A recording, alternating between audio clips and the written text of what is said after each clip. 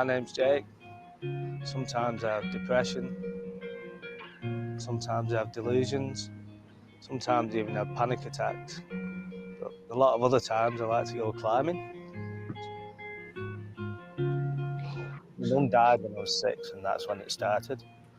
And a few months later, I got a school report saying he's not a very happy child, he doesn't smile very much, he doesn't laugh very much. And I just thought, oof. You know, for years and years, I just thought I was a miserable bugger because that's what you get told and that's what you presume and nobody speaks about it. It was only when I got maybe 18, 19 and really started realising, yeah, maybe there's something not quite right. Immediately before I had the idea of climbing, I was quite mentally unstable. I had to see an emergency psychiatrist and I was delusional, suicidal, and yeah, quite a mess really. I go out of the house and I think people were following me. I was very paranoid. I didn't trust my son, I didn't trust my wife. I didn't trust the dog, even though I was taking him for a walk. It came to a head, so I had to ring the emergency psychiatrist. They immediately medicated me. There was mental health nurses visiting me every day. It felt as though I was going to die. It's that serious, you know, people don't always understand, but it is that serious. Your brain forces your body into different situations, you know, and you feel the pain. I thought I was having a heart attack. I couldn't take anymore. I'd had enough. So I wrote basically not a suicide note as such, but gave myself 365 days to live, which was in February the 25th by the time I'd wrote that. I couldn't, I was at breaking point. I was done.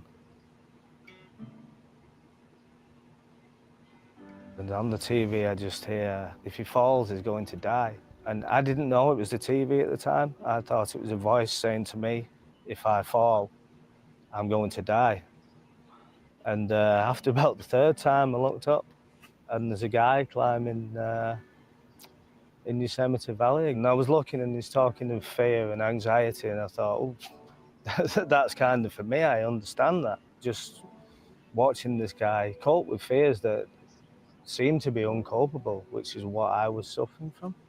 I quit the medication that day, watched every climbing film that I could for a long time and decided that I was going to climb something sometime or other. I didn't know when, I just knew that I wanted to.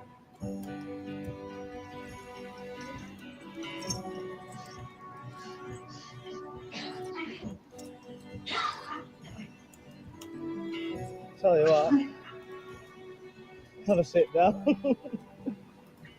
I spent 6 months going to climbing walls and parking outside in the van, looking and watching all these fit athletic people walking in and thinking, oh no, I can't do that.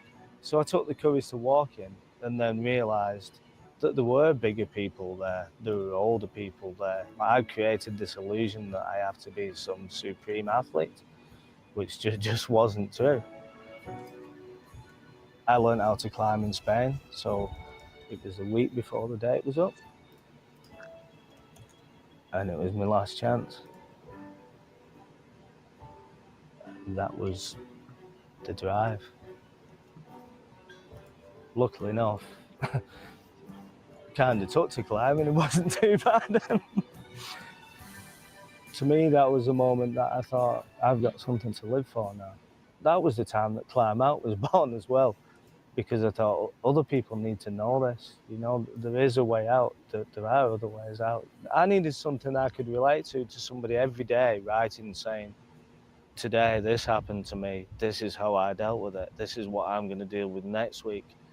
And there didn't appear to be that, so I just thought I'd do it. In climbing, there's a lot of the time where you surpass your expectations. It gives you a little more confidence with things. I think it does change your outlook. I've now got a set of friends who are all over the world. mental health wise, I'd like to control it, but realistically, if I just accept that it's there, deal with it when it comes, enjoy life when it isn't there. Do you know? I think that's a more realistic view. I'm not doing this for me. I'm doing this for other people to look and maybe think, well, if that fat old geezer can get out and do a bit of stuff, there's a good chance I can, you know? I haven't found a miracle cure. I've found a new coping strategy. It just happens to be a very nice one.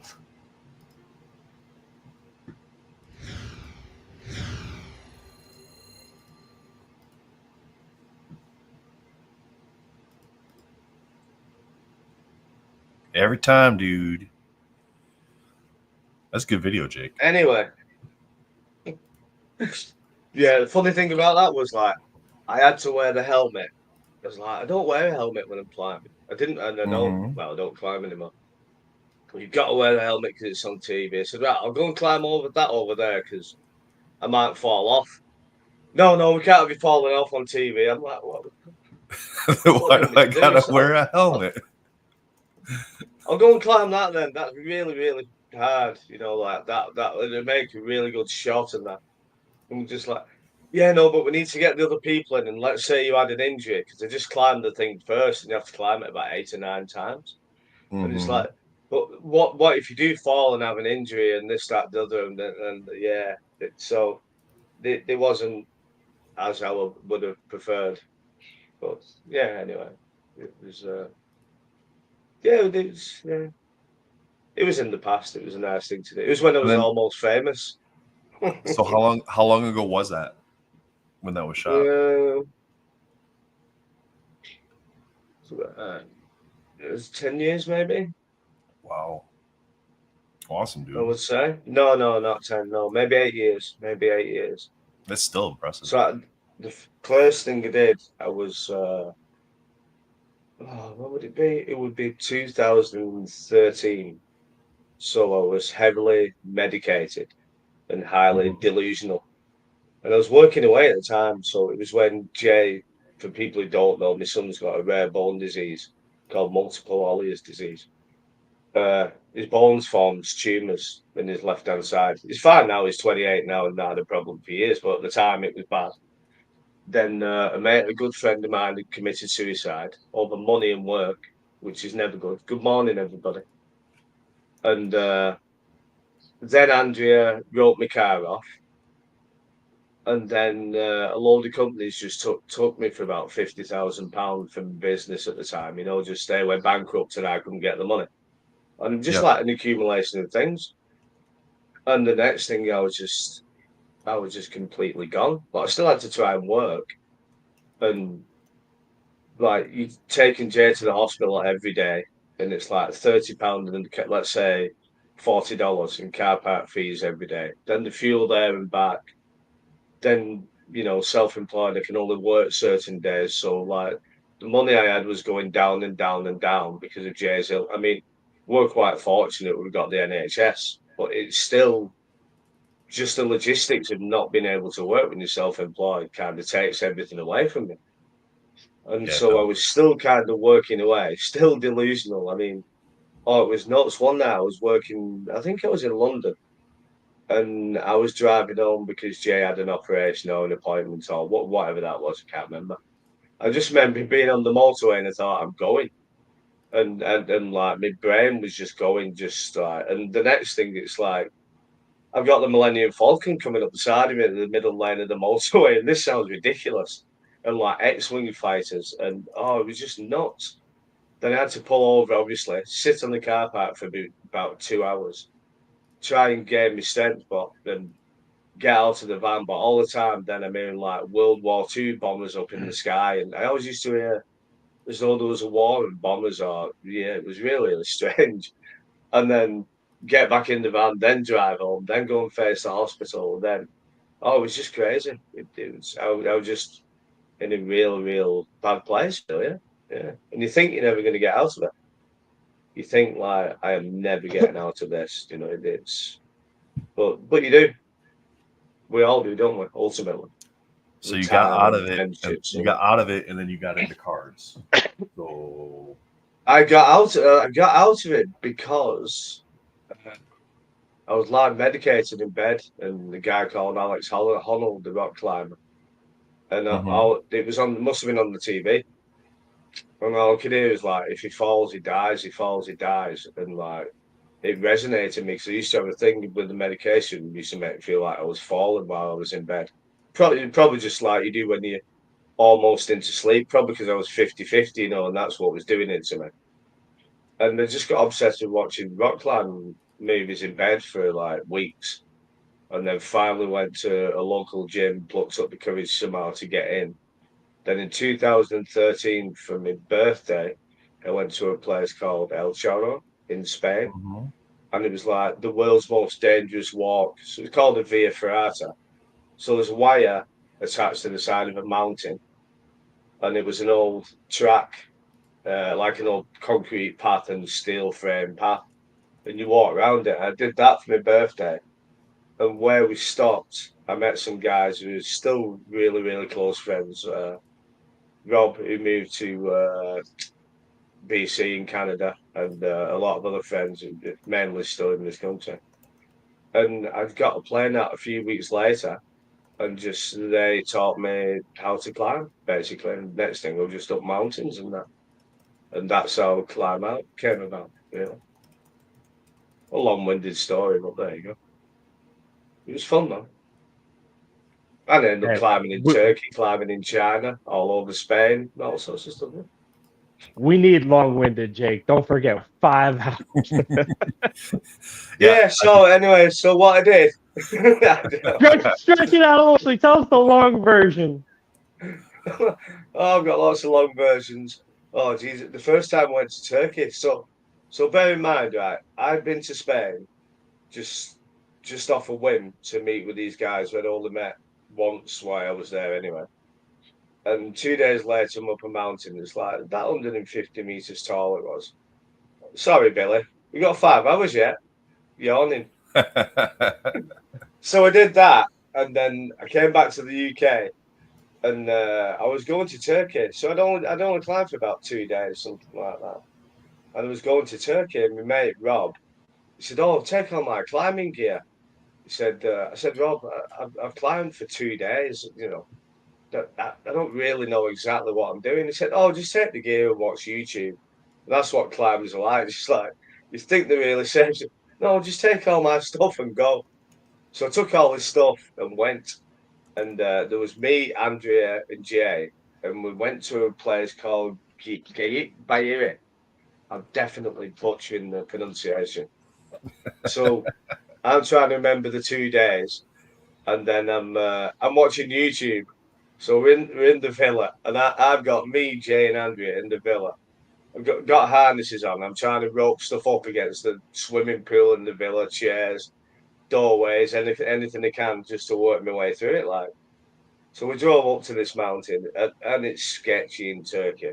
I mean, a lot of Turkey is more or less like a third world country. So you're relying in bolts that somebody's resined into the mountain. It's called sport climbing. It's big in America. It's mainly an American thing, really. So you're relying on these bolts that you're clipping into. So I said, "Come on, Andrew, we'll go for this." So you can get a device that's called a gree. Now I'm getting boring. So basically, you put this device, Andrea clips it onto a harness, puts the rope through, so then it'll automatically arrest my fall. So if I fall, even if she lets go, it's like a fall arrest system. It'll just automatically grab you. So so I'm climbing up this thing. I bet I was. It said it was 30 meters up. So I'm going up this, sheer face. I'm thinking, all right, I'm doing all right here, getting confident. Got to the top. Did I know how to untie myself? So you get to the top, and obviously, because you've got a bolt, you stop using clips. So you have to thread the rope through a bolt and then tie yourself off. But I just got stage fright, didn't I? I was just like completely mind gone. I'm shouting. Andrew can't hear me because 30 meters up is quite a long way, isn't it? And I'm thinking, oh God, what? And anyway, I composed myself and managed to get back down. I thought, right, yeah, that's okay. I looked down to her and she said, oh, I was scared then. She said, don't worry, I had this thing here. I looked at her and I said, you what? She just had it in her hand. I said, I'd have killed myself, Andrew. I said, if I would have fell there. She's supposed to clip it to that thing on your harness. I was like, oh, all the stupid things like that you get involved in. She already had a plan for you. Yeah, don't worry, it's there. And then not 5 minutes later, she did exactly the same. I went up another route. There was no bolts for about 10 meters. So I climbed up and I said, Andrea, I'm gonna fall. I'm gonna fall. I said, have you got me? She's like, what do I do with this again? She just managed to put it on. I fell and I missed the deck by about that much. Jay's shouting and screaming. So yeah. Yeah, there's a lesson there. Don't go rock climbing till you've had lessons, kiddies. Learn And you trust your wife a little better. Yeah. It's my own fault for not looking, isn't it? Anyway, that's an hour past. 17 minutes, Jake. Oh man. So maybe like an intro for like, you know, like people that don't know why we're here or what we're doing. Exactly. Yeah, exactly. So your 3 MentalCon guys were here. I'm just still working on putting stuff on the website over here. I still got a little stack of sketch cards to go up. Those will get added for tomorrow. We'll go over the website and everything with you real quick. Last year, we donated over $29,000 to Comic Books for Kids, which, Jake, you got that link for me? I sure have. You did. Yeah, it's in the artist chat, right? Yeah, you can put the website up if you want to. Yeah, let me get to, I'll work on getting that up. But yeah, so this year's charity is Luke's Purpose. So we'll be donating all the proceeds from this year's event will be donated to Luke's Purpose. They're an organization out of New York that helps families that have lost young children to whatever cause that was unexpectedly. They help them with funeral services, medical expenses, mental health counseling, sibling mental health counseling, which is fantastic. So if there's other children involved in the family, then it really helps them kind of learn how to cope with and deal with the loss of their sibling. Let's show real quick. We'll show last year's results here. So Jake, you built this website out afterwards for Comic Books for Kids as the new head over there in the UK for their European division now, right? Yes, sir. Nice. Oh, nice. You used the Brian Michalski Spider-Man. I only used one because at the bottom of it, it's got the link to Luke's Purpose and this year's MentalCon. So at a later date, I'll do another blog post with different art that people did from 2024 and 2025. I didn't want it to take away from Luke's Purpose, you know. Right. Because it only went live yesterday on the website, so it's got bits of bugs in it, but I just wanted to show, you know, the amazing work that all the artists, people watching Billy held us together for 2 days. I might not have been here today, but for Billy. When Billy said, I'm coming, I thought, oh, yeah, amazing. Then you have to, I'm going to struggle. Right? But and this is the result of what everybody's done.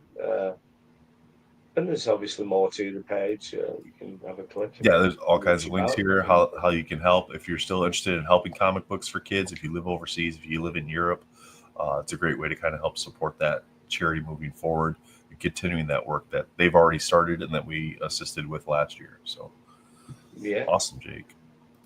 Yeah, so, and we've got Leo, Free Comics as a social media guy. So he's on the contacts list. Oh, nice. Which is good because it still keeps the tie, doesn't it, with the US, and obviously with Mark, who I email quite often anyway. And we just got another £6,000 from Random Acts, the sponsor. And awesome. I need to ring someone this weekend who also wants to help out, donate some cash. That's awesome, dude. But, great to see. So I think, I think the most important message is just because we change, charity every year doesn't mean that last year's charity gets thrown by the wayside and forgotten about.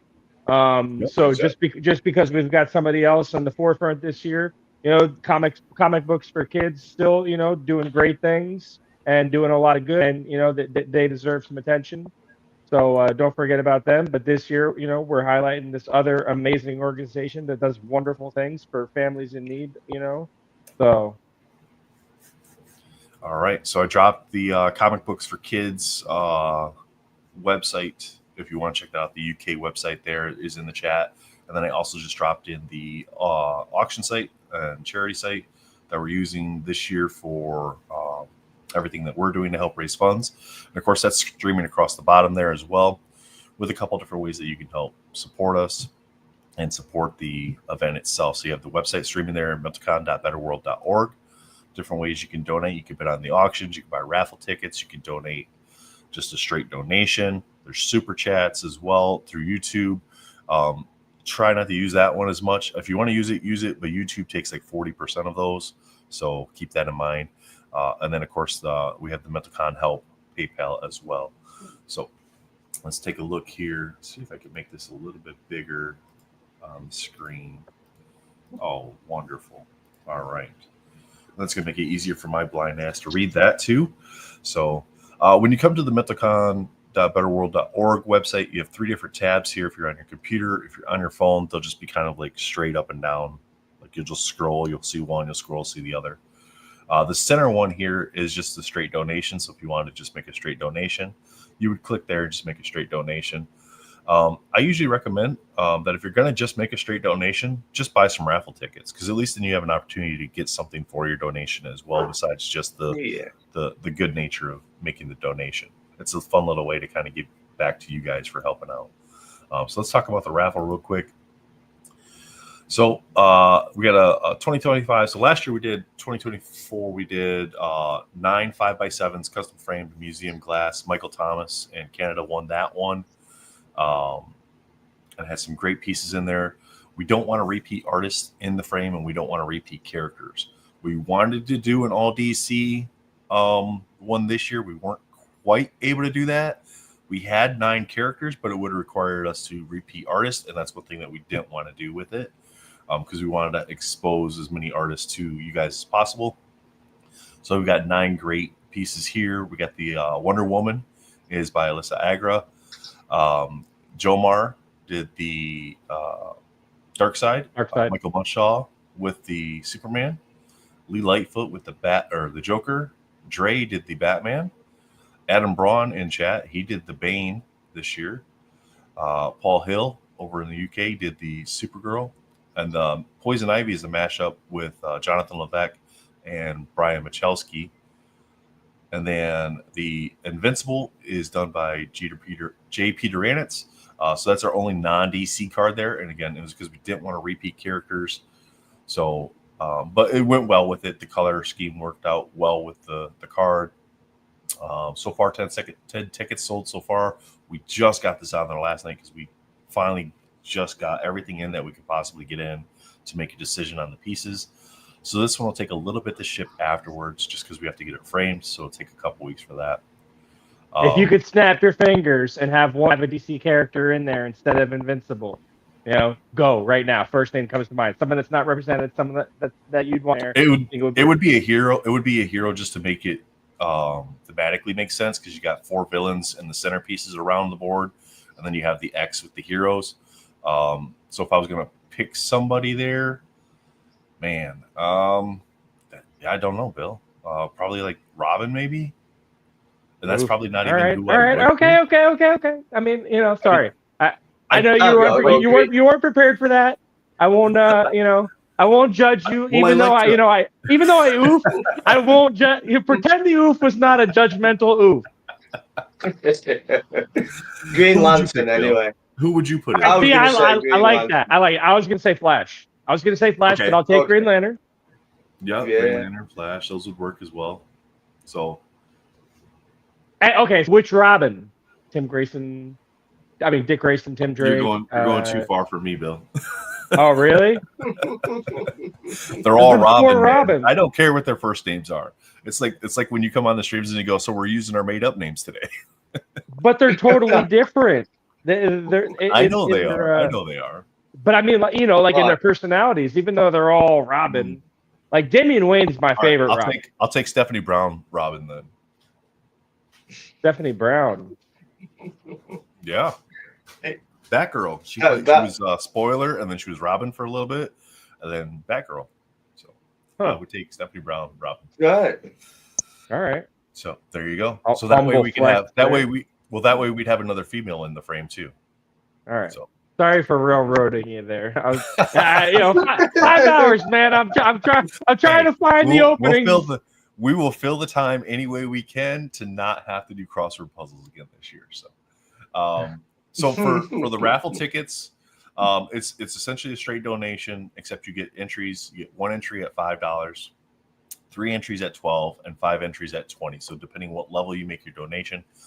Now, when you put your quantity in, like if you're going to do 5 entries, just do 1 here, and you get the 5 entries. Don't do 5 because unless you're going to donate $100, because you'll get 25 entries then. So it's not how many tickets you want; it's how many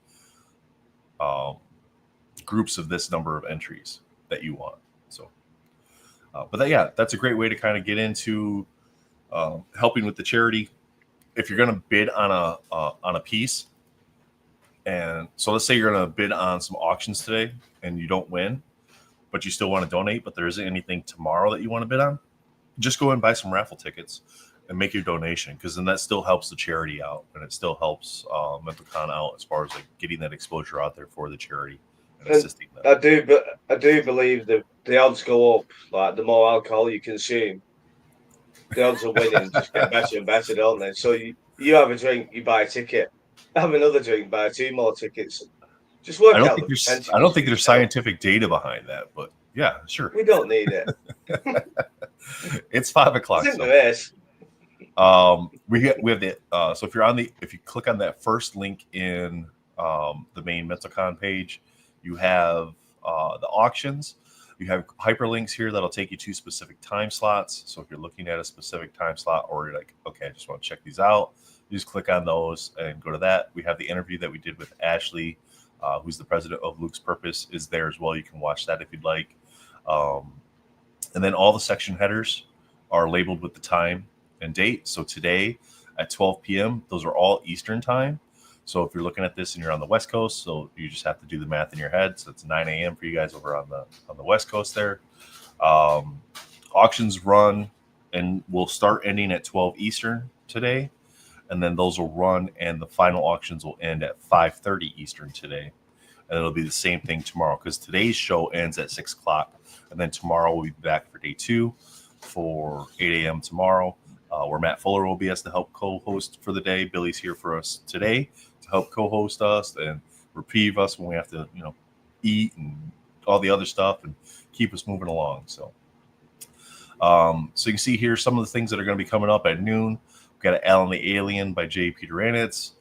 So how these are listed, you have the character's name, the artist, and then the size of the sketch itself. If you have an image like this, where you have the front and the back, then there is a front and back. If you go into these and there's no back image showing the back of the card, it's because there's no art on the back of the card. It's just the artist's signature and the MentalCon information. So we have the Battle Beast by Jonathan Levesque. That's Marvel Inc. there. Standard size Chichara by Mark La Peruta. Joker by Lee Lightfoot. Justice League by Rustico Limosanero. Lobo by Paul Hill. Poison Ivy and Harley Quinn by Alyssa Agra. Supergirl by Tim Cologne, Art of Tim. You guys know him. He'll be on 1 or 2 o'clock this afternoon. Rusty Gilligan did a 4-panel thing with 4 different versions of the thing here.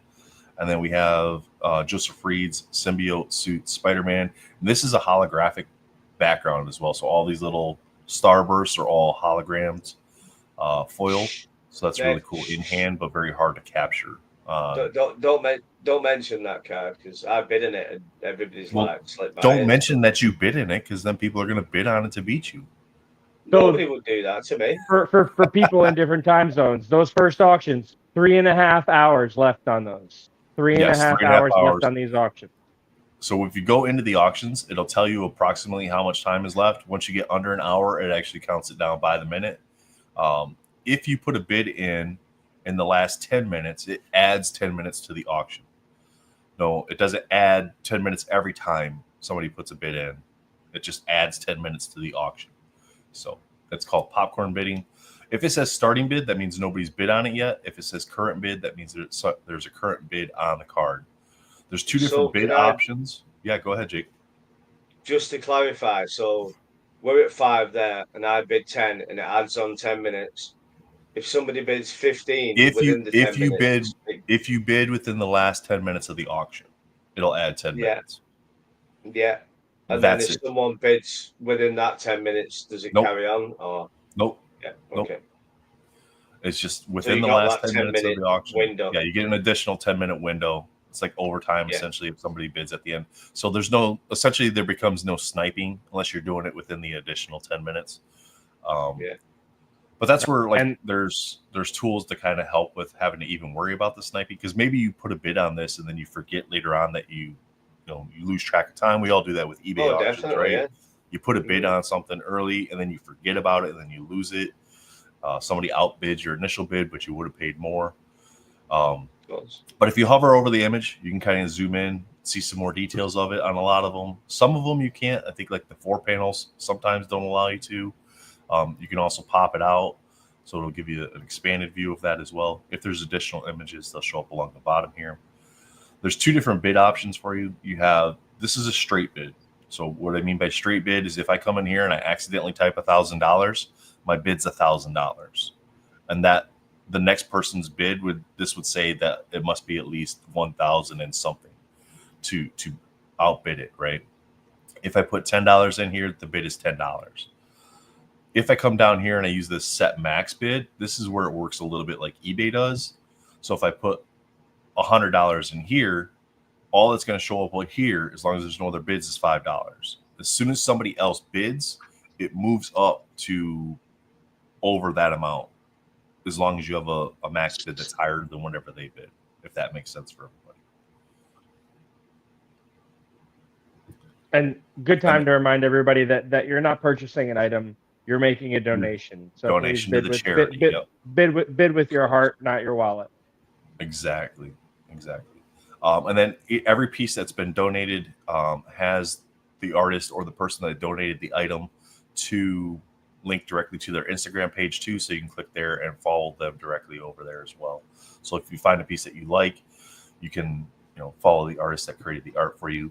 You can also add it to your favorite, which you can then see in your profile. Kind of show you here what your dashboard. You will have to set up an account if you didn't have one set up from last year. That's dashboard. That's not what we want. That's the my account. There we go. So you will have to set up an account because it will ask for your information as far as your shipping and stuff like that. So different ones here. So I can go in here. I can see my favorites under my auctions. Now this it keeps these historically for you as well. So it has your stuff from last year on there, the stuff from the first year's on there. But it doesn't organize them by year. It just organizes them however it wants to organize them. But again, this is where you can keep track of your favorites. When you place a bid, it does notify you if you get outbid. If you do a max bid and somebody bids, you'll get an email saying that your bid went up essentially. But if you get outbid, you get an outbid notification as well. If you're in the US, it's usually by text. If you're in overseas, UK, I get emails. I get emails, not text. Yep. So you can see here, here's one. So the Pickle Rick. So there's a bid that gets put in, and then you can see how the auto bid works here, and then it just auto bids for you. And then you have normal bids as well. And then you can change your settings. You can add a profile picture if you want to. Then you can select which time zone you're in, and it'll adjust the times for you. Not necessarily the titles of the sections. It's not going to do that, but any times that are displayed on the website outside of like the header titles, it'll adjust that stuff for you. So that's kind of how all of that works. If you have any questions about it, just go ahead, drop a comment in the chat, and we'll do our best to answer those for you as well. So yeah, so you have a couple different options. You can bid on pieces, you can bid or you can buy raffle tickets, or you can just make a straight donation if you don't want any raffle tickets. But definitely scroll through there, check those out. Like I said, each section, so this section here will end June 21st at 1 p.m. So there isn't just sketch cards this year. There are some graded cards as well, and we have 3 boxes of cards as well that Amanda sent over for us. Which let me pull this down real quick. Make it a little bit bigger. So then we got like 2025 AEW, 1991 Impel DC Cosmic cards, 1994 DC Master Series. So some fun stuff to open, some great images, and of course DC is the new line for Upper Deck. So, which they've already been creating some really cool sets. I've enjoyed annual. Too much would be the word I would use. The words I would use. I think Superman's next. No, Batman Metal should be next. Should be. I say should be because from what I saw, that got pushed. I think the initial release date on Batman Metal was supposed to be this Wednesday, and then I guess Steel City had it like in August, but then somebody else has it for like July 9th or something like that. But it's Upper Deck. We're all, if you're Marvel collectors and you bought Upper Deck recently, just expect any pre-orders to probably get pushed some. So morning, Brittany. Yep. Good morning, everybody. Good morning. Morning, everybody. Hey, Fausto, what's going on? Fausto. Good morning. Good morning. Good morning, Fausto. We got Geralt of Rivia, and this is one of the great things with Mentacon. We talked about this before, that you get such a wide array of genres that come through from the artist, because we give them the freedom to do whatever they want. Like last year, we talked about it last night on Josh's stream. The Scooby-Doo that FX did last year did like $600 or $700 in the auctions for Scooby-Doo, and you wouldn't, like, if you lined those up and you said Spider-Man, you wouldn't guess. Scooby-Doo, Batman, and Scooby-Doo sells for the most, you wouldn't have guessed that. So there's always cards that like get donations that are far exceeding what we would have expected for the cards. Like you got Ninja Turtles here, you got DC with Poison Ivy, Spider-Man. That's because we know that's because of Velma, though. Why Scooby-Doo won, don't we? Somebody like Pedro Pascal there, sat there with that card. I don't know Velma. Who's Velma? But yeah, so there's some different cards here. A couple cards that Brittany donated to us. The 2024 rendition Spider-Man. This is the Ghost Spider pink variant and a PSA 10. And she's donated the Adam Warlock as well. So Brittany, thank you for those donations. Appreciate that. Yeah, thank you. We had Tony Perna, Brian Michalski, Brendan Benson, Eric Basio. So some of these cards came in late last year, so they weren't here in time for the auctions. So they just got added on to this year's Mentacon. So we've had some of these for like 10 months now, that now we're able to kind of run them and get them going. If we have any that like come in super late this year, we're going to probably run another round of auctions in the next month. That way that stuff can just go to this year's charity as well. Paul Hill with the Tick. I love Paul's style with the cartoonish. Yeah, it's cool. Wolverine by Joseph Reed. The 3 o'clock segment for today. Go ahead, Bill. Just to reiterate what you were pointing out, for that cool feature where if you click on an item, you can see the artist's name and it links you to their shows. Guys, that like the artists give themselves and their work freely for the cause for this event. So please support them if you don't already. Give them a like, Absolutely. Give them a follow. Like their stuff, comment on them. Check in to see what if you want a commission from them. They don't get anything out of this other than the exposure, and so we're grateful for the time and the work that they donate to us. So we're happy to help them in any way we can in return. Absolutely. So again, some different genres here. We got Angstrom Levi by Paul Hill, Ghost Rider by Eric Basio, And Eric does this that pin, that dot art stuff. I don't know what the technical term is for that, but he does a lot of the dot art. Rustico with the dot art. Great. What I mean by that is it's, let's see, I'll pull this image up and we'll do it that way. So you can kind of see on the card a little bit, maybe not if you're on a phone. But essentially you got your exterior lines are all drawn. Yeah. But the colors themselves and the highlights are all done by just placing a bunch of dots in there with different shades or different colors. So like you see in the fire all these little dots, like all this red is filled in with dots, and it's just how dense the dots are to then fill in and create that coloring. Yeah, that's pretty cool. Oh wow. Yeah, that is cool. Pointillism. We got a leftover sketch from Michael from last year. This one somehow got like mixed in with some other stuff that didn't sell and never got added. So this year it's on here as well. It's a great Mystique card. It's called Stipling, apparently. Cycling, is that what it's called? Stipling, like stapling with an I. Got you. Okay, stipling. Or pointillism. Pointillism. Oh, Shane's got us covered there in the chat. So, maybe we should. We've just proved we don't know anything about art, comic characters. We've not been very forthright. We've not been going an hour. For me, I like to learn about the artists. Once I go, yep, I like that art. All right, we're not going to show. We know nothing about art. We're not going to show comic that card over here. I was instructed not to show this card right here. No, I'm going to break. I'm going to break a rule of the Marvel card community in general.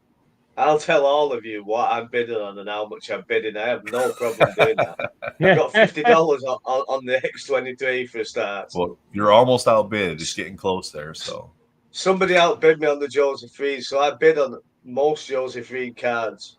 Some have been outbid, some I haven't. You have to work that out for yourself, kids, won't you?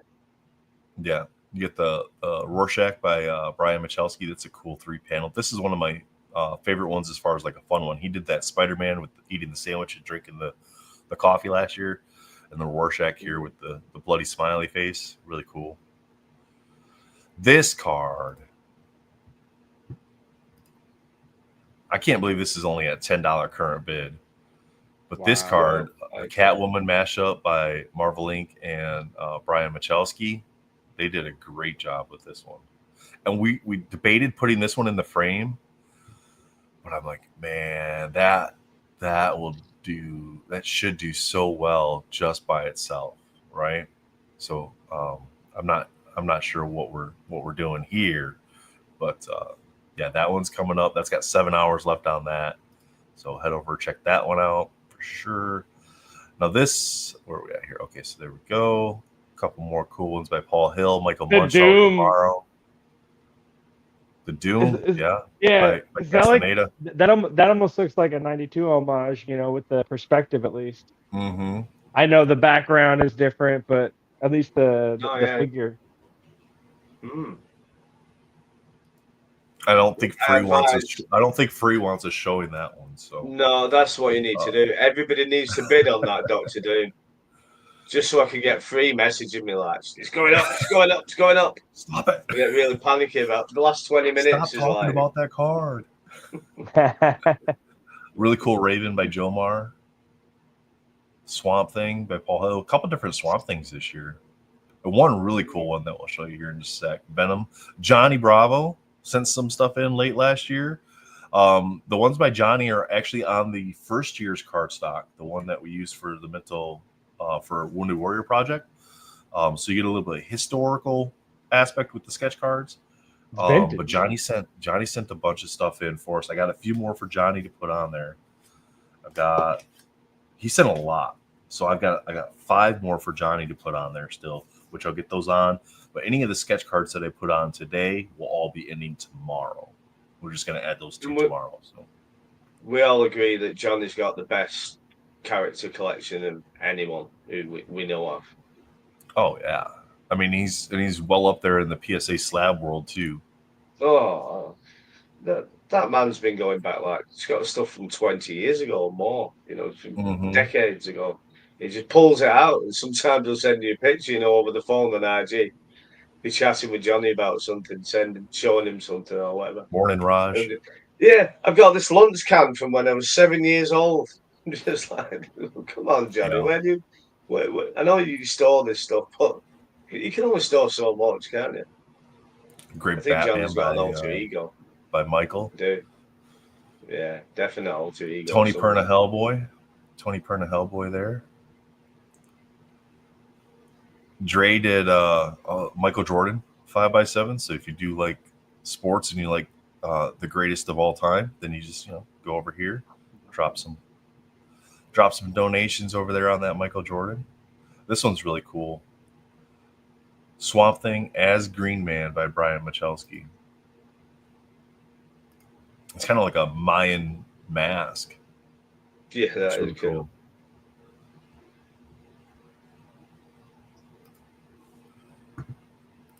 I've got a minor complaint. I'm gonna have to put it to all the artists. I It would looks like like to see a more pencil. looks like a tattoo some drunk girl would get at Mardi Gras. I could see that on somebody's like full size on their back. You get those guys that put like the full size tattoos that cover like their entire back. I could see somebody doing Mhm. Or something. it's like it's on her thigh where just the chin peeks out below her shorts. Yeah. All right, Like, Jen, oh if my you're God, watching, look at this tattoo I got on Mardi Gras. Jen, if you're watching, this year's counter took 48 minutes to bring up tattoos. That's not bad. Yeah, not too bad. And we still don't have advertisements tattooed across Nathan's head, so good to go. Weapon X by Johnny. I've gotten Well, 3 it's new ones also since last year. You got 3 new ones since last year? Yeah. Wow. What have you What'd got, you get? Billy? Well, the first one. So, you guys know Brian Hudson, Marvel Cards Up. Mhm. Yeah. He made a comment in our group chat that he would love to see a. Oh, I'm front and center now. That he would pay to see a 24-hour pay-per-view of me saying yes to everything. And I said that would not be a very long show. I was like, that show would get about 3 hours before I was like dead or locked up. And I was like, if I want to be successful, I can only say yes to about 0.4% of things. So I got 4 out of 1,000, which is 0.4%. Nice simple one there. Yeah, and then about a month later, I was working for a contractor on traveling quite extensively all over the country. When they told me I was just going to be in this little area, I ended up in this big area. Found myself in Florida, and I get to a bar where you have to like step down to get to the bar, and they're like $3 whiskey cocktails, and I'm like, it's gonna be a problem. Fast forward to the end of the night, and I'm playing darts with some girl, and some guy comes over, and long story long. I guess like she was trying to make this guy jealous by flirting with me, and I didn't care. But so they start talking again, and as a means of flirting with her, this guy spits his beer on her. And some of it got on me, and I'm like, did you just spit on me? And he's like, is that a problem? And I'm like, and I was so dumbfounded by the whole thing. And I was quite a few $3 whiskeys in deep. And I'd never been, it was a secondary fire or whatever. It wasn't like he intended to spit directly on me, but still that you would spit on her is a means of flirting. And I just could, all the responses that I wanted to come out of my mouth were rattling around my brain that I couldn't get one out, but I've been like, that's not a problem for you. Like you're okay with spitting on another man. And I just left because the reality occurred to me that I'm in a strange land all alone. I don't know who this guy is. It's Florida. He could be like the sheriff's cousin. You know, and I get into a tussle, and all of a sudden it's my fault. And 30 dudes start wailing on me because, you know, they're gonna help their friend instead of me. And so it occurred to me that whiskey is for friends, not for strangers. Not for just going to random locations. Not for yep. Save whiskey for friends. And then it's funny because I'm actually 6 months sober now, so I got that. But then I got because of AI ruining everything, and you know, there's a certain mascot that's very near and dear to my heart, and he's not around anymore. I don't know if you guys remember from Microsoft Office, Clippy. They killed him, and he was just trying to help. Morning, Jesus. Brilliant. That's awesome. You know what I was worried about when you said the guy's spit went on your arm? I thought you might have drawn me on that and then got it tattooed. Oh man, that's what I thought he was going. That's what I thought he was gonna. That'd been cool. Look at that. Turns into a story. Best friends for life. The end of the story has a twist. The guy's name was Keith, and yeah, my fourth Keith now because I collect him. What would have been a really cool story is like I got the hole his tooth left tattooed on my knuckle. Oh my goodness.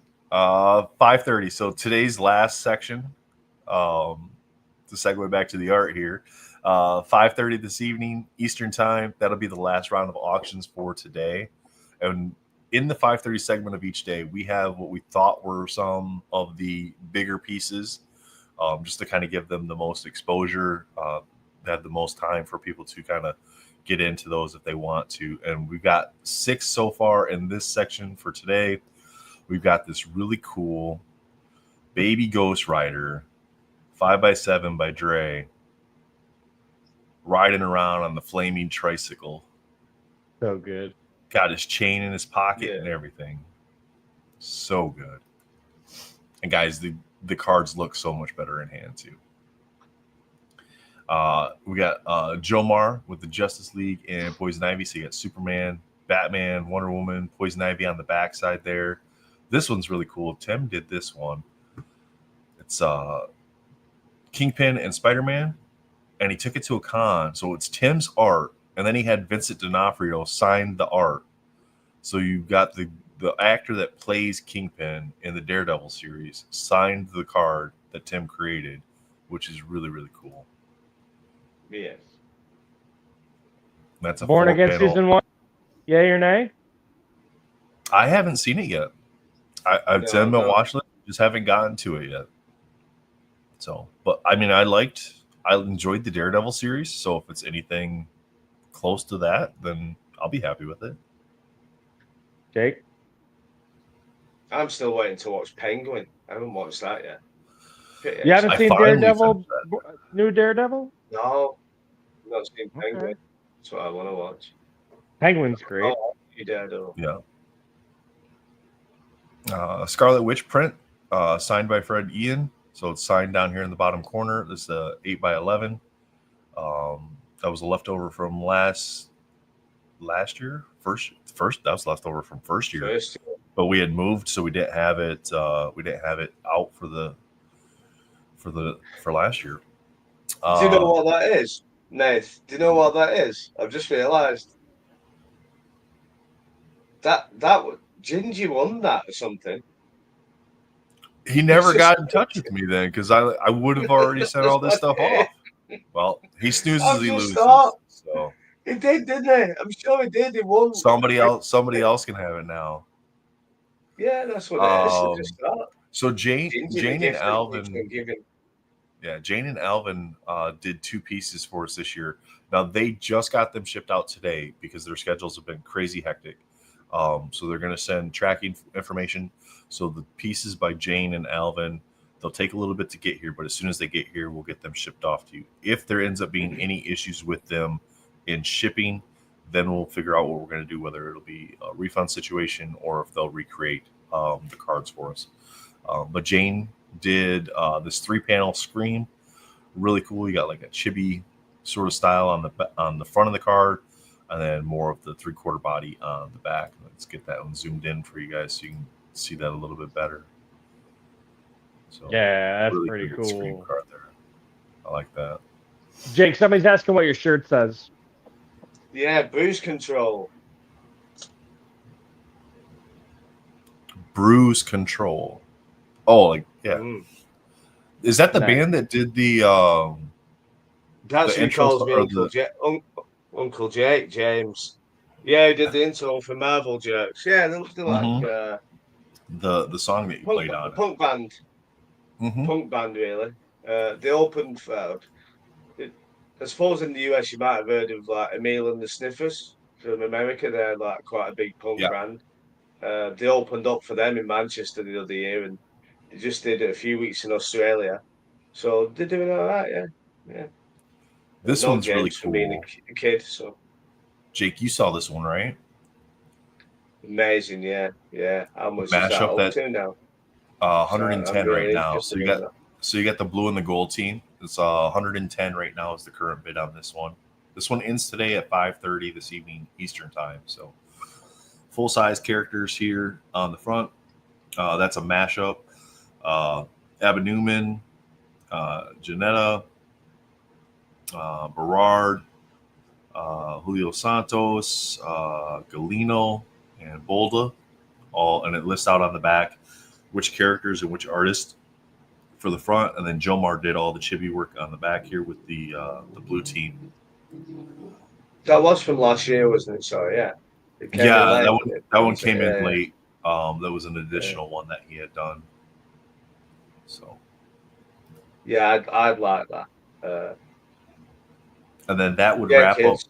That wraps up all the ones that we would Grown-ups. have for today. So nothing else that's getting put on the website will be in today's auctions. Everything else that gets put up on the website will be in tomorrow's auctions. So if you're just worried about today's auctions and you'll worry about tomorrow, these are what your choices are for today. Again, if you don't see anything that you're interested in or you don't win something in the earlier hours, just go buy raffle tickets. And then that way you can still help contribute to the charity. It'd be grateful. And if for some reason you don't want anything and you still want to help, you can make a cash donation. There's a link there. No donation is too small. It all adds up. Like we get hundreds, probably over 1,000 people watching this, over the course of 2 days. If everybody donates a little bit, that adds up, guys. And you can share.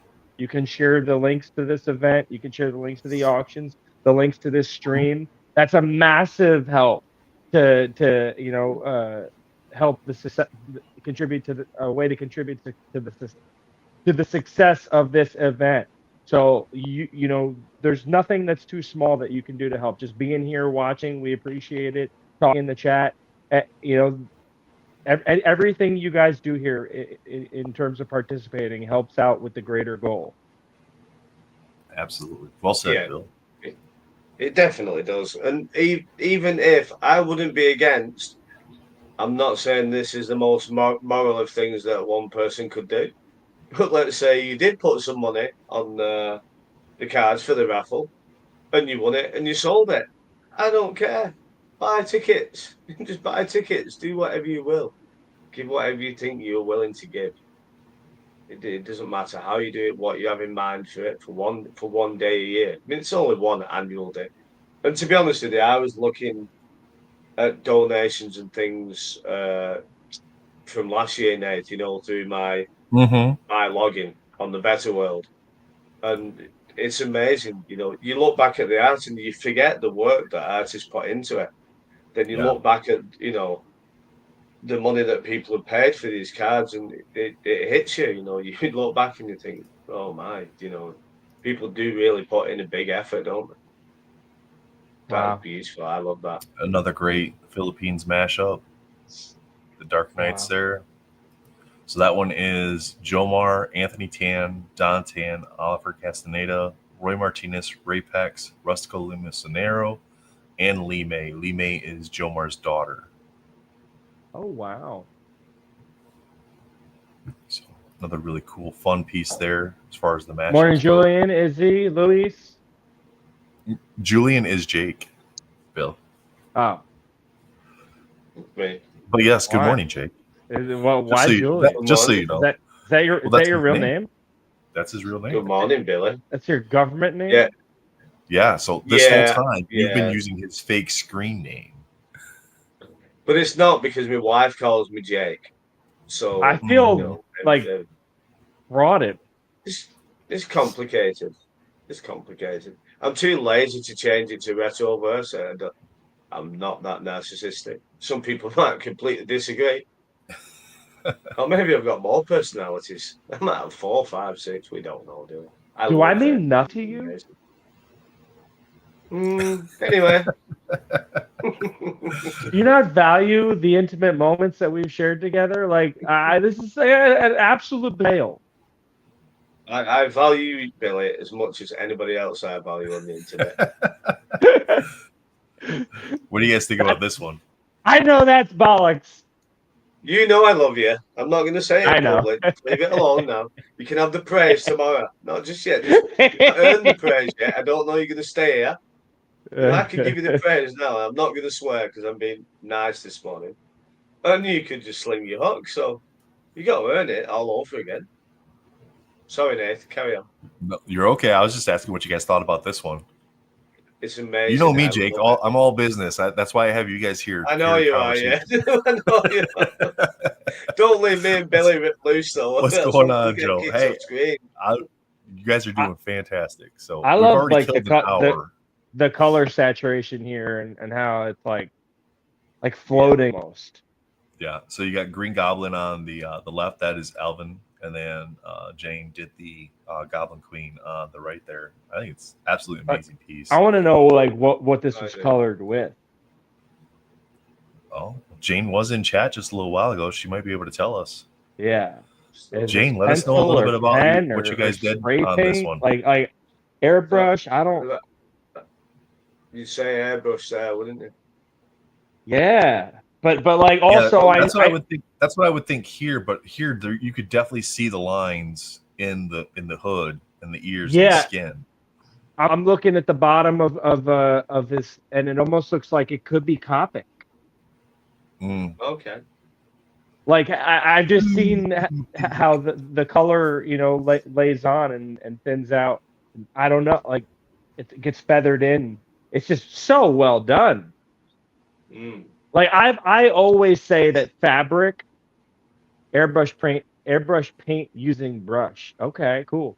I always say that like a horse I beat to death is how hard fabric seems to draw to me to capture that, like, the wrinkles and just to have it look real. And the hood here, like, nailed it. So cool.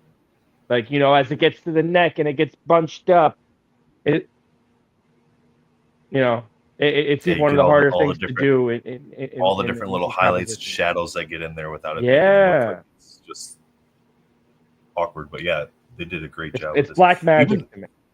Even the wrinkles in the lines, like in her neckline, on her outfit here, and in the shoulders. Yeah. Even down on the wrist, there's like the little wrinkles in the fabric that just make it look that much more realistic. And interesting. Fantastic. Using a regular brush. I'm laughing the way the Green Goblin is looking in there, and she's saying, "No, you're not." He's looking, saying, "Yes, I am." She said, "No, you're not." No, we're not throwing that today. It's hard to get expressions, though, isn't it? When you see a piece of art like that, and they both really got facial expressions. Whatever you may make of them is down to you. I mean, is this the first for MentalCon? To get that isn't easy. I've started early, Bill. I need to rein it in. Is this the first sync for MentalCon? It is, yeah. Tim was able to pick this one up from a convention for us. So Bill did a quick con sketch for us on MentalCon stock. So we got a little welcome Joker to MentalCon, Bill Sienkiewicz. Absolutely. Oh, you're very So, yeah. welcome, Jane. Thank you for donating your time and your efforts. Yes, thank you. One of my favorite cards. The Pick a banana. And I don't. If you guys are watching on your computer, if you can zoom in, zoom in. I don't know if I zoom in anymore.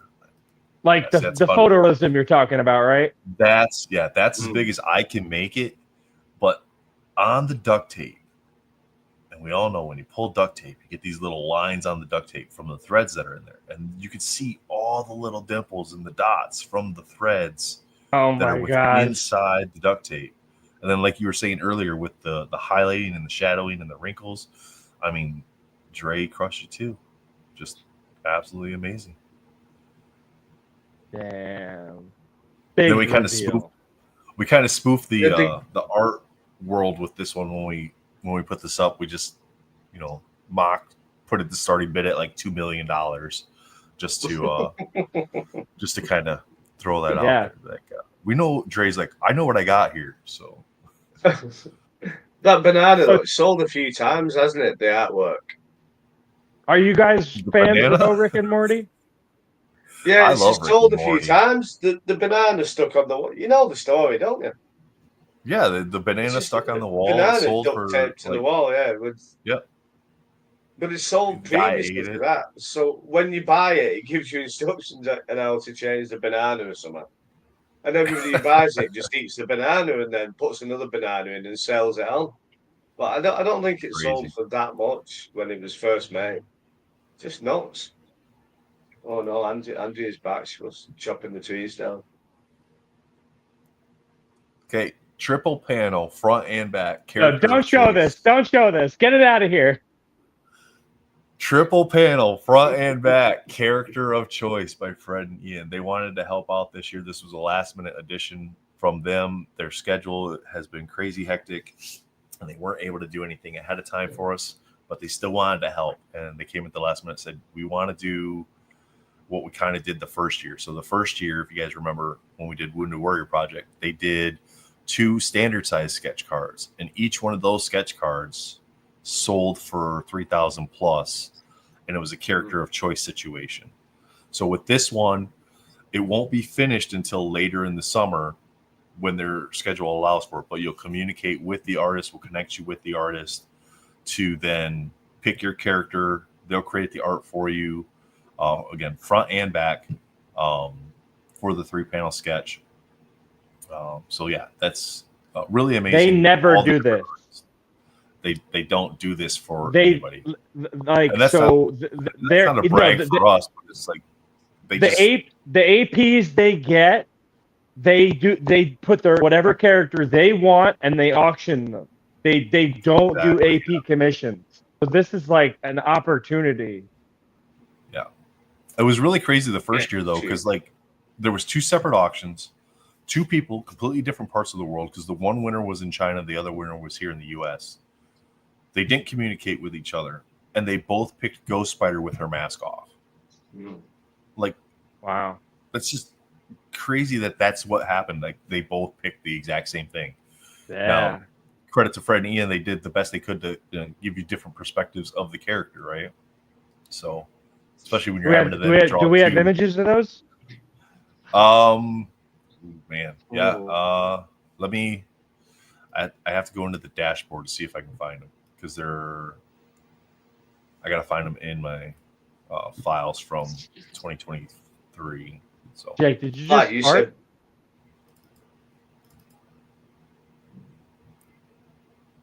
Did he just? They just never do this anymore, do they? You know. Oh no, it looked like he was muted for like 15 seconds, like Spartan. Oh. No, this is a real special opportunity because they've been very busy this year and they really not had time to do much at all. So, and you never know when they'll have time to do it again. Yeah. And just to have the opportunity to be in contact and, you know, a character of your choice. And yeah, you might have to wait a few months, but you can get a commission from anyone and you may have to wait a year for it, might you, anyway? Mm-hmm. So right, Dre? Right, Dre? Is that still not done? Still not I done. don't. It's not even a rush for me. I like giving them a little jab No. every now and then, just because. No. But yeah, it's not even a rush. I mean, Jake, I spent 6 months on the road. If you would have sent it 3 months ago, what was I going to do with it? You got your Lego from me though, didn't you? I did. We might end up building that later. Where did I put it? So Nathan's been wanting Lego sets, Billy. So I've been buying him Lego sets, big ones. Well, this is a small one, but yeah, he's been buying me the big. Yeah, that's not the one you. That's not the one you bought. No, yeah, the big F1 and sports cards sports cards. It's not gone. It's just there. It's at the side of him. Yeah, what is there? There's 3 of them now, isn't there? There's that there's that McLaren. Then you've got. This is because I've got my full intentions to post them. Oh, it's another room. Mm-hmm. He keeps telling me. The McLaren, the Mercedes, and then. But I might sell mine. Remember that one? Oh yeah. The Porsche that's like remote control and stuff. So I got one as well. We got them half price. But there's I might sell mine and put it towards Shelby Cobra that's coming out. So, but I don't know. I suppose that's a different conversation. But at least you got your little thing anyway. Back to Fred here. Well, yeah, I'm trying to find the image because it wasn't on it wasn't on an auction. Good morning, so Dad. I gotta find it within the messages. We can find it. Go back 2 years during the course. It's okay. The course of the show. Good opportunity to remind everybody, why we're here and what we're doing this year. Again, the charity that we're supporting is called Luke's Purpose. They do something really incredible. They help out families that have lost children. They do it in various ways. They do it with financial support, funeral arrangements, therapy, social, counseling for siblings. Go check them out. All the proceeds from today, tomorrow will go there. Peter. Hey, what's up, guys? Good morning, Peter. Hello, Pete. Mm-hmm. Good morning, Kim. How are things in Colorado? I'm awake and hot. Nice. Got all the kids hogtied? Oh, no, they're all sleeping, dude. They'll be sleeping till like 10 or 11 o'clock today. Yeah. They won't be awake. Perfect. Well, there we go. So these are the 2 standard size custom sketches that Fred and Ian did the first year with the character of choice. That one and amazing, that one there. So just think what they did on just a standard size sketch, single-sided, and then what they're going to be able to create on a 3-panel sketch, front and back. So yeah. Woo. That'll be crazy. Absolutely amazing. And that's what comes to mind is the Doom that Leo won. From last year. So that was an amazing piece of art, I think. Even I was tempted to buy that. I remember reaching out to Fred one time about an AP, and I was getting he was getting irritated at like me trying to get a specific character done, and I was like, all right, well, the next time you decide to just do one and auction it, maybe you could do that. He's like, we don't take requests. And he was like, he was trying to be as polite as possible, but I could tell like the frustration coming through the translator. Yeah. And I think that's where I can't speak for them obviously, but I mean when they did 3 years of Unbound, and every year they're given, here's your list of characters that you can do work on. Like how tedious that must be for them when they're just like, no, we just want to create what we want to create, and then that's what we want to be able to put out there. To then have to do some characters that they're just like, oh, this isn't going to be good. Like Morbius 3 times. Yeah. Just imagine offering that up for Mental Con 23, and then people picking the same character twice. They must have thought, oh no, we're cursed here. Give us a break. Now whoever buys it needs to do Gwen Stacy again. Do another I'll Spider. do it all. Gwen, all right, Gwen, I'm back. So this was the Oh, Doom no. that you were talking about here, right? This was I a loved 3-panel. it.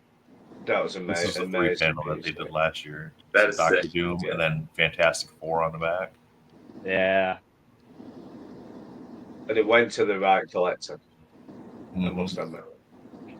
Should I tell you what I loved? And I'm going to put out a public service request here for the next 2 days. If anybody wants to sell me an Andre Meister sketch from last year, I will willingly pay for it. No problem at all. And then donate to Luke's Purpose also. Specifically Andre the Castlevania one I would like, the Weapon X, or I've got a big long list of everything that he did. I just like one. I'll buy it off you at a reasonable price. So Whatever he that may said be. he sent me pictures of stuff that he was sending in on his own card stock because he didn't have any of the MentalCon card stock because we hadn't heard back whether he was going to do anything for us this year. But he came in late and it was like, hey, can I send you some stuff? And I was like, yeah, it just hasn't arrived yet, and we don't know when it's going to because Brazil gets very, very finicky with like how the mail system works. Sometimes it's tedious to even get things to leave the country, let alone get here. It's just South America in general, isn't it? Come on, Yep. I got this one last year, Jake. You couldn't get one? I got Ninja Turtles. Oh, did you get that? Oh Pete? yeah, the Yeah. Ninja Turtle. How much you on for them? That's so fun. I'll put you under pressure. I'll put you on the spot now. Is Raff for sale? No, it goes for my Ninja Turtle collection. Did you, No, but what? Pete? Did you end up I'm trying getting to all do, the ones Pete. from that Jay did? No, I wanted to. That Oh, one was nice. I wanted. But Yeah, I got. I I have got a very the. limited fund of Yeah, collection. Can we kick Pete? Can we kick Pete out now, please? No, we're not kicking Pete out. He was nice enough to come in and join us. No, you brought me. That was amazing. That Raff. I'm not all my always fun ready goes to to either collecting or more stuff to make wallets and collages and art and stuff. So Yeah, that's an amazing. So these thing, are. that, I'll Raff. show you the ones that I do picked love up that last art. year. So I got the Really? Ninja Turtle 4 panel from Chris Herdlicka. that one's You nice. got lots of turtle From stuff, art. didn't you? If I remember. You I got lots didn't of get turtle any of the cards turtle. now. I wanted to get the set Oh, from did you not? Jay, but I did not. Did you get all the villains? I got all the villains, and Okay. Oh, okay. I got her. I got that one. I got that one. I got the Shredder. I got Splinter. But I didn't get any of the 4 main turtles. But this was my favorite one from last year that Aspen did. Oh, that one's fun. Yeah. Forgot about that. Yep. That's Jay's daughter. So I was. Did she do anything this year? She did not do any this year. So I think Jay wouldn't let her. I think it was like he was.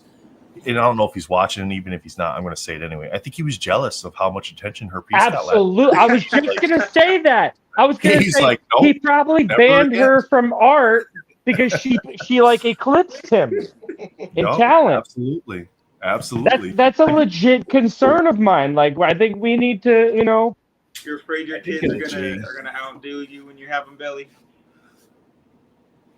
what? I said you're afraid your kids are gonna outdo you when you finally have some. Oh no, that ain't gonna happen. I'm zapped. So I did pick this one up. This was a piece that Jay did. It wasn't a MentalCon piece, but I like when I find a piece that an artist does or an That's artist that published, pieces. apparently. Yeah. So That's nice. I was really happy to get that one. So, and I know Jake loves the Crow, so I had to show it when he walked away just so he can't see it. So because I'm not bringing it back out either. Just Are you gonna get that book when it comes out? hopefully pair it with it. All right. Right, exactly. You wouldn't be jealous and bitter. Yeah, Jay, let her do more. So these are some of the other sketches that we have that'll be coming up that aren't on the website yet.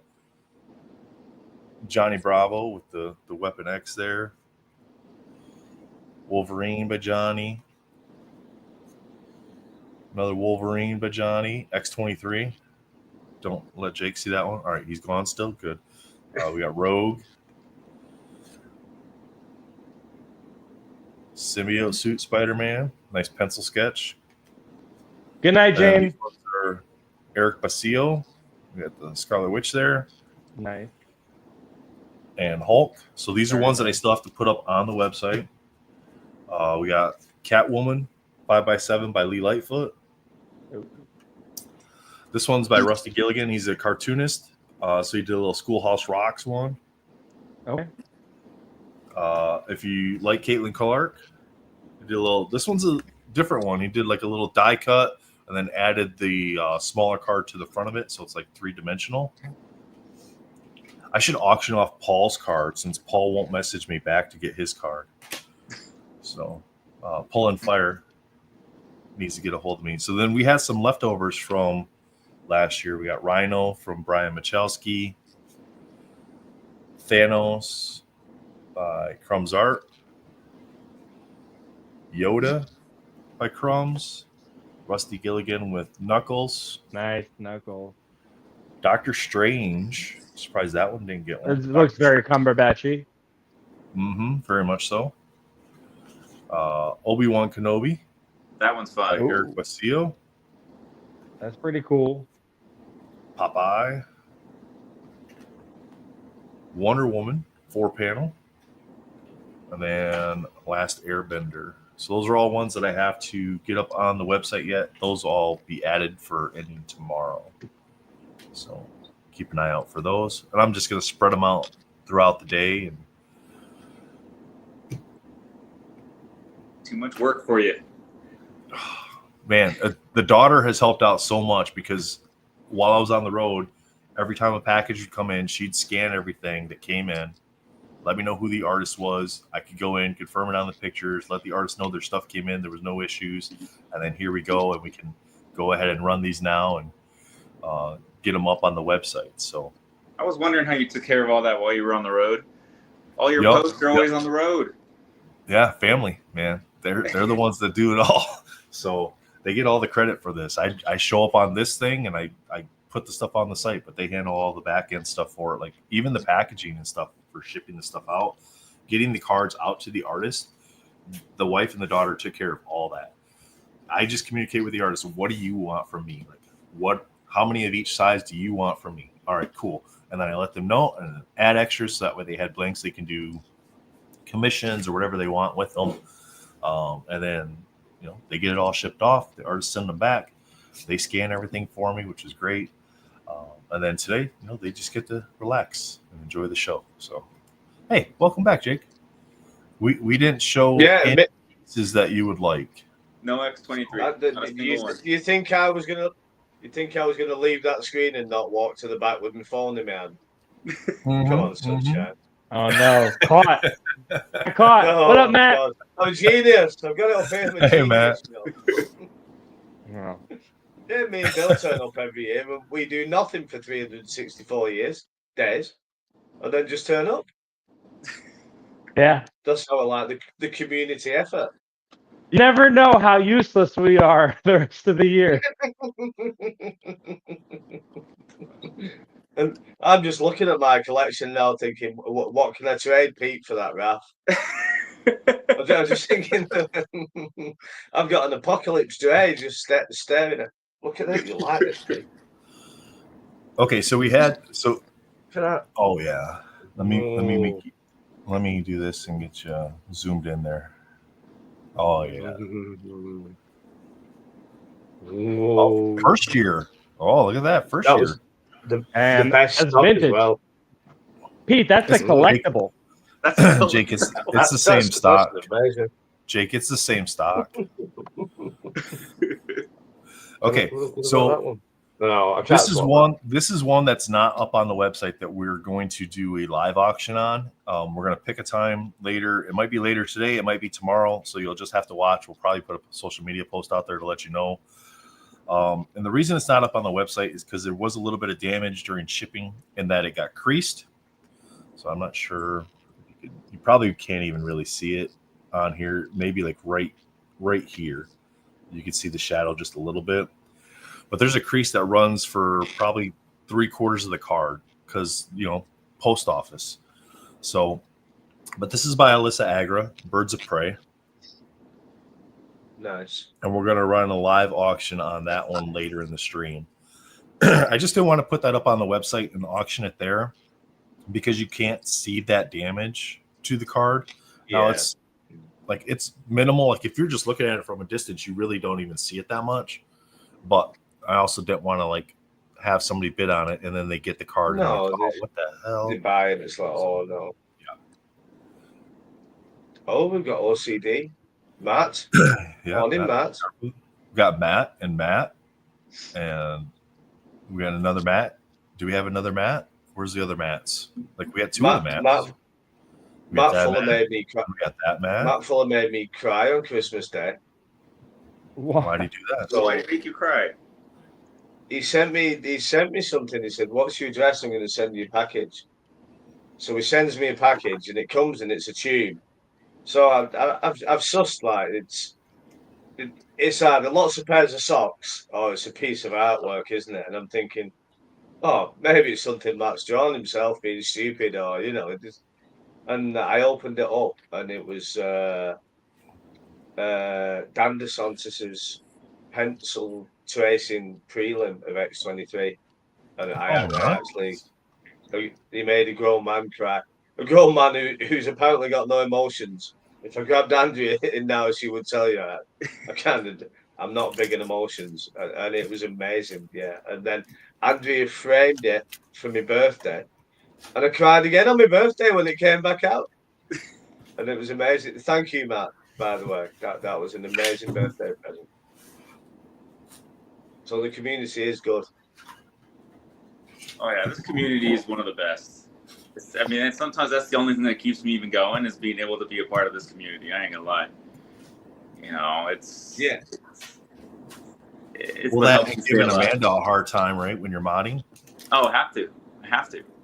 Between that and the other thing that helps me is just creating things out of old things. I go to Comic-Cons and sell wallets and art and whatever I can made from old comic books, and that keeps me sane. It keeps me alive and gives me something to do when I'm stuck in my room. No, there's a lot more good than there is bad, isn't there? I have noticed, of all communities, the Marvel community, they just whine the most. They whine and complain and make the most communities I've ever. It's just is it because you're all Spider-Man fans? I don't know if you're not grown up yet. Yes. Is that what it is? I don't know. Star Wars community is pretty crazy too. Is it? Oh yeah. Well, I think that's just because of the volume of people in that community, though. I mean, there's only 15 of us in the Marvel community. Me and Billy only pop up once a year, so that's 30. We've got 2 on stream now and probably 9 in chat. I like to remind people as often as I can that there are some bad people, just like there are in the world, and those are the ones that we should reserve our frustration for. Not like the people who are just ignorant or want to be heard or want to shoot off at the mouth. Like if you're gonna get frustrated and get into a comment war, save it for one of the maybe 5 to 5,000 people who are the real villains who have documented histories of doing wrong by people. Just someone you don't like or jealous of or have a disagreement with. They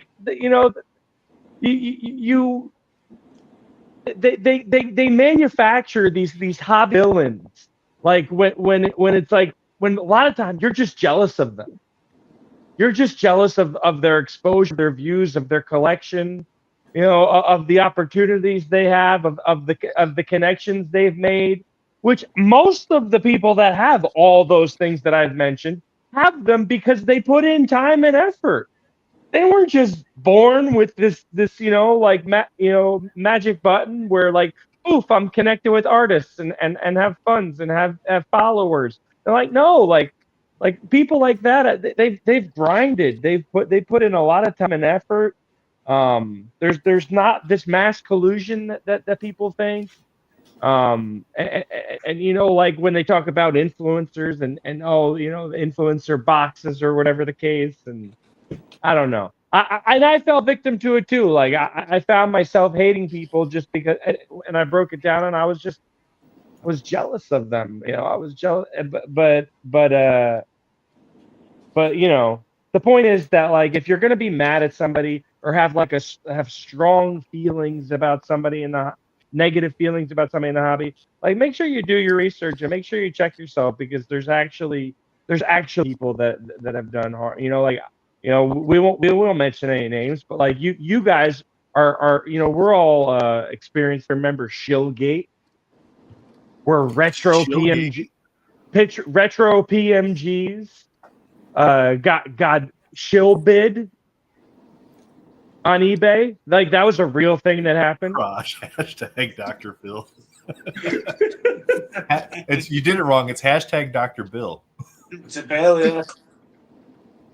No, Bill's right. No, you're right. And there's a thing the other day that I saw in group where someone melted serial numbers off of cards because they were stolen.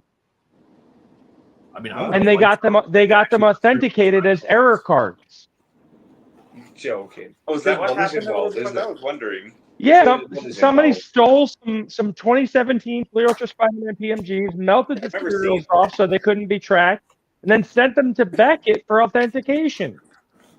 And they got authenticated as real cards missing serial numbers. So like, there are some real jerks out there. Yeah, Beckett shouldn't do that. Who was no, absolutely not. A few years ago, I can't remember the set. It was Pokemon, and it wasn't the Champions Path Charizard. It was a set after, maybe 2 sets after. And I think CGC were going to grade the card. Now, this card had been stolen out of the factory. Obviously, it's not serial number because Pokemon isn't serial number. But the set wasn't out yet, and CGC were all there up ready to grade it. I mean, it didn't happen eventually. But as a grading company, that's pretty shit, isn't it? What you're doing, you need to. They don't need to be the police, but you need to step back and say, no, we can't grade this. We can't do that. Right. So the point is that like we don't have to be naive and think that just because we all get along that this 100% pure and we're all in it for each other. But also the answer isn't definitely be cynical and just hate and talk smack about every that you come into contact with because you don't like them or you want what they have or you want to tear them down. So you got to be really loving, just aware and protect yourselves and use the community. You don't rely on each other for information and checking, fact checking and sellers and make responsible decisions. I don't know. I don't know what I'm trying to say. I'm trying to say that, there's a way to have fun in this thing without making enemies. Yeah. Sometimes it's just ignoring things. I mean, I've said it loads of times. I used to say it on Marvel Jerks all the time. If there was somebody who I didn't like for whatever reason, and I'll give you an example, Josh. I blocked Josh for quite a while and told him on stream or whatever that was, wherever I told him. I said it in public as such. No, not that anybody in the Marvel community is a public figure, you know what I mean? But it was said and listened to by other people, But I'm quite open about stuff like that. I just said, "Oh yeah, Josh, you were bugging me for a bit. You were getting on my tits, so I had to block you." And then and now I've changed my mind, and now I'm not laughing. I'm not laughing at Josh. I'm laughing at your expression. No, Yeah, but this is just the way it is, isn't it? You know, one know. day I like cornflakes, the other day I like hot dogs, and then I might not want to see hot dogs for 6 months, and then you got to realize sometimes it is just yourself, isn't it? Sometimes, you know. And I think that's the It's thing. you I'm pointing at. You're not going to get along with everybody. That's not the way the world works. You're not going to love, you're not going to like what everybody does. But again, to Billy's point, there's only a couple people out there who are really big jerks in the community who have just ruined it for themselves and everybody else. I'm sorry. It's four. There's 4 right here. Yeah. Right, and in terms of the business side of this, we can't blame anybody for making money when they see an opportunity to make money. No, not at all.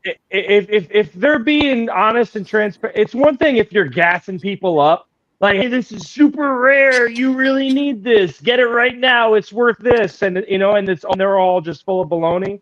That's a different thing. But if someone is just, they buy something and then they try to sell for more money, like, and then we all get our knickers in a bunch because we wanted to buy it at retail and not resale. Like, that's no reason to vilify someone. Like, it's a completely human thing to want money. Yeah. And we can get upset when it exists in this this vacuum of collecting cards and art and stuff. So like, and again, you're probably just sour grapes that you didn't get to it first. Either that you couldn't buy it at retail and keep it, or you couldn't buy it at retail and do the same thing your guy's doing. So, like, let's not manufacture villains like that, man. There is a lot of that goes on. There is a lot of that goes on. I think there's also. I mean, the boys on the NSDC always talk about it, and I've always spoken about it. Again, even on Marble Jerks, I'll tell anyone what I bought and sold and how much for and what it was, unless I forgot. And I will perfectly gladly tell anyone. I think that is a bit of a problem in the Marvel community. I see on the MCCW, there's one the other day. What was the post with the binder? And the guy put a binder on and just said, "What would anybody's comps be for this?" Quickly. So there was lots of things. Ian Taylor commented like, just do a little bit of work yourself. And I do think that is a real big thing in the Marvel community, that people don't openly say what they bought and sold stuff for, or tell lies about it, or there's fabrications about it. And I've seen the messages of like little groups and blah blah blah. I've spoken about it a million times. I don't really care to talk about it again, because it's just not. There's just no positive energy in it. Like, but I think as time goes on, and there's probably more eBay comps and more places for people to look at. I mean, the brilliant thing on the MCCW, I always love the group, is that you have to, the sold price, you have to leave on there what that was sold for. Mm-hmm. There's no taking it off, so everybody knows what the piece sold for. So I think just the nature of the group causes a lot of what you're talking about, Billy. Right. Not even know if it's like people doing such about. I mean, if there's 4 of us here now, and I want to buy that raft that Pete's got that he's going to give to me for a certain amount by the end of the 2 days, and we'll do it publicly, because I'll keep badgering him, and I know Pete loves the stream, so I'll badge you for 2 days, Pete. 2 days, all right. But we could very easily have a conversation, the 4 of us now, and by an hour, Pete sells me the raft for. I know how much you paid, Pete, by the way, $35. I remember it well. And, Pete sells it to me for $100, for argument's sake. Well, it doesn't get out there, does it? And then all of a sudden I'm showing somebody, oh, there's this raft that I got. And I said, oh, how much did you pay? And I said, $100. And then all the little Chinese whispers and the stories start going then, don't they? And 100 turns into 2 or 3. And it's like, they all did a backhanded deal. I wanted this and I didn't want that. And there's a lot of that in Marvel cards, I think. Oh yeah, there's definitely. I think one of the not that many eBay comps, is there? Oh yeah, and this is what I saw when I first got into it, is the fear of missing out. You want to buy a box of cards, and someone got the 101 PMG, and they're gonna sell it. So you open a box of cards and you get diddly squat. So then you're trying to make your money back on it. So you're trying to sell this card for, even $40, and it's worth like $5. And I think that's what happens a lot of times is people, especially with all the rippers, all of a sudden, they just don't really pay attention to what the values of the cards are. They're trying to make their money back, especially as the last bit of Upper Deck came out. Everyone's trying to make their money back off of all those boxes. And it changed the prices of things. Changed the world of collecting. And now we have tops. And now we I have don't like tops. tops, by the way. What do we think about tops? I haven't bought any. I don't think I intend to buy any, and it's just not for me. In fact, with Upper Deck, I'm probably one of the few people who didn't like Platinum because I just thought There's too much of it. there was just too much for me. I know it's brilliant for people to get all the different parallels, and it's brilliant for grading and making the community bigger, blah blah blah, this that the other. I just wasn't into it. To me, it felt like a tops set that was going to come. So yeah. So not for me anyway. I haven't had any in hand. I know I do the Marvel Topps Collect app, and they released the X-Men Finest on there. So I have the entire set digitally, which was fun to collect, but I didn't have to spend any money on it. So like that was fun, but I don't know if I'd like them in hand. I know Billy ripped 2 or 3 cases. Just one case of X-Men. Just the one. What did you think of them in hand? I mean, the set itself was weak, but the product quality was pretty good. I was happy with it. It was their first one.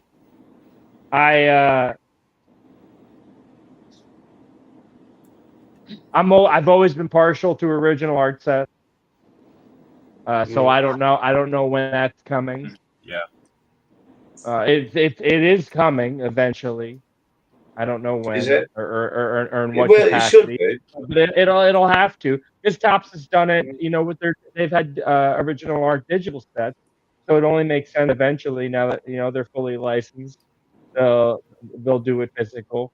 I don't have like Amanda would call them tentacles, or I don't have fingers in all these pies or whispers that feed me information like I used to. So I'm not really privy to or can't even speculate as to like what the first original art set might be or look like. But it has to be coming eventually, at some point this year. Shall I tell you? Shall I tell you what would be good, Bill? Sorry to interrupt. I'm sure they have something similar in different sports. So for soccer, they did Project 22. So if you look at,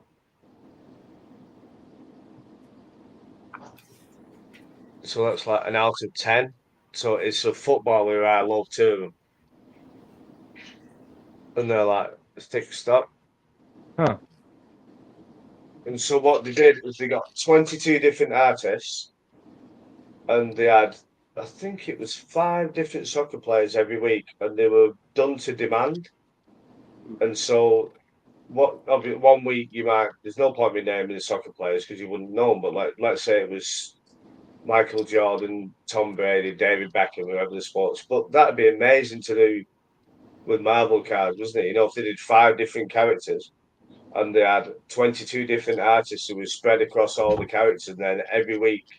And you just bought them on demand, and you had a chance of getting an out of 10, out of 25, out of 99.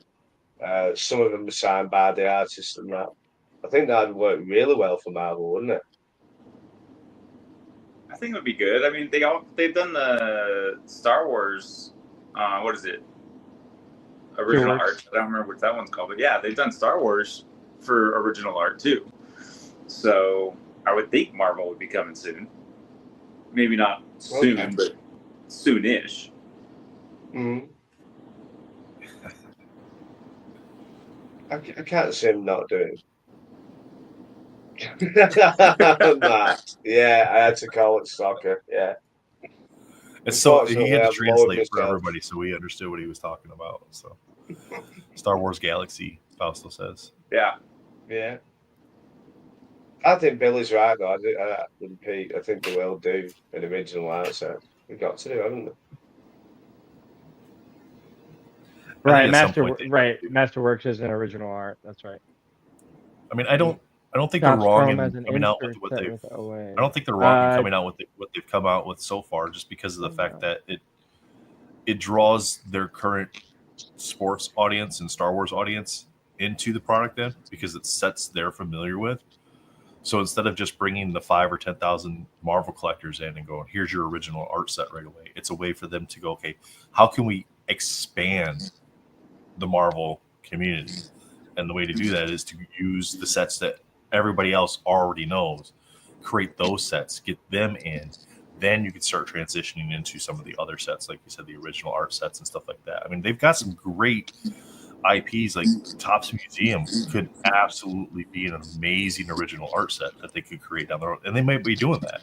And I'd love to see that stuff happen. For me, like Jake, you said you're one of the few people that didn't like Platinum. Like, I'm in the boat of I didn't like Platinum. Yeah, I just wasn't. And the way the set's built from That the was aspect, it for not me. so much Yeah. the set itself. Like if you take the base set and the inserts and stuff like that, it's great. It's when you start The adding cards are 20 amazing. parallels. Amazing, It's yeah. like, to me, it's not what I'm into. Plus it gets expensive if you're a character collector too. Going, okay, now I need how many parallels? And then, so it makes it tough to really enjoy it. But that's where you got to find where your enjoyment level is too. Where a set like Topps Chrome and Platinum can do that, because you can enjoy it at an out of $4.99. You don't have to enjoy it at an out of 10, but you also have to be okay with not having cards that are going to be worth thousands of dollars either, right? You might have to actually just collect the cards. Ooh. I think that's why I love base cards. Yeah. So much. Base cards are just, to me, they're the best thing out of everything. I can get the same art on my base card as I can on the out of 50, just doesn't have the foilies, and I'm like, I still enjoy it. Pennies on the dollar too, right? Yeah, I mean, hell, go back to getting 90s cards. You can get them for 50 cents, depending on the card. I think the max I paid was like $2 for one of them. Mm-hmm. I think just having fun again, and that's what a lot of people, even like really having the good conversations in groups, it's what they really are doing now that Topps took over. A lot of people are really going back and looking at Upper Deck sets. I need to go back and look at Rittenhouse sets for cards and just kind of have fun again. A lot of people are getting rid of stuff that they really didn't want to begin with when they were going through Upper Deck. So yeah. It's nice to see people taking a step back to figure out what they actually want to do and enjoy collecting, which is a good thing, I think, now. And some people are going to enjoy how much of that, Pete, how much of that do you think is driven by the gambling? There's a gambling aspect to cards, right?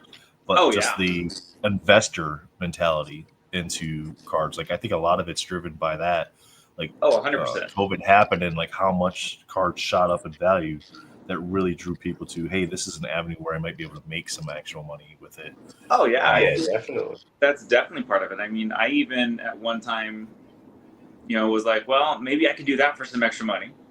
And then as getting to know people and as really talking and getting in the groups, I said, man, the amount of frickin' work I'm going to have to put in just to try and find the right card to flip the card, it'll be more time than just enjoying collecting the cards.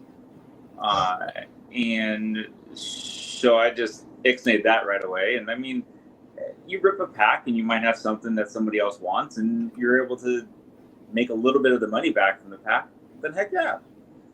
But trying to actually flip it, I think a lot of people got into it with that, and for me, I saw it for about a month and thought maybe, and then said, screw it, I don't want to do that.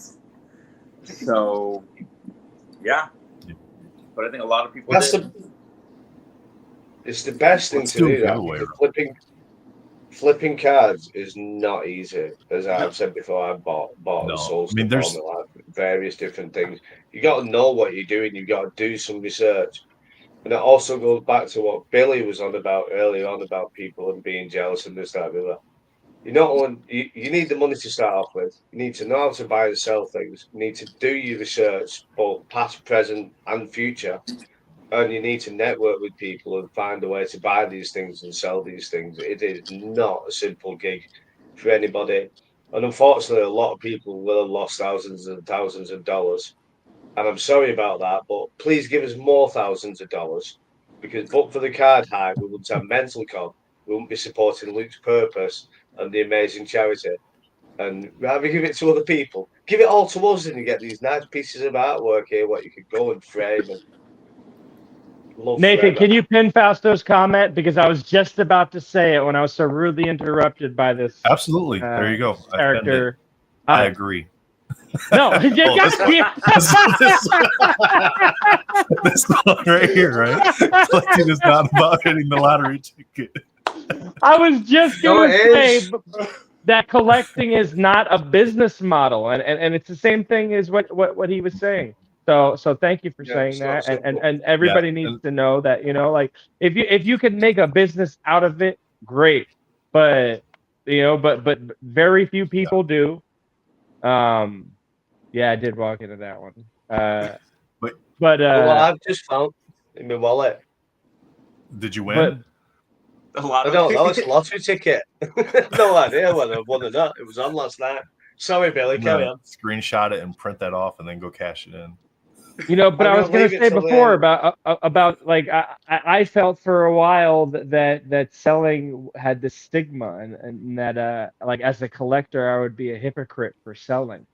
Mm-hmm. But the reality is that when I bought those things that I was planning to sell, my intentions were to keep them. My intentions were, you know, let me get, you know, I'm gonna flip these or whatever, and I'm gonna hit big.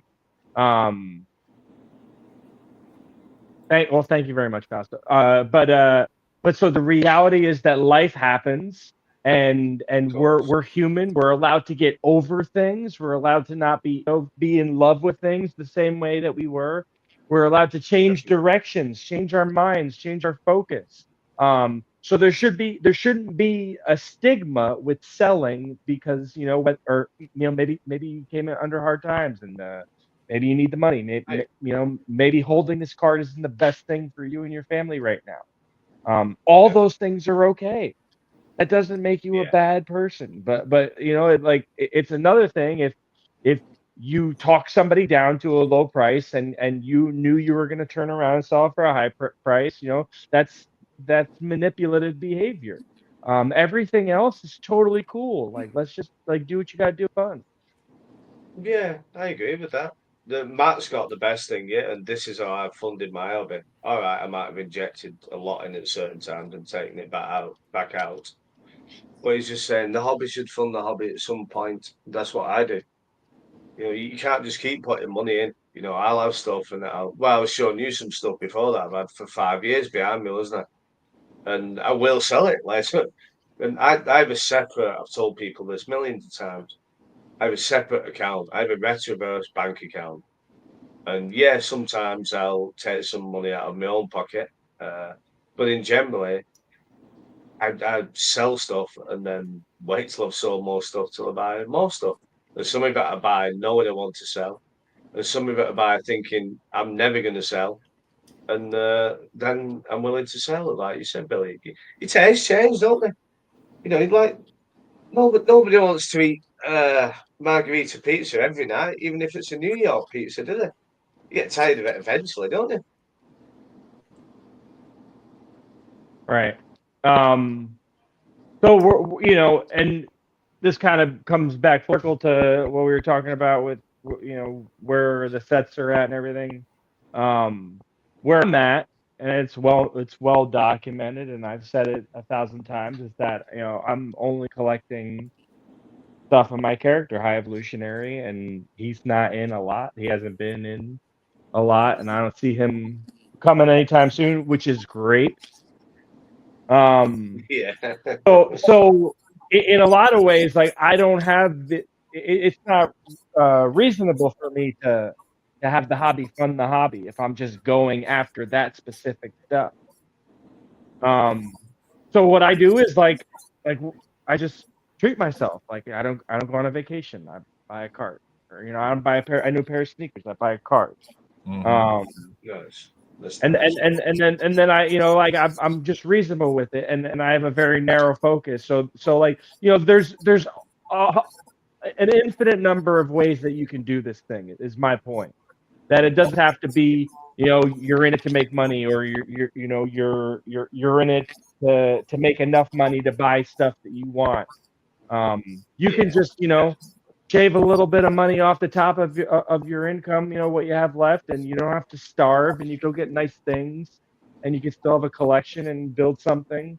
So like if you don't have a focus or a direction, the best thing to do is to look at everybody else and kind of pull this from here, from there, and figure out what works for you with your taste, with your budget, and with the market.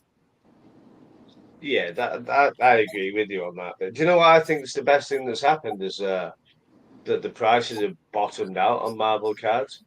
I think that's a great thing to happen because then the euphoria is over and people start. Even I've been doing it, looking back and thinking, I don't even need some of these X23 cards anymore. You start assessing your collection a little bit more, don't you? There's a lot more choice on eBay, like Pete said earlier. The FOMO becomes madness sometimes, and then it comes so fast.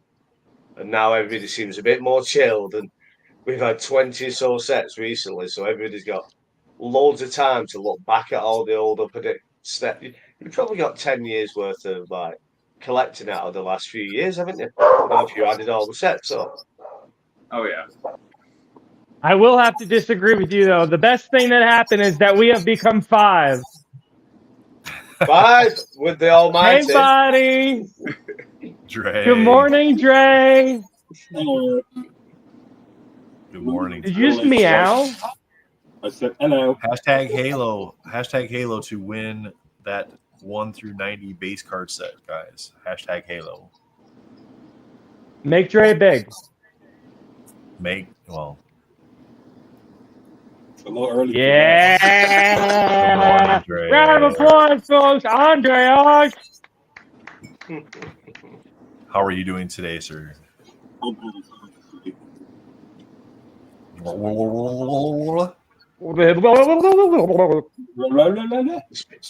Is the audio messed up? Yeah. There you go. There you go. A little better now. Yeah, it sounded like you were underwater. Little paper towel tube. Yeah, maybe I'm a little bit underwater. Still waking up. Okay. Yeah. Rough night. You're going to be traveling today, right? Yeah. I try to stay up late so I'm be nice and tired so I can sleep on the flight. But Where are you going? Belgium. Oh. Yeah. Belgium. Saw all you middle-aged white men complaining about stuff, so I decided to hop on here and say hello.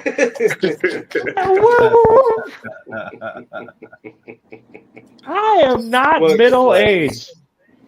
I am. So what brings you I to am the probably motherland, past. Drake? I've probably got about another 4 years left in me the way I drink, so I'm way beyond middle. I was middle-aged at 27 or less, maybe. Yeah, maybe 16 I was middle-aged. So I've surpassed all expectations. What about you, Bill? You can't be far off. No, I'm on the wagon, so I might have extended my life. Oh, you are, aren't you? Yeah, I forgot. Well done. Thank you, man. Yeah, well done. Yeah, Really almost well. just shy of 6 months now. Nice. Yeah, it got pretty bad. Yeah. But you're gonna be well into your 40s, right? What's that? You're well into your 40s, aren't you? I'm 38. Oh, jeez. He's still young. Yeah, I'm a baby. Shouldn't you be in, like, it's Saturday, I guess you shouldn't be in school. In school? Oh, hashtag. What's that hashtag, Nate? We're giving away a base set of the new Halo set. So Right, 1 if through I 90. win this, I want you to send it to Amanda. Send it to Amanda. will look. Got it. Yeah, and if you've got any spaceships, where's Pete? Is Pete still here? Yeah, I'm still here. If you've got any do you remember when Ian was opening the Halo set in Amanda's face? Oh, that was great. So is this a troll move, Jake, or is this? Yeah, oh yeah, 100%. All right, I'll make sure. I'll make sure that she Ian's knows nerding out. that it's from you. So Ian was nerding out with a spaceship. Look at that R293467-H. A complete replica from the, just like completely nerding out. And Amanda's just looking at him like, like when a child like does its first little wee on the toilet. Oh man, he's just get a spoon in the yogurt, and Amanda's just looking at him thinking, oh bless him. She had no idea what was going on. Hey, she made him open up the Blizzard set, and he thought that was horrible. She was totally nerding out over that set. Oh, they're funny, those two. Really funny. Those two are crazy at 12 o'clock at night, my time. They go nuts. Oh, when they do their Friday night, Saturday morning show. Yep. Yeah, and it's pretty nuts. No matter what the hour, he's got the capacity to just turn it up and get real weird with it. Oh yeah. He's just loaded with innuendo. You never know when he's just gonna say something, off the wall. Lewd. And you wouldn't expect it because he's the first one to police you for being inappropriate or going over the line. But then, like, as soon as you give him permission, he, like if you do it first, he's like, well, to hell with it. Now that we're gonna be naughty, I'm gonna be naughty too. It's like you don't have pantomimes in America, do you? So what at Christmas, like all the small local theatres, the theatres, they have pantomimes. So they do, I don't know, Widow Twanky, Puss in Boots, and there's always like some B-list celebrity, who does the main character in each one, and that's what Ian's like a Punch and Judy type thing. It's nuts, definitely nuts. Can you imagine him when he's drunk? When he's going to the Nationals, he has a few beers. Oh, that's gonna be carnage. The best is like when I've gone on, and you can see his teeth are all red because he's like 3/4 of a bottle of wine deep. And you're like, all right, it's gonna be a good day. Armando, of course, it's Armando. Armando's luck continues. On. Yeah. Awesome, Armando. It's still going to California, so I mean, you get that. So awesome, man. I'm pretty sure I got your information, but just confirm with me that it's the same. And then, guys, if you're interested in that 1 to 90 Halo base set, it will be on eBay in a few days. Hey, Nate, hey, you guys it's his. He can do what he wants. Do you guys have a full list of everyone on today? Like a time slot? We do. You guys want to know who's actually coming on the show? Yeah, who we gonna talk to today? Now we're stretching it. I mean, I'm fine giving out information, but that's like insider knowledge. All right, let's see. All right, so like we said at the start of the show, you got us just trying to fill time until about 1 o'clock Eastern, and then we have Jesus Squared. Right, Bill? Jesus Squared is the 66.6% of the NSDC podcast should be here at 1 o'clock, if not a little bit sooner. 2 o'clock, we got the card drop hour with Jesus and Tim. They're going to have some guests on. They're going to play a little game, so I think you guys are going to like that. At 3 o'clock, we have Tony minus Elaine. Elaine isn't feeling very well, so she's probably not going to make it today. But we are going to be going over their Creatures, Myth, and Legends set, showing all the artwork from that. We're going to be giving away a set and a sketch card from that set. So we got the set here, plus that's going to be the base set and the pearls. And then you're going to get one of the 8 sketch cards that I ordered with the packs. So I have a full set as well, and then that came. So I ordered 8 packs that came with 8 sketch cards. So we're going to give away one of those sketch cards at random. So Jake, you'll get a wheel today, so you'll be happy about that. So yeah, so 3 o'clock hour for that. Be here for that. Amanda said she hadn't left Vegas yet, so she's probably not going to be able to make it for her 4 o'clock time slot. So Pete, make sure you give her crap about that. And then we have Marvel Inc. coming on at 5 o'clock. And then that'll carry us through to the end of the show today. So tomorrow, we got the show kicks off again at 8 a.m. Matt Fuller will be here to co-host for the day with us, like Bill is today. Ian Taylor and the MCC podcast will be on about 9. They're scheduled for that. They're going to do their podcast. I guess, how does that work? Live from MentalCon? That's how that works. That's pretty cool. Yeah. And then Brian Michalski will be on at 10. We got Raj, Snicked, Donnie Boy Collects, and the Rider 95 will be on at 11. They're scheduled for a couple hours there. Michael Munshaw will be on at 1 p.m. tomorrow. Fausto's coming on with a group of people to do a character collector roundtable tomorrow afternoon at 2. That's scheduled for about a couple hours there. And then we have Jen Collects. You guys know Jen. He's been on MentalCon every year. He puts a bunch of product. He's on a channel with his buddy Juice on Lootbox TV, so definitely check that channel out as well. He'll be on at 4, and then we'll wrap the show up at 6 tomorrow evening as well. Remember, 5:30 tomorrow is the latest you can get entered for the raffle. 5:45 we'll do the drawing for that to wrap the show up. So, and then give the final numbers for what we've raised for charity. So let's take a look, see where we're at for the charity. So you got to stop that screen share, start this screen share. All right. Overview so far, $2,500. I guess it helps if I can share this with you guys. $2,489 in auctions so far. No straight cash campaign donations. That's fine. I'm happy with that. We got $60 so far into the custom frame. So if you're not familiar with the custom frame, is this not showing? This is not showing. Let's try this again. As soon as I switched screens, it stopped sharing. All right. We lost someone. I got you, Fausto. No, we just got, we lost Pete. And we gained. Oh, no, there's Pete. I thought it was Fausto. No, I pushed the wrong button. Nope, you're good. You're back in. All right, so get this added back here. The raffle, if you're interested in just donating to the charity and you want to just make a cash donation, you're not interested in bidding on any sketch cards or anything like that, the raffle is a great way to do that. Head over here to streaming across the bottom there, mentalcon.betterworld.org. Click on the image with the custom frame piece. That'll take you to this page. You can get entered for the drawing, which is tomorrow afternoon.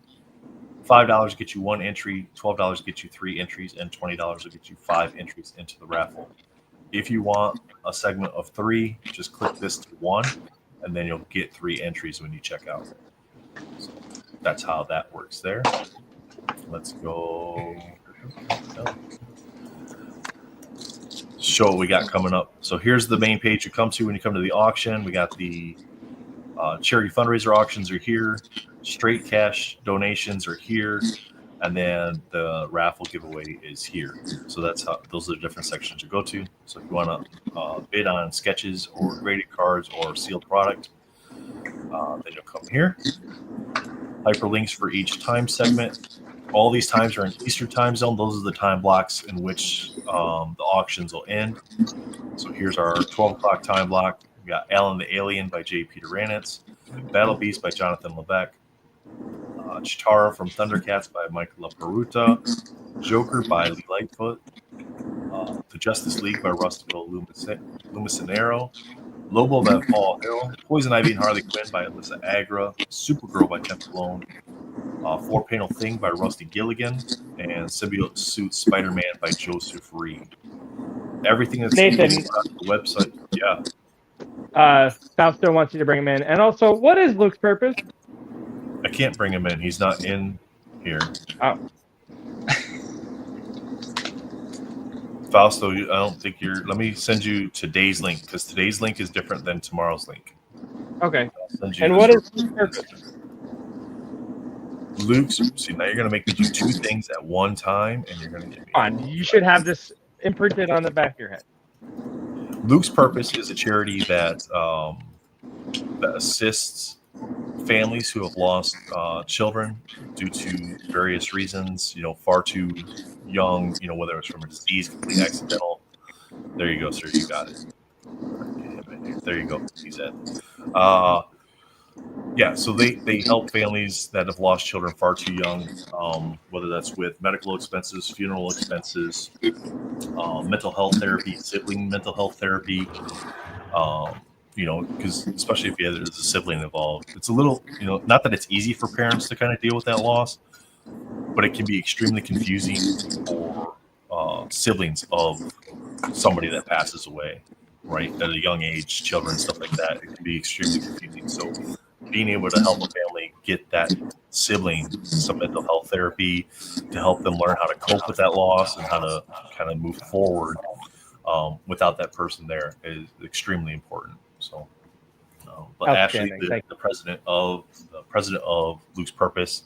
So if you go to the main charity page, the interview we did with Ashley is there. You can kind of hear her story, what the charity is all about as well. It's about a 25-minute interview, so not too long. But they lost their son very unexpectedly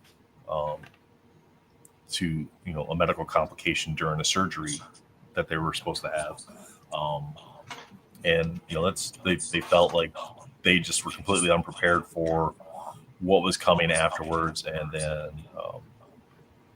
so they started the charity and have helped quite a few families over the past few years, and they're continuing Luke's memory in the way of helping those families. So, thank you. Yeah, no problem. Somebody has some feedback too. I'm not sure who it is. Good morning, Fausto. Good morning. Fausto, morning. Hello. Morning. Right. Hey, bud. How long have we got till the auction finishes now? Then an hour and 50 minutes, So maybe. 2 hours, 47. just under 2 hours. Yeah, just under 2 hours till the first round of auctions finish. Shall we have a look at those cards? Because what have I got? I put a bid on. You're very concerned about your bids. I know. I put a bid on Joseph Reed's. Now I'm gonna put a bid on Poison Ivy and the Harley Quinn because I love it, and I've already put a bid on it, but I'm gonna put another on it because I think it needs to go for. Yeah, so these are the ones that we have ending in the 12 o'clock hour. So these will end at noon as long as there's no bid received at between 11:50 and noon. If there's a bid received between 11:50 and noon, it'll add 10 minutes. I've just bid myself up to 15 from 10. There Not you that go. you should do that in the normal world, but it's worth way more than that. I love it. Ellen the Alien, Battle Beast, Chitara, Joker, Justice League, Lobo, Poison Ivy and Harley Quinn, Supergirl, Thing, and Symbiote Suit Spider-Man. And again, this is a foiled refractor sort of sketch card parallel that Joseph's been doing quite often. So that's the first round of sketches that are ending there. And again, because this is for charity, we recommend that you don't employ your usual eBay mentality when you're placing a bid. You're not purchasing an item; you're donating to a cause. So bid according to your donation level, not towards what your not towards some strategy to acquire an item. That should be the spirit of how you approach this event. Yeah, 100%. But don't bid on the Joseph Reed or the Alyssa Agua. I wouldn't recommend it. So he means this one here. He says don't bid on this one or this one. Well, make him pay for it. Bid higher. Exactly. Eastern Standard Time, free comics. I mean, yes. I mean, I love the Rustico. I really love it, but I've got a bid on that Green Lantern, and I know no one's going to top that. And I've got a thing for Green Lantern, so I can't just get all the same artists. Kind of. That sounds like something you need to work out with Andrea. So the bids work like this again. So all the titles are character, artist, and then size of the sketch or whatever the card might be, because there's some graded cards in there, so it gives you the year, set, character, grade of the card, all that. Current bid means that there's a bid on it currently. If it says starting bid, nobody's bid on it yet. Time remaining shows about 2 hours. Once this gets down under an hour, it'll be in minutes. This bid section here is a straight bid. So if I were to bid $50 on this piece and I click bid, this number now goes to $50. That's how that works.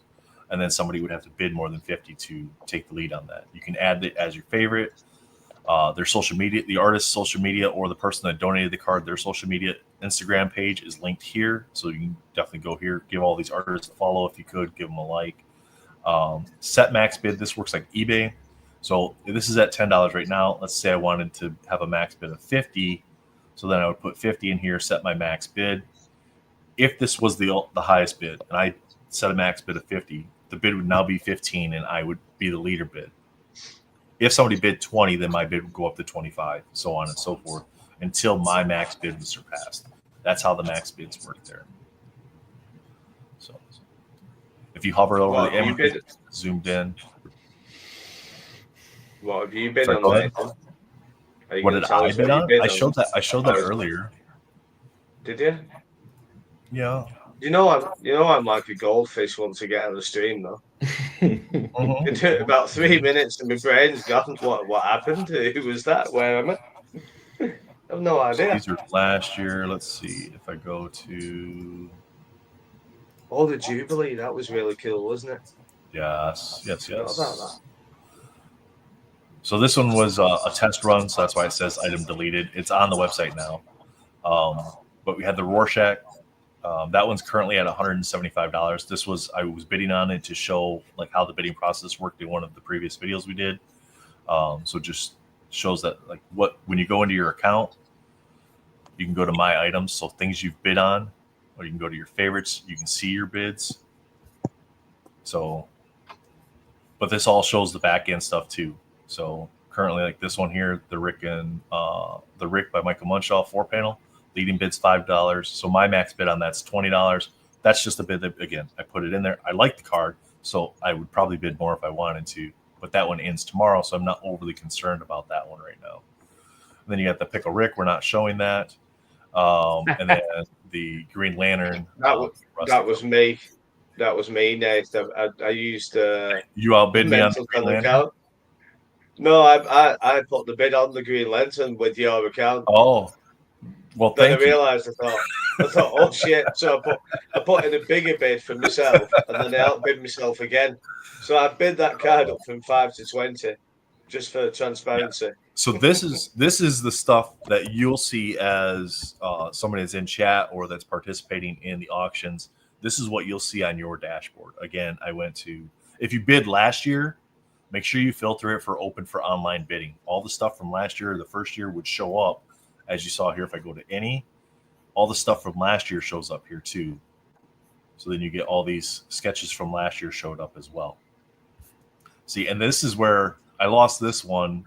I lost these turtles. I might not have won them anyway, but I lost the turtles because that's when I had gotten the massive migraine and had to step away from the stream and was laying down for a little bit. So I didn't even get bids in for the end for the turtles, but all kinds of stuff here. Yeah, see? Dre, since we have you here, do you want to keep me on that one? Dre, since we have you here, do you want to tell us about what's that? Dre, since we have you here, would you like to tell us a little more about the 3 pieces you did for the event? I did 3? I did 4. You did 4. There's 3. 4? There's 3 up for auction and 1 in the custom raffle piece. Oh, okay. Yeah, so I I was did only 4 pieces, looking at the auction ones. and they're in the auction, and one's in the ninth. One's in the raffle, right. What else would you like to know, Bill? I don't know. What made you think of doing Baby Ghost Rider? Somebody mentioned it, and I said, "Oh yeah, I can do that." So I did a baby ghostwriter. Like mentioned it as a concept, or Yeah, like a would it be cool, or had you seen it before? I was chatting with someone, and they said they're getting a chibi ghostwriter commission done by someone, and they asked me if I do chibi, and I said I don't really do chibi, but I could probably do like a baby. Yeah. And it's spectacular, the depth of your inspiration, Dre. Like, isn't it's it? really like it's a well. I'm lost in it. Yeah, and I mean, if you want me to talk about the Pickle Rick one, like that's the one I'm looking for. No, That's we don't want to talk about that. But seriously, the baby ghostwriter is very cool. As soon as I saw it, I shared it with a bunch of people. Man, somebody's got bad feedback. I shared it and was like, how effing cool is this? That's. But yeah, the Pickle Rick, we were talking about like how the photorealism on something obviously so wild and out there, but like the details on the duct tape, it's just like the little things. It's so cool.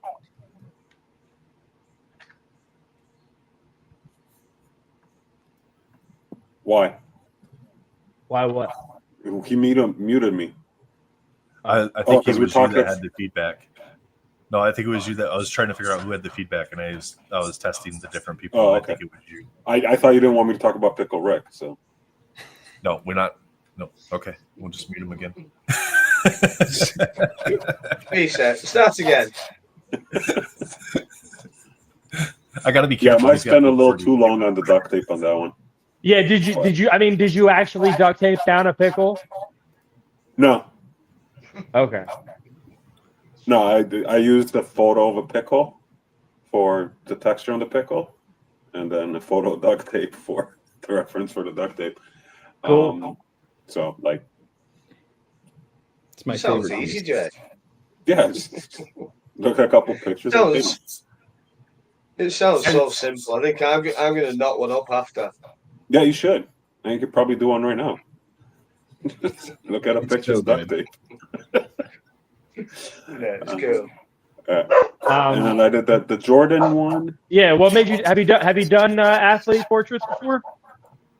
No, not particularly. And originally, that was the first one I started. And originally, I was thinking I was doing like sports legends for my 5x7s. Stay completely out of fandom. So it's going to be Jordan, Woods, Gretzky, and Tyson, I think was who I was thinking of doing. But then I changed my mind because it takes forever to do the pencil shading. Yeah. And it's mind-numbing. So then we went on with Pickle Rick. That was the next one. Morning, Josh. Have you seen that guy who does the hockey players? Where like he'll do he does it with just pencils, and like the reflections in the visors are crazy. You can see like the whole arena in his reflection, and he, like sketch card. I think his name's like oh, on the top side that does okay. Yeah. I think I know what you're talking about. Yeah. Yeah, I don't have the patience to do that on a sketch card. No, but I mean, like, I was just wondering if you had seen them and the level of detail he gets into. Yeah. Some of these guys that do like heavy pencil renders, they just go ham. I don't have the patience for it, or the attention span. I'm trying to find his name. And then I think the last one is the Batman, like heavy paint one, which is really dark, but I think presents better in person than in the photograph. Dan Peaton. Yeah, sounds familiar. Yeah, we got to try to get him for next year. We got to get him to do a pencil sketch of Dre that we're going to auction off. Why? Why the hell not? It's like you're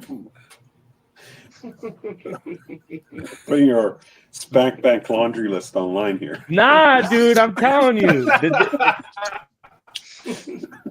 you know what you could do, Billy? We could have the Sorry, 9 sorry, panel. Nathan. The raffle could be 9 different trays, couldn't it? Yeah. Oh my gosh. Trays, Chun-Li Dre. Chun-Li Dre would be a winner, wouldn't it? Who doesn't like Chun-Li? The nine personalities of Dre. Yeah. It's gonna go very dark.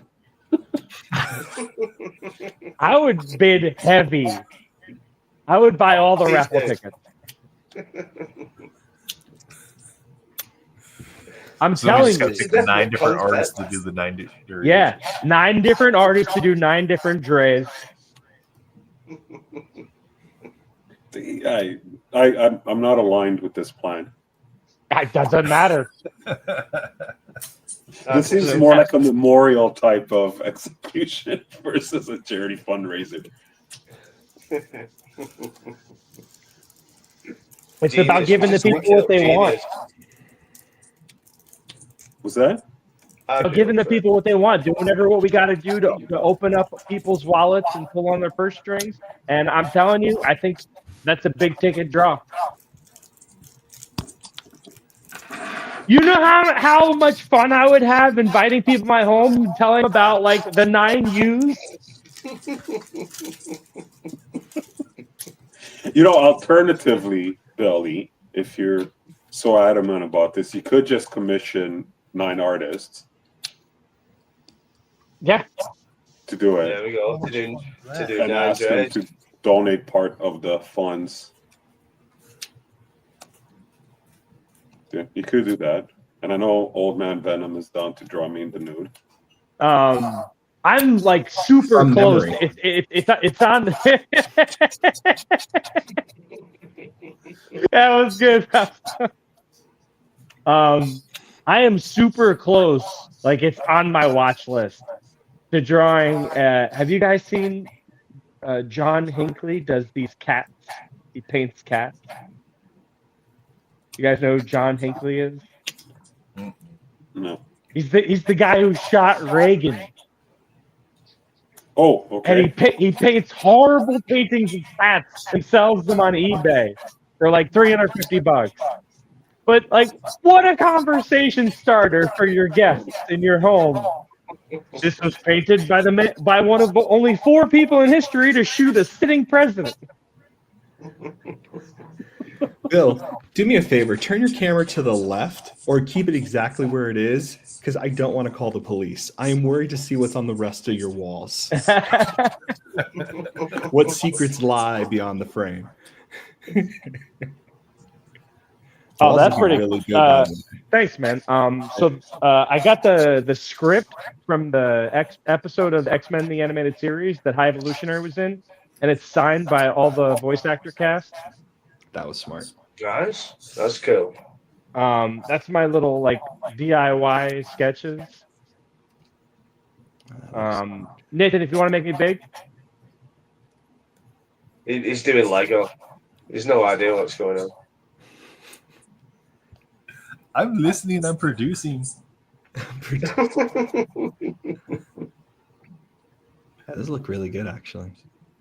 yeah, so I got a nice array of different styles, different years, all the way back to 08 masterpieces. That's such a pain to get to. Nice. Especially then I got a Hembeck. Had to get a Hembeck, and then the Palumbo. Can you I remember please put that in a one-touch? Yeah, I don't know. What is that doing in a sleeve, man? You know better. I don't. No, they're God, did you just paint they're that on the they're on wall? Oh my god. You and that Velcro. Fausto's gonna break down. Velcro. No, it's the That's not an oil. answer. Don't make it sound like that's normal. No one penny sleeves a Velcro card on the wall. You might as well Unless be it's paying a cash dress. and selling it on eBay. What? No, it's perfectly fine. Now I'm really worried because Billy wants all these different cards of Dre, and he puts all his sketch cards on Velcro. He's dyed his hair blue just for the day for Dre, In fact, he should have put a t-shirt on just for the day for Dre. Just And now he pulls out his Velcro, and who knows where he's going to stick that Velcro later. I hope you got Brazilian, Bill. That's all I'm saying. Which Dre's face is me today? I can hear that happening a little bit. Thank you very much, Josh. Appreciate the compliment.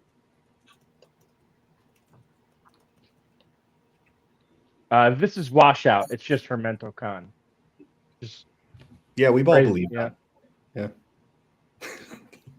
He's kind of got like the Rick vibe going on from Rick and Morty. It worked. I only got so many, so much time left with this. What? Can you take your glasses off real quick? Oh, this is gonna get weird. Thank you. Yeah. Oh my goodness. Yep. Okay. That's a better look. I like that. That's a good look. That. All right, and then now like an X-Men. Turn myself into a pickle, Morty. Boom! Big reveal. I'm a pickle. Pickle Bill. That's a good look. Smile. I like it. There's a concept. There's a concept. There we go. Wonderful. Oh man. What's on your shirt, Bill? It's a nice little villain piece. Scarlet Witch. Oh, okay. Got I Magneto, was to see the Scarlet hand. Witch, Sentinel. I got Pietro. Got some Toad on the bottom there.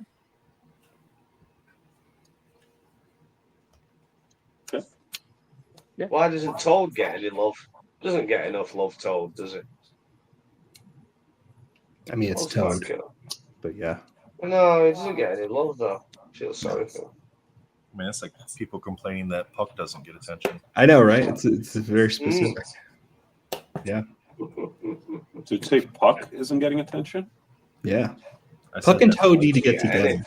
That would be a good Well, series to watch. Like a the entire sitcom. Alpha with Puck and Flight Toad. doesn't get attention.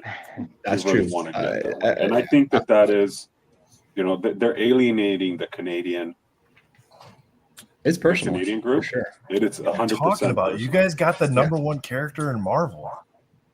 Bro, you're a transplant. Why are you defending Canada so much? Transplant. Oh yeah. Speaking of transplant, what's the purpose of our dark. visit to Belgium, Dre?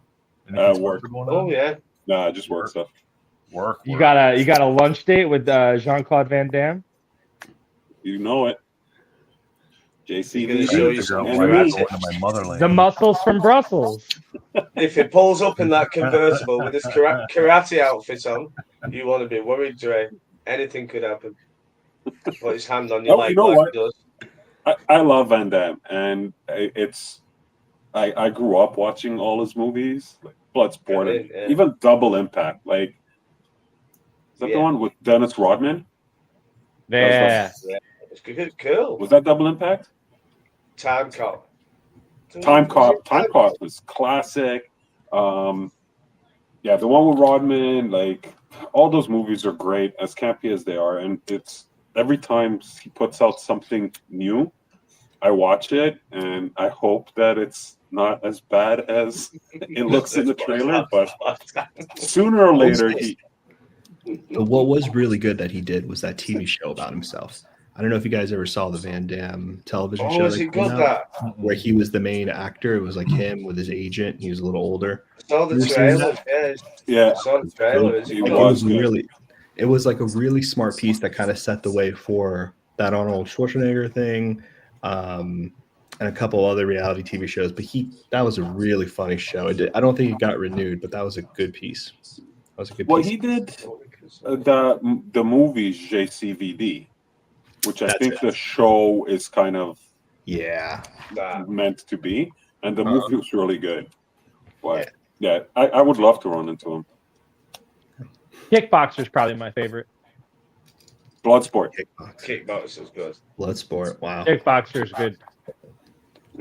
And even the I think I forget if it was one of the Kickboxers or one of the Bloodsports, but there's a guy who's fighting and he's eating onions, and like he's eating onions before his fight, and his move he's gonna like breathe in the guy. He breathes in the guy's face at the start of the fight and like tears him up and then starts fixing him up Oh, I because he's think got the onion breath. that's Kickboxer. Okay. Yeah.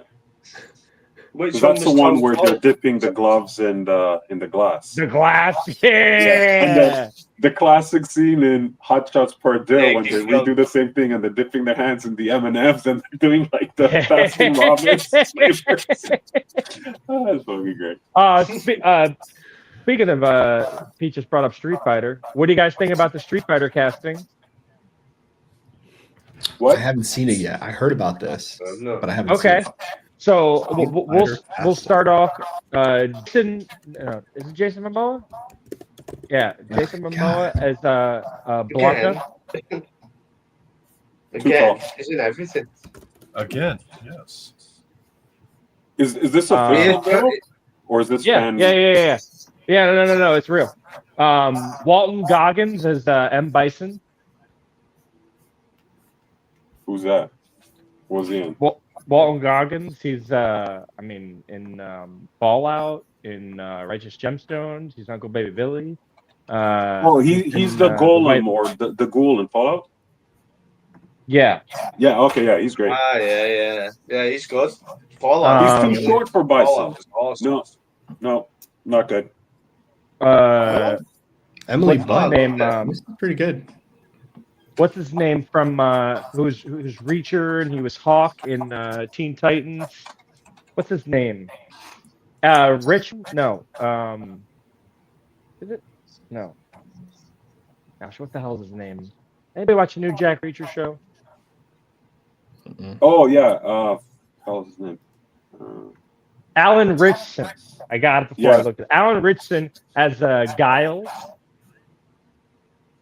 Dude, this Roman sounds like fan casting. No. Who's doing this?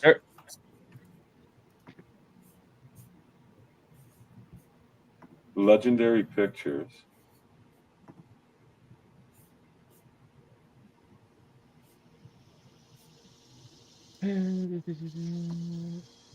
Who's Chun-Li, Billy? That's what I'll need to know. Yeah. Got a lot of Lionheart love. It's not Dre, is it? Bloodsport. Bloodsport. No. Which one was Tong Paul? Was it Bloodsport or Kickboxer? Kickboxer. He was frightening, Tong Paul, wasn't he? When he's kneeing the walls and that, the concrete's falling off. Brilliant. I think Natasha Lou Berdizzo. That's who's Chun-Li. Oh, I don't know what that is. They got a E Honda. He looks like a sumo wrestler. Fuji Hiroki. Who's gonna be Vega? Good question.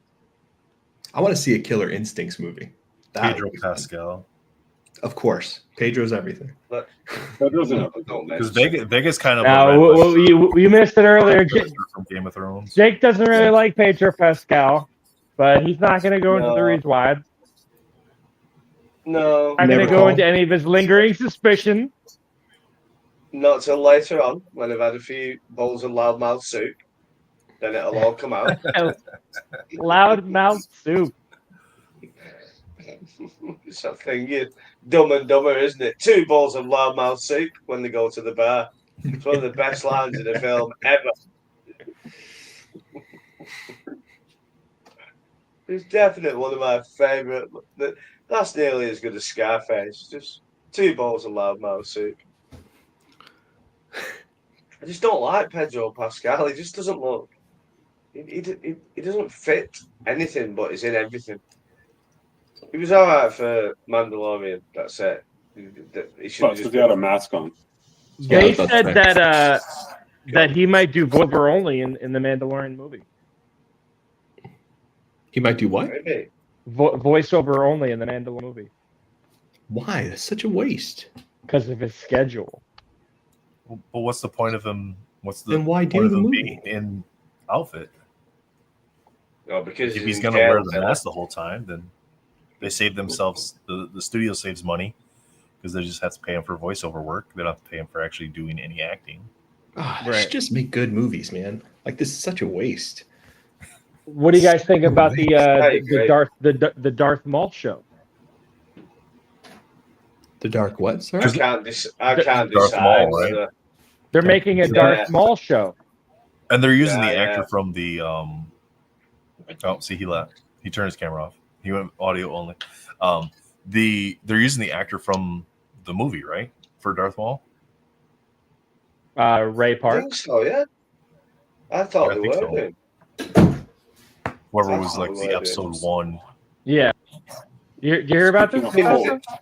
The Darth Maul, like they're doing Yeah. a show for him. I saw the actor Yeah. confirmed in Yeah. something at Star Wars Celebration. Yeah. That's cool. That'd be cool. I like that character. Good character. It's interesting. I like the animated stuff that they're coming out with. The Bad Batch, the Sith one that just came out was pretty good too. They're fun. They're nice. I like them. No, Josh, I'm not going to open anything. I don't even do that anymore, unfortunately. I'm just an He's a old whatnot man baker privately now. collecting. Yeah, that's over too. That's over too? Oh, okay. I still bake, but I just do it off camera because I don't want all the pressure and I don't have to watch the comments. But I'm grateful that that doing it on camera reignited my passion for it because I still do it every week.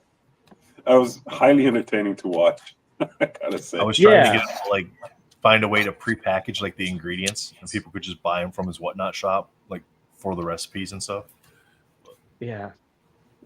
No, so for 4 weeks I did like a baking show. Oh, I That's need kind an of cool. address. Oh, when'd you get He that? doesn't need What's it, that? Nathan. It's not mine. It's not mine. It's Whose this is that? guy's. It's this guy's. But he Oh, needs look the at you. You got that recipe and pulling fire? address. Good work for No, you. I have this. If Paul wants it. No, yeah, Pulling Fire Oh, saying that wake the up, Darth, man. the What is Darth going on? Maul Okay. show is a cartoon. Oh, is it going to be a cartoon? It's not live action. Animated. But Are they still, going to use him as the voice actor for it though? Yeah. Yeah, it was the Okay. original voice That's actor cool. guy. So it's not the stunt double guy who's doing it, right, Bill? Right, Am I wrong right. on that? Yeah, it's not Ray Oh, Park. okay. Oh, okay then. Ray Park. That's Send it. I me just that got human this. torch, Nath, if you want. I'll take it. Say again. I just got this Send pulling me fire. the human torch. Oh, let's have a look Pretty at rare. that stuff. Doesn't look like much, but this can be a really Bad deal. stupid card to find. So I'm glad I was able to snag it. Very cool. Very nice. All those sketch cards are great from that set. They're all really cool. It's not a I- I Oh, got yeah. on just in time to see some Silver Surfer ass. Hell yeah. Whoa, It's Santa. Good morning, Matt. Morning. man! I don't even recognize you. I know, right? I was Kinda bullied cool. for so many years about not having a beard. I had to try it. Looks good, Oh, man. It You have looks to get- great. You have to get you the, Looks good. It's an you have epic to send beard. you the touch of gray to get the top filled in. Yeah, I know. That's Jealous. it's a little. You're out gonna of take balance. Lewis's I whole like dyed it identity all away. purple. Did you do that with a Copic? What's that? Did you do that with a Copic? Yeah. This beard brought to you by Duncan. It runs on Duncan. How are I you today, like the man? new look, Matt. You look What's that? distinguished and intelligent. You look distinguished and intelligent. Wow. Guess you can fool anybody, can't you? Apparently so, yeah. I was gonna say look like Papa Smurf, but Papa Smurf. I always Hey, thought of myself Papa more was as a- distinguished and intelligent. Yeah. He's a class A act, buddy. There you go. That's our first poll of the day. Which Smurf are you? Nate, can you make Matt big for a second so I can get a high res screen cap for later? No, stop.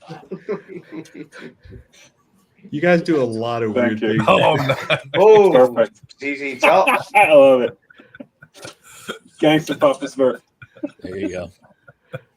I like the look, man. I mean, that's going to work in high society, isn't it? It'd work on Wall Street. It'd work with a trucker's cap, like deliverance style, squealing like a pig, and as well. I It's want to just be a able look to be for Santa season. by December. That's what I'm going for. A look for all seasons, Matt. I'm happy about it. When's this auction, Nate? You know I've got a short attention span. When's that The next one? When 12 does it o'clock. start? When are the 12 o'clock auctions end? Yes, please. 5 o'clock for me. Yeah, an hour and a You quarter. want to know when you wanted to know when the 12 o'clock auctions end. Yeah, it's okay. I'm just on a different time zone from you, so it's I slightly think they end Right. at 12. But you wanted to know about the 12 o'clock auctions, right? yeah, but I don't anymore Okay. because I worked out an hour and 15 minutes, so I was asking you.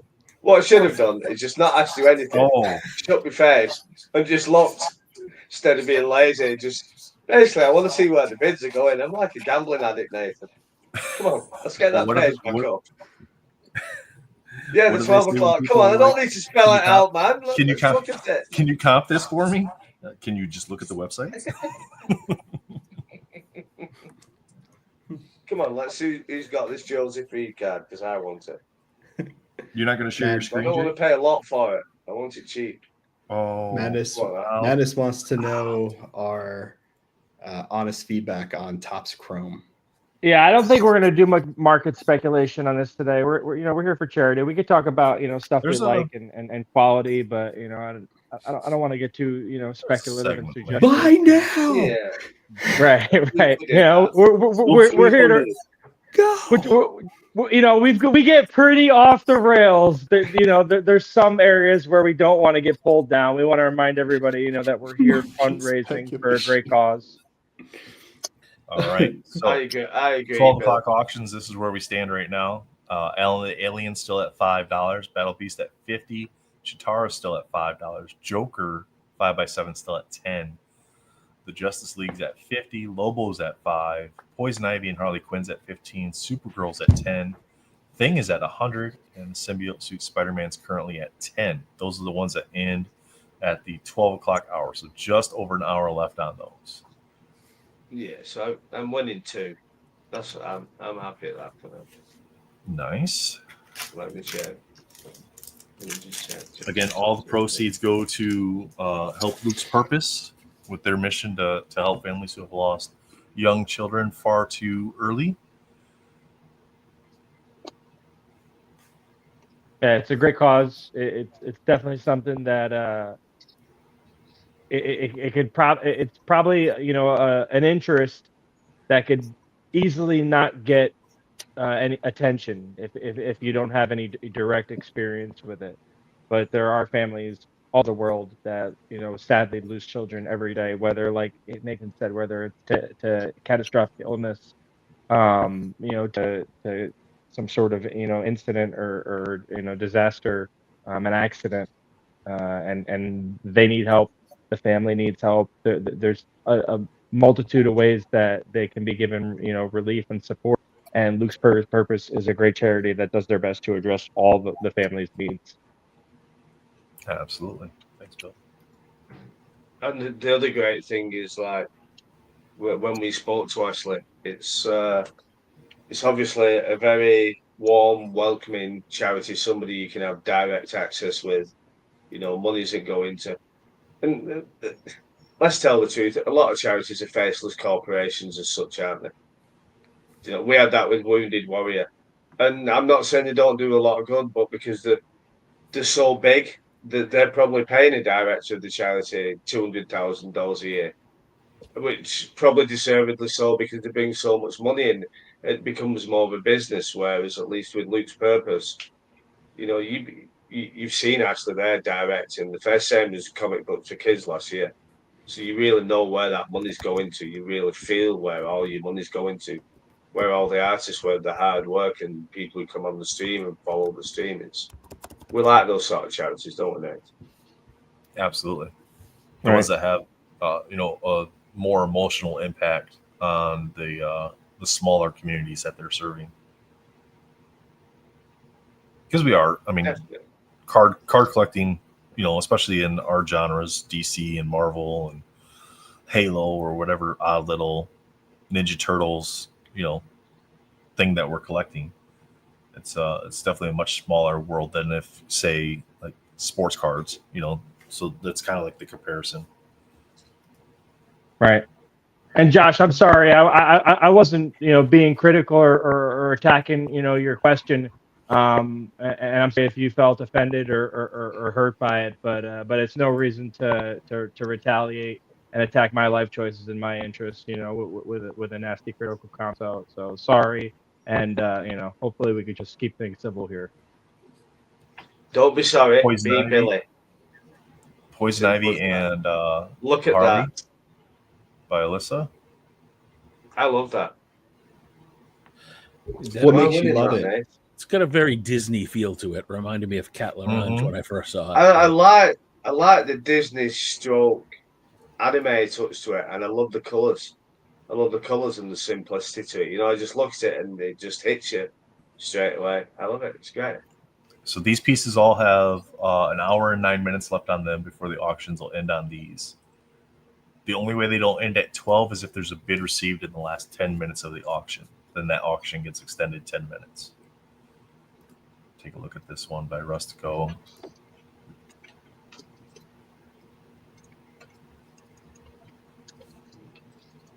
Have you guys been doing a lot of DC annual? Too much. I did too much. Oh, really? I did too much. I mean, I pulled 2 printing plates, but I did too much. That's cool. I think I did 5 packs. Was that plenty? Did you really, Matt? Yeah, that's it. 5 packs. Just wanted to have something. Is that all? Yeah, but I think no, maybe like 6 or 7. But somehow Nathan, I've traded with Nathan like 8 times somehow.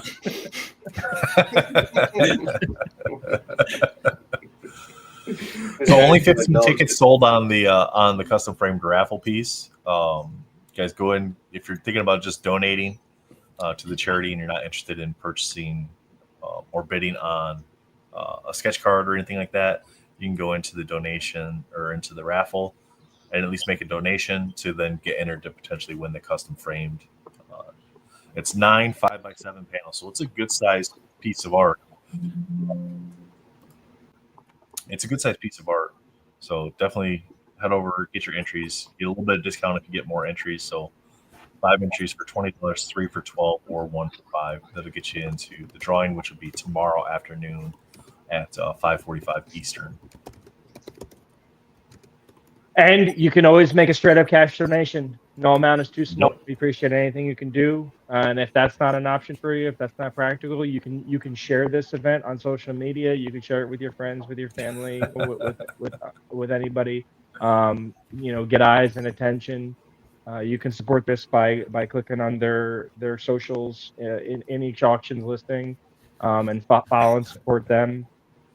They donated their time and their work freely of themselves. So please do whatever you can, whether on a social media level to help support the and get word out.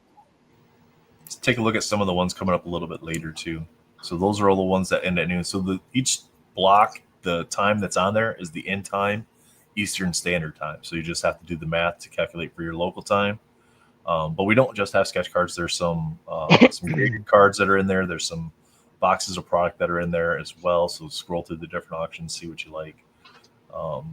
But Brittany donated this 2024 Masterpieces 92 Adam Warlock and a PSA 10 Blue Tracks. Really cool. Jonathan Levesque, Darth Vader and Luke Skywalker. Triple panel there. Adam Eve by J. Peter Ranitz. Another mashup. Lots of mashups this year. I really like to see that. Different artists absolutely. collaborating and putting work together. Geralt of Rivia from The Witcher. Another Poison Ivy by Alyssa. It's a really beautiful one. No, stop it, Nate. We don't need to see that. The style is really cool, retro. Another one that I Really can't show. beautiful At some There's point, only- I'm going there's to run out of cards I can show. There's only me who's bid on it, Fausto. There's only me who's bid on it. I can't believe it. Yeah, that's I weird. think everybody's going to bid right at the last minute, and might not be the wisest of things because you can forget things. We had this conversation earlier. If you're going to leave everything to the last 10 minutes or so, I did it last year. You're going to forget stuff. You're going to miss out. Just put your maximum bid in. Just put in whatever that bid may be. It doesn't have to be huge, It's just like Billy keeps saying, whatever you're willing to give to a charity, whatever you may. And if you haven't got anything much to stream and share, it's fine. But I would put you know, or close to your max bids in. You know, you don't want to throw all your eggs in one basket, but get some bids in. That's why I keep doing it, because I'll forget. Smart. Dre, Oh, have you ever done like a mashup piece or a jam piece or collab? I did one with Warner years ago. It was a Punisher AP where he inked it and I painted it. That Okay. was on eBay. And I want to say I did a couple unofficial ones with Gordon. Okay. Where I printed his inks. And I know there's a couple of people that I'm going to do. Ooh, I got one. This is with, I haven't posted this yet because I keep on forgetting, with Donny Boy. Donovan? Donnie. Yeah. So he did the inks, and then I was showing him my process, the way I paint. So he sent me a scan of the inks. I printed it, and then I colored it. Oh, wow. On a That's live cool. chat with him. Yeah. And then we did two. Well, ended up doing two different versions over the same inks to show different processes. Okay. Oh, that looks so cool. Yeah. And he did one. He did his own at the same time. So that, I guess, that's a gem. But yeah, that's a gem, right? His drawing That's like a gem. colors. Yeah. But so That's you've cool. never done one where like compositionally it was a collaboration? No, because I don't play well with others. I was gonna say, because I was thinking about that, and like the thought that does, or maybe artists that do it, they just pick people that they feel like styles blend well together, or if there's like a tendency to try to conform with what the person's did, or if you just go there and you do your thing, and if it clashes, it clashes. I've But never tried it. I'm like not against it. yeah, But just I don't think that ever came up as a conversation thing. But I'm more inclined to do these type of things where it's somebody's inks or pencils and then my colors on top, or vice versa, because I think the likelihood of things clashing from a composition point of view or styles is less. right. Right? Have you come across anybody that you feel like your general shapes and line work would go well together, that you at least saw enough similarities that if you sat down and thought, I'd be like, yeah, we could do that. I haven't thought of it, to be honest. Right? Yeah. I think that the difference is, and I keep on going to this, is the way things are colored. From a paint and ink point of view, like just off the top of my head, like Kurt's at, right? I think at a penciling stage, we're very similar. But once we get into the colors, Yeah. like if I was ever to do one, and with him, for example, I think the colors would clash, or the color technique, or anybody else that does, most people that do the painted stuff, right? Yeah. Hey Matt, for most jams, like historically, right? How would they do it? Like I know you have that knowledge. I don't know it as well as you do. But for jams that were done, like was it pencils then ink then color? I mean inks and color? It was either pencils, then the next person would do ink and color, or it was pencil and ink and then color. It would really depend. And a lot of them I know they would do at shows back in the Rittenhouse days. They would bring their blanks and work on them at conventions, and somebody would be next to them and they'd be like, hey, work on this. And they do it that way. You don't see them too much anymore. They sort of really have to be close friends. Like the last one I remember was X-Men Metal 2020 when Tone Rodriguez did some with Rob Broussard. I think they did. I think 10 of their cards they worked on together, and I think it was Rob was the guy who was on the set, and he knew Tone, and I think Tone did 10 to help out. That's crazy. I didn't think there would be any so like modern. That's awesome. Yeah, it's definitely uncommon. The only other one I can think of off the top of my head is recently Yonami, because Yonami has this sort of studio model where they actually had someone who helped and there was this guy Matt Gomez who was sort of their apprentice and did some of the inks or colors, which was interesting. Oh, that's sick. That's really cool. I didn't know that. That's awesome. Yep. And then we had a couple nice jams at OAX too. Oh yeah, that was fun. That was a good time. I wonder if I have I my saw a jams. nice jam from Perna. No, Perna is that, was- no, Matt and Perna? Yeah. You I'm guys trying had a to- nice jam. do I have it here? Perna was just going, man. That was really fun to watch him. Bill, it was crazy. Perna was just like knocking them out at a kitchen Really? counter. Yeah, it was really fun. It was really trippy. It was really trippy. I have it. I gotta have it upstairs somewhere. I apparently didn't slot it in my binder. My first official sketch card. Oh, no. I gave mine to, I finally did one, and it was of Hellboy, and I gave it to Donnie. So Donnie has Donnie? Or yeah, maybe it was Donnie. I have to look it up. But I did one for fun. Wasn't very good, obviously, but first one I did. I think you're being challenged in Mario Kart. Oh, who wants it? I was just thinking you can totally say or ignore me if you're scared, as I totally understand. But Mario Kart from Mentacon. Okay, that's happening either today later or 2 to 4 during my time slot on Sunday. I'm gonna have to mop the floor with Hermit, and then Doom and everybody else can come too, and then Nathan can come too. But yeah, I was able to find Emily and I got a Switch 2 together, so we've been playing some Mario Kart. So we found one, but it's been So do they- Did you see the thing about GameStop in New York City with the receipts? so ridiculous. What an idiot! And that box is flimsy as hell. It is no joke. A staple could 100% go through it. I couldn't believe that nonsense. But Well, what happened? so yeah. So they had pre-orders, and they were getting people like lined up to pick up their pre-orders. So they would staple their pickup receipt to the box, and because the box is so flimsy and the packaging was not, Oh, we went through the device? went through the And screen. hit the screen. So these morons, at Nintendo, what they did is they put they put the Switch with the screen facing up on the front of the box. So the front of the box is here. The front of the screen. And no padding, no foam, no nothing. That's Oh, balls. man. I could go get the box. The box is downstairs, but 100% it's like, dude, it's thinner than that. It's like stupid. Wow. Because when I heard the rumor about that, I was like, man, that guy had to really go hard on that staple for it to go through cardboard. Because I was like, Nintendo's not going to pack it that loose. But it was, and the front of the screen. And then you got it, and you're like, yep.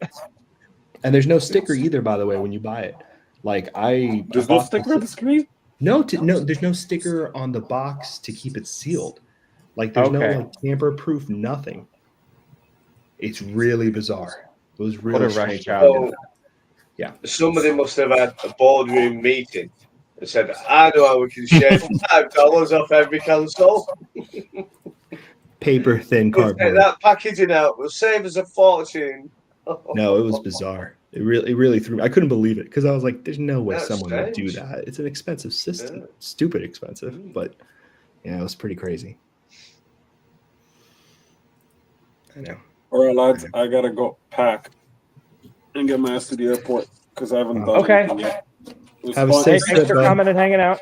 Yeah, my Hope you get pleasure. to sleep on the plane. Yeah, me too. Enjoy your flight. Enjoy the rest of the stream. Good cause. Get it going, and maybe I'll hop back on if I can. All right. Later. Love you, Dre. Thanks a lot. Did you find it, Matt? I couldn't. I think it's upstairs. It's got to be, which is weird because I put all of the other ones in the binder. Such a tease. Such a tease. I just heard you. I suppose I should go find it. Huh? All right, let me go find it. You don't have Let to me, find it. No, you don't have just to. so you don't see me waddling away. Waddling It's not that away. Waddling. Come on. I know I'm Relax. gonna be Waddle, on. Waddle. I'm gonna be on at 2:00 today, so I might eat lunch in like 10 minutes. But Yeah, I will because be back at 2:00. you're on with Jesus Doom. and Tim. Listen to him. I keep saying Doom. Jesus and Tim. So that should be fun. Is that the little game? Is there a game? That's the going on? game. That's the game. That's the little game. Yep. Yep. I like Yep. little games. Wheels, little games, and anything like childish and like for ages between 3 and 5 are right up my street. Oh, 100%. Yeah. Like there's gonna be butt jokes and like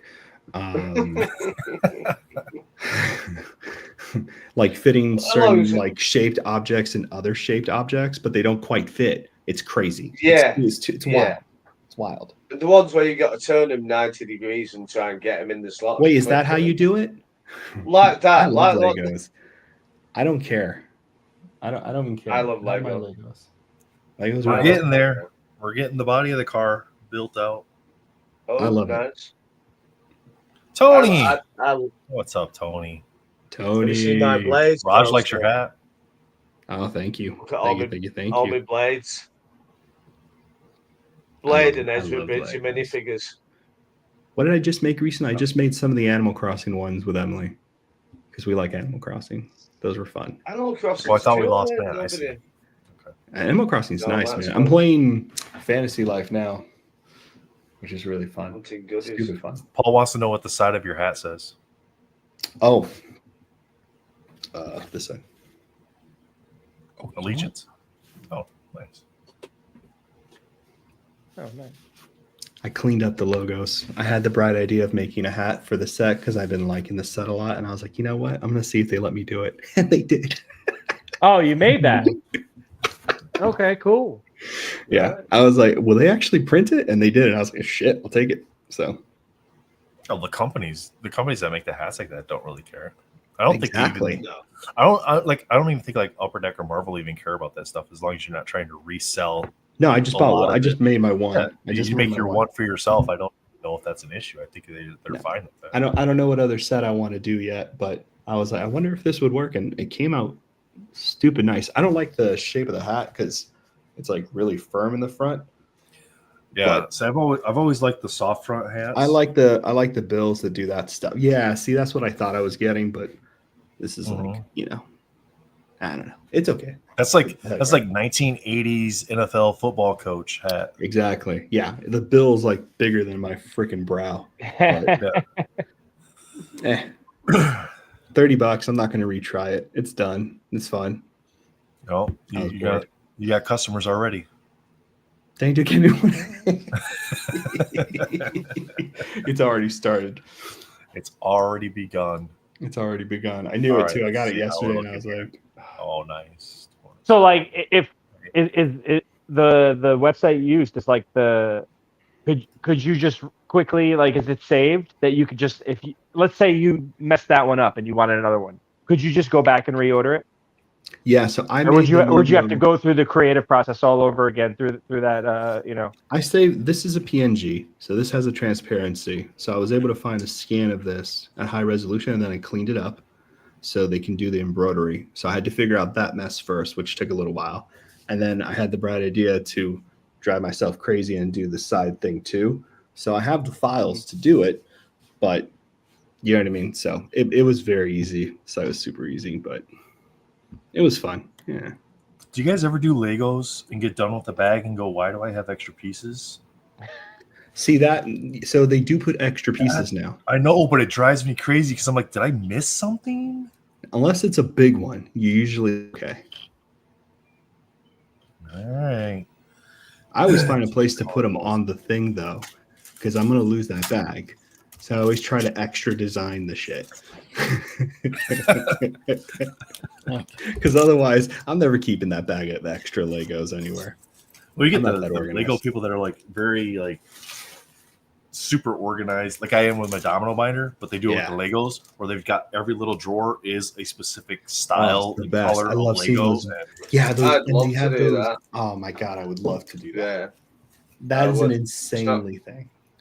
That would I just upset me need so some- much. If it was, I'm gonna give all mine to Andrea. So I need somebody who's like of lower intelligence than me, so that's below 3 years of age, and who hasn't got a 30-second boredom threshold.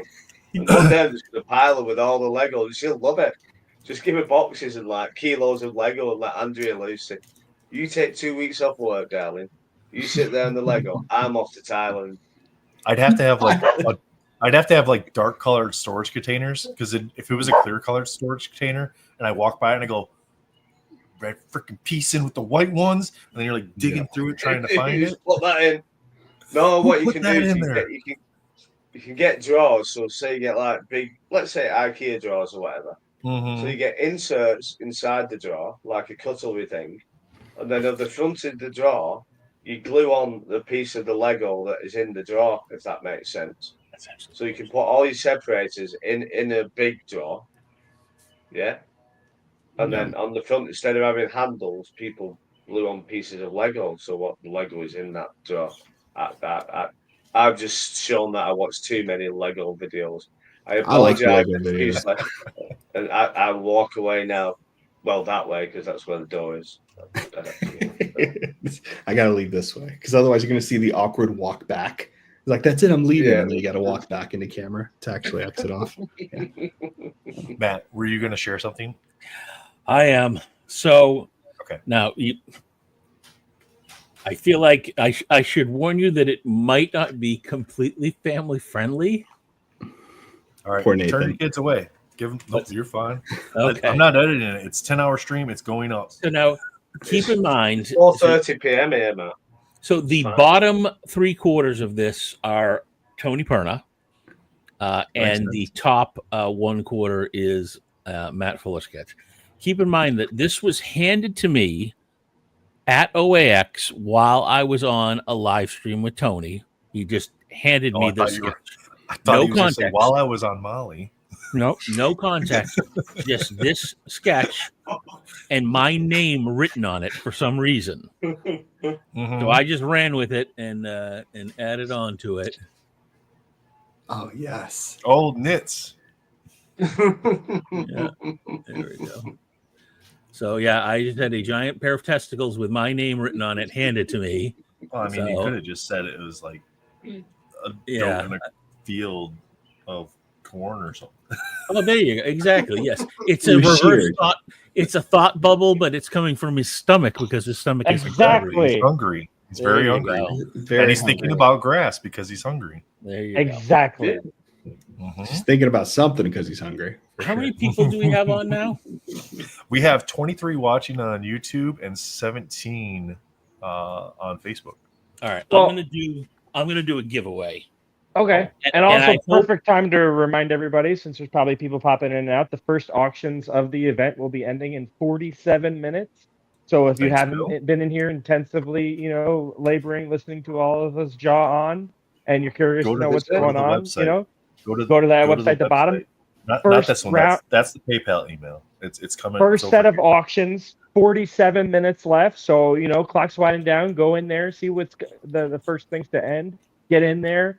You could either put a max bid or you could put, a high bid. This website. Yeah. Visit this website. The first option of bid, that will be an instant bid. But if you scroll down, there's a max bid option so that, if you want to kind of set it and forget it, you could do. But just so, because like I said, I know people popping in and out. We know that that number might be 23 all day, but it could be 15 that are staying here and 8 that are here and out, in and out every 5 minutes. Yep. Or just want kind of people to listening know- while they're driving. Yeah. Or whatever. Want people to know what's going on, in case you missed a part. Maybe you came in just after we gave a long-winded explanation of what we're doing. So now you have it. We'll be doing it periodically throughout the day. Apologies to the people that are going to have to listen to it 15 times. Bill just called me long-winded. No, I said we collectively given the long-winded explanation. You do a Not great at all. job, Bill. That's perfect, Bill. Right, who's I love helping me it. on the I'm poison ivy? I'm just gonna retire from this. I'm just gonna be like next year. It's gonna be like this, man. Yeah, and I can just be like, And I'll just be like, all right, cut the camera 3. Cut the camera 3. Cut to camera 3. Cut to I'd love to 3. see you with a switchboard going Yes. back and forth. You Roll could do 2. that, and I could drink Give me for 24 hours. What's the I name gotta of go eat some lunch. I'll see you guys what's the in a little name bit. of the director in? See you later, Costa. Oh my God, why can't I remember the Jim Carrey one?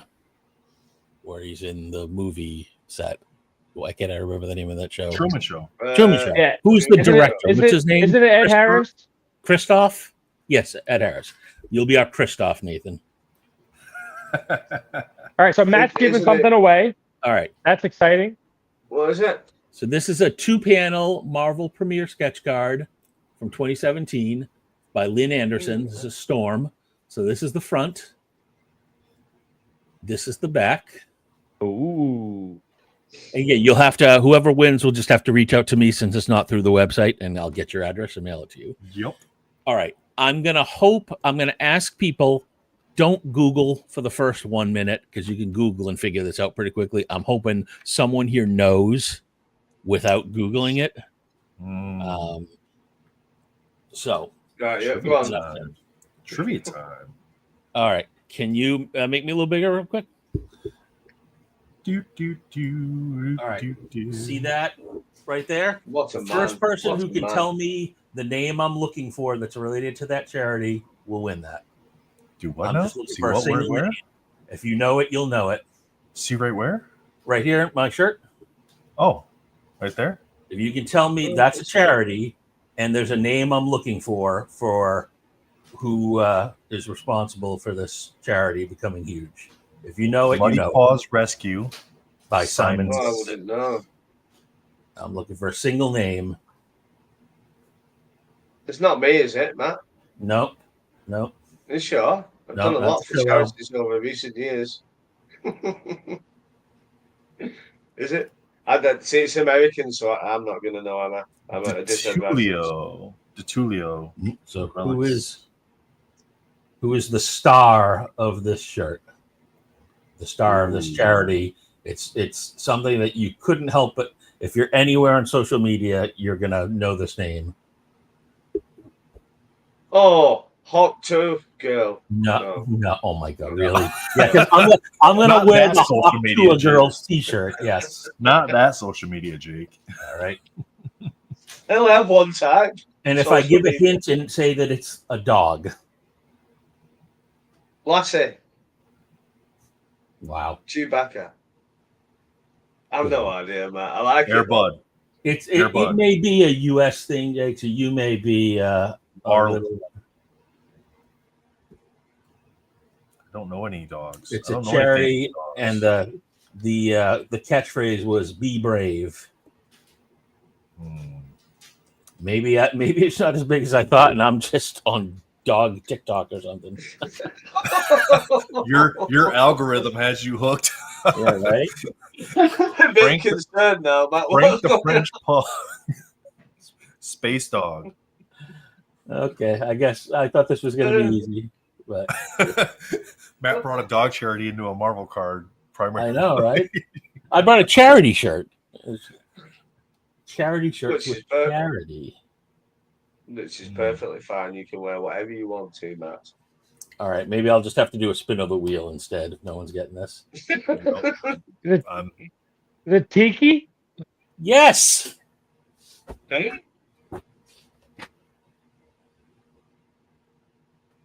You guys don't know who Tiki is? No. No. All right, so everybody hashtag Tiki to enter the giveaway. Hashtag Tiki. Tiki.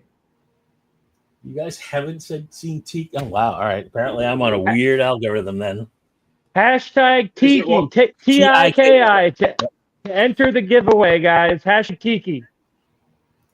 So it's 1K, not 2K is like chicken Correct. tikka, like dog tikka. Right. You know what I'm saying, don't you? Someone in chat tell me you at least heard of who Tiki is, please. Tell me I have no idea. Tell me there's someone here. Nobody in chat let Matt know they know who Tiki is.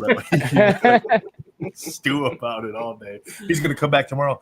How many new followers did Tiki get? I mean, Tiki is Hawk to his dog, so. Oh, Jake was close. So I was nearly there. Nobody's heard of it. Mm-hmm. Okay. Yep. Chat's like never heard of it. Nope.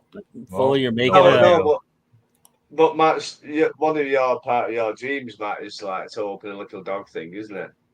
You know why? Chat's just a bunch of cat lovers. There you go. Oh, for shame. Yeah, I don't get cats. Why do people with cats and Lego love cats? I don't get it because you've got all this stuff collection hanging about. And like, see people and the cats are walking across the shit and they're laughing. So, what are you doing there? There you Now go. there's an animal you can trust. Dog. I know my dog has never jumped up on my table and knocked all my cards all over. Never. Billy, does that dog stuff. is looking like you just asked him for a loan repayment. he looks cornered. He's doing good though, Bill. He's awesome. doing great. Yeah, Remy was paralyzed for 10 days, like a year and a half ago. Hey, Dan. But a chiropractor adjusted his spine and saved his life. Now he's up on the couch. I saw a video of someone doing back adjustments to a dog, and the look on the Like dog's he face. jumped up there. Nice. But and like completely paralyzed for 10 days, like dragging ass, sitting in his own. Vet said that he would never walk again. Just a friendly reminder, folks, that doctors, lawyers, veterinarians, somebody's got to finish last in their class, and you might run into them one day. Doesn't mean they know what they're talking about. We're all humans. No, they all live in England, Billy. I think you're quite safe. They all move to England. Somewhere they can get away with it. They'll be fine. So he took it to dog chiropractor. Yeah, she came to the house. Yeah. She said, "I think I can help your dog." She said, "Give me 3 visits. If you don't think it's working, we'll just go our separate ways." It's just fair comments, isn't it? And after the first visit, he gained. The next day he was starting to regain movement and feeling. And he had to learn how to walk all over again. And that now was fun watching the videos you were putting up of him kind of getting around the yard and stuff, and how he was moving about. That's nuts because without sounding like a tosser, you would have had to put him down, wouldn't you? If you can't do anything. Absolutely. I talked to people who had cared for disabled animals, like people whose opinions I trusted, and they said, "Don't do it." They said, it'd be no life. Yeah. And then you end up resenting the animal, despite because it's so much work that you have to wash them and give them put diapers on them and whatever and carry them around, and they can't have a life like you said. But so I was prepared if he wasn't gonna if he didn't recover. Unfortunately, it's him with the big space, like just club him like that.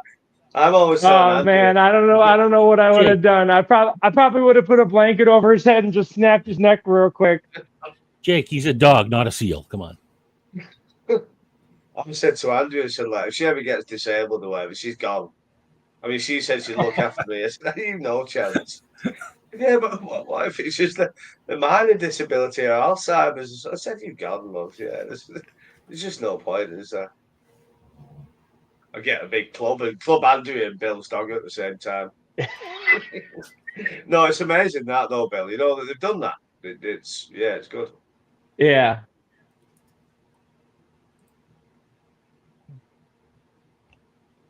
I don't really like club dogs and people's wives, if anything. Yo. Disclaimer: this is not family advice.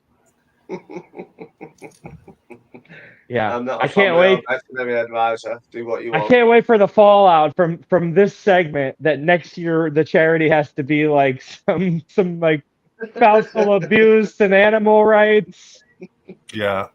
It's just one giant backpedal. Like no. Look, we're gonna help them next year. So you guys, if you watched Josh's stream or heard us talk about it, Tim recommended the charity this year for us, and I could just see it now. Like they'll be watching this, and it's going to be like, yeah, we're never doing that again. Yeah. Oh, whoever we offend this year we're gonna have to raise money for the following year. But he said that's just going to be our business model. He said he specifically told her that like if you watch the stream, just know that that's like Just don't watch. We're not all like that. It's better not to watch. Can I tell you the donations? Accept the donations. tell you All me- good. Can I tell you my puppy murdering the story now? Then, please. No. So when I was young, No. I'm gonna tell you. Yeah. Sorry. I'm gonna. Yep. Oh no. Hmm? Just Oh Jeanette, no, Just react. man, that's awful. Just Look pretend how like long you- it took him. Look how long it took him. Oh my god, that's a crazy story. What a story. Oh, I'm so happy I you can shared never- that with us. I knew you'd love I it. cannot I believe knew you you'd Listen, didn't love you know it. should never repeat that again. No, That is that's filthy. one time overshot. It's a brilliant story, though, isn't it? Oh, it was great. Fantastic. Yeah. You should write that down in a text format so we can remember what the story was. Yeah. Anyway, Do a BBC interview of it. yeah. I need to stop now. I'll start getting silly. Come on, change the subject. All right. Don't be Matt, loud in we got public for hashtag, such a we got long time. hashtag Tiki going on here for that sketch card There you you were showing go. earlier. Yep. Whenever you're ready to run it, you just let me know. We got 17 entries right now, 23 people watching on YouTube, 18. I don't know if those are people watching or just hearts and likes on. I think those are hearts and likes on Facebook. I don't think those are viewers of the live stream. So Let's give it a final 30 seconds. Hashtag Tiki All right. to win this Lynn Anderson Marvel Premiere 2017 sketch card of Thor Storm. Well, I mean, hey, you're not wrong. You're not wrong. It's a nice guy. Storm was Thor. Storm was Thor. She fell down the stairs and was really Thor after.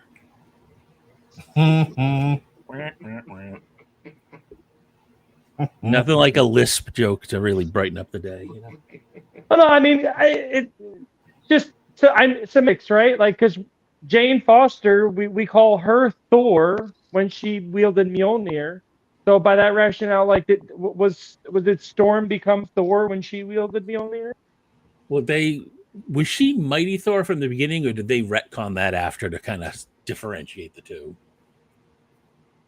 I don't know. I'm not a big. I wasn't reading Thor at that time. No. Oh, well, there we go. Okay. Good luck, everybody. Oh, sorry. Yeah, Nathan doesn't do countdowns.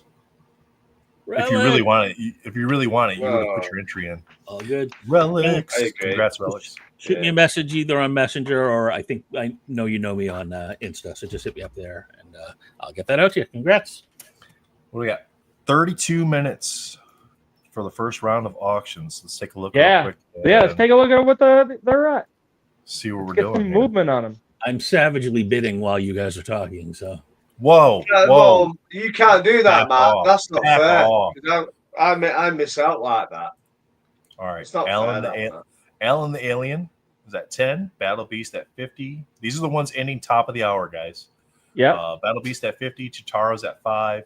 Joker's at 20. Justice League at 50. So we've seen some movement here. Lobo at 5. Wow, I would have thought more love for Lobo. All the Wolverine collectors keep saying, I'm going to collect Lobo. I'm going to collect Lobo. There's a chance to get a Lobo sketch. Poison Ivy and Harley Quinn, 20. Supergirl at 50. Nice. Good movement there. Looks like Justice League just went up to 60, huh? Whoa. Oh, I got to refresh it. Things at 100. Symbiotes at 10. And guys, just a reminder, you can put a max bid in if you scroll down a little bit. 65. Yeah, so if you are on your computer or if you're on your phone, this first block here is a straight bid. Whatever number you put in this and click bid, and you finalize your payment information, that's the amount that it becomes. It doesn't bid up to that amount. It becomes that amount automatically. This section down here, the set max bid, that's where if you wanted to bid up to an amount for you. So let's just say you wanted to spend $200 and you wanted to spread that out over a few of them, and you put 75 on this one as your max bid. Well, somebody came in, they bid 65. So this would say 70 then, and you'd still have one more step in the bidding before you would be outbid. So it'll bid up to you based on your set amount. If you add your favorite, then you can go into your dashboard and you can see your favorites and stuff like there. Again, all the artists And donators' links are here. You can check them out. Make sure you give them a follow as well. Everything goes to the charity, Luke's Purpose. Fantastic charity. So make sure you check them out. Make sure you get over there, do your auctions. Get in there. If you don't want to do auctions, that's fine. Go to the main page. You can either do a straight cash donation, or you can go to MentalCon for the framed piece. You can buy yourself some raffle tickets. Well, you can donate money and get a raffle ticket, or 3 raffle tickets, or 5 raffle tickets. And then just remember, when you're doing your quantities here, if you want 5 tickets and you want to donate $20, you'll do 1. If you want to donate $100, you'll do 5, and then that'll get you the amounts that you need. And it'll confirm everything for you before you're done, so you'll have an opportunity to confirm like which card you want to use. It'll give you all that information before you actually donate it. If you select this box, you'll cover transaction costs, so that's like the credit card processing fees and stuff like that. That helps keep the money from coming out of what we're able to give to the charity. Otherwise, those fees get taken out afterwards. So yeah. And then there's fundraising costs and stuff like that. So you can come here and you can remove, you can change the contribution limit for the fundraising cost. You can prefer not to contribute. You can change it to a different amount, but it gives you an idea of what your total would be. So if I wanted to do this as it sits, and I'm going to cover the cost, my $100 would then cover $116.80. But if I changed all this, then it would just go down to the $100. So all kinds of different ways to do things on the website to be able to help out with the event, with the charity, and raising funds to help Luke's Purpose with their mission. And, don't forget, if there's only a couple items that you're locked in on bidding on for auction, and you happen to lose out on them and you'd still like to do something, don't forget about that donation option, $5, $10, all that adds up. We get a lot of eyes on this thing over the course of 2 days. And if everybody, just donates a bit, then it adds up and contributes. So don't think that it's an insignificant contribution. You are helping, and all of you are helping just by being here, watching, chatting with us. Keeps us going. Absolutely. Gives us stuff to talk about. We truly appreciate your every level of support that you guys are doing for this. And so don't think that you're not helping just by being here, because you are, and we appreciate you. Tony wants to know how much for Matt's beautiful beard. So do you want it whole or just Scalped? Shaved off and yeah, like, because we could take it off in one piece, or we could just collect it all in a box of mush. It depends. We could also kill and taxiderm Matt and send you him stuff. I mean, that's a little excessive, but I mean, I have a refrigerated trailer we can use. See, like we're formulating a plan here. You'll have to come to the U.S. and transport it to Canada yourself, though, because I'm not paying the tariffs for the import on that. This sounds like season 19 of Criminal Minds is shaping up here.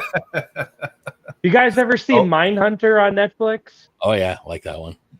Do you know it's coming back? They're writing season 3. Really? And they got all the actors back? From what I understand, yes. And it's awesome. going to be three 2-hour episodes. And they're going to finish it properly. Is the main? I'm trying to think back. It's been a while since I've seen it. The main guy, the younger guy, not the older gruff guy who was in the wrestling movie. He was the king in Hamilton, right? I don't think I've seen Hamilton.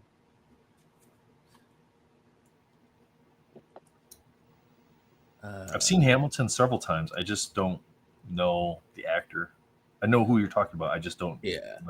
You're talking about Jonathan Groff. Yeah. I never saw the show, so I wouldn't be able to. Never saw the show.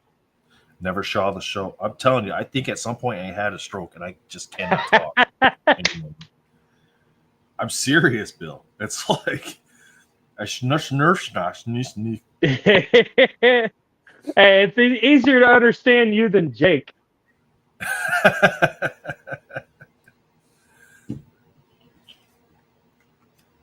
Sorry, guys. I'm not trying to just always look down. I'm here to produce and build Lego apparently today. We had, Yeah. well, we said we had 5 hours we had to fill. We're almost there. We only got to fill another hour and 25 minutes. So we're doing pretty And we really hadn't had any like awkward silence or lulls. good. Couple small ones, but nothing that Awkward conversations, but Right. But we haven't been grasping at straws like, oh my God, well, what should we talk about? You know, yeah, we didn't have to break out a I feel like as long as you're not easily offended, we've been able to hold your attention for 3.5 hours strong. I apologize for what I have done, and I'm about to do it over the next 2 days. oh no. Okay. I can't help it. I don't mean it. I have no filter, like Andrew says. So you're stupid Hey, sometimes. you are doing absolutely amazing though. The court of public opinion will hold you accountable for your crimes against the animal community. I agree. I am a wonderful dog lover, though. Like, Neil was my best friend, my Labrador. I used to hate it because he was a Labrador and he was a working dog. He was always in all the brambles and bushes, and he'd jump off anything, to get into water and that. The amount of times I had to carry him home, because they're crazy Labradors, aren't they? And like picking him up, and he's a big, heavy, muscular lump he was, to carry about. Oh Yeah. my! I gave Neil away though when I moved to Spain. It was a wonderful dog. Then you've been back in the UK for how long now? Since 2019. Yeah. I didn't really give him away. All it was, I love Neil to death. And in fact, he helped me get out of depression. Just walking him and stroking him, and he really seemed to know as well. They know dogs. They look at you like they understand, don't they, when there's something wrong. But what happened is the woman we used to take him to, where was dog sitting. She had a farm and she had kennels. And what happened is when I moved to Spain, I can't take a black Labrador who's used to going on 4 or 5 hour walks a day with me to go and live in Spain. It'd be selfish of me to do it. So he went to the farm with the family he loved, and he had loads of mates there already. Sorry, I can't help it. Just realized after this mental con, I could have like 2 9-pages of mental con sketch cards. I could give them their own binder. Just going through. Yeah. We got there's a 2023 from Tim Cologne. Oh yeah. Let me make you larger here. There you go. Through the binder on Tim's. Mm-hmm. I got a 2024 I got last year from Jason Saldaño.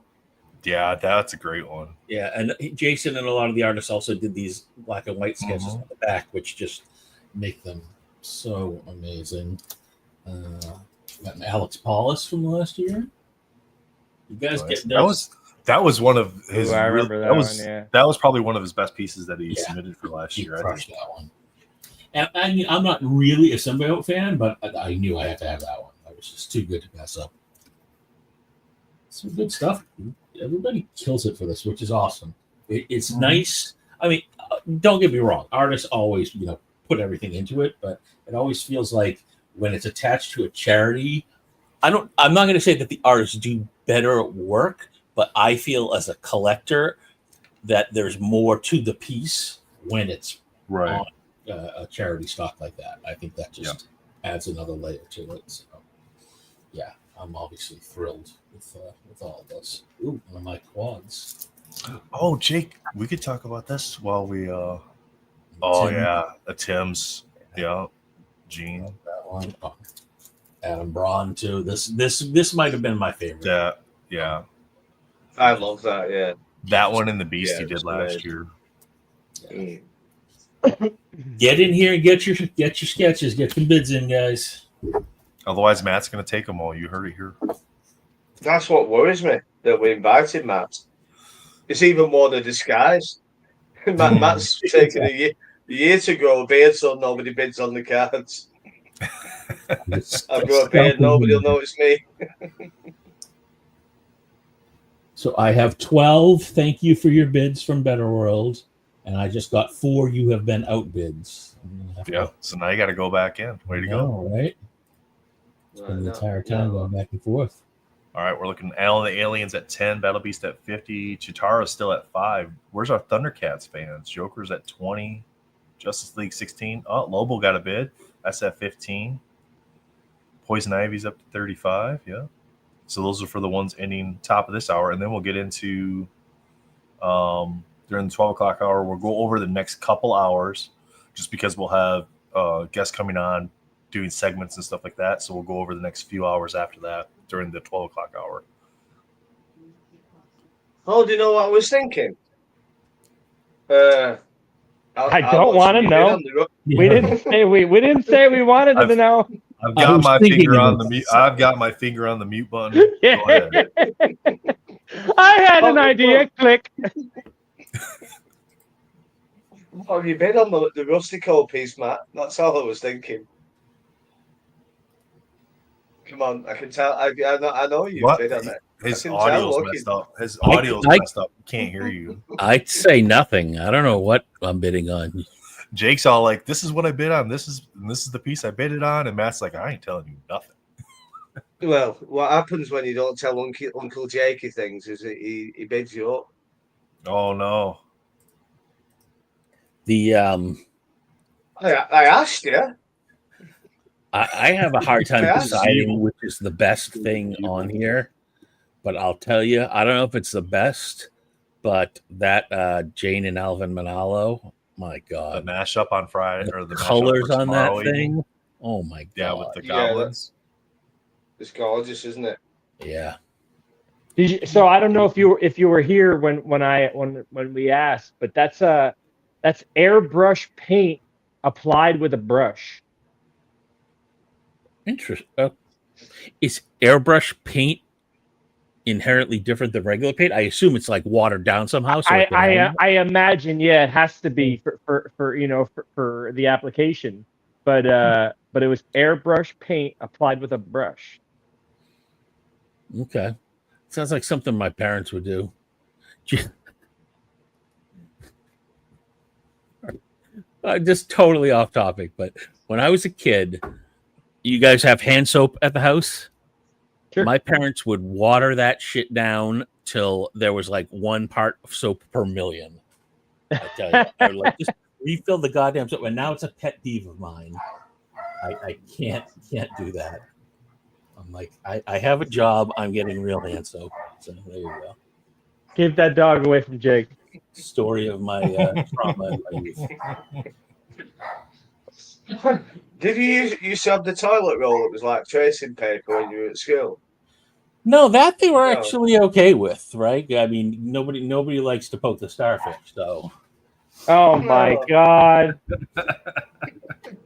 When we were young, like really, really young, I don't know what you call it, like 5 years old, we call it infant school. And it was like tracing paper. It was just like, no, you couldn't like, you try and do anything with it, and you're just going to like cut yourself and get an infection and stuff. Oh, it was half ply. Horrible stuff. And there's no comfort in it. There's no enjoyment in going to the toilet when you're 5.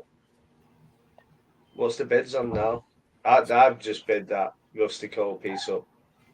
You I like it.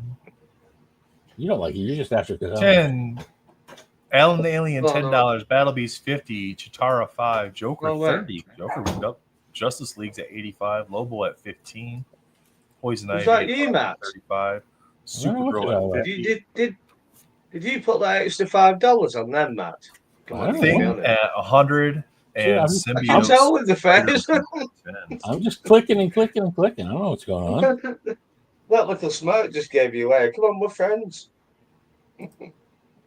We're friends. We're entertaining the masses here. I don't even want the card. You can have it.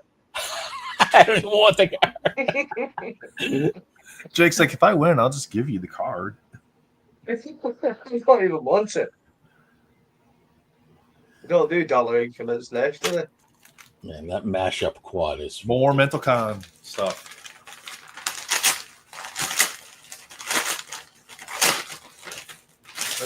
Yeah, it's just cool. But it's really, really cool. I mean, the guys from the Philippines did do it. Not that everybody else doesn't work hard. Don't get me wrong.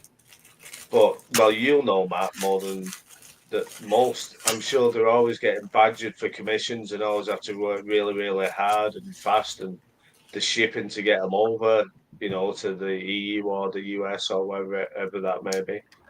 And they do such a stellar job every year for us. Everybody does a stellar job.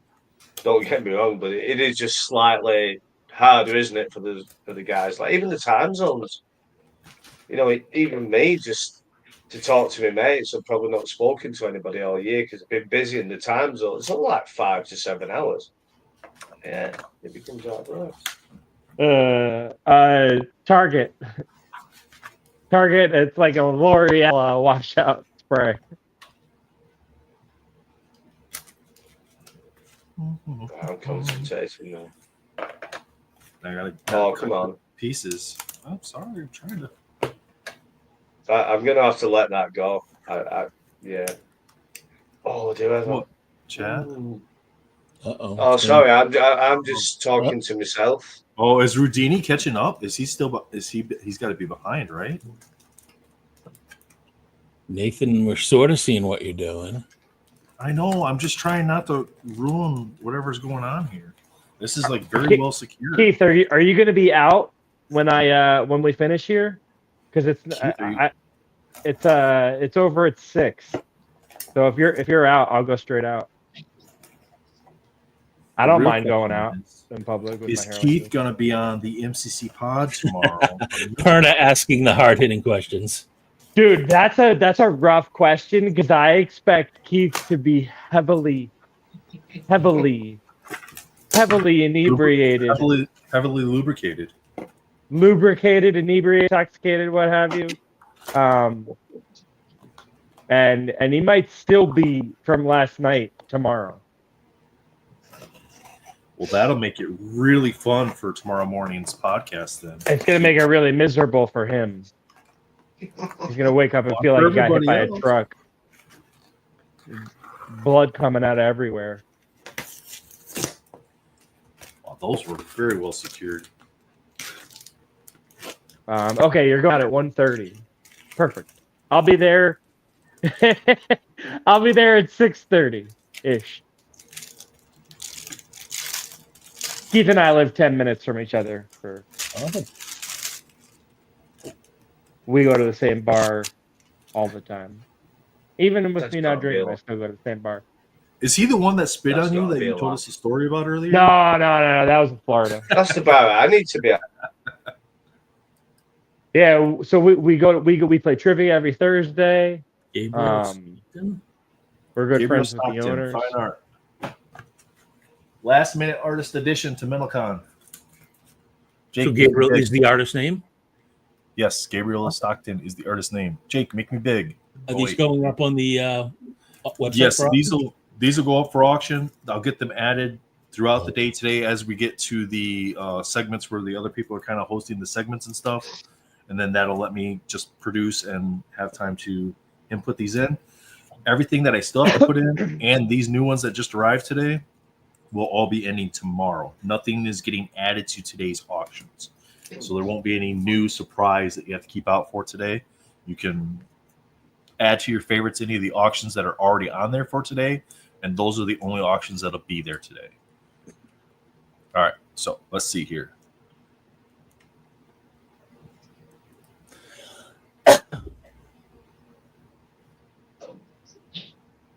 Oh, wow. Okay. Ooh. There's a little thing on the back there. And because this does have additional stuff on the back besides just their name, it says Luke Skywalker, kill me in Return of the Jedi. So you don't like Star Wars, Matt, do you? Do I like Star Wars? Sure I do. No, I don't. Tell me you don't, please. Star Wars autographs were the first thing I started with. You don't like Star Wars. These are not you do not like Star Wars. Sorry, Roman fighter. So this is just a Roman fighter. Looked like Namor. I like that. Show me that again, please, Name. Mm-hmm. I actually like that. Yeah. Pile of shit anyway. Put it away. Nobody wants to bid on that. All right. So on the back it says, as I meditated or prayed on Luke's purpose, this came to my mind and spirit. Okay, I like that. Nice little text that's around the border here. He's got the trident there and then just a Roman fighter and then autograph there. Who is this artist, right? That little story Gabriel. is really cool about it. Gabriel Stockton. Okay, I like it.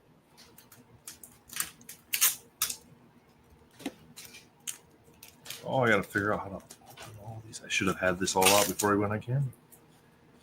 Maybe it's bigger. Hi, everybody. How are you? You can only do so much, sunshine. That's right. One step at a time. You got Billy. Well, Matt, as we well, wanted Matt. we wanted to. So the raffle was originally going to be 9 DC characters by 9 different artists. But as Dre was the only one that pointed out, and I didn't know this because I'm not a complete comic book nerd. Invincible apparently isn't a DC character, but he's in the frame piece. Image Comics. So yeah, so it's just now a 9 because we didn't want to repeat artists or repeat characters, and we didn't receive enough DC stuff to be able to have it all spread out. So, all right, so Fausto, if you're still watching, there's one for you. Nice. Oh, that's cool, isn't it? Matt, This is Gabriel stuff? This is Gabriel stuff. Yeah. So how did Gabriel get linked up with us? Because Gabriel reached out to me. I am loving this style, and I'm not sure. I'll have to ask him who kind of referred him, but he reached out to me and said, "Hey, can I still do some stuff for this year?" And I said, I love it. Yeah. Do we know if he is Gabriel Stockton Fineart.com? That is him. It is. Yep. Silver Surfer surfboard on the back there. That's really cool. I like that. That's a big 4-panel there. Again, these will get added to the website and they'll be available to bid on probably later in the day or this evening. They'll be available, and those will all end tomorrow. So cool. Rudini, don't recognize me. I'll just make this all black next time, and then you'll be able to know who I am, Rudini. We could do a wheel and just put my name all the way around. Except for the one sliver, and then somehow I'll weight the digital wheel, and it'll never land on your name. All right. So we got Star Wars 4-panel I like here. that too. Damn. Oh, that's cool. Oh, I put the snow speeder in as well. Yep. Oh, that's So I wanted to show that because I didn't want to have it way back here and have you guys be like, "Oh, what's the image?" So show the close up like that. Who knows what AT stands for? ATA. No. What AT stands for? All-terrain transport. Yeah. Yeah. I had one of Star those. Wars: The Empire Strike Back. Combat snow speeder. So- takes the Landwalker down. Depending on where you look, it's either all-terrain assault transport or all-terrain armored transport. So this is really cool. So he's got max I can't speed, get a 570 kilometers per hour, 1 pilot, 1 gunner, weapons, 2 laser cannons, power harpoon. So when I was a kid in the, probably 78 when the toy came out, it was all-terrain armor transport. I remember that. Yeah. I'd agree with that, Matt. Yeah. Can you just stop showing a minute while I check? Is that it? Is there more? No, there's more. Yeah. And so, Okay. ATST, all-terrain. I just want to check my things. Take it from the I just wanna check my bids. 1982 Lucasfilm limited slide given right from Ralph Nelson Jr. All-terrain From Return of scout the Jedi. transport, Rudini. Stephen Costantino signed this card. I always wanted an illustration painting of the Gamoran Guard, signed June 7, 2025. He had this signed at an event that he went to. The signatures across the bottom. So much like Tim did the Vincent D'Onofrio. Was that by the guy who played the guards? Yeah. Oh, that's so cool. Stephen Costantino Yeah, it's cool, isn't has it? the signature on it. So his signature, Steven's signature, is down here across the bottom, and then there's all the information on the back with the date that it was signed as well. I love it. I like that because he kind of made it like a first appearance thing. Gabriel Stockton, first time here on the mental cop thing. That's fun. Oh, look at that one. Nice. That's cool as well. And then he wrote on the back, "The road to Luke's purpose." Nice. Nice. I like the additional like stuff about Luke's purpose on there too. Kind of Yeah. giving it some connection to the event besides just MentalCon. Matt, Guys, don't like 4 you don't- minutes left. 4 Matt, minutes left. you don't collect Roman warriors, do you? I do There must be now. something you don't collect. Come on, now I do. Hey 4 Matt, minutes, Bill. Matt, remember he's been bidding you Yep. up. So on that Roman warrior, just okay. Guys, Alan the I will- Alien I at will- 10, Battle Beast at 50, Chitara at 5, Joker Artist by Lee Messy Lightfoot, Painting. great Joker, man, at 30, Spider Punk. Justice League at That's a 100, sweet Lobo at Spider-Punk. 15, Poison I like that. Ivy at 35, Supergirl at Spider-Punk is 50, awesome. Look at Thing that at name. 100, We got Symbiote Suit Dolphin at on the back. 35. Yeah, Spider Punk is sweet. I mean, this is heavily painted. There's texture all over this card, like especially down here, the buttons on the knobs on the guitar itself. He put Wow. extra paint there and raised it up to where it's like actually textured, to where like if you run your finger across it, it feels like there's something there. So really cool there. And then the last one that we have is the Thing. A nice kind Then- of just go throw or a I was just going to say, 92 homage. Yep. Yeah. And then in case, I don't know if Free does it or not, just in case, he does the backs too. We got Dr. Doom on the back. He crushed them. These are great. I mean, they just got lost in the mail. I don't know where they went. Oh. All right. So I have to add those to the website as well. Those I actually have to get scanned and everything too. So, all right. Bill, you just ran over some numbers for what we got, right? 3 minutes.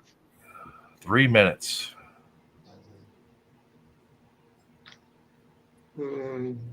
Alvin the Alien. Hey, Chitara's got a bid. There we go. Battle Beast. Joker. Justice League. Justice League's up to 120. We got the Lobo. 35 on the Alyssa Agro piece. $50 on the Supergirl. And then Things at 100. Very nice. And then Symbiote Suit at 35. Coming up in the next hour, we got some stuff here. We got our first graded card showing up on the auctions. 2024 92 Masterpieces, Adam Warlock. PSA 10 Blue Tracks, Adam Eve. Darth Vader and Luke Skywalker. Geralta Rivia, Poison Ivy, Shredder, Spider-Man, Symbiote Suit Spider-Man, and Wonder Woman. Coming up at the top of the 1 o'clock hour. Let's see how we're looking here overall. Wow, that was a big jump. Is it all finished? No. I've been updating the banner across the bottom to kind of show like progress of where we're at right now. It's huge already, isn't it? It's amazing Yeah. from everyone.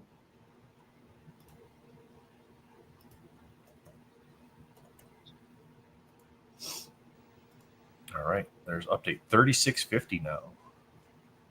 That's not exactly to the dollar. I'm not adding like the $4 on that or whatever when I post that. Just we'll do it in the increments of 50 and the hundreds or whatever it's at. But yeah, absolutely amazing. Yeah, so first year was 21,000. Last year was 29,000. So I mean, obviously it's a big loft to be like, all right, I'd love to hit 30 this year. I mean, I think we can do it. But man, anything like even if this is where it ended today, it's still a huge success for what the community helps out with, for being able to donate to the charity and to help them out in any way we can, even if it only helps one family, two families, whatever that is. Yeah, Rudini. And we just had all those sketches that just came in from Gabriel Stockton. Check him out, GabrielStocktonFineArt.com is his website. I believe that's also his Instagram handle. And he also has a YouTube channel. Oh, I guess you can't see that. He has a YouTube channel too, where you can, if you scan that, so take a screenshot or whatever, you can scan that. He's got a YouTube channel where he teaches how to paint in watercolor. So it's kind of cool. Matt, I'm going to put my ugly mug back there and put your beautiful beard back up there. No. All right. My beautiful messages. messy office. Oh, all right. Paul, if you're still watching, Paul, I got your message on Insta for the Human Torch card. So, Jake, you can't have that back. I'm not sending that back to the UK. All right. First round of auctions should have ended unless there was a popcorn bid on something. Yeah, that I might have done. If everything worked the way it's supposed to. Some got late bids, so they extended, I think. Yep, some got late bids. So if anything got bids within the last 10 minutes, then it extends them 10 minutes. I don't think it extends them again, though. Allen's done, Battle Beast done, Chitara's still open, Justice League still open. Do you know this because you bid on them and it tells I'm floating over them now. So. Oh, okay. Oh, you know what? Let me show that then, Matt, because I didn't even realize it did that. Yeah. Because it's obviously not something that we typically see. Okay, so what he's talking about is if you're on the page and you float over it, maybe, there we go. It pops up, bidding has ended. Bidding has ended. Chitara's still open, so Chitara got a bid within the last 10 minutes. Joker's done. Justice League's still open. Lobo's done. Poison Ivy's still going.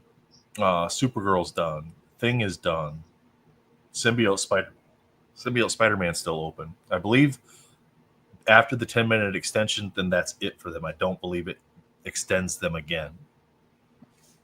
But we'll find out, I guess. So let's talk about our next hour of auctions here. Again, we just went over some of these. We'll go over the next couple hours because at 1 o'clock we'll have Jesus Squared coming on. Darth Vader, Luke Skywalker, Adam and Eve. Yeah, we went over the Poison Ivy, Shredder, Spider-Man by Viscritas. See, Matt, I did a better job with this year. Like you mentioned, like people know him more by the Viscritas. Yeah. I tried to make sure if it was something where people knew the artist more by their handle, then I tried to put the handles in there.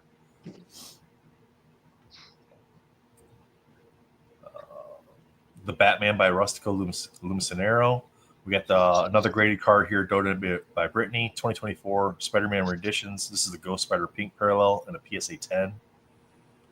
Cecil Stedman by J. Peter Ranitz. Tony Perna's first sketch here. This is on Perna Studio stock, the Destro, standard size. We got Galactus in the 4-panel by Brian Michalski. That's up to 175. So you got huge Galactus with Surfer right down the middle there, standing right in front of him. Then on the back, you get Galactus off in the distance with Surfer kind of floating through space there.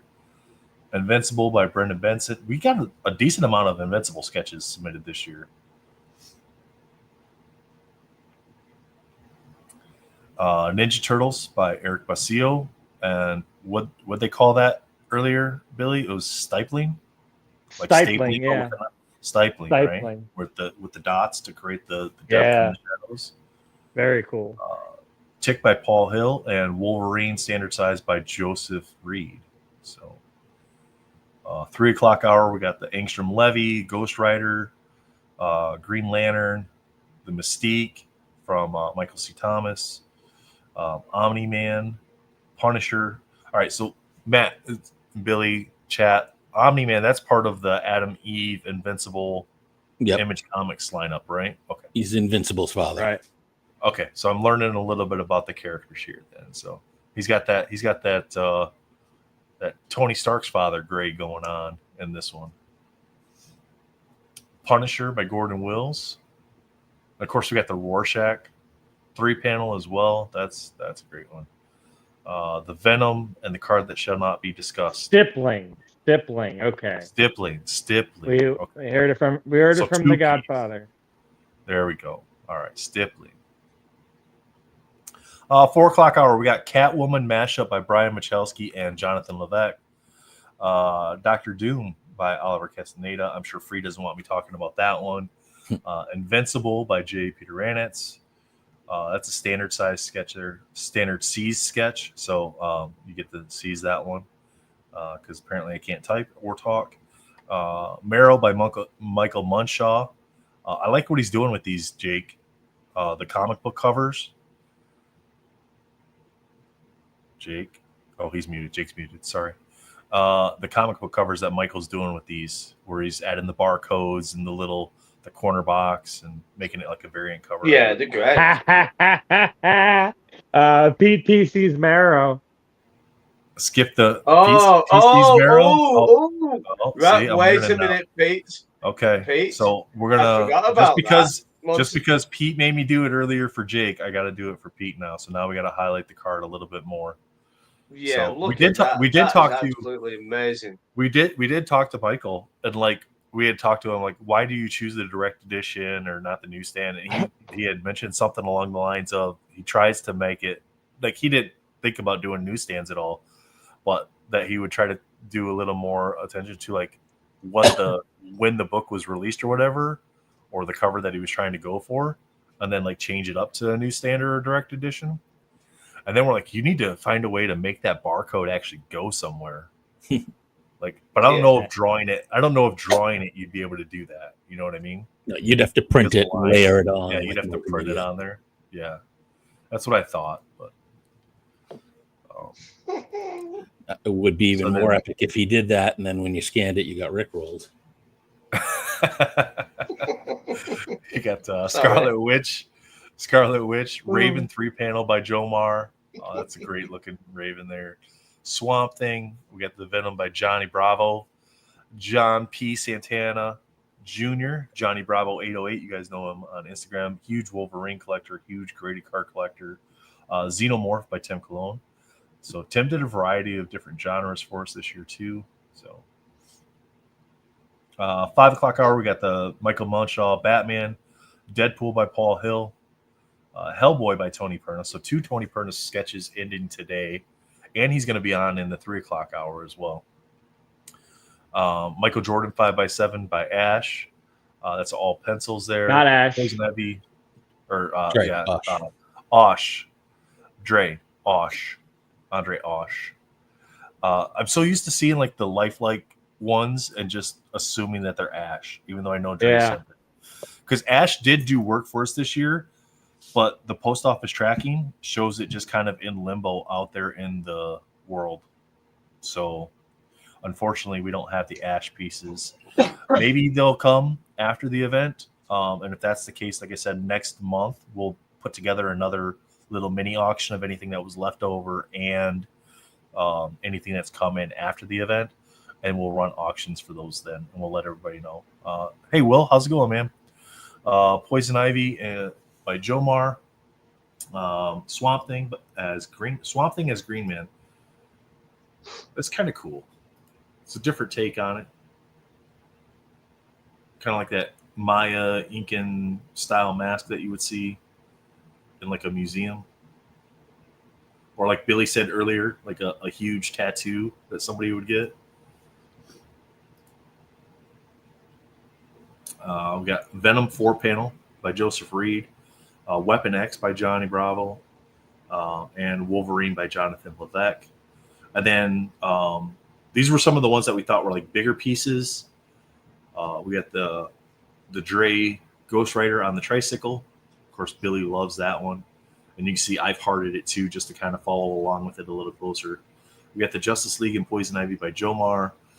Kingpin and Spider-Man. This is autographed by Vincent D'Onofrio. So the actor that plays Kingpin in the Daredevil series was at a con in New York, and Tim did the artwork and then went and had Vincent sign the card for him. We've got a Scarlet Witch print signed by Fred and Ian that Genji never claimed. So that one made it back into the rotation. It is autographed in the bottom corner, but it is a print. It's not a painting. It's not a sketch. It is a print. The Jane Manalo 3-panel Scream. So on the front, you get the chibi, and then on the back, you get the 3/4 body on the character itself. This here is one of the funnest ones that I've seen in quite some time. You get the blue and gold team, blue team and chibis on the back, gold team full size on the front. You put a little note here. Let's beat the living snot out of the artists who drew the X-Men blue team as chibis. And then you have a list of the artists. So this is a mashup of several different artists and then the characters that they drew on the card. So all the biddings ended now, Nate. For the 12 o'clock hour? Okay. Yeah. I'll go back to those. The other ones seemed to, so I don't know whether it was just for me. So I bid on the Poison Ivy and the Harley Quinn. Yep. Now, it said bidding ended after about 9 minutes for all the cards, except for that one that I put in a late higher bid. But Okay, I don't know but if that one does show. That one to does me. show. That might have been personally too, because that one does show when we hover over it, that bidding has ended on it. And if I click in there, I can't bid. So there's no option to bid there. So No, it does for me now, but all the others, they were all gone, and that seemed to stay a bit longer. Okay. Yeah, I guess that's stuff we never really looked at last year when we were doing the Better World. As far as like testing out like how everything functioned towards the end of the auctions and stuff. But okay, so there's the first round of auctions are done now. So now we'd be at the 1 o'clock block where we're starting with the ones that we just kind of went over for the day. So don't forget if you bid on something in that first time block and there wasn't anything else that you saw that you were interested in, like Billy has said numerous times before, go in, get yourself some raffle tickets and donate that money towards the charity still by helping out and have an opportunity to get a really cool piece of art. So Michael Thomas, MCT sketch, last year, Billy, you came on, you did your Marvel on the Brain against Michael, who was the reigning champion at that time. I think he eked out the win right at the end. You were beating him right up to like the I was beating him, and then because it was for charity, I reckless, like I bid it all. I wasn't. I could have laid up and won. Went for the whole kit and caboodle. We were going for entertainment value, and I wasn't trying. Yep. He took you down right at the end, maintained his title, but he also did some amazing sketch cards, and he ended up winning the raffle. So he had a hell of a he did. Yep. So. And then we even did like a personal wager where where like the loser had to donate to the other's local food bank. So I had to donate to the food bank in Mike's town in PEI. Nice. I remember that. Then he also I donated a comic cut that he won.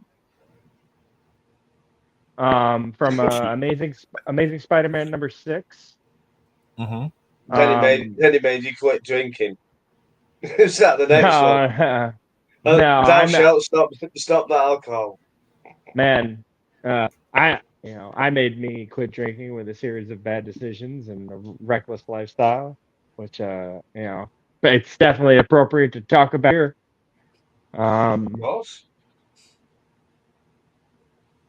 But yeah, it happens. A real thing. It's normal for people to deal with.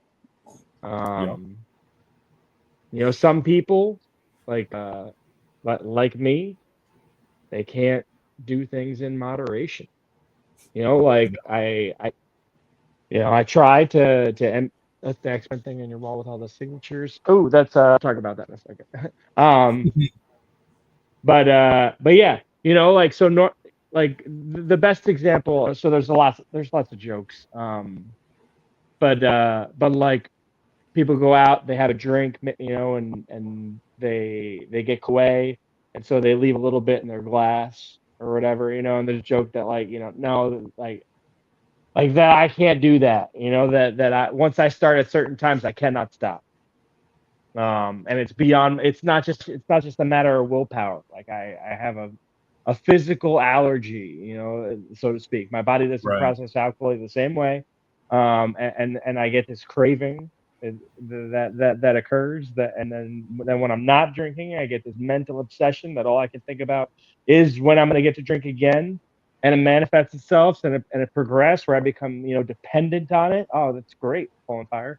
To the point where at the end, like I would pregame to go to the bar.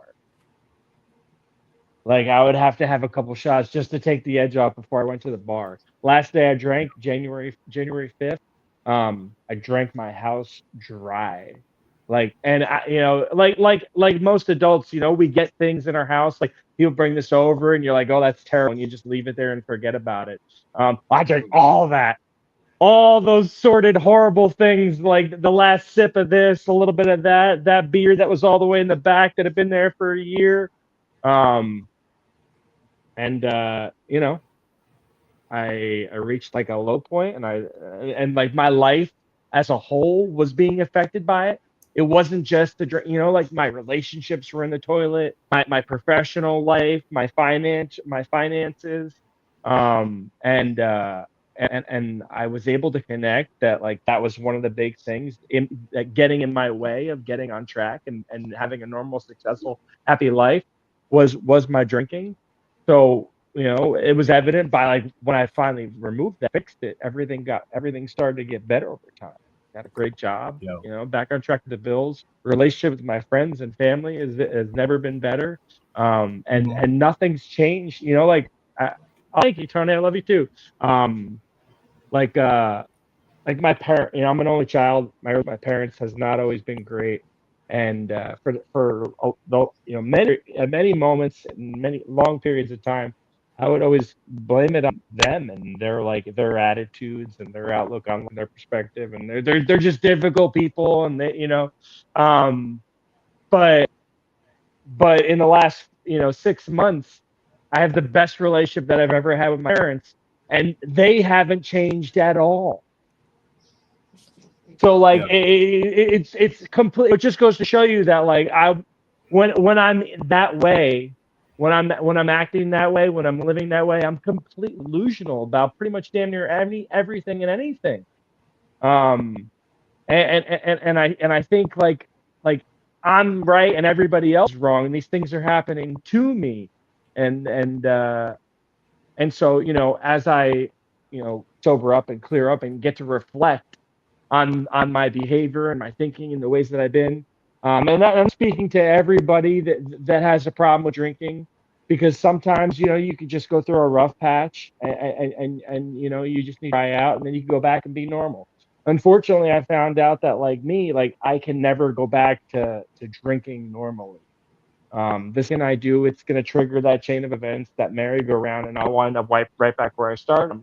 Hurting people and damaging relationships, and burning my life to the ground one day at a time. But for some like the changes that I've been able that have been able to occur over time because of it are nothing short of a miracle. It's very Yeah. cool, like the ways that I get to like just show up and be considerate and thoughtful and tolerant and patient. There are ways that I'm fundamentally not capable of, especially not when I'm drinking. Like I'm spiteful. I'm judgmental. I fly off the handle, and I'm resentful, and I'm dishonest, and pretty darn mean. Um, and yeah, like for someone like me, like the good thing, the tricky thing is like it's pretty funny when I do it a lot of the time. Like it's comical. Me, and we've seen it. You guys have all had front row seats to it, like blasting people, talking shit, making fun of people. Um, but it's just not who and I'll still do it, in fun with people I love and care about. But like I was an asshole, and I don't have to be that way anymore. Very cool. And it doesn't have to be Yeah. uncomfortable or awkward. It doesn't have to be uncomfortable or awkward. Like like if anything, let's normalize it, because people are out there, whether they're watching right now, but there's people out there in this world wondering like what's wrong with me? Why don't I feel normal? Why do I feel like everybody is doing life easy? Everybody that's doing life is having a much easier time than me, and everything feels harder for me. It feels like I'm busting my ass and just to not drown.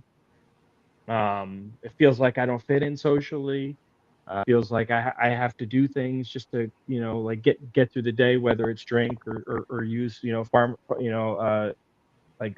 prescription drugs, recreational drugs, street drugs, whatever it is I gotta do. I gotta gamble. I gotta have sex. I gotta do all these things. I gotta do all these behaviors just so that I can feel normal. And that's not cool. There's a way, and it's a little bit of honesty with a lot of honesty with yourself, and some serious reflection on the way that you've been living your life. Um, and unfortunately for most people to become willing, like for me to become willing to make those changes, I had to endure a lot of pain. I had to hurt a lot of people. Yeah.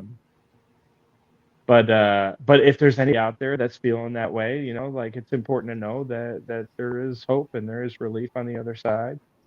And maybe it's not somebody that's listening. Maybe they know somebody who's struggling.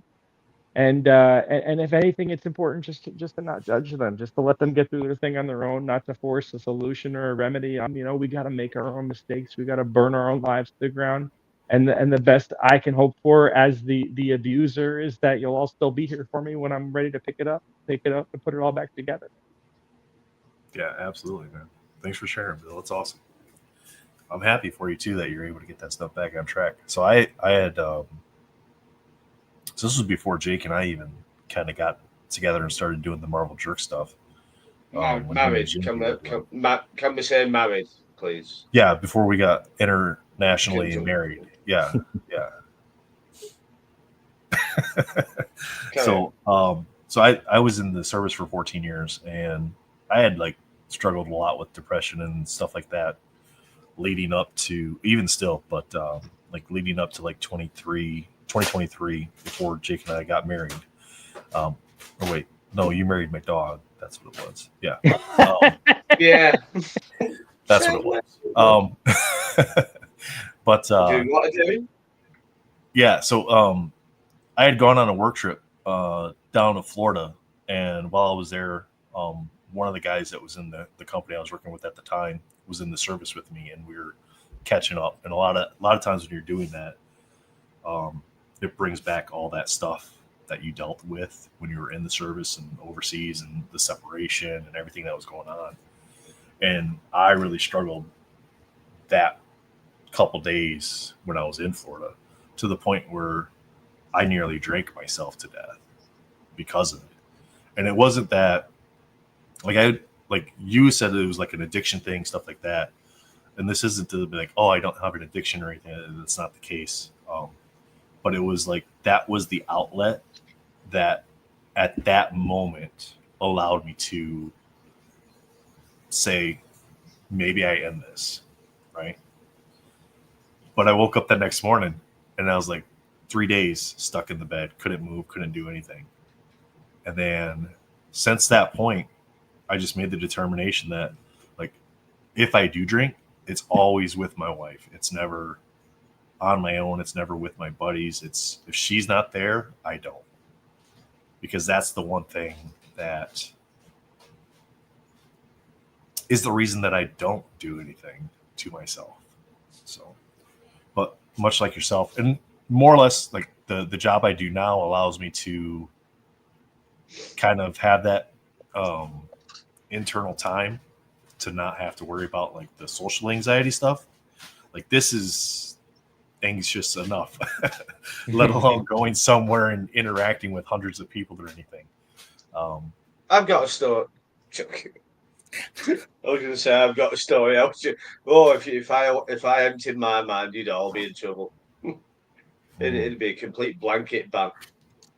Yeah, I mean, Yeah, I think a lot of people struggle with it. It's just whether or not they're open and willing to talk about it. Right? Do you know what you find? Though? No.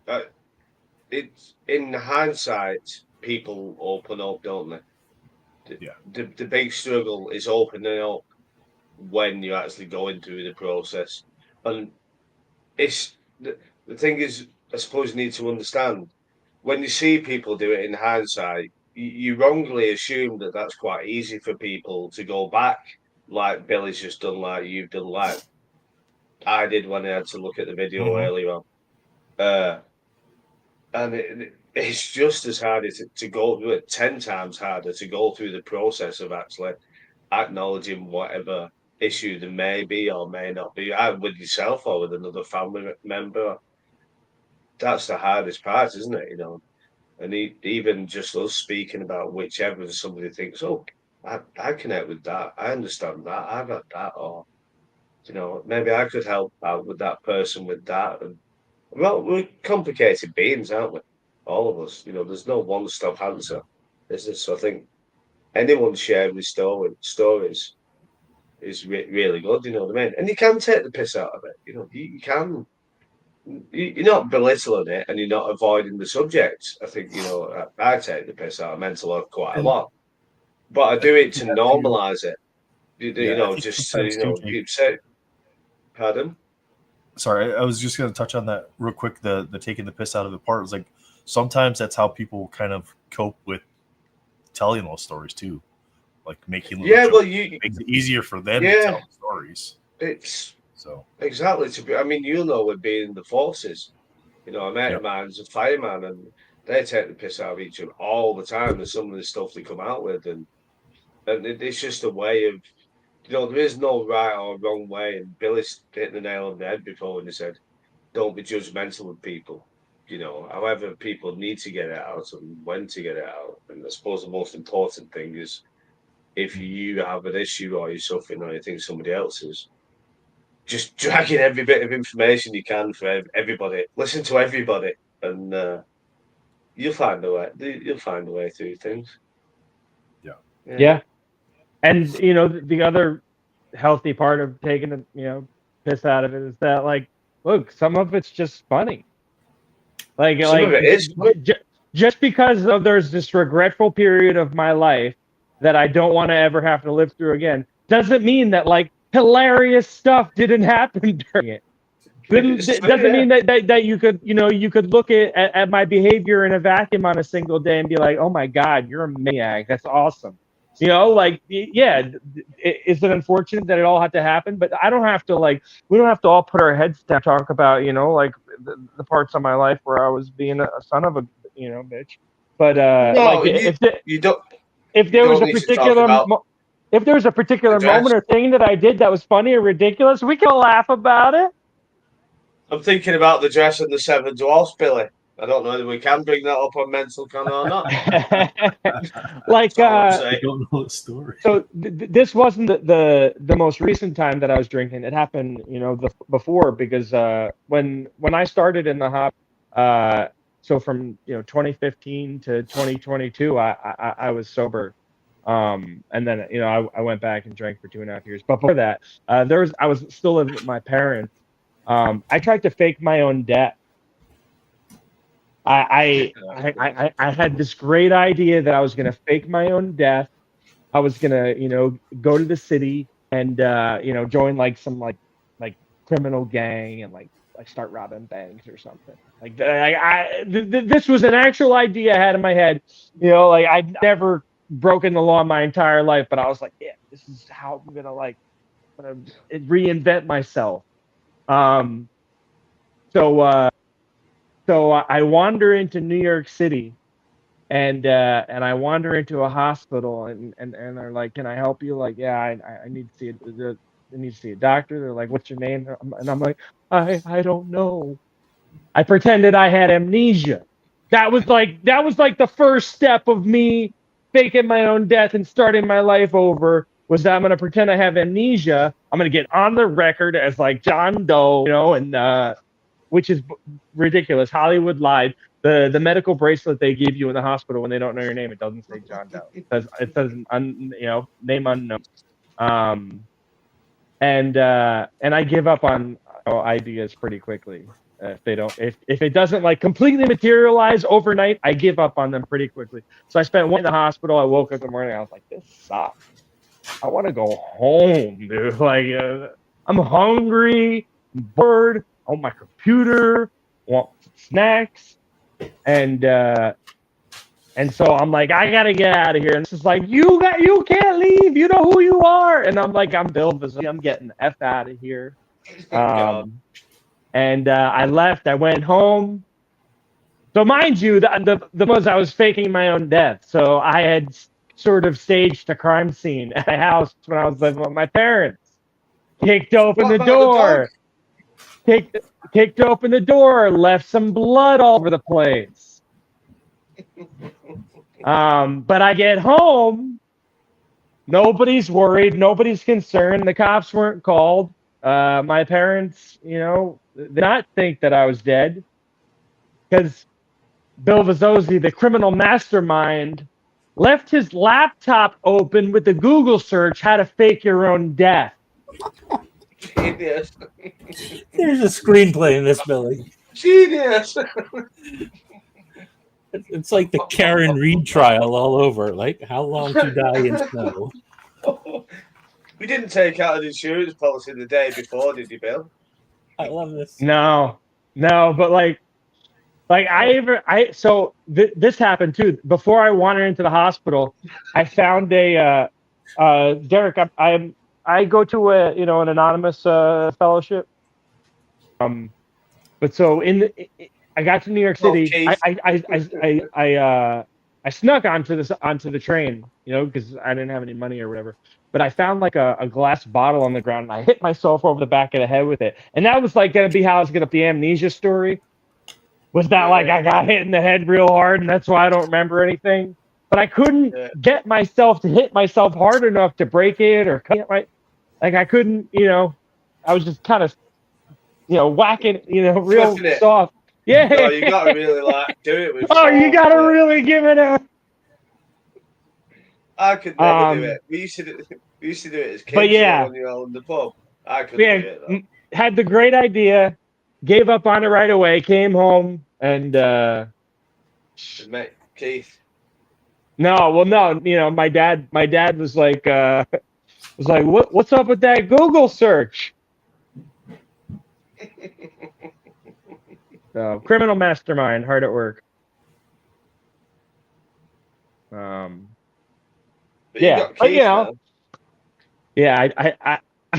do have Keith now. Somebody needs to look after Keith at weekend. It's funny when I first met Keith, I hated him. We all do, yeah. No. Because it was on Instagram Live. Cards of Metal was doing his breaks on there, and Keith would just get hammered, buy into breaks, and just curse all night long. And I thought he was just foul and rotten, and he kept and he wanted to get on the trivia show, and I was like, I can't have this guy on there. It's not going to be family friendly. Keith would be good on that as well. Yeah, Keith would do well on that, wouldn't it? On the show. Yeah, but I thought he was just like this trashy human being. He's not trashy, but he's definitely more elevated and classful than I give credit for. And we grew on to each other. Really, Billy, you've not sold us like a very big yardstick for the last 10-15 minutes, have you? Right. No, but it just goes to show, how delusional I can be and how I think I'm better than everybody else. But because Keith is, my best in the world right now. It's all right, Bill. People hated me at the beginning. They still hate me now. It's fine. I can just keep going, don't you? Yeah. As long as you like yourself. Life would be boring if everybody loved you. Yeah. It'd be terrible. Yeah, I don't have that issue. I'm on the constant. You're not living life well enough if everybody loves you. The sheep love you. That's all that matters. There you go. Yeah. What did you win, Matt, in the last hour? Did you bid on anything? I did. What have I didn't get any winning alerts though. It's like I'm clicking when I clicked on them, it wasn't clear if I had won. So let me go back. Oh, I've not even checked that because I bid on a few things. So I'm in. So if I go to my account, maybe it'll show me. Yeah, I need to do that. Auctions. I go to auctions. No, I must have. No, it looks like I didn't because my account says all my winning auctions were for the comic book for kids campaign. I haven't won any of the newest campaign, so. Oh, maybe I didn't win them. Unless maybe it takes time to update. I thought. Oh no, I didn't win either. No. Bidding I is thought I ended. bid that much. Oh, it went for 45. I thought I bid 45. Obviously not. There you go, kids. Valuable lesson learned there. Check, what you bid for a start. All right, so it looks like I won Chitara because it says I go in. It says winning bid is 10, and I am the leading bidder. So therefore, I assume that means I won it. Yeah. Joker, I don't think I bid on. No. I had bid on Justice League, but I don't think I went that high. No, I did not win that. Ooh, I didn't go that fun high. question. I was at like 110 or so on the Justice League. And then I had bid on Poison Ivy. Oh, I won the Poison Ivy. So I'm gonna make this. You out a bit. I'm gonna take this question in the chat and make it much more specific and targeted. Jake, who's your X-23 of DC? You do know that X-23 isn't really my favourite character, I don't know. I know, but just for argument's sake. But just Batman. I'm all over Batman. Batman? Okay. Matt, if you're gonna collect a group of characters in DC that would be your mutants, what would that be? The George Perez run Teen Titans. George Perez run Teen Titans. Okay. Yeah. Specifically the what was it called? The Jericho story there. Oh, can I also say, if you've not read Batman the Imposter, it's only a three comic series, I think. Really? I sent the novel over to Ian Taylor the other week. It's really cool. I love it. I think it's brilliant. Anyway. Okay. It's Batman the Imposter. Let me write that down. I thought it was great. I mean, somebody else might think it's rubbish. Nathan, who's your Dino of DC? Stephanie Brown, Batgirl. Nice. Actually, Nathan, now that you're back, I am going to run. I got to go get some lunch. I'm going to be on all day tomorrow, so I will be back.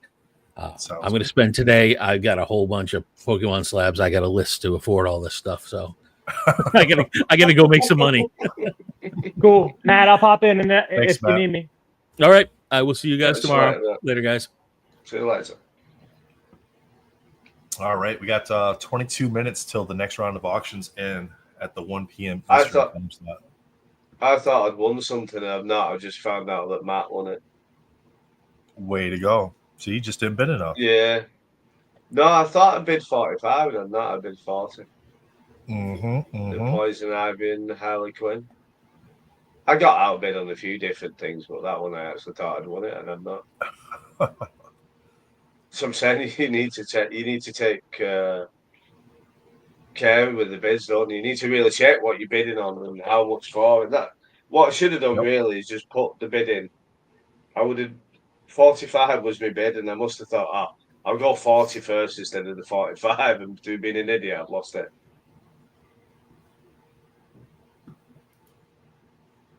All right, let's see here. Jake, let's do another giveaway. What, sorry? Let's do another giveaway real quick. Whoa. That's Oh, no. Oh. Yeah. Is what a script. Pulling fire. I mean, I've got a full screen we can put on Insta. All right. Hashtag DC in the comments. What's this for, some shame? We're gonna give away a blaster box that we're gonna rip of DC Annual. Hey, if I win, I'm having it. You can all shove it. If I win, I'm having it. So 101 Batman. That was a 1-of-1 Batman. It's in here. No Is it? guarantees. Yeah, guarantee. I'm not really bothered about 1-of-1s.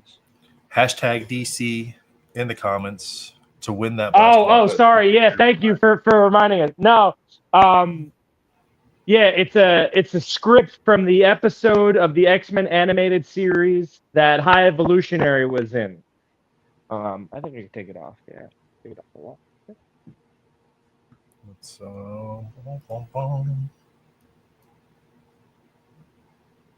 And it's signed by all the voice actors from the episode. Very cool. Because as Eugene has told me, I collect on hard mode. So I don't just do cards. I don't just do comics. I don't just do original art. I do everything I can to find of High Evolutionary. Get it. Everything relevant. And in 3 months, I'll have the Palumbo painting in hand. Oh, nice. From 2020 Masterpieces. So I'll have the pencils, I'll have the prelim, and the final art.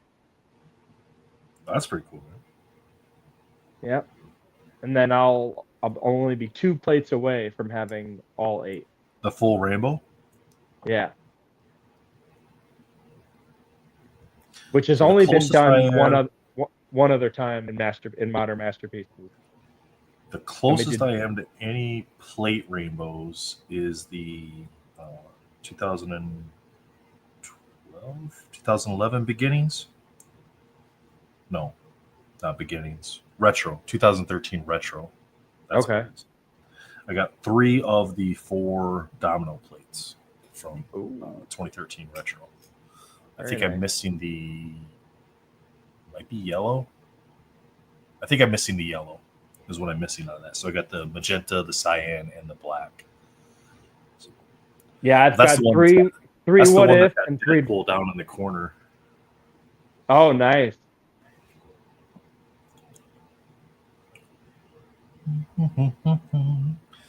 Guys, if you want to win a blaster box of DC Annual, DC. Hashtag DC. I don't give 18 minutes left on the 1 o'clock auctions. 18 minutes left on the 1 o'clock auctions. And we'll update at the top of the hour. Well, actually, you know what? Let me just do that. I'll just do it now.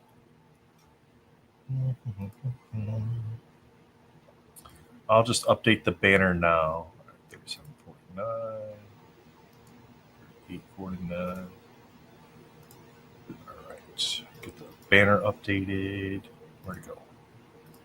Hide, edit. 38.50 so far. So you guys are awesome. Remember, if you don't find something that you're interested in bidding on, by all means, go ahead and just pick yourself up some raffle tickets and get entered for that as well, and still be able to help the charity out. These Lego pieces keep falling off, Jake. Why don't they ship like a thing of super glue with it? Oh, Jake left. Everybody left. Where'd everybody go? Oh, Bill went back. No, you're fine. I was thinking about like cooking. I was over here talking to myself. No, I still got my cans on.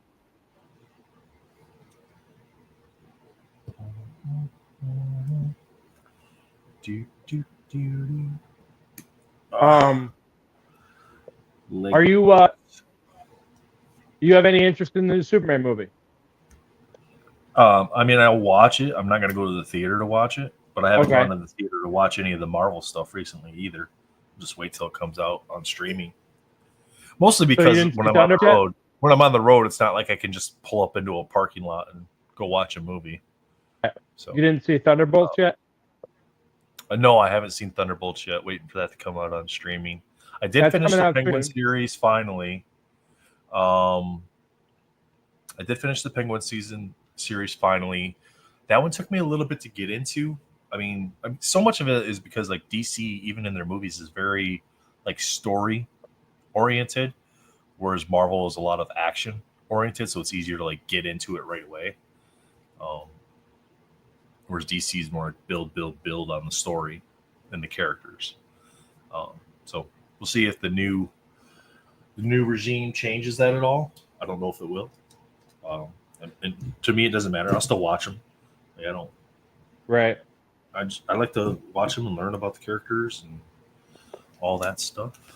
All right, let's get.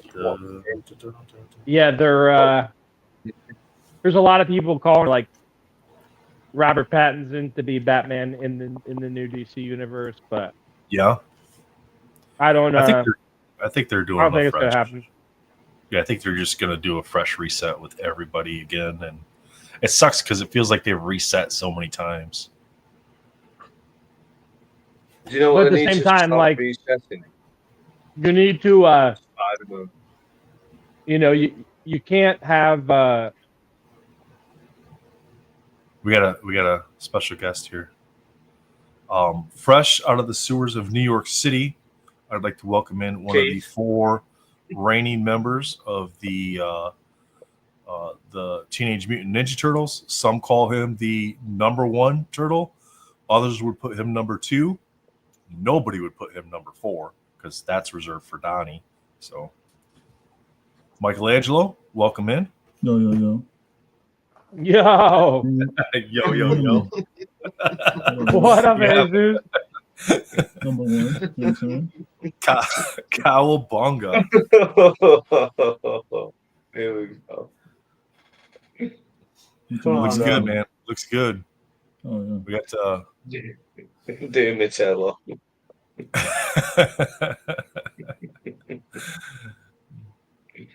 Donatello. It's Doomatello. Pulling fire. Yeah. Doomatello.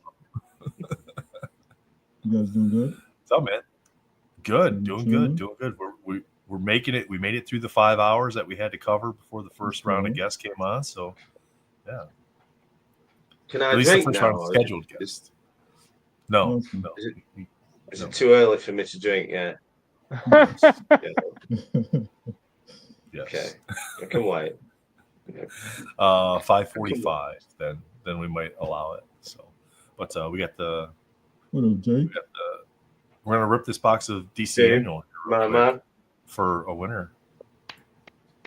Last chance, guys, to get in for the giveaway.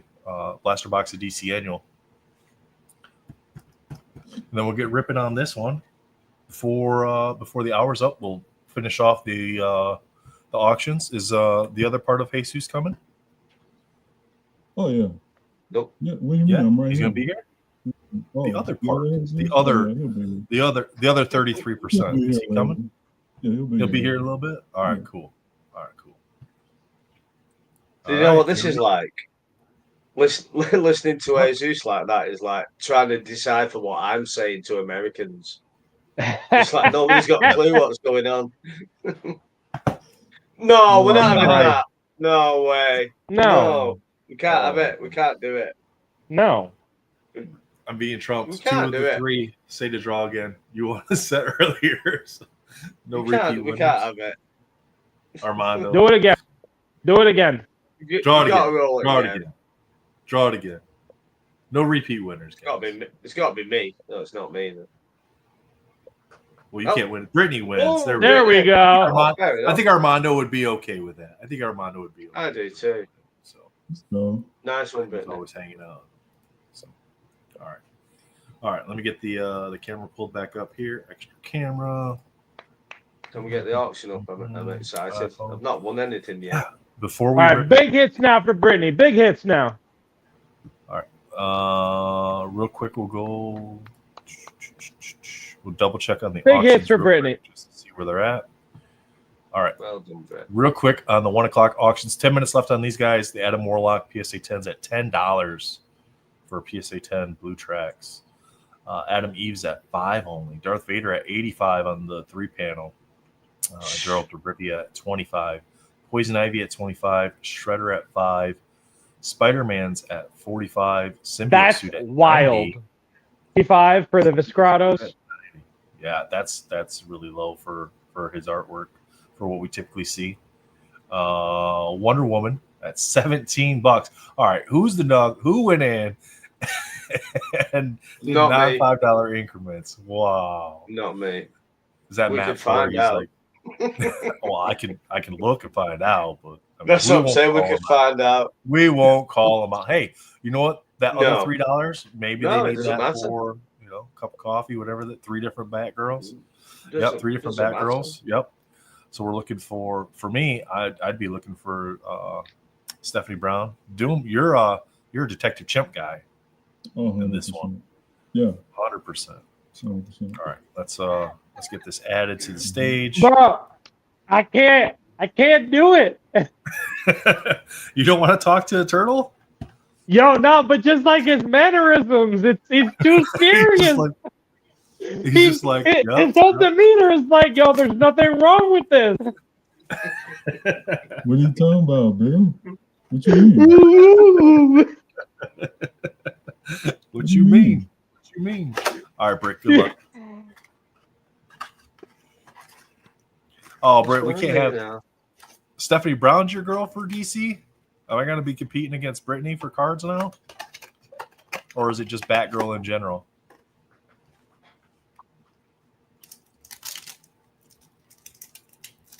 Armando says all yours. All right, good luck. These card prices keep going up. Hey, you know what the best part is, Brittany? These aren't digital. All right, Nightwing. Oh, got the blue cyborg. I like that skill. Blue cyborg. All right, the Huntress on the variant. So the variants are really cool because they have completely different art than what the base card has. And then Killer Moth. Is that Helena or Valerie? Wrong person. Maybe Jake or Jesus or chat. We've already established that we're completely useless. So Power Girl. Blue Red Hood. So you might want to. I think Raj might be doing Red Hood. I think. So Brittany hit up Wolverine. Claws out. There you go. Titans on the #1 spot. That's kind of cool. I didn't realize those had like a gold foiling for the border of that. John Kent, Superman, and Ted Cord, Blue Beetle. So they did do. I like this that for the different iterations of the character that they put in parentheses which one it is for those of us that are not comic book smart. Thanks, Tony. Armando says he's got a Batman sketch that he's trying to. Oh, cool. Jesus pulled a Batman sketch too. I think you traded that out though, right? Yep. Dr. Hate. Mr. Terrific on the blue. The blues look so Mr. Terrific. People don't realize how smart this guy is. Like, he's the Reed Richards of DC. There you go. Zatanna on the Silver Sparkle. Getting a lot of hate for Pedro being Pascal. in the Superman movie. Mirror Master. General Zod. Mirror Master's cool too. Super powerful.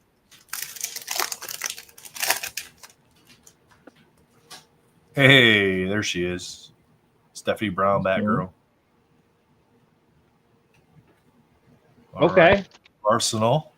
I think that's Roy Harper. What we got here? World's Finest. Aqualad. See, like sometimes the foiling and the lighting, if you get the right shadow on it, you can't even read it. But Aqualad on the World's Finest. Backscatter. Black Canary Backscatter. There you go. Ooh. And Amanda Waller.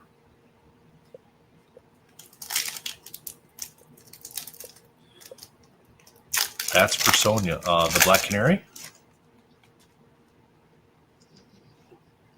Catwoman. Mira. Blue John Constantine. One of Amanda's favorite. Degenerate. on the Star Rookies and Giganta.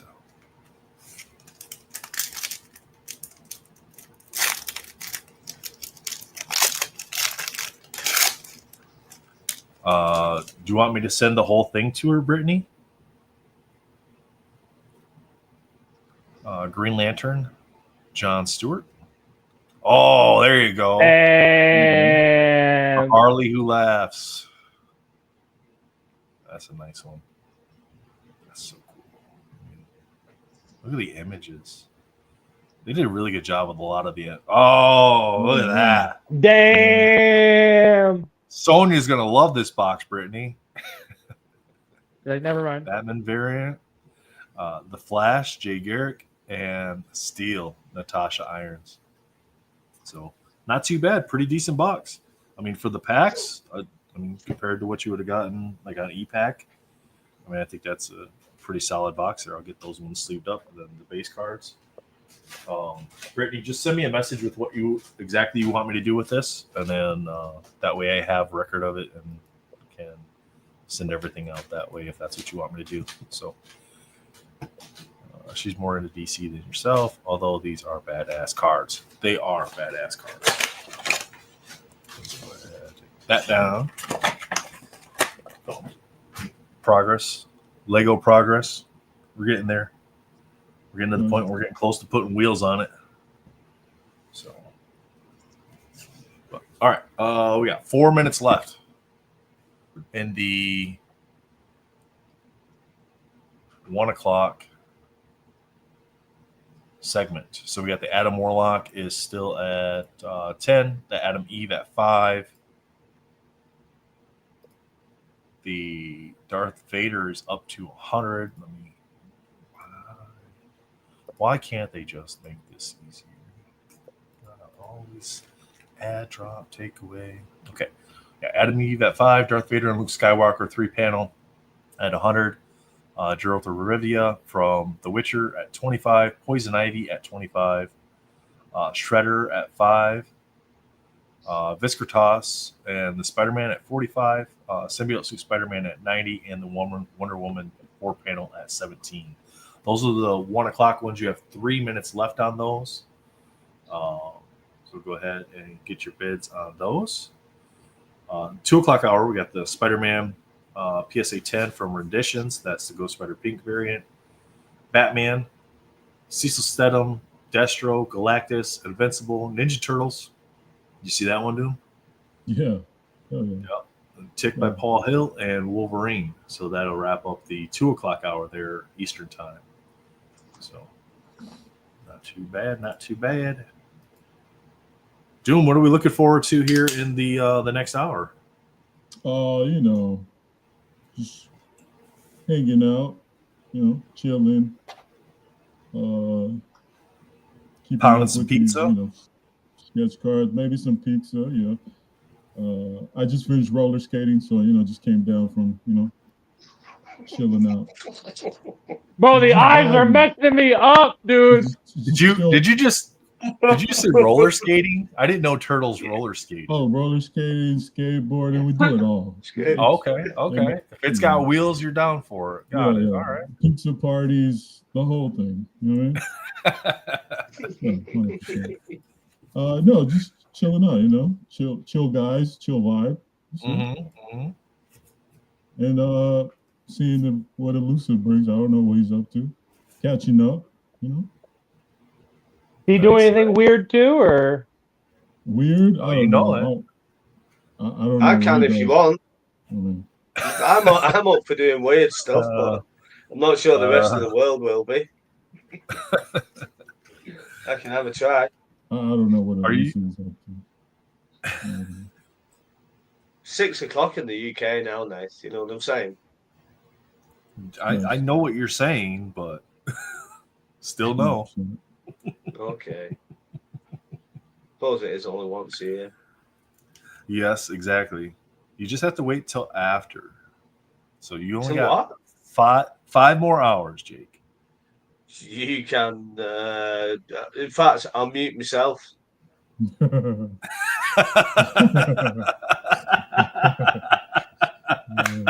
Okay, I've got it out now. All right, wonderful. I'm okay with that. If that's what you have to do every 10, 15 minutes, I'm okay with that. Normally, I Just would need one big celebration. Come on, let's look at the bids. Where are we?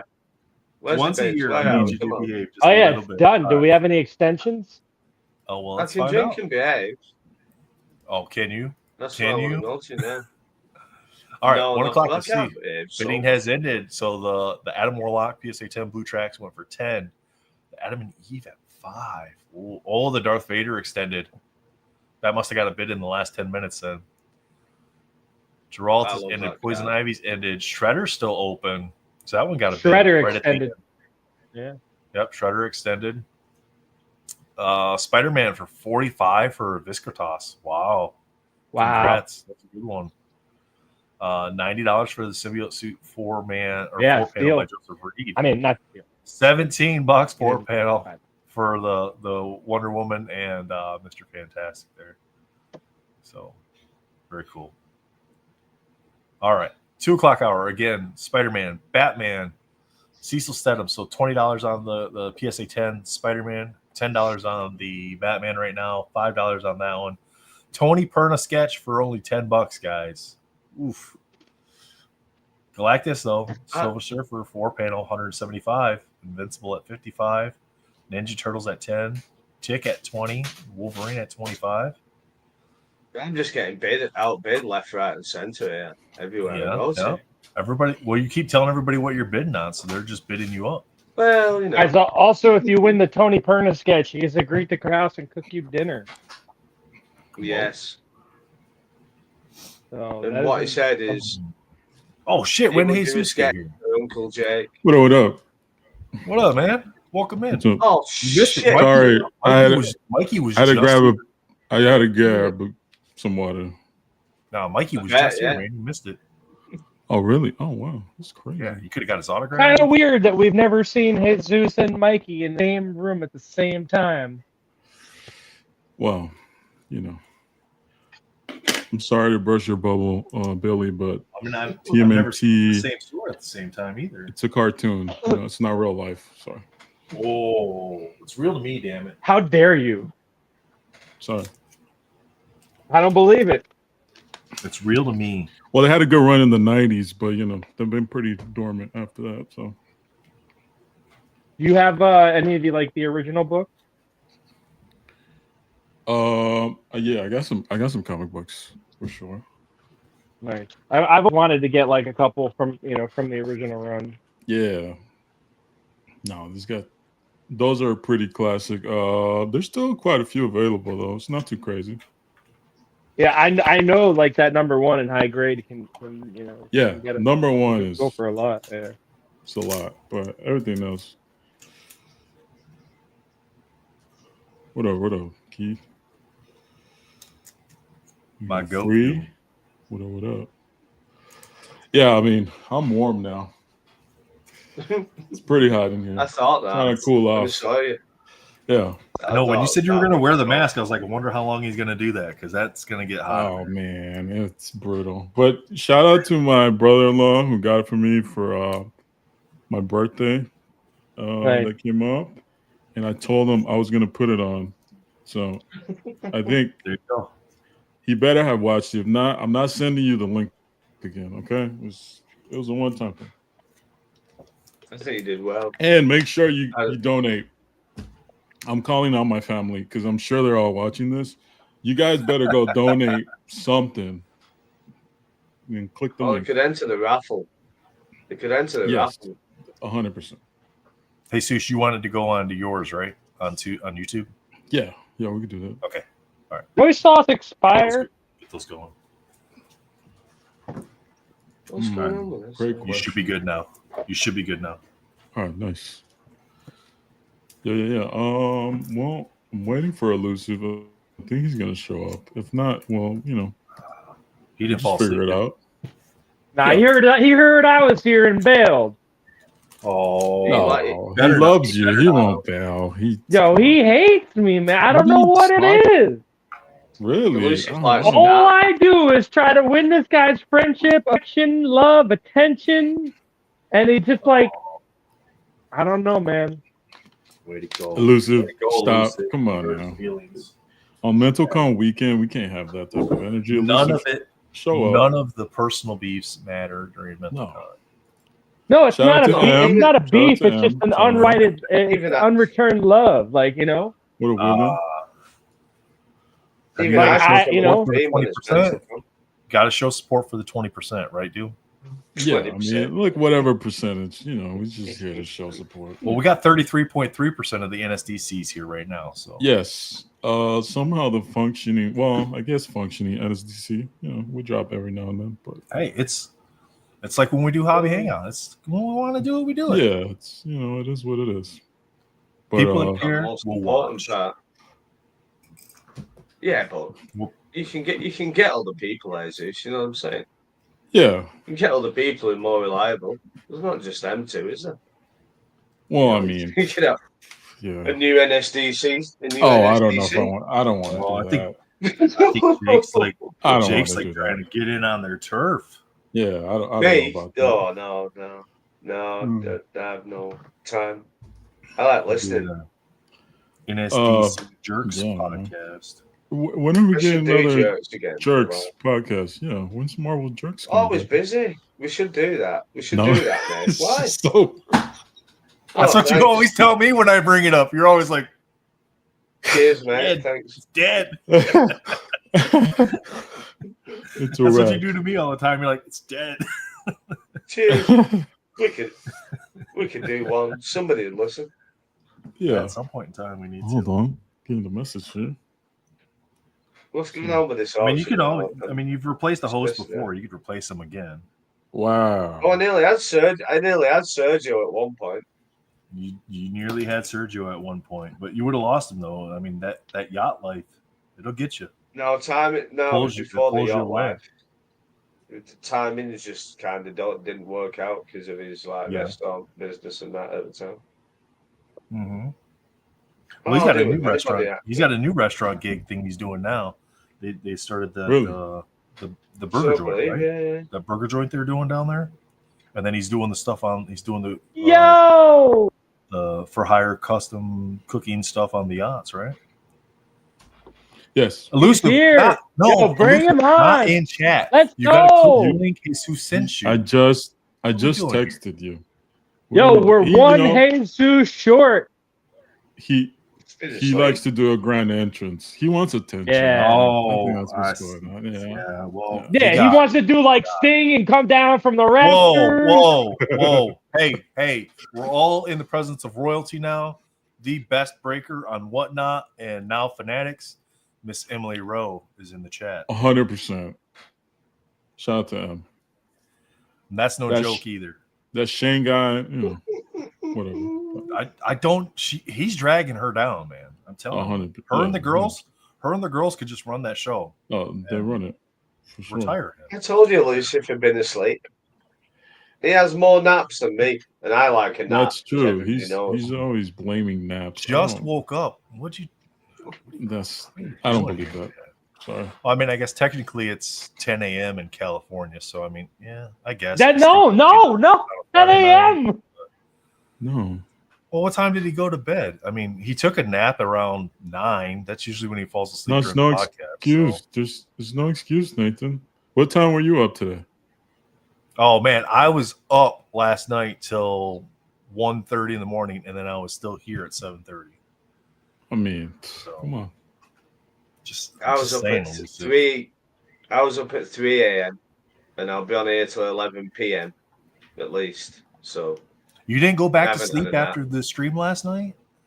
no, I went out. I told you. Yeah, I told you to take a nap. You're like, no. It's just like. So I'll have a beer in a minute to compensate. It'll wake me up. And, you know what I mean?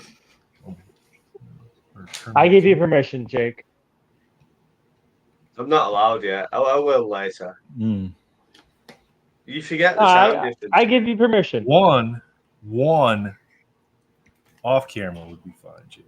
You'd be fine at 1. Yeah. Well, you won't know when I keep nipping off if I'm having 1 or 10, will you really? Exactly. I don't need to Yeah. know. So we'll just say it was 1 and be, and that's fine. Mm. Bill, don't Yeah. anymore. That works. Can there be one big one? I tell you what, this 10 minutes extension is killing me. It's the longest 10 minutes I've had all year. Oh man. You shouted, "Doom, help me get a plate of banana." Do not. Damn, Doom, yo, how come you ain't help me out with no plate? I don't know. What are you collecting? DC? What are we cooking up? No DC? Yeah, I mean, where the hell's my plate? I want a plate. I mean, you guys need to Yo, communicate. Keith two-way does not street here. understand time zones. Yeah, Doom can't just be doing everything for everybody. He needs a little something. Shout out to Donnie. Shout out to Donnie. Donnie was first guest on the Hobby Hangout podcast. Yeah. I think my internet just drops on purpose. You just dropped on purpose? Oh, no. Yeah, I don't know what's going on. Did you freeze? What is this? If that old 3 group and 2 group came back together for a hangout. 878. What's up, man? Just saying it would be amazing. Just saying. What 3 group and 2 group? Yeah. He's talking about Marvel Jerks and NSDC, I'm guessing. Okay. I like it. 878. Hope you're doing well, man. Been a long time since we've chatted. Shut up. Shout out to Tim. Tim's doing a lot behind the scenes too.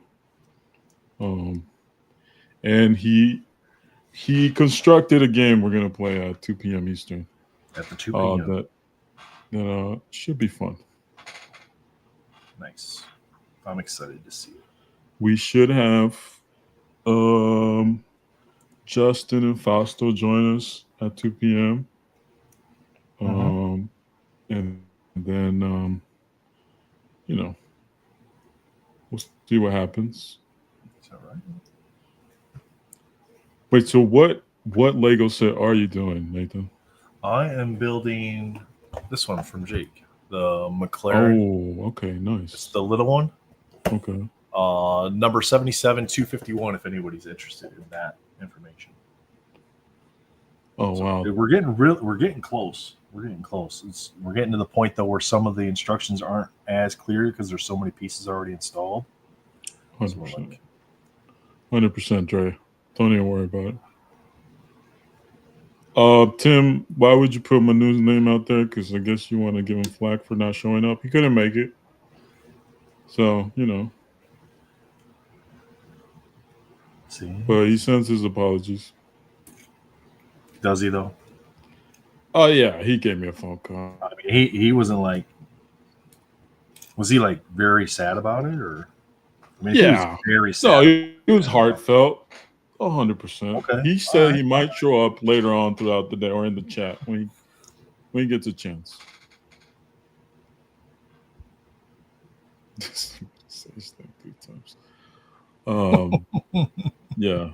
I don't know. I think we need to bully Elusive to get in here. I don't know what's taking him so long. He just woke up. He's got to roll. Bro, I told you it's me. Take He's a shower. scared. We're gonna figure this out right now, Billy. Don't even worry about it. No, it happened. This is so okay. Full transparency. This is why some NSDCs don't get recorded. I have to deal with 2 knuckleheads who never show up on time. Doom's putting it out there on MentalCon. He's 100%. It's like, listen. I get all the messages. Like, come on, drop it. What happened? I'm like, look, talk to the guys. I got 2 divas in the group, and they don't like to record when they're supposed to. That's what happens when you become the face of it. Yo, and you were here early. I was. True. Like a gentleman. With props. Yeah. I mean, I'm still recovering. Like I'm Bro, serious. You endured, you suffered, you sweat for this program. For the kids. We're trying to get some donations. And Nathan, please keep me updated if you can. I know you're doing a lot, but I need to make sure if my family members donated like I asked them to. Oh, I need a list of names if you want that information.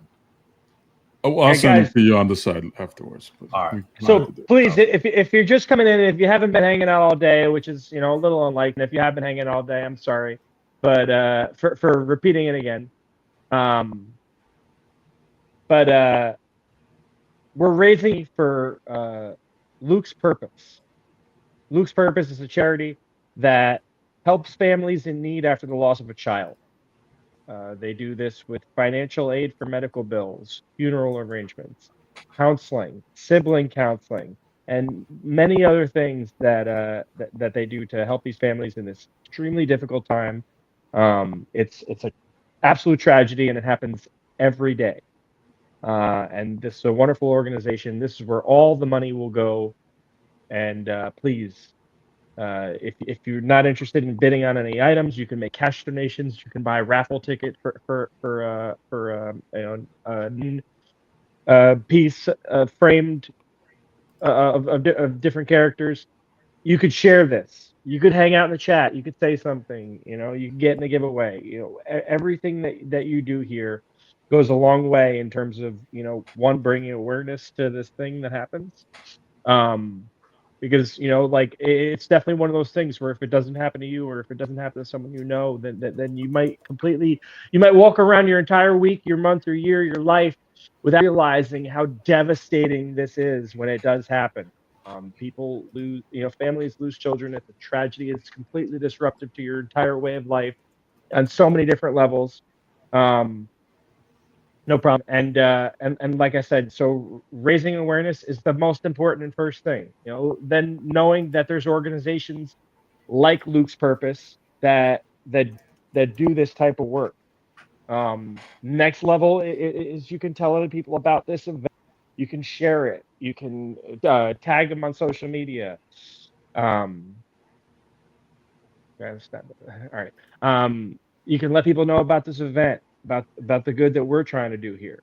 The next level up would be you could look at the items that we have for bid. We have these artists that have donated their works of art that are up for auction. We have auctions setting every hour today and tomorrow. Every hour that we're not every hour that we're on air, but you know what I mean. So you can look at those items. We have the raffle ticket item, and then you can make straight up cash donations. Well, listen, I'm out here doing the effing Lord's work, and I'm being assaulted. This is character and complexion assassination. Oh man, Bill, grab a snack bar. You're looking a little. Wow, come on, Jay. Wow. Oh, Vic's in chat. What's up, Vic? How you doing, man? What's up, Vic? Good. Hey, Victor. So yeah, that's our periodic reminder of what we're really here for. I know we're having a good laugh, we're having a good time, and but we don't want to get distracted from the reason that we're all together here. Doom, did you put up Vic's super chat comment? I did. Okay. Yeah, hurry Vic, up, Luke. Vic, just text him. Just like send him a text too. Like. Yeah, we need you. I'm not the show. Here we go. Who's your favorite hobby unk, Doom? Hobby unks. This is in reference to NSDC comment. We were called the hobby unks on one episode because we're not young. We're getting up there in age. Hobby unk. Great question. That's a tough question. That's like asking me who's my favorite hobby person, huh? Sneaky question here. I'm gonna go with Nathan just because look what we're doing now. If it wasn't for Nathan, I wouldn't know half the people in the hobby. If it wasn't for MentalCon. So 100%. You know I'm gonna tell you to stop, right? 100%. Well, that's the truth. Yeah, see, look at this right here.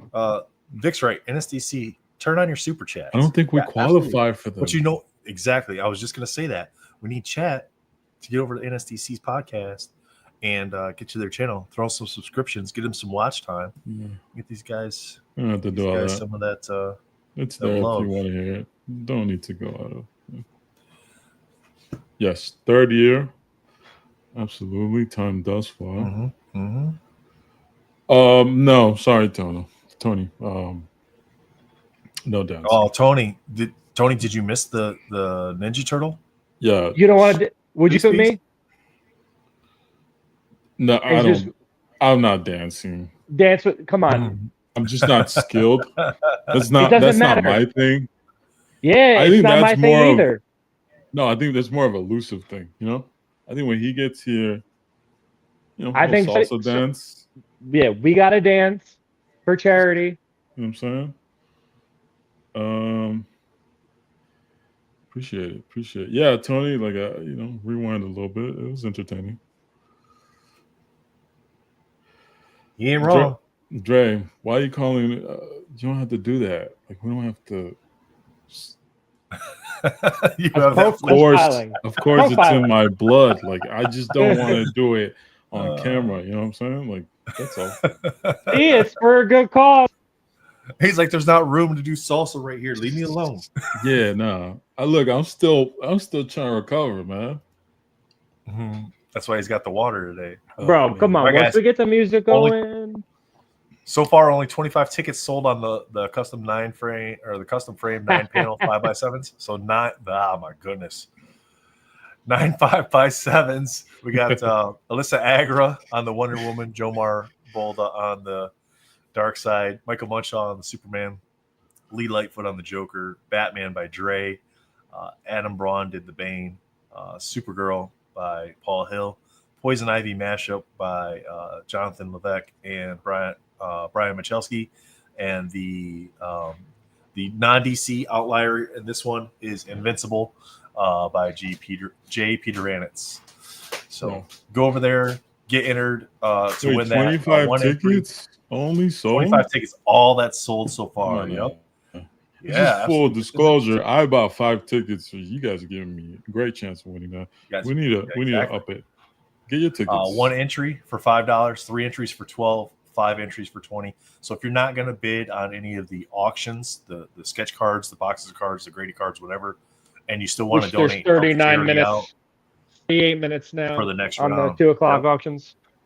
So if you're not going to bid on any of those things today or tomorrow or whatever, get yourself some raffle tickets.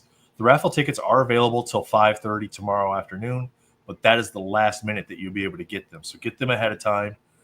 The drawing will be at 5:45 tomorrow before we get off the air for day 2, and then you'll know right away whether or not you won as soon as we do the drawing. So we'll make that announcement. It'll take a couple weeks afterwards because we have to get the frame and everything taken care of.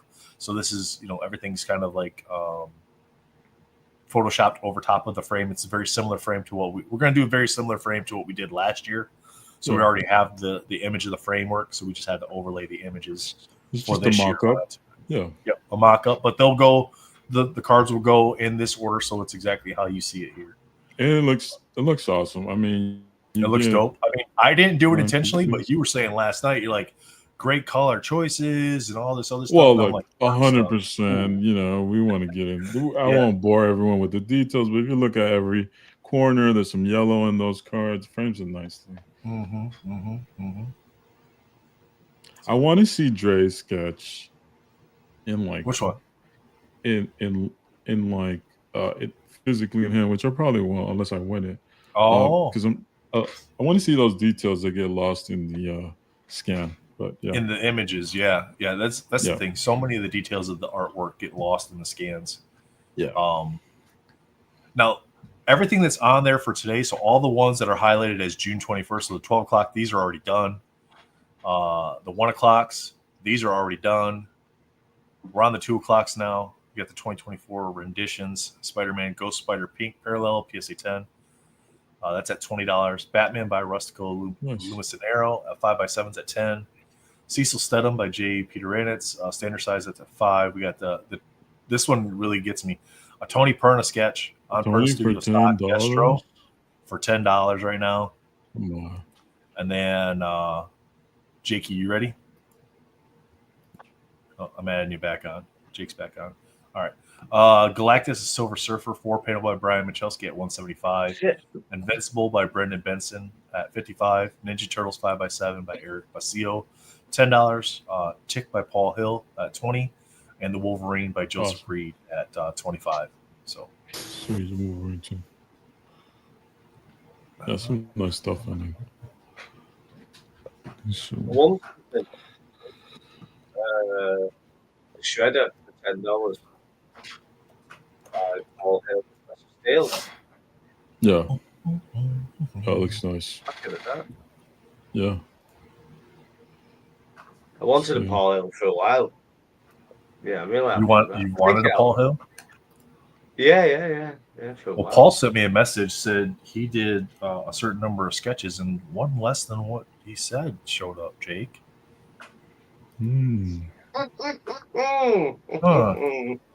Huh. Interesting. Leave it at that, shall we? I'm just kidding. Leave it at that. Wow. Oh, peaks Do are that. nice. If anything, Jake would have found a way to include additional ones there. I'm not that sort of person. So what? Have you just gone through the next hour? I'm just going to have a look now. Yep, we just went through the ones that are ending here at the top of the hour at 2:00.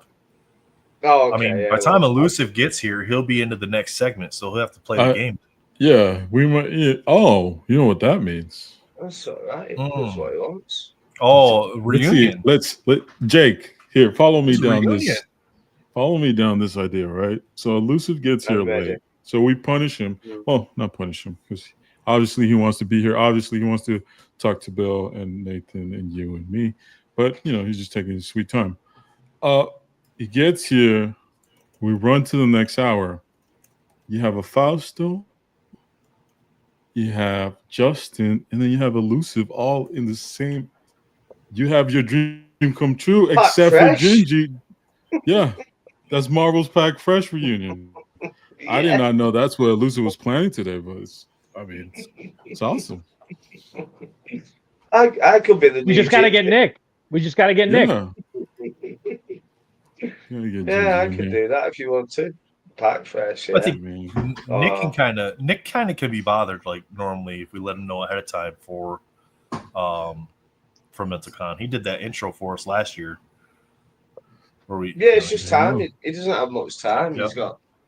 He's got a new baby, hasn't he? He's got a wonderful wife, lady we got engaged to. He nips over to Cyprus quite a few times a year, and then he's doing his YouTube channel for his reselling clothes and that. So he's making content and that, just not Marvel. That's all. Oh, okay. I didn't know that. That's nice. Marvel's Pack. Oh, look at that! Hey, somebody We listened should to you. relive it. Just doubled the number What's of up? entries on the giveaway. Let's raffle. go. Come on, guys. Let's Yeah, go. that's what I Somebody want out to there see. is listening. See, you are an Yeah. influencer. I don't care what they say. I don't know about that. I just like to get on YouTube and complain. You know, that's it. There you go. I don't know if that's I'm up for influential, that. but I have no problem. thank with you, that. Vic. Thank you. I mean, the guy is taking his sweet time. I think he's just trying to drag it out as long as he possibly can, and then he'll be like, "Hey, man, sorry, couldn't make it. My time segment's up. I got to go on. You know, let somebody else do it." He wants the reunion to happen.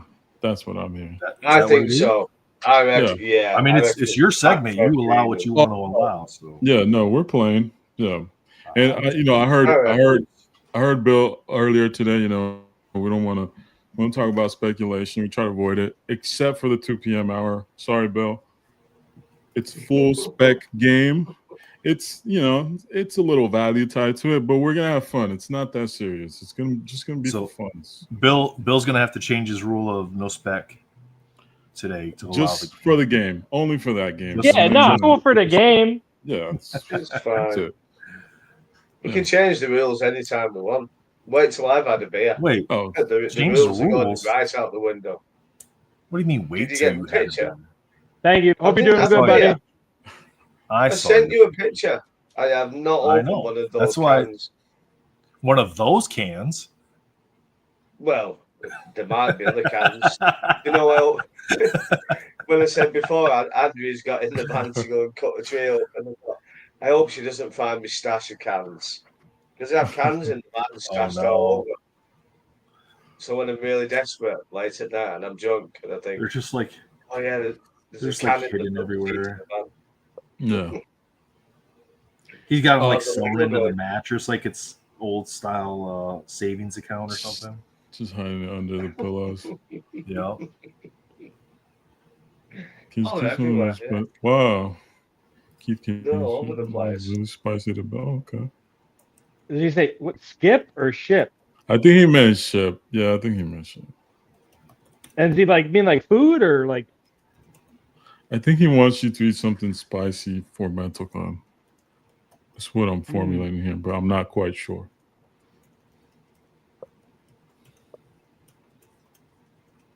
He's bid $150 on the Munchior X23. I had my eye on that. Mm. I'm not going to win anything. There's a lot of nice ones. Skip the dishes. Is that an app? Is that a Canadian DoorDash? Ah, okay. The Canadian thing. Gotcha. Yeah. Yeah, I never heard of it myself. Do you have DoorDash or Grubhub, Dre?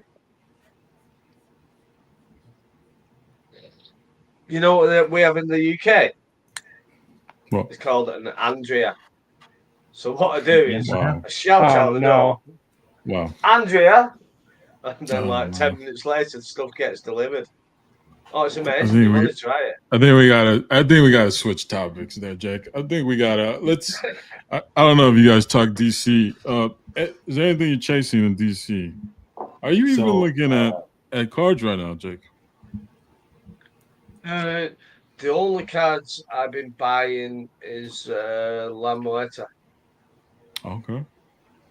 That's the only thing. I might have shown you pictures before. The comic book, yeah. Yeah. So like those. Awesome. Yeah, those are awesome. So the metallic card. Nice. This is one of my favorites. Oh yeah. Oh, that's cool. That's really cool. That's awesome. I'll show you some of my recent pickups too. Yeah. Joel Gomez is one of my favorite artists anyway. So here's one. This is Invisible Man Michelangelo, which is from the Inside the Toys, right? I was gonna say that, yeah, the toy line. They had like the army toy line and stuff, didn't they? Yeah, so these are from I think 1994 and 1993, where they had a Universal Monsters mashup with Turtles. So these are inside what they call collector cards. I've been working on that set for a while. That's been my main thing for Turtles. I've been posting some, but yeah, I got a good chunk of them. You got Shredder here, Shogun Shredder. Are they easy to come by? Oh. The problem, so the difficulty is finding clean copies. You see a lot of them that are, obviously were played or handled because the kids toys. So they're just tough to find in good grade. But these are fun. This is the most nostalgic Turtles thing for me. Yeah, Leo. Wait, which one was your favorite again? Is it Raph? Yeah. Raph. Let's see. Oh, then you have little minis. These are awesome. I like them. Oh, they're cool. Yeah. So these are all during the same era, except these were like in little play sets. Super Shredder. I had that toy. Yeah, these are awesome, man. I love this stuff. Bebop, to me, like character design, is just one of the coolest. I like those cards. The whole card design there is really cool. Yeah, but April O'Neil. And then, like, we want to get super nerdy. You see the brick background? Some of these have purple backgrounds. Oh, so they're kind of like parallels. Yeah. Here goes the Universal Monsters mashup. These are cool. Leo, Creature from the Black Lagoon. Sweet. And then here you go. Your boy Raphael as the mutant. And it is the best card while we're looking at it. I like. He's my number 2. Bride of Frankenstein, April. This is really nice. I like that actually. Yeah, that's good. And then you got Retro Rocket. There we go again. Yeah. So there's just a few, but that's been my main obsession the past couple months. Have you been picking up any of the toys? No, not there yet. I mean, that's the expensive stuff, you know. Like one thing is Yeah, getting yeah. those cards, but the actual toys go for hundreds, if not thousands. Some of those. So It's like the it, toys and the first run of comics. It's you're into money, aren't you? yeah, it's a lot, especially now. Like those have been spec'd on for a long time since since the 80s or 90s. So it's tough. It's tough to get that stuff at a decent price. Well, Wow. look what the And cat then- dragged in. What's going on? Good Wow. morning, sunshine. What's Morning. up? Well, I was Morning. just, hey, I just want to throw it out there because you guys trying to put me on blast. I wasn't even scheduled till 1, so you know what I'm saying? Watch your mouth. Yeah, What that do was you mean? 35 I minutes sent ago. you the right time. That was Yeah, 35 talking minutes about- ago. Yeah. What's going on, like, Uncle Jake? What's going on? How's it going, man? You notice how he's glossing over that was 35 minutes He's ago? trying to deflect. Yeah, he's in the Straight wrong. off it. Didn't work? No, it did not work. Sorry. But we are excited. Marvel's Pack Fresh reunion. That's coming Yeah, I out am. I'm in excited like for that. 25 minutes. That's awesome, bro. Definitely. We appreciate I'm- as hold on as like Hey, a Brittany, how's it going? What's going on, Vic? card collector early on, didn't know much. I appreciate you making the reunion for the original audience that we were. For the people. I'm sure Bill was in there For too the watching. You know, I was bringing in a lot there, from that. and if I 100%. remember rightly, on a Yeah. Sunday there might be eight or nine viewers, sometimes 6. Yes. Yeah. So I think we were a small group of people. It's like the people Probably who first strong watched 8. the Yeah, we- Beatles, or who first watched Ice-T or Public Enemy. We can put our hands up and then say, "Yeah, I was there." Yeah, no, I was there. And people in the chat, Yeah, let us know if you were there. I know Vic was there. I'll be honest, I joined because Bill told me that if I joined the stream, he still had my Stutzy box sealed and ready for me.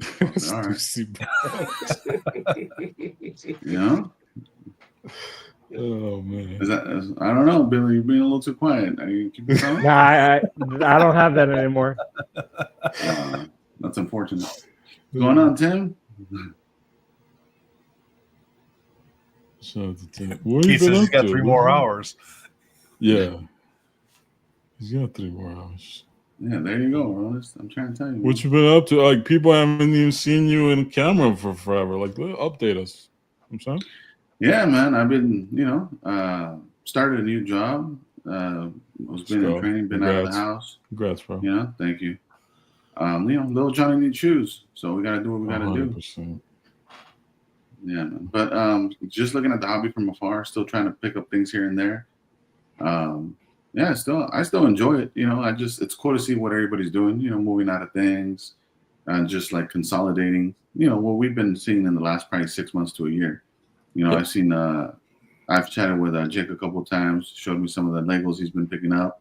Then he got to Nathan over here building them for him. So it sounds like he has a good operation setup going on. process line going. Yeah. Oh, that looks Got a line awesome. going. It's getting there. It's getting there, man. Looks Yeah. awesome. It's funny though. There's quite a few of us all seem to all start around the same time, wasn't there? 2000, maybe 1920. I can't even remember now when it was. It's just like most of us, even though we're still in, we've like drifted off to other things, haven't we? Yeah. Yeah. I mean, unless you're a complete obsessive, I reckon it's hard to stay in that. Just like I just want to do Marvel cards. I still like Marvel cards. Yeah. And I will still buy Marvel cards. You know what I mean? But your patience only lasts so long, doesn't it? When I first got into it, I thought, "Oh, I love this. I'm really into this. I want to learn every set and do the lot." And then eventually, it's just like, "Well, I've learned that now. I've spent hours and hours learning about this and that and the other." And it's the research in it that's the fun. Looking up shit. You know what I mean? What's this and what's that? Yeah. But we've all moved on. I've gone to Lego and Lamoetta. It's still X23 though. It's the Wolverine. I still like him. I just think it was the timing on it, right? It was a medium that we all met each other through, and we've all expanded our horizons since then. But we still enjoy the hobby as a collective. So yeah. What's going on, Ronus? Yeah, that's a good point, Ronus. You got to question everything nowadays. You know what I mean? Yeah, you might be AI. That's true. I didn't think about that. We could get an AI ginger. That'd be a laugh. Yeah. I've been holding my breath Oh, since. that intro he used to do, they used to kill me every time. It was worth watching just to watch the intro. Yeah. Yeah, It was an aggressive intro. I appreciate it. It was. It was more to give you like a little jolt of energy. You know what I mean? Like, hey, get ready. Oh, straight Yeah, of up course. monster Yeah. vibes. Just let's go. Yeah. Nothing yeah. wrong with that. Shout out to Nothing Ginger. at all. Bill, what have you been up to, man? I don't see you too often anymore. Yeah, I don't come around, man. I text you though. I DM you. I call you. I write you letters. Yeah, that's bullshit. That's like his life. I send you letters by pigeon. I write notes in the mirror in the bathroom after the shower, and I shake chicken bones and try them to you and shit. Yeah. I like candles. I pray the rosary. Hey, you all call me back. I'm here now, my child. Don't you worry. Nah, man, I'm good. Yeah, I'm just working, and don't do much of this. Yeah. This for charity, so that's why I come out the woodwork. Drag everyone out once a year. Once a year What's is that? enough sometimes, isn't it? I say so we drag everybody out on mental conference once a year. Yeah, that's good about it. It's a reunion, a yearly reunion. Yeah. Yo, what's going on in our global? Yeah, I was like almost back into it for a little bit because there was this sports card shop that hired me as a breaker, and they were like trying to get into non-sports, and dude was just like a deadbeat, and like he had like a 75 grand debt with Tops, and he was just me in to sell the trash on Whatnot, and he wanted me, and he was like selling all the stuff on Fanatic. And I was like, you brought me in for non-sports, and I'm here selling like Topps Heritage for you on what? And he's like, oh no, it's coming, and like it never came. He got like one case of X-Men, and he didn't get any. So that was gonna be like maybe how I was gonna be more involved in the hobby, was like have wholesale access to product, and then not buy it, but work for the shop, so I could at least be a breaker and not be like a Marvel bro who doesn't know what the hell Marvel is. Yeah. Hey, shout out to your shirt, by the way. That's a dope shirt. Oh, yeah, thank you, man. Nice shirt, man. But it didn't work out. So and like that was the only way I was gonna get back into like that part of it, because like self-financing and balancing the budgets and having to make this nut to get that, and it's like that's not it took for me. Like I get off on like the hits, which aren't always there, and the interaction. So if and everything else that I did to support it, like buying chasing product down on eBay so that I could be competitive, that was just too much of a job. Yeah. And Whatnot was cool while it lasted, but if I tried to do that in today's landscape in this market on Whatnot, like I would not be able to stand out. It's only like if you've already got a following, or if you've got great product access. I don't have either of those. So it's like I'm just happy coming, like Jake said, coming out of the woodwork once a year, talking shop with you guys. I still, I still love Marvel, just because I don't, have, I'm not buying sets or buying boxes or cases or whatever. I still like it. I'll still be able to tell you, yeah, that's a dope image, or yeah, that's a dumb parallel. Or yeah, that's a money grab by Topps, on their part. But yeah, it's fun to it's a lot more fun to like sit in the back and just watch, and then there's still like the couple things that I'm going after. Like I really cool thing happened a couple months ago. I got the Palumbo from 2020 of High Evolutionary. Nice, man. Congrats. So I'll have the pencils, the prelim, and the final, and then the dude had another plate, so now I got 6 out of the 8 plates. So like that's a cool like project to work chip away at. I keep finding no, my hair's blue actually, Tony. That's good. but I keep finding like comics that he made an appearance in. He's on like one page, so I do stuff like that. And then like if he comes out a new comic, if he's on a cover, so I do things to give myself projects and scratch the itch every now and then without like having to be like, what I'm gonna do now? I got to find the next thing to make me feel like oh yeah, Tony. But you know how it is. It's like you chase something, you put something together, and it's like, all right, what am I gonna do next? So you set like more ongoing goals where you could chip away at some, and then like maybe I go to a shop and I can look around and give yourself little projects. When you have to like pay the bills with the hobby, it definitely takes some of the enjoyment away. So I 100% agree with you. Oh, everything should always be for sale. Always. I've always said that, as you know. I've always said that everything's for sale. There's nothing I've got that isn't for sale, one way or another. Yeah, but just in terms of the thrill of the hunt, like everybody in here, we've all experienced That's it. Like Yeah. I went out, like we go after something, then we get it, and then a couple months later we're like, what? It was fun. It was fun putting that together, but I'm like, maybe not no more. Yeah, 100%. And then you just move on from it. Whether it's a single piece or a couple pieces, then hey, on to the next person who's going to enjoy them more than I will. Then you move on to Mental Con and bid on sketches for charity. Dude, we're going to be on the side of Mental Con one day. Mental Con is going to be raising money to support us. That's crazy. I think I'm already there. I'm going to get banned off Mental Con this year. I'm trying to behave. Nathan says I still can't. I said to Jake before, it's just going to end up being whoever we offend during this year's show is going to be the benefactor of next year's event. Yeah, undoubtedly already upset people. Is that the Silver Surfer collector? That's him right there. What's up? Wow, man. Here's another guy that I send like pigeon messages to. You know what I mean? I hit him up, same thing. Bill. So I get where you were talking from. Oh, so it's just like somebody did it to you, so you got to do something. You can't break the cycle of hate. No, I was trying to relate to you. Great point, Bill. I like that.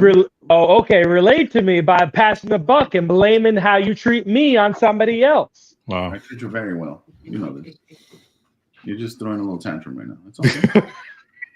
You can hate me if you want. I don't care. Donnie, we invited Sergio. I think he was busy today. I'm not sure if he's gonna make it. It doesn't look like he's gonna make it. Is that Donnie Boy McCoy? That's the real McCoy right there. Now we need Justin and Nick, and then we need to just let this thing happen. Oh yeah. I mean, look. Reminder. I think we have 12 minutes now. And these auctions are going to end. So make sure you put your bids in. And in 12 minutes, Tim will be here. Justin will be here. And we're going to start our game show with the Marvel Pack Fresh as our guest for today. This is going to be awesome. I think so, yeah. I'm excited for Pack Fresh.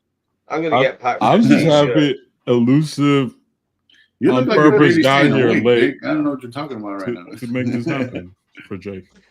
So Jake's barely holding it together. Definitely. Pack Fresh t-shirt. That's funny. Come on, what we got here? What we got left? Okay. Where's Nathan? Where's the? Oh, he's doing it now. Nathan's behind the scenes. He took a break. Yo, $10 on that Turtles is wild. That is. I was just looking at that. I can't believe I got that. Can we open that up? The Turtles. And $10 on the Pern is wild, also, but. Yeah, you could tell. Like $10. Yeah, I don't like the disrespect on the Turtles. That's not cool. No, it's 5x7 too. Nice. It's not cool at all.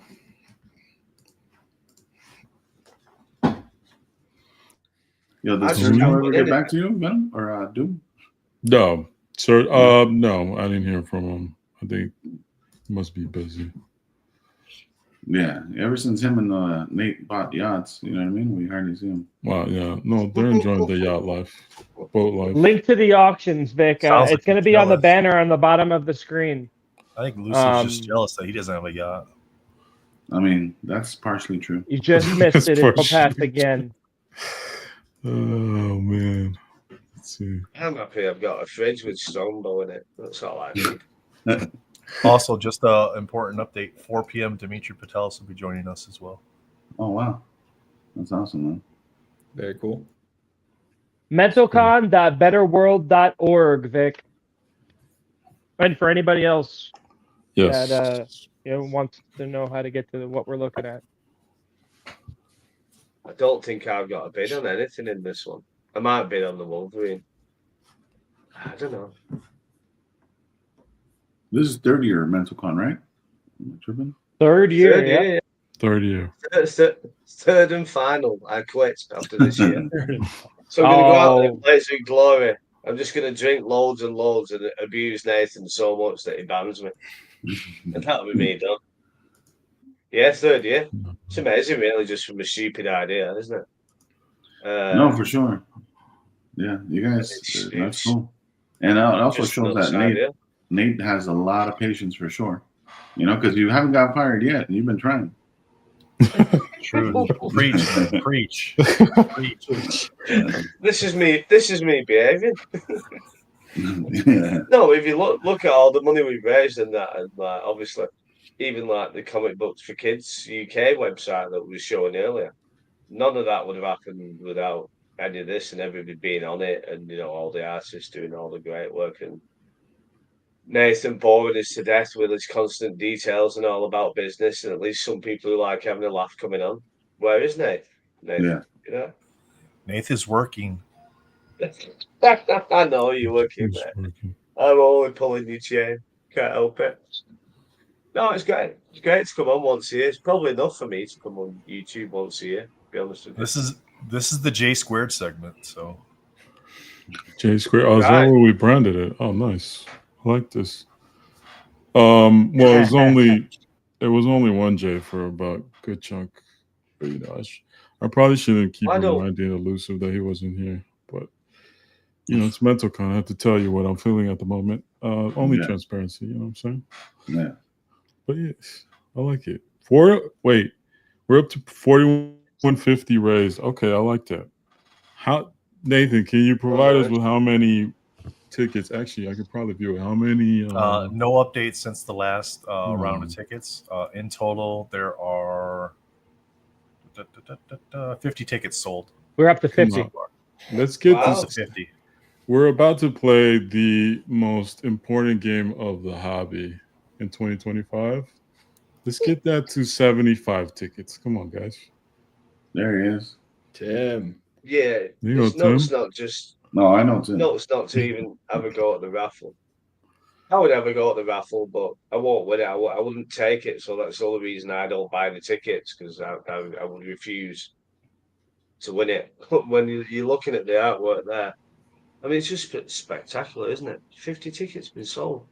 Question for the it's chat. All framed up. Chat, how do you like the combined chat showing up on the corner of the screen there? It's a little tough with the cameras, but how do you guys like that in the corner of the screen on the bottom right? I like that it's blocking Jake. If you like it, I like it because it was a place I could hide myself. When I was doing stuff. So, but chat, how do you guys like it? Because it's for chat. It's so that way they can see a combined chat. No matter what channel they're watching on, they can see the chat that we see. Chat seems impressed because nobody's answered. Yeah. Justin, what's up? What's up, guys? What's going on? Oh, man. Oh, man. Just 105 degrees outside. That's a little hot. That's a little hot, huh? How was Arlington?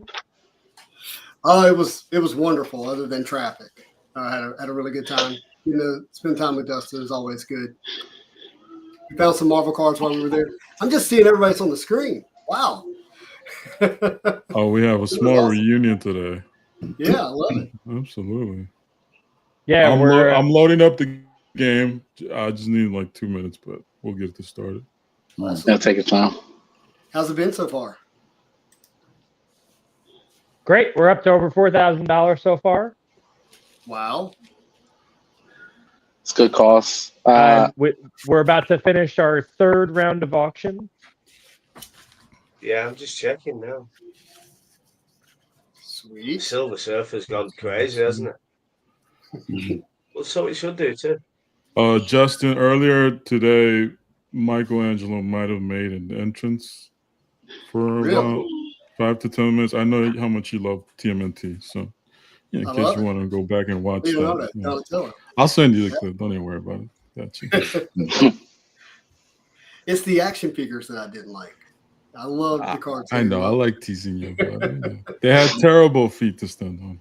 Yeah, they just wouldn't stand up. It was bad. I like to tease Justin for being a Batman fan. Yeah, I like Batman.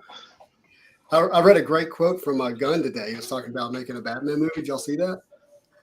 No. I haven't seen the quote. He was just talking about for him to make a Batman movie, Batman needs a real why, like a real cause, because there's so much content already out there for Batman, and he doesn't feel like until he understands the why, he can't do the movie. I thought that was good. Yeah, I like that. I like that he's thinking that way. Mm-hmm. It's not rushing into anything. No. They got to get Batman right. It's too yeah, they got to get him right. And I'm hoping Superman's good. I mean, it looks great so far, but looking forward to that. I think as long as it's fun, it'll be fine. But if they get it right and it's fun, I think it's going to be a huge hit.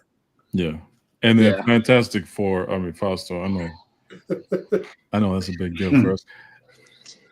Everything about that so far. Like Elusive says, they keep playing with my emotions. Like so, Fausto, you and me both. Do you think that because we're leaning heavily on the multiverse thing, that in 118 9,909 whatever regular standard MCU is, do you think that that's going to be where Norrin Rad is a Silver Surfer? I was really excited about it. It's been a rough go. You gotta let it out today. He's nervous. This is a safe space. Because I was thinking that Shalabal was going to be a one-off for that that universe. They got to be teasing Norrin Rad at the end.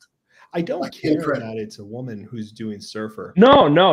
At all. And I like that actress a lot, but I don't like the she's design. Great. The design is not my favorite. You keep seeing all these posts where they put Doug Jones's Surfer for Rise of the Surfer next to her, and it doesn't look like it just looks a little weird.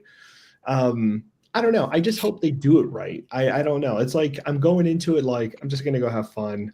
That's enough of like waiting for Surfer to pop on screen and to have some interesting story there. So I'm just. What's it gonna be like when Din Djarin and Mando meets Surfer on the same screen? I'll be 80, 90 something with the massive crossover. Because they keep using Pedro Pascal for everything. No, he's gonna, really popular. He's gonna keep turning around, and he's just gonna be a different character, and they're just gonna have him turn around. That's all it is. It's striking how small Hollywood is right now. Yeah, safe bets, man. It's all about safe bets. They have X amount of money in somebody. It's crazy. It's scary. I do think that just I don't know the right word is, but like just the general popularity of Marvel cards has been affected by Disney's handling of Marvel the last number of years. Yeah. Don't kick him, Bill. Leave him alone. I'm not Jake. Wow. Yeah, I don't know what's going on with the whole Marvel thing. I don't know. I don't know what they're going to do. There's been some interesting things happening. I don't know. Topps has Topps Chrome out now. Tons of cards are out there. Fantastic Four's coming out. I don't know what's going to happen. I looked at Pokemon's Instagram account today. I think they have like 5.6 million followers. Amazing. Yeah, which is great. But you'll have a random actress with 20 million, right? Like, so Disney has a really good opportunity through cinema to like really grow popularity if they nail that, right? They did with RDJ and some others like Tom Holland, but I do think it hasn't had the impact it could have, is what I'm saying. I think they lost a lot of house money coming out of Endgame. I think they used up their house money with their core audience, and I'm optimistic for Fantastic Four, but I'm nervous too. You know, Yeah. I think if they stick to an isolated story, try not to have too much connective tissue, and just focus on the team. I think really, the best it's thing. Netflix's fault. They were trying to keep up with Netflix, with Yeah. Disney Plus. So streaming stuff, yeah. I will say the best thing they can do for the Fantastic Four movie is if by minute 40, 45, we're already done with the planet that we're introduced to in the trailers and we're back on 616. Like if they spend the whole movie on this different multiverse kind of space and we're not in Earth, Thunderbolts ending kind of spoiler back by the very end, then it's going to be a super slow burn and they're going to take it as long as they want to take it with sequels and triples and all that kind of stuff. I feel like there has to be something pretty surprising to occur. That's interesting. I'm sorry, Justin. No, go ahead. Go ahead. No, I was gonna say I think what made Thunderbolts work so well was that they focused on the team aspect and the individuals in the team and really fleshed out their characters. Like U.S. Agent, I was not a fan in the Falcon and Winter Soldier show, but the way they kind of ducktailed the story into the Thunderbolts movie, you know, I don't want to say I'm a fan now, but it was a lot more interesting than what we got in that show, for sure. That whole movie was very much based on the Suicide Squad, Hateful Eight, team building, Tombstone kind of angle, for sure. Yeah. I just don't think Fantastic Four needs to go that full route. You know what I mean? Yeah. I think it's more interesting to see them already working as a team, which I can tell by the trailers that's kind of their thinking. You can see them that they've been a team for a while. And I think that's a really smart move. How they pace out the script in terms of sections, that's what I'm waiting for. I'm waiting to see how that happens. Because if the big crescendo of the movie is Galactus coming and Surfer warning them, then the movie's not doing anything different than all the other movies that have been done. Are you sure you don't want it to start with Mole Man coming out of the ground? Well, I've already seen, like, there's been a lot of spoilers, by the way. Like, I don't know who the character is who's on the first Fantastic Four cover. The green monster that comes out of the street. Is that? Pretty sure that's Mole Man. No, Mole Man. No, that's not Mole Man. That's not Mole Man. Oh, you mean the creature? Sorry. Yeah, the creature. Gigantu or something like that. Something like that. I think it's Mole Man controls him, so I don't think you're off, Justin. But yeah, I don't know. I'm excited, regardless. But yeah, it's gonna be tricky. I wouldn't That's mind interesting. The first cover, but if they're only giving us like the first 8 minutes, 10 minutes in the trailer, like they did in game, I'd like that. And we don't even know what we're about to walk into. Yeah, that's exactly what I'm hoping. I'm hoping all of that's like set up, and then we're in it. Your point, Fausto, reminds me of how they handle Spider-Man. They didn't like regurgitate an origin story. It's like, you know, Spider-Man Homecoming, we just kind of we're here. In. Yeah. It has to be that way. Like I just think it's they've done too much of the legwork already to talk about Galactus eating the planet, Surfer. Like that's not a surprise now. You know what I mean? That can't be the whole movie. That's going to be tragic if it is. Fingers crossed. Fingers crossed. Yeah, hopefully. Okay, we're gonna start the game.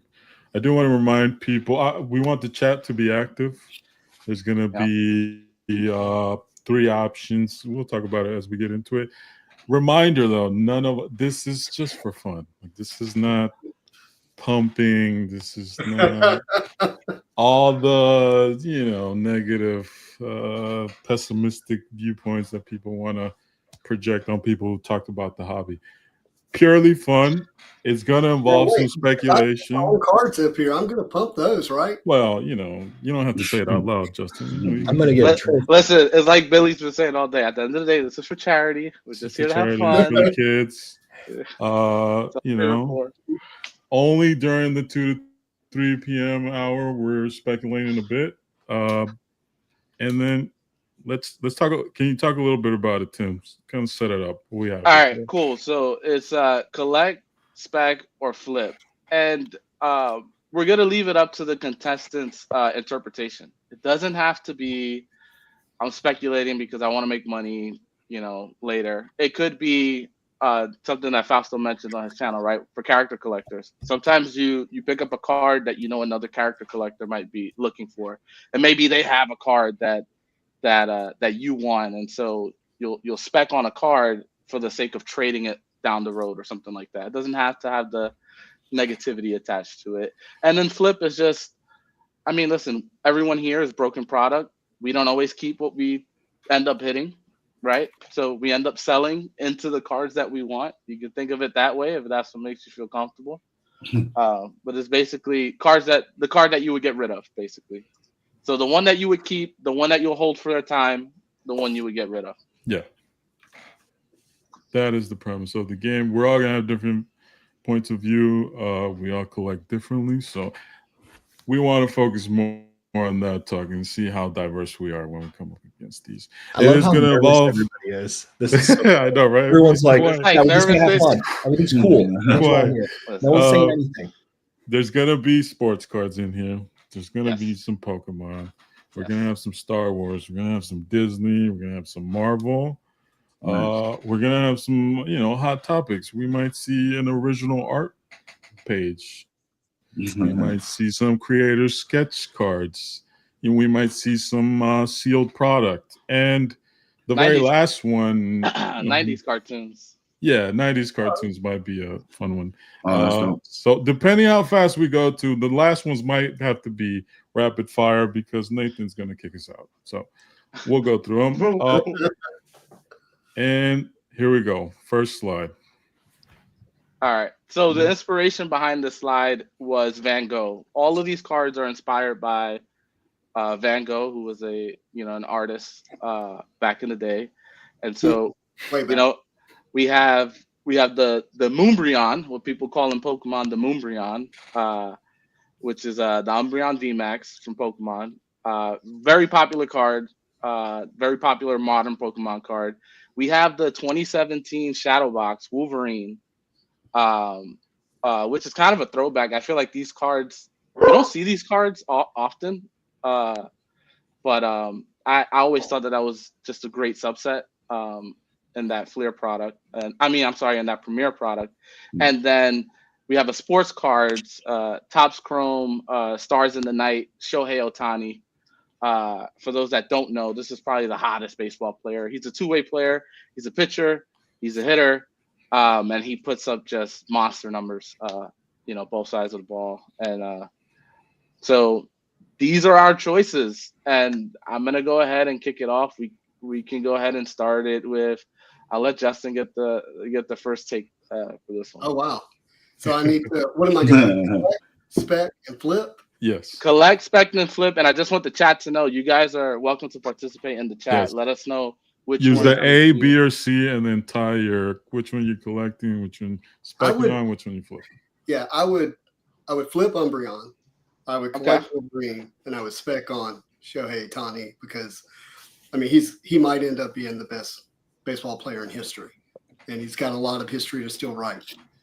Yeah, I like that. Billy, you want to give it a shot? What? I'm just picking one.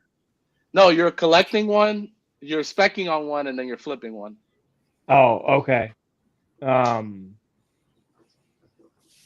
Ohtani sells, man. So that's going to be a flip. We always talk about athletes can get hurt. That's a good point. Yeah. So I would spec on Marvel continuing to grow. Okay. And I would collect Pokemon. Are you into Pokemon, Billy? No, I played like the Game Boy games, but I had like the original cards and like actually played the game. Nice. Yeah. But I was the one that I jacked up all my cards and wish I saved them and had the first edition Charizard in the starter box and all that. I was talking to my brother about just like our Game Boy era and how we used to like be under the covers with our worm lights, just playing video games Yeah. when our parents went to sleep. Dude, and then the Game Shark and unlimited rare candies. Oh my god, bro. You saving the game tables right ready before to you go. go into the Hell before you yeah. take on the league. You know, Yes. I missed that. those are the days. Nice, Pasta. You want to go ahead? Yeah. Okay, so Umbreon flip. Because I know that's going to sell pretty quickly. And then see if anybody needs the Wolverine, but I'll probably keep it because it's a cool card, and I do like those shadow boxes. And then I have no idea about sports, so I just leave the house as well. So I don't have necessarily a spec. So, yeah, because I just don't know enough about. I mean, I know what it is, but I'm just not interested enough to participate in it. Listen, I think you're doing pretty good if you're falling into Shohei Ohtani's spec. You know, Elusive, you want to give it a shot? Yeah, I mean, I'd flip for sure the Umbreon. I'd spec on the Wolverine, and I'd PC Ohtani. I don't collect sports, but these are tough. This lineup. Yeah. It's a great lineup. For sure. We took a lot of time. Shout out to Will. Will kind of helped us out, and shout out to Swami. Swami used to have a similar game on his channel, which is kind of the inspiration for this. Yeah, this is really thoughtful. I really like it. Yeah, Jake, you want to give it a shot? For me, really, really simple. The sports card, I've no idea about baseball. You wouldn't be able to sell it in this country anyway, so that would go. That would just split straight away. The Wolverine I would collect because I love Wolverine. The Moonbeyond I would keep because it was one of the first full art sets, and there wasn't a set that was more excited about since maybe Evolutions in 2016. Yep. And it's also going to be very nostalgic for people who hit like the 2019, 20, 2021 boom and got really highly involved in it, and then they all ran out of cash.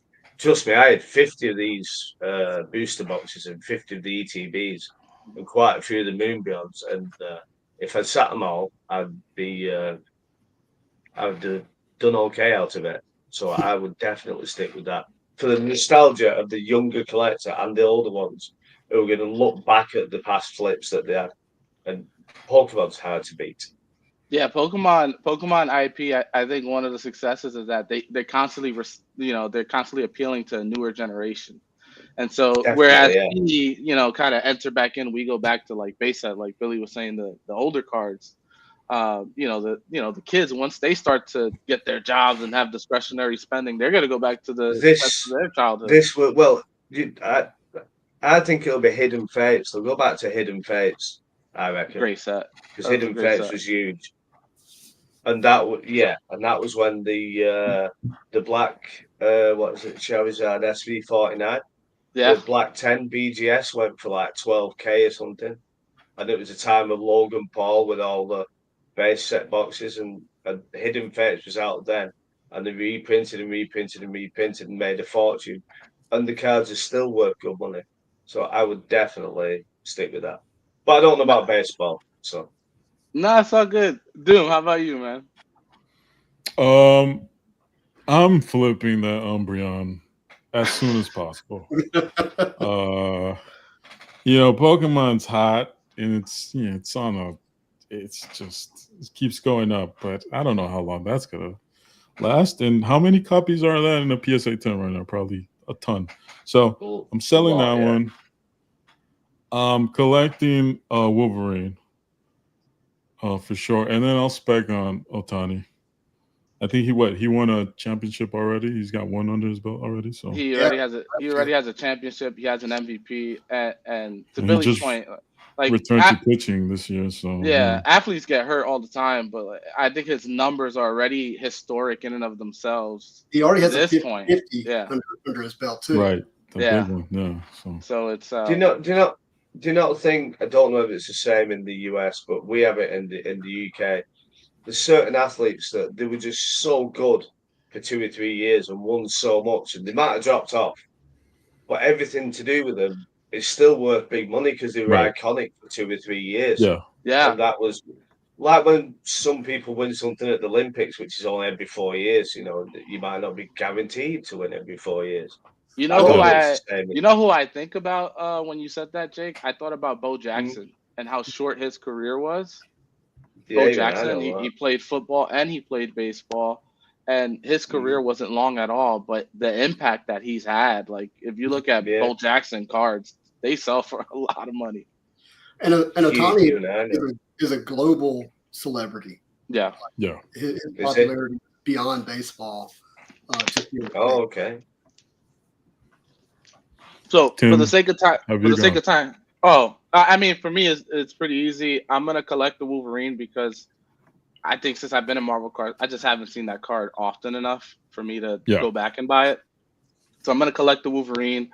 I'm gonna spec on Otani for sure. I love baseball, and I'm flipping the Umbreon. And just so you guys know, the Umbreon is like 3x the other two cards.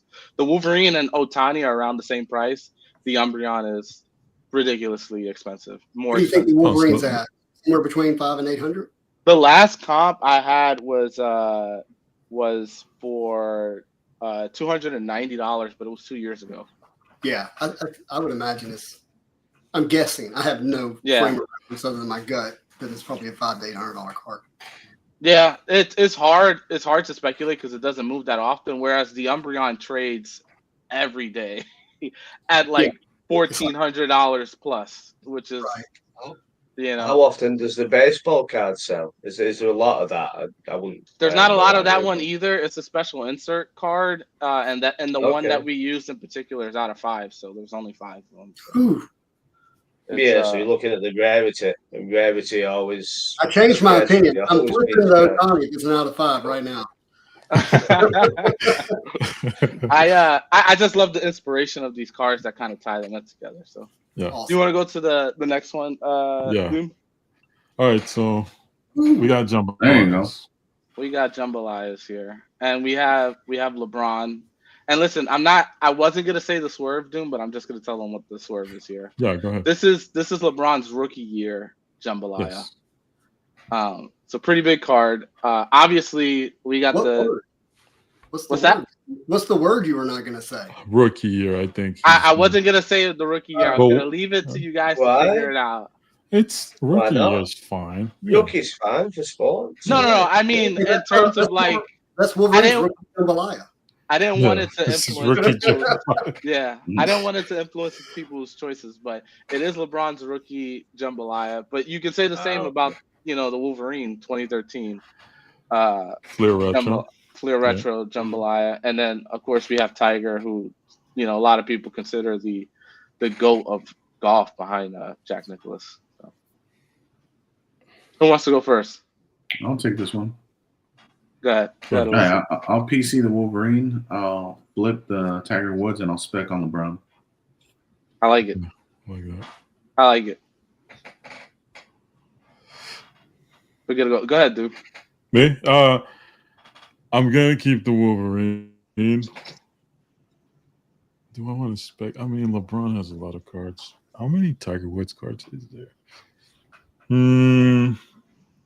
I think I'm specking on LeBron and I'm flipping Tiger. Okay. Billy, you want to go ahead? Yeah, I'll keep Tiger. I'll flip LeBron and spec on Wolverine. I like that. Nice. I like that. Jake, I'm sorry. I'm going down the list.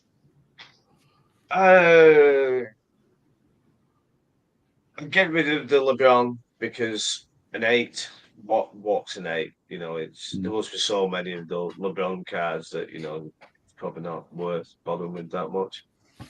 The Tiger, I think I'm going to keep the Tiger and flip the Wolverine just to get it out of the way, so I don't have to think about it. I like that. Yeah. So I won't want to sell it. If I have it in my hand, I'm I'm keeping it. So just get rid of the Wolverine straight away. Yeah, just take it out. Take it out of the equation, I reckon. I don't know. And just to clarify real quick, I'm keeping the Tiger because LeBron's got Jordan, Wolverine's got Spider-Man, Tiger's up there all alone. And, we could talk about other names, but he's got no contemporary. Tiger's so widely recognized as the number one. Well, do golf cards sell? Do they sell well? Do they sell for much money? Well, you have to wait till the end of the slide. I got the. You have to wait until the end of the round. This is all circle, retro. This all comes to something. This is all meant to come somewhere. Fausto, did you go? Grab a beer. What happened to? Did you didn't make your choices yet? Right? No. I don't know. It's not that I don't know sports because I have to live under the rock to not know who these guys are. But not really interested. So those are going to get posted. Wolverine I keep unless a buddy needs it, and that's pretty much it. So yeah. Okay, Justin. I know Justin's a basketball guy too. So. Yeah. So look, the hardest thing here is you got BGS slabs, but I'm going to collect. I like that. I'm going to flip the Tiger Woods, and that's actually a tough decision because that is a great looking jambalaya with the color match. Yeah. The red, white, and the black, and it's the PSA 10. And it's the red polo, the red Sunday polo. I mean, it is about as good of a card I think you can get for Tiger Woods. And part of me would really rather spec on the Tiger Woods, but for spec purposes, I would crack the LeBron, get him to sign it, and I would just get it authenticated PSA and then spec on it. Okay, I like that. Throwing in a twist there. Did you go already, dude? Yes, I went already. All right. You would get the auto, Justin? What's that? You would get the auto on a jambalaya? Yeah, BGS 8 rookie jambalaya. It's a much better card, autographed and just authenticated in a PSA. I thought you were talking about the Tiger. I got you. No, the Tiger. I would keep it it's perfect, just like it is. Yeah, and I think that is a good option because aftermarket autographs in sports are viewed a little bit differently than it's a rookie. Cards. Rookie auto 10 years from now, just authenticated on the jambalaya. I think it's going to be much better than a BGS 8. Smart. Yeah. Smart. That's a smart choice. Just looking at the cards, it's hard, man, because when I watched ESPN, it was Tiger, it was Barry Bonds. They dominated. I think about the top 10 plays, and those guys kind of ruled the summer, which is like when school was out. Yeah. So it's tough, man. I think I'm collecting the Tiger and I'm specking on the LeBron and then flipping the Wolverine. And listen, I love the Wolverine card. I'm not the biggest fan of the image choice, but I understand the significance of that card. So I don't say it lightly to flip it. It's tough though. It's these slides, man. They make you think for sure. All right, Tim, you have the value information. Yeah, I do. So the LeBron is just ridiculously expensive, even in a BGS 8. When you start to hit those 9s and 10s, regardless of the grading company, you're looking at over 5 figures easily. But the Tiger Woods, did you have the comp for the Tiger Woods? Yeah, I think I sent it to you on Discord. Yeah, I think I have it. That's the most interesting one to me, the Tiger Woods comp. It is. It is the Masters shirt. And he had the same shirt the last competition he won as well. Well, he wears it. Remembered because he came back. Sunday shirt, yeah. That was his thing for Sundays, like the last day of the competition. He'll throw the red shirt on. Just he did it every time. Oh, I didn't even realize that. Okay. He did it every Sunday. That makes the card less valuable. Wow. The Tiger. Less valuable. The Tiger and the Wolverine are comparable. They are a little over $7,000 a piece. So, we're kind of looking at even values. This LeBron in particular sold for $9,000, but again, depending on what grade you get, and I'm sure it's the same thing for these other cards. It's gonna come at a premium. So Jake, they do sell very well. Yes. Yeah, I keep the Tiger at those prices, I think. Yeah.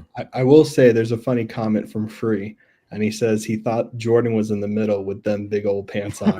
God, I thought that was great, Free. Bell bottom jeans. Bell bottom jeans, baby. I love it. All right, here we go. Oh wow! Not to Listen. Nothing light, like just precious metal gems.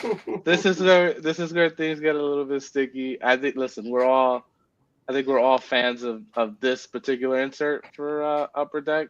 I love the design of the precious metal gems, the foiling.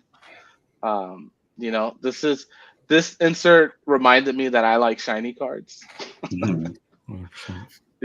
So let's go with Fausto. I'm gonna go Fausto first. I'm gonna go Fausto first. Okay, let's go Fausto. Yeah.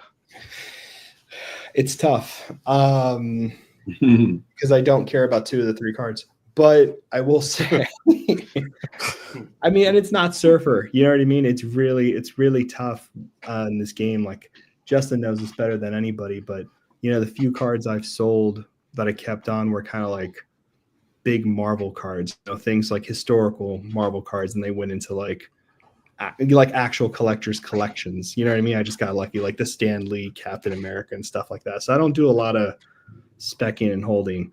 And I know you guys know the values more than I do.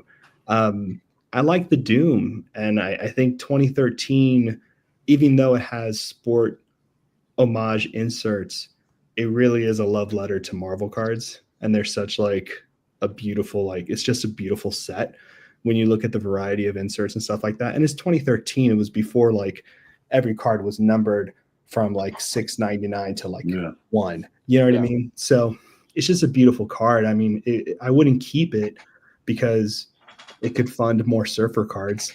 You know what I mean? But yeah, the Doom is just it's a beautiful card. Beautiful card. And you got to leave the other 2 to a toss-up. That's fair. Yeah, I don't know what to do. Like the other 2 I just hit up people I know who collect those sports guys. You know what I mean? And sell them and fund more Surfer stuff, honestly. Okay. Elusive, you want to go next? Yeah, and I'm pretty much judging it similar to what Norton's saying. I'm just judging it based on what I would legit keep, and I don't collect sports, so that's what makes it tough. So I definitely would PC the Doom. On this one, I love Michael, but I don't like the aesthetics of that card. So I'm gonna go ahead and flip Michael Jordan. I'm gonna spec on Tiger Woods. Nice. And again, Tiger has the red shirt. Upper Deck knew what they were doing when they were creating these inserts. They got Tiger in the red shirt again. Doom, you want to give your choices? Yeah, I'm gonna get my bias out the way. I'm definitely collecting the Doom. One of the few Doom cards I never got my hands on, unfortunately. And I think I'm doing similar. I don't like the design of the Michael Jordan. I'm gonna flip that one. I do like the design of the Tiger Woods, and if the last slide was any indication, he's got to go for a lot of money. So I like the 2015. I know in Marvel, I recognize there's a 2015 retro style of cards, so I like that. I'm specking on Tiger. Okay, Jake, where are we going, Jake? I'm going to keep the Doom. Obvious reasons. We're all going to do the same thing, aren't we? This is where the Marvel card collectors start showing. Yeah, it's just yeah. Yeah, if a sports person stumbles onto this video, we're getting roasted. I'm going to spec on the Jordan just so I can have it for quite a while. I remember Jordan like from the beginning, and the Tiger Woods. I just don't like the image. I find it a little bit boring. Just for that basic reason, really. But yeah, I love the Jordan. I don't really like the style of the Jordan card. I just admit, but it's just like the name and the pull of the card. It's just, I'm just looking at it thinking, oh, that'd be amazing to own. Whereas the Tiger, it's just like This was my point about the Jambalaya. It's just like another Tiger. How many golf poses can you do? How many golf swings can you do? That's a good point. Unless they're doing. Jordan, you can. I mean, that's definitely not an iconic pose. You know what I mean? There for that card, they could have done a lot better than that. That's probably the worst you could ever find, isn't it? It's just like I know what we'll do. What for the Jordan? Doing dirty here. Yeah, that pose. So now I'm doubting. I'm now doubting whether I would spec on that. Looking at that, he has the tongue out. That's iconic. He has the what are the 13s? We're looking for a power Yeah. lead. We're looking for a dunker. You know what I mean? We're looking for a dunk. Yeah, I'm going to keep the Jordan anyway. Get rid of the Tiger because if we keep seeing Tiger cards, it's all going to be exactly the same card. And 100% keeping the Doom and then winding you lot up with the Doom. I'll probably crack it. Set fire to the label. Hold it hostage to Leo. Keep sending him images of it in different places. The next time we go to Turkey, I'll just get him to make loads of fake cards up. And I'll just tease Leo every now and again. Set fire to one and cut it so he doesn't know which is which. You got to put it on a Logan Paul chain. Send him a selfie. What are you doing, Billy? A tosser chain. Before I go real quick, Vic, thank you for your donation. We appreciate you being here. Thanks, and question is this Tiger's first PMG? Oh, that I don't know. That's a good question. I'm not That's a sure. great question. Yeah. Does that say 2011 and above the Metal Universe or 2021? I think it says 2021. I think it says 2021. Yeah. I would assume it's not his first, if that's the case. Yeah. Good question. Okay. Oh, you caught me unprepared for that one. Yeah, because we know it's not Jordan's first. Yeah. Just to hit him with the move your thumb. Yeah. Yeah, I don't know. The Jordan's a flip for me just because it's like if this was the '97 Jordan, then yeah, yeah. I think a lot of us, I think Doom might even like have to flip a coin if it was the '97 green Jordan. Like I would trade my house for a 90. For a 97. Yeah, 100%. Wait, are you guys saying you would keep the Michael Jordan PMG over the Doom PMG? Because it's worth money. And '97 is the PMG set that started it. That's the inaugural PMG set. Yeah. There would have been no Marvel PMGs without those. Yeah, it's all possible. Yeah. Well, there wouldn't be PMGs without 95 metal Marvel either. Facts. Or period. That's a good thing. Right. Oh, there we go. See, I just love Stol's face. Then what? You would keep it because of money? The face of disgust. I was not disgust. No. I like it. I was asking because I didn't know if you guys were like massive Michael Jordan fans, like because it's collect. Like keeping something for spec, you still get to own it. You're just waiting until like. No, I would collect it because of its significance. Jordan. I remember the Jordan. I love basketball. And it's just too iconic for me now. Yeah, I get that completely. Yeah. Plus, Fausto, in this world, I could go get a red Doom anytime I want. So it's fun. You're not wrong. I like that the Fausto the Historian came out there. Yeah. I like Freeze comments. So what we doing, Billy? So I'm gonna tickled me. That's true. But also, Robert Downey Jr. is Iron Man forever. I know he's trying to be doing. We'll see how that goes. I don't know about that. I'm gonna flip the Jordan. I'm gonna spec the Tiger, and I'm gonna keep the Doom just because I don't want to have to hold on to that inferior Jordan card and look at it. Yeah. Okay. Inferior Jordan card. Justin, what are you thinking with this card? Yeah, look, I'm gonna flip the Tiger Woods because of the rounded corners there. I think that's a problem.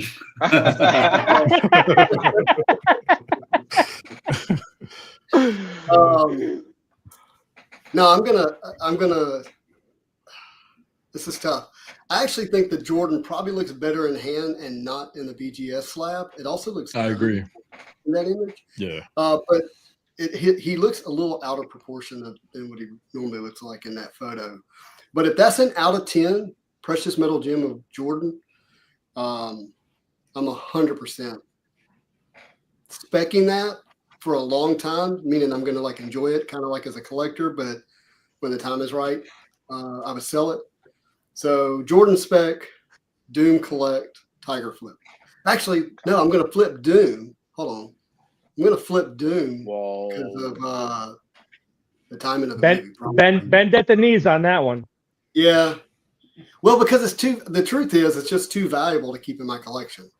Because I'm like, how many other cards could I collect with the money that would get? You know? Yeah. So Flip Doom in the movie, Spec, Tiger Woods, and collect the Jordan. Nice. Wow. Everybody went, right? Yeah. Yes. All right. So in terms of value, these guys are all in the same ballpark. So there's no right or wrong answer as of today. They're all So that means the around. Jordan is not out of 10. Say that again. Then that means the Jordan is not out of 10, right? The Jordan is out of 10, but sold for sells for about $8,000? $20K. It was the most expensive. No, the Jordan sold for $20K. The Okay. all the comps that I got were off of eBay over the last like 3 years. Therapy. Oh, okay. Yeah, the Doom has sold for them. I think that's like an 8K card today, but Yeah. I may be wrong. So the Doom did that. There was a 16,300 comp that I found on eBay for the Wow. Doom, and then there was Was a that from the start 2021? No, that was actually July. Hey, just stop that talking. No, this is therapy data, so it was confirmed paid for. I in know. January of this year, actually. So I don't know. And then the Tiger sold for $15K. I'm collecting the Doom because it's a color match, and it's a fantastic image. I'm gonna spec on the Jordan. I know you guys don't like the design, but this design screams like 90s to me. I could see this in a stack of just 90s sports cards, just going through them. I can almost feel it in my hands, right? You're and right. then I mean I kept the Tiger last round, so I like the jambalaya better anyway, so I'll flip the Tiger this round. Nice. Just the card ladder has 2 green Doom cells, but they were both in 2023. One in March, one in September. I think they're the same card because they were both the BGS 9. Yeah, both same card. The first sale was 14, almost 15. The second sale was almost 11. Okay. Nice. So like a 13 average if you factor in the one that I have. Okay. What a terrible flip. $3,000. All right, here we go, fellas. This is super easy. This slide oozes nostalgia. First of all, just you want to talk about my childhood. This encompasses a big portion of my childhood. But we have the newly pulled, confirmed Rock Stone Cold Steve Austin, 1 of 1, Superfractor auto, and this is probably peak Attitude Era wrestling. Yeah. At its finest. I mean, when those guys were at their peak, kids were getting sent to detention for all sorts of gestures and shirts. I will admit that the first time I ever got sent to detention was because I pedigreed a kid in the hallway. So I was a big wrestling. Pedigree, yes, it was a wrestling move where you slam someone's head. Yeah, wasn't my best moment. Not the definition of that word that's in my head. Yeah. I mean, we got the Spider-Man 1 of 1 from Allure. It was a beautiful card. I think Upper Deck did a great job with these 1 of 1s, and I've had the opportunity to see some of these 1 of 1s up close, so they're really nice. And then you got a Han Solo Superfractor. I mean, Indiana Jones, Star Wars, like it's these are super iconic cards. So I'm gonna kick it over. We're gonna start with, since Justin, you went last, we'll start with you first, and I think I know where you're going with this. Yeah, look, I'm gonna flip the Han Solo as fast as possible. Okay. And I love Han Solo, and I love Star Wars. Yeah. I just don't trust the future of it right now. Okay. I'm gonna collect the Spider-Man. I think that a card like that, even though I don't collect actor Marvel cards, that would be one that I'd love to have.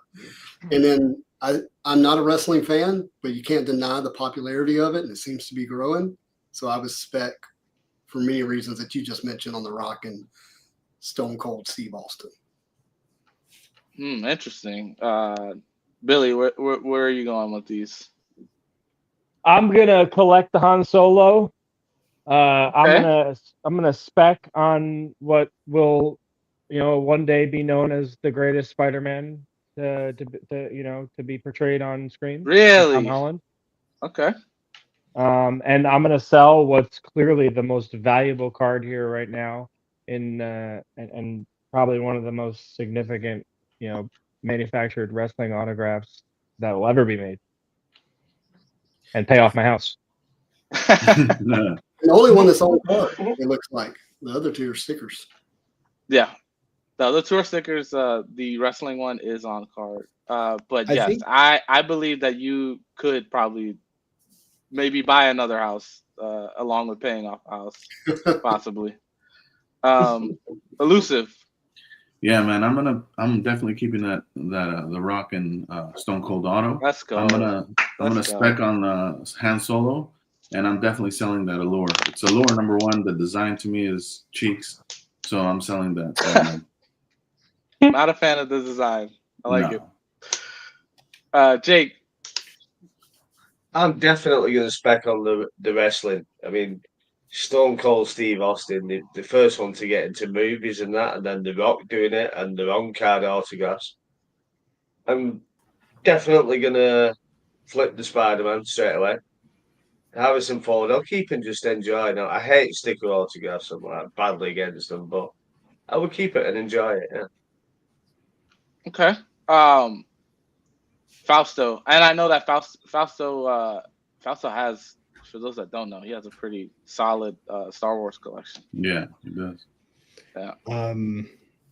I like Star Wars a lot actually, and I really enjoyed collecting Mando.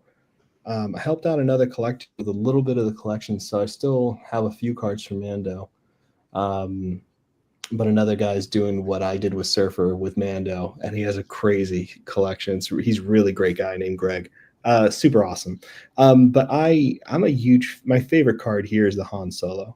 So I'd like to keep that because I think it's really cool. And I like Han Solo, even though it's sticker.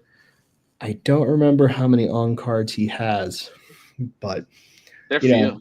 The very few. There was a couple of stellar sets that had him on card.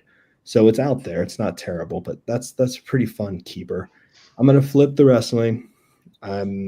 Because I know people are losing their mind now.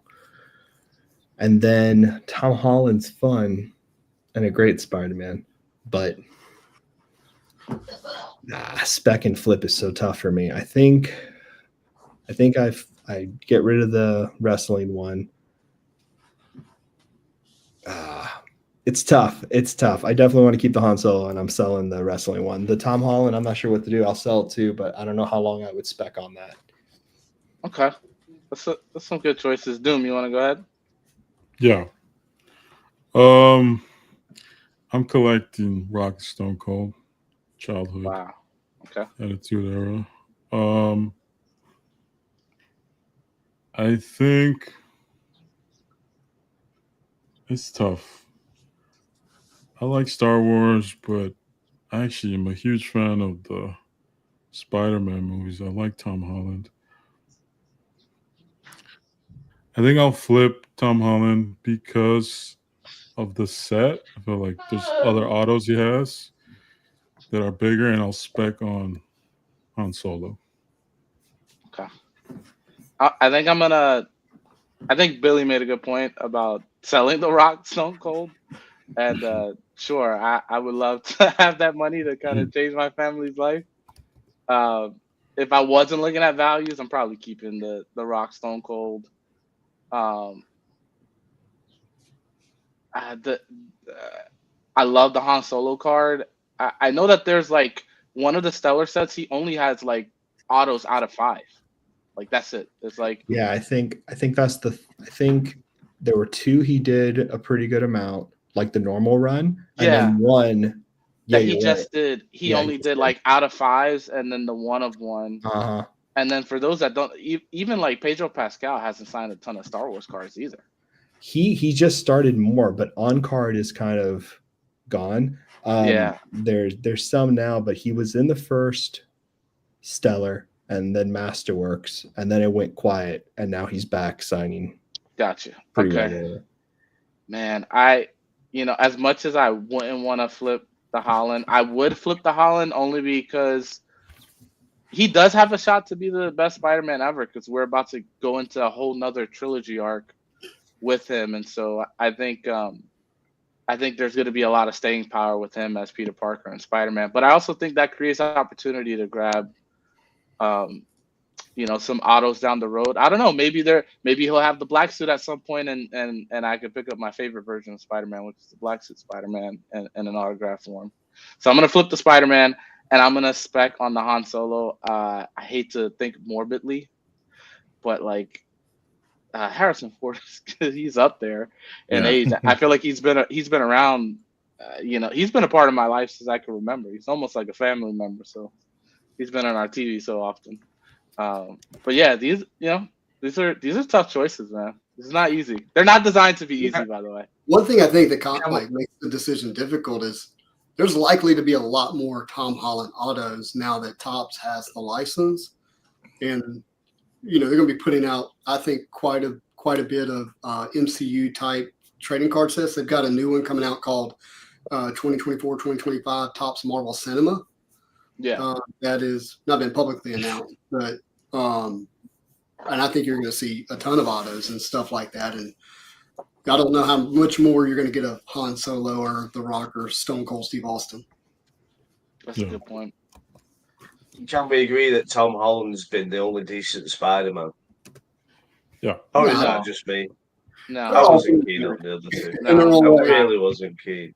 I won't agree with that, because Spider-Man 2, Sam Raimi, was one of my favorite movies when I was It was all right, but I just thought with Tom Holland, they've done it right this time. What up, Sergio? He's the most comic actor, but yeah. Sorry. All right, next one, dude. Here we go. And I just want to remind, we have like 13 minutes left, so we might have to start going a little quicker. I don't want to hold up partner's hour. You beat me to it, Jesus. Yes. let's enter into a rapid fire round. Yes. Real fast. I'm just gonna do a quick route to update people. Yeah, go ahead, Billy.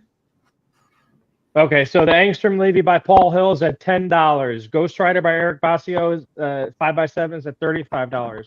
Green Lantern by Limocinero is at $20. Mystique by Mike Thomas, $15. Omni-Man by J. Peter Onitz is at $5. Punisher by Gordon Willis is at $5. Rorschach by Brian Michels, a 3-panel, is at $175. Great Venom by Joseph Reed at $25, and X23 by Munchaw 5x7 is at $150. We will check back in with you in a few more minutes. Appreciate the update. Again, guys, get those bids in. Once they're gone, it's gone. Yes. Signatures. We got Mark Hamill, Luke Skywalker. That signature in the middle is a Walt Disney cut autograph from Topps Transcendent Baseball. They did a cool thing where they did these enlarged cut autos, and you could have got like a president's auto, like famous chefs. They had all these just famous people in the checklist. So one of the autos that they had was a cut auto of Walt Disney, and then we have what I would consider one of the more iconic Marvel card autographs, the Rittenhouse Iron Man Robert Downey Jr. autograph. And so I'm just going to go down the line of how I see people, Doom. So I'll let you go first. Okay. I am collecting the Walt Disney cut. It's unique, and I love that. I am flipping Luke.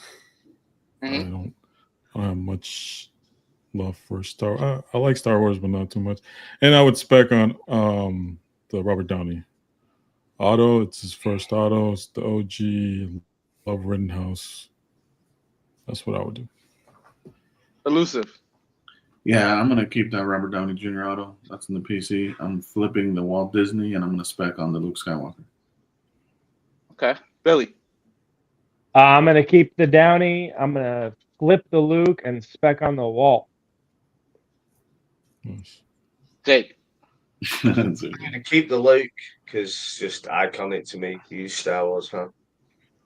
I'm gonna spec on the Downey because, yeah, I just think it's just to the Downey, not the character, just because it's Downey probably on his first auto, and flip the Disney.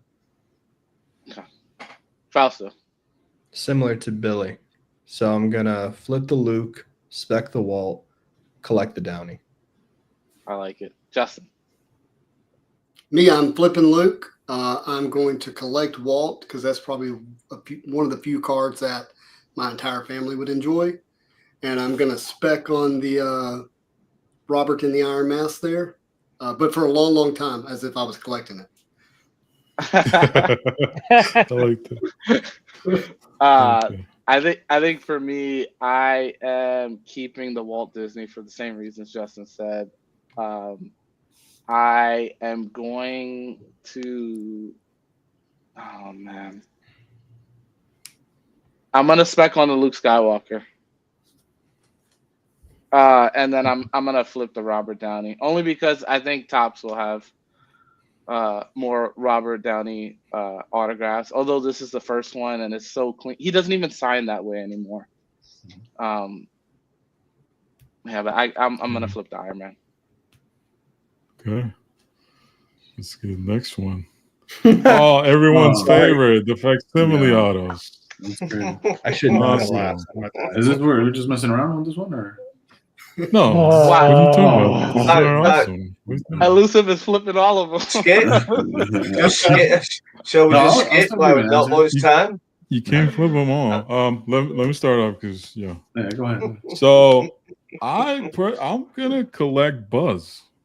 Mm-hmm. I want to keep Buzz. I'm gonna flip Spidey.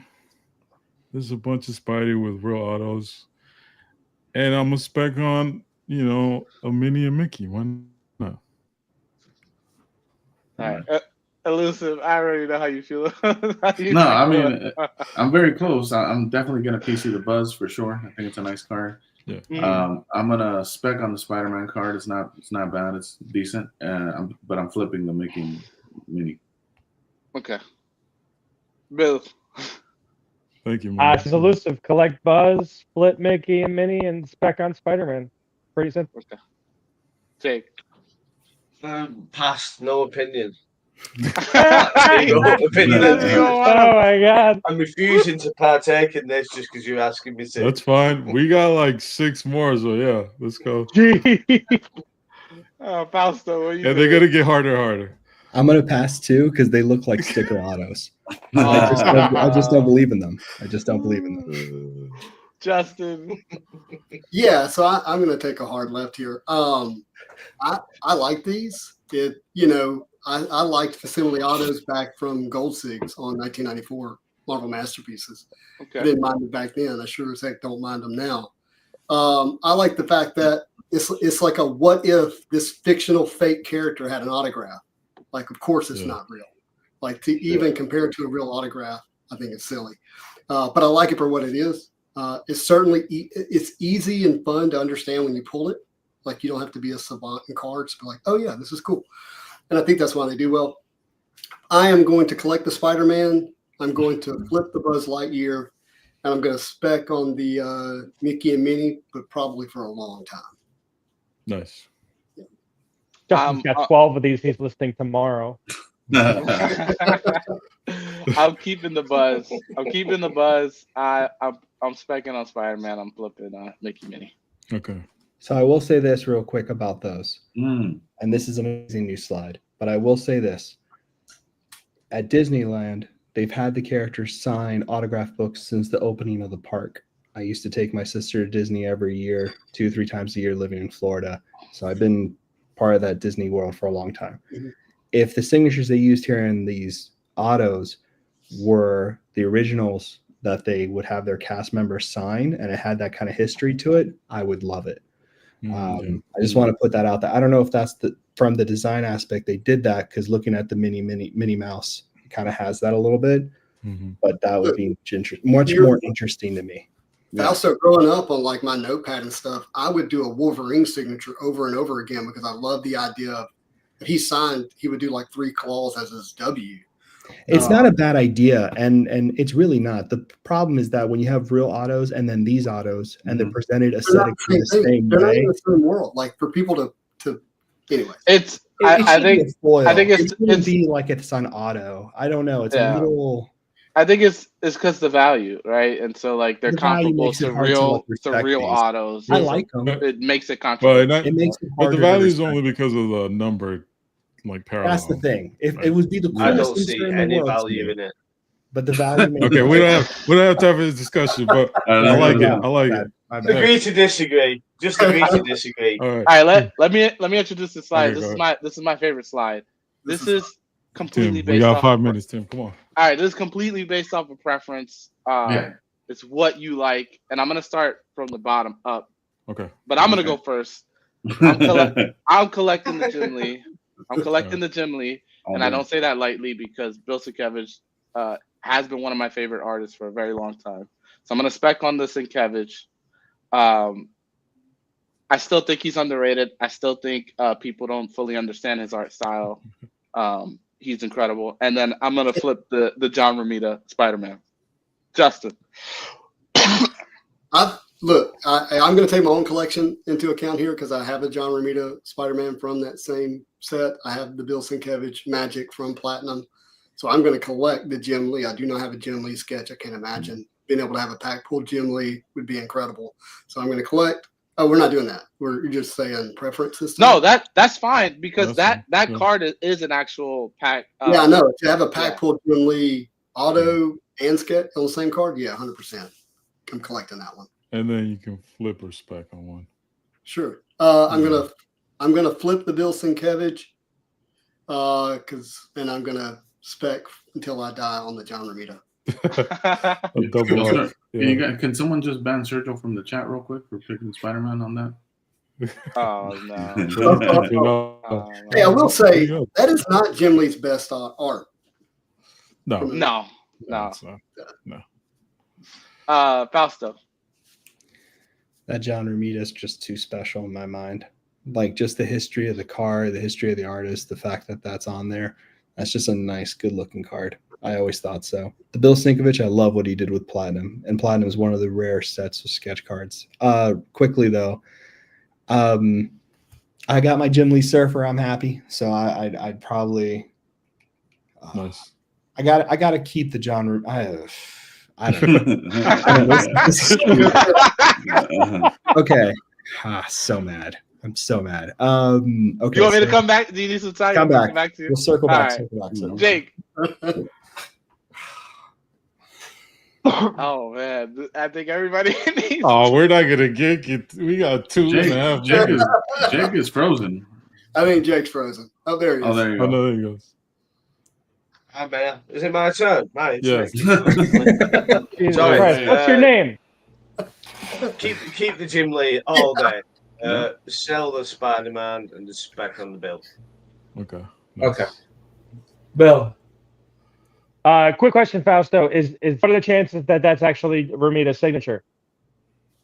That's the Romita signature, 100%. Okay, because I remember there were the ones. Remember there were the ones where like they didn't sign them. That was from a specific set, right? Like I think which one are you like talking about? Like the '97 sketch cards. But they just initialed their name. That was like a one. No, because I heard that like some of the bigger artists didn't sign the cards, and so that the autos on them are like of staff members that signed for them. Well, that person's an idiot, whoever said that, because that's just not true. So I don't know what the hell that came from. But that is not real. It sounded like it was pretty credible. Okay. No, they're not. Okay, cool. Well, then I'm, I agree with you on the significance of it, and I'm keeping the Romita. I'm selling the Sienkiewicz, and I'm specking on the Jim Lee because, like we say, B tier, second grade B sketch, but also how many pack-pulled Jim Lees have there been? Yeah, I'm keeping the Jim Lee. I think it's a clean looking card. I like the auto with the blue. Specking for a long time on the John Romita, and I'm definitely letting go of that Sinkovich real quick. Okay, yeah. Real quick. I'm keeping Jim Lee. I'm flipping Sinky, and I'm specking on John Romita. It looks like our time is up. I just want to say to all the viewers, please donate before we leave this hour. Thank you for participating with us. And I'm gonna tease you guys. Unfortunately, we don't have the answers to these, but you guys can think of what we would say. We have original card art here, 3 options. We have sealed marble sets here. And then the toughest one of all, like, what are you gonna do with these 3 cartoons? We'll never know. We'll never know. But thank you. B wins. Next time. B wins.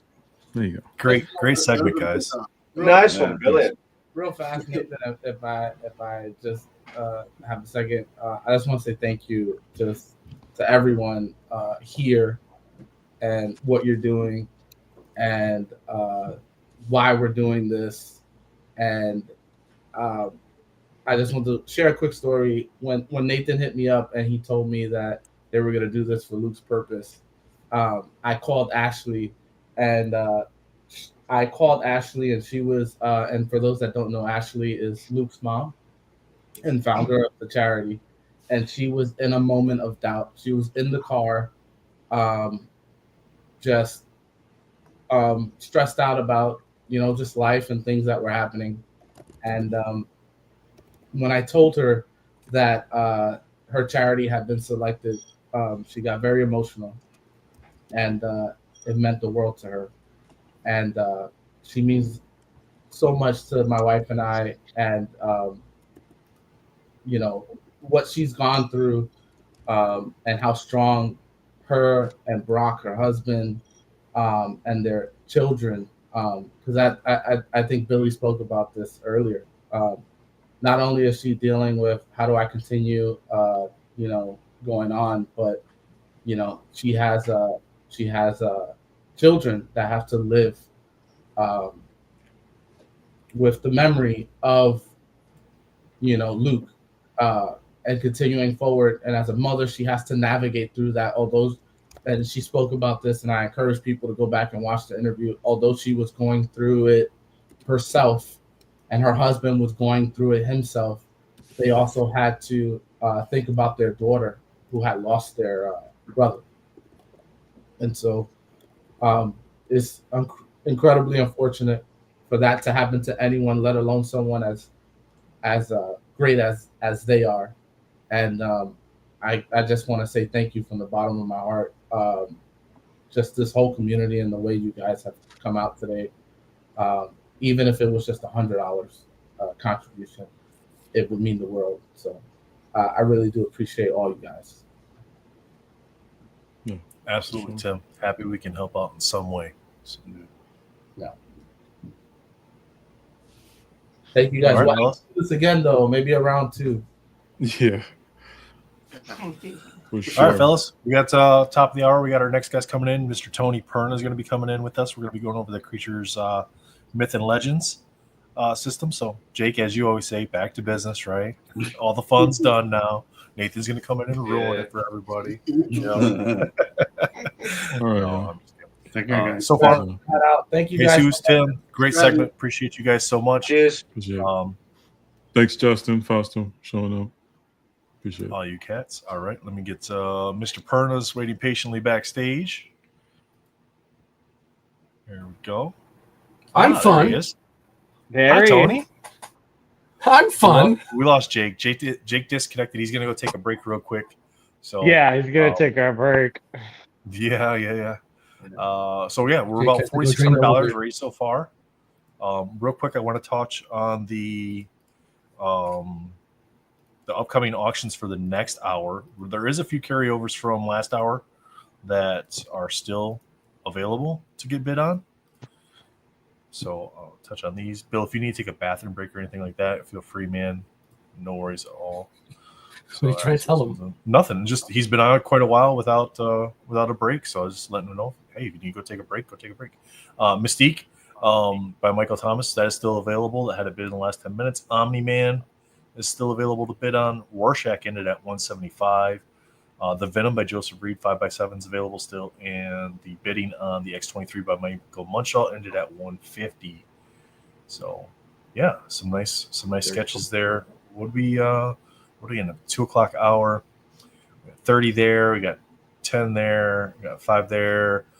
Destro, Tony. Nobody likes Destro, man. Apparently, nobody likes Destro. You know, $30 on that. One. Spin for the character things that I did. Yeah. So hey, it's is what it is. It raised $30 for the charity, so well worth it. You know what? Yeah, 30 is better than nothing. So absolutely. Invincible 55. We got the Galactus and Silver Surfer by Michalski went for 175. 25 on the Ninja Turtles, 20 on the Paul Hill, and 25 on the Wolverine. All right, so 4 o'clock hour. We got the mashup by Brian Michalski and Jonathan Levesque of Catwoman. That is currently sitting at 95 at the 5x7. $150 for the Castaneda. Dr. Doom, yes. J. Peter N. It's $55 on the Invincible there. The Morrow, which we're not allowed to talk about according to Pete, is at 35. Scarlet Witch is at 5. We got Raven sitting at 30. Swamp Thing at 15. We got the Venom by Johnny Bravo at 5, and the Xenomorph by 10 at 15. Just to touch on the 5 o'clock ones real quick. Batman sitting at 60. Deadpool at 10. Hellboy at 133. Somebody need that other $3 over here, Bill, from their $17 bid earlier.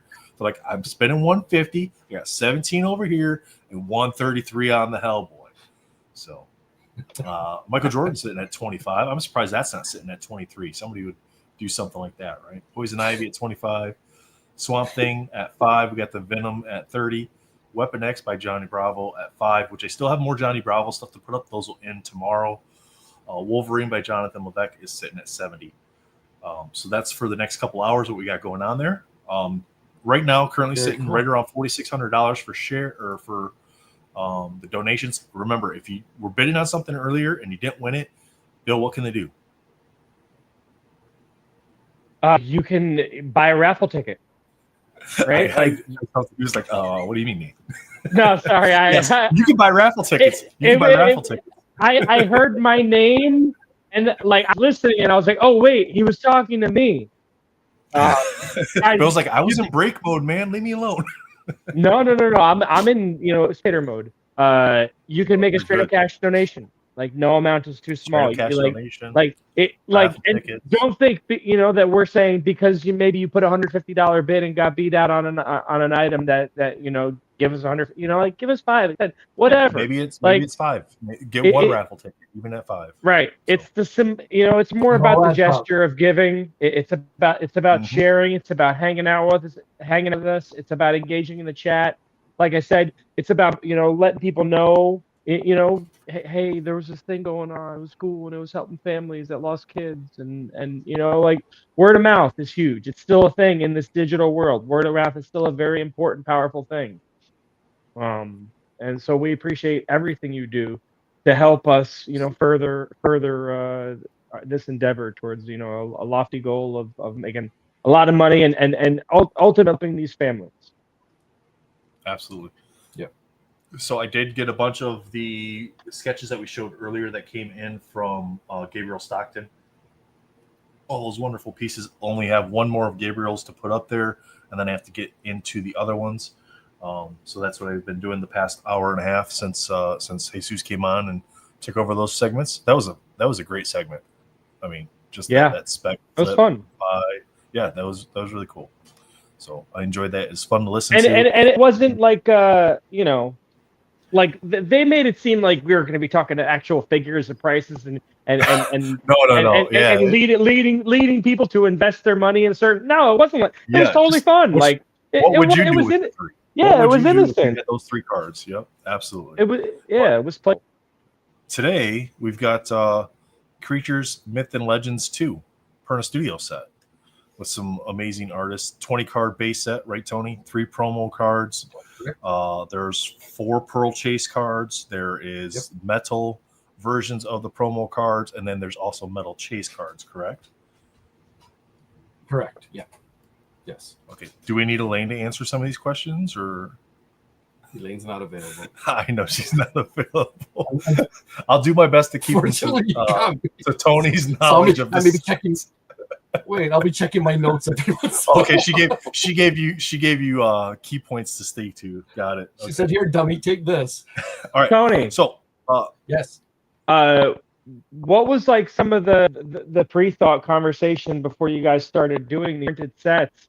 And you know, and in a nutshell, if you could tell us like how it's grown and the different artist involvement from where it started to where it's at.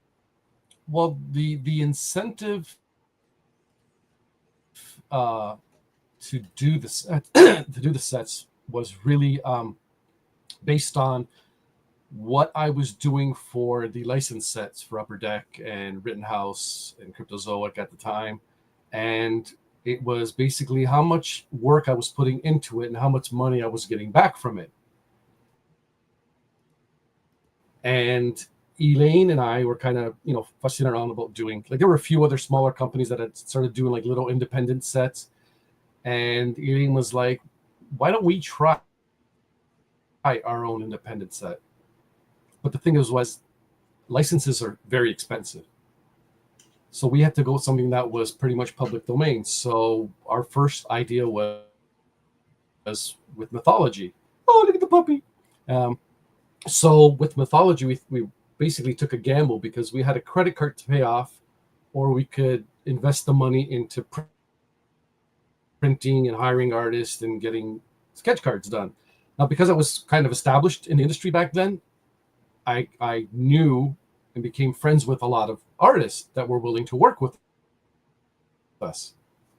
And so we did our first mythology set, and it was a big success. So, and the turnover and the money received was far greater than doing stuff for Upper Deck or Rittenhouse and whatnot. I mean, the only thing that really saves those companies with the artists, in my point, were the APs. The APs were something that the artists could say, okay, this is what I'm going to charge.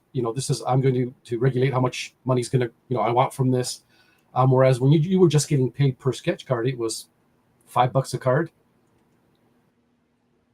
And you would have to literally kill yourself to make a good check off of that. Like, you would have to take on 200 cards to make a good paycheck from it. So it just got to the point where we decided, so 2012 was our first set, mythology, and then we started expanding from that. We did a classic fairy tales. We did a spellcasters. We did an elemental set. We did the creatures of myth and legend. And Halloween. Halloween's one of our most popular. We try to get that Halloween set out every year in some form, whether it's the Hollow Ink, where it's just an entire ink set. Sketches are all just ink. Base cards are just ink artwork, or we do a full color set. So yeah, it's been a great journey. It's something we don't regret. I mean, it's helped us quite a bit. I mean, especially now with the way things have changed in the industry, Topps does not give out APs to the artists. It seems to be getting more difficult just to get work with Upper Deck, even though people have worked with them for a long time. It just seems really weird that, they don't call back some of their more popular artists. But you got to take it as it is. You can't wait for them. That's the thing. You can't wait for them to come. You got to basically motivate yourself and say, well, you know what? I'm not working for them, but I still have this to do. So we're just going to concentrate on our sets, print studio sets for now. Until people get sick of them, we'll keep going. How many artists do you guys have working for Fundraising? It varies per set. So we can have anywhere from, and this I'm going to include sketch card artists as well. So sure. We can have anywhere from 50 to 80 per set, different artists. That sounds like a lot for what's comparatively a small operation. It is. But the thing is, we don't ask for large numbers for sketch cards. So we ask artists to do anywhere from 5 to 20. So we like having that variety of artists. We don't try to overwhelm them because we do know that they do take on other sets. They work for other companies. So we don't want to say, we want 60 to 100, sketch cards from you. because most likely what's going to happen is they're going to say, well, I couldn't complete them all. So we give them something that they can work with. So for new artists to work with you guys and reach out, like, is it generally just you guys, hearing about somebody, or you discover them, or do they reach out to you, or a referral, or a little bit of everything? It's a little bit of everything. Sometimes we'll come across an artist who's worked on another set, or even like worked for a Marvel set or a DC set, and we're like, we find out their contact info and ask them, and we kind of give them the whole spiel. Artists often send us examples of their work, which is at pernastudios@gmail.com. We're always looking at new stuff. We encourage artists to go ahead and look. There were some artists that, they didn't make it the first time around when they sent in samples, and then, they improved a couple months later. And we're like, yep, and then they've been working on it for us ever since. So yeah, it's or even suggested. We have some people that artist friends of friends, we work within the studio, and this artist would love to work with you. They've heard good things about you. And I said, yeah, we'll give them a try. We're very open. Cool. Sorry for all the questions. I just wanted to, shed a little light on what you guys do. And then Tony, questions are good. And people, like I said, Oh, sorry. What? You stroke out? I don't know. Did I freeze? Your voice kind of went. I was just asking what number set is this for you guys? Because you guys have been doing it for quite a while. Damn, it's a trick question now. Elaine would know a lot better than me. I want to say it's near 19. Yeah, I was gonna say you got to be close to 20 from what I would say previous conversations. It's up there. Yeah, I would say it's near 19. Yeah, I think it's our 19th, because we usually do 2 sets a year. So there's been some years when it's only go 1 set because of whatever's been going on. But I'd like to say we're close to 19, if not at 19. Okay, cool. These trick questions, you and can't then, do that to me. Pete asks, what is the youngest artist you guys have working for you? Oh, I think he's trying to get to whether or not you're violating child labor laws. Well, I'm going to tell you. The youngest artist. Oh, that's a good question. I think we've actually had some young guys from the Philippines that are in their 20s working for us. Nice. So, and they're actually really, they're amazing guys. I mean, they have great work ethics, and the work is top notch. And I think they got, that's a good, I think I'm going to start asking our artists how old they are and make a list. I'm going to start asking our artists how old they are. Yeah. You got to get Jay's daughter to work for you. See how many more years I can get out of Whose daughter? Jay Peterana. Oh, yeah. Aspen. Yeah. His daughter's better than him. Hey, Bubs, how's it going? Hashtag Perna in the comments. We're going to give away a full base set plus the 4 Pearl Chase cards and one of the 8 sketch cards that are here in this stack as well. We're going to go over the sketch cards last, but we're going to show all the promo cards, the base cards, the metal cards, talk about the different characters and stuff like that. And yeah, so you want to get into it, Tony? You ready? Yeah. So these first 3 are going to be the first 3 of the promo cards. Yep, first 3 of the promo cards. And all then, PJ Katakuten would be artwork for all of them. Okay. Because I know sometimes you have different artists do the promo cards, right? Like, not always. We normally the same artist. do, but no, normally it's different artists for promo cards. But what happened with PJ was we really liked the way his Bigfoot came out, and then we asked him, "Can you do an Essie?" And he said, "Yeah." And then we said, "You know what? We got one more promo card. You want to do that as well? Make it a hat trick?" Just do that he goes, too. Sure, why not?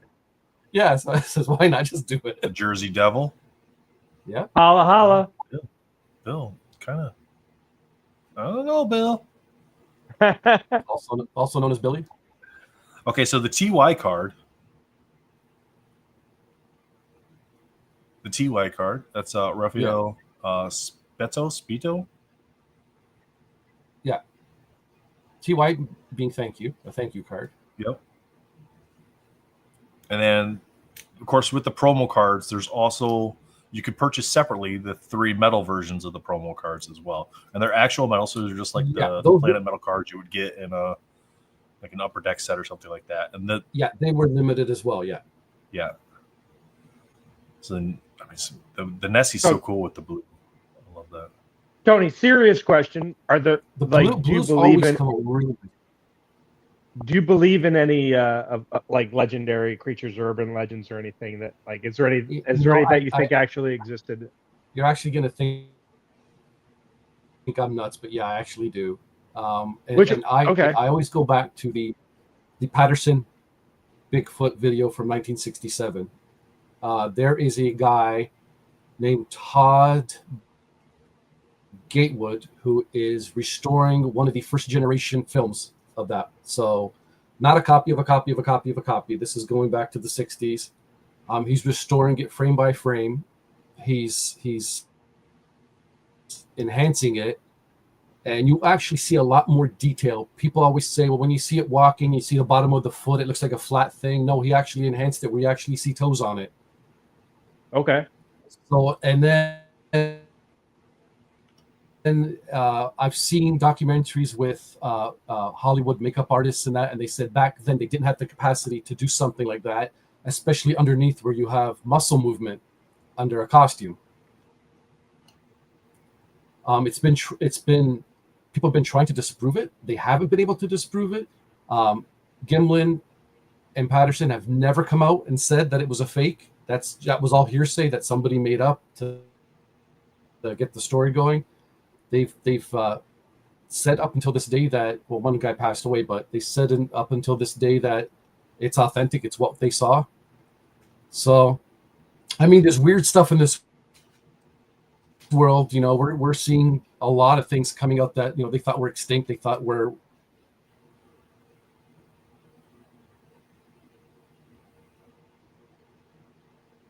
Did he freeze for you, Bill? I think there's something out. Okay, so is it just Bigfoot? Is that like where the line is, or you got like, is there anything else that you're pretty confident about, or maybe that you're just open to, or is it pretty much anything? If like if I gave you enough data that you'd be.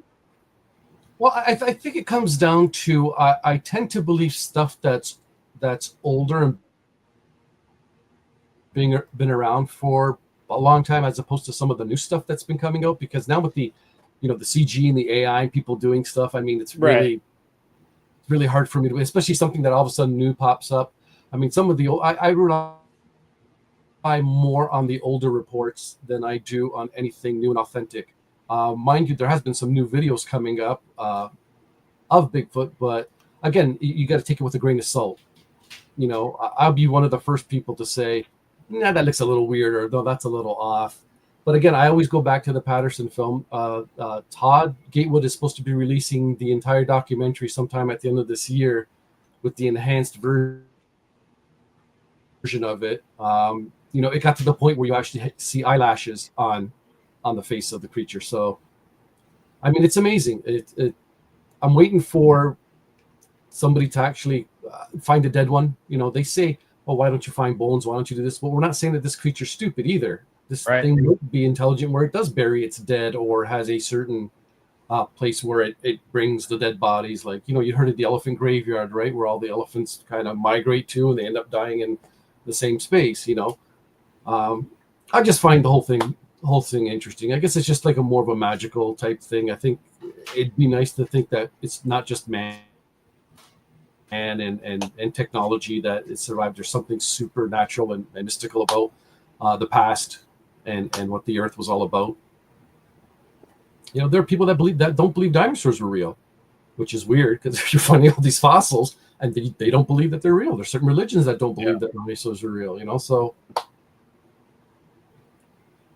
DP, you go to become a member of our Perna Studios Facebook group, and we have all our information there.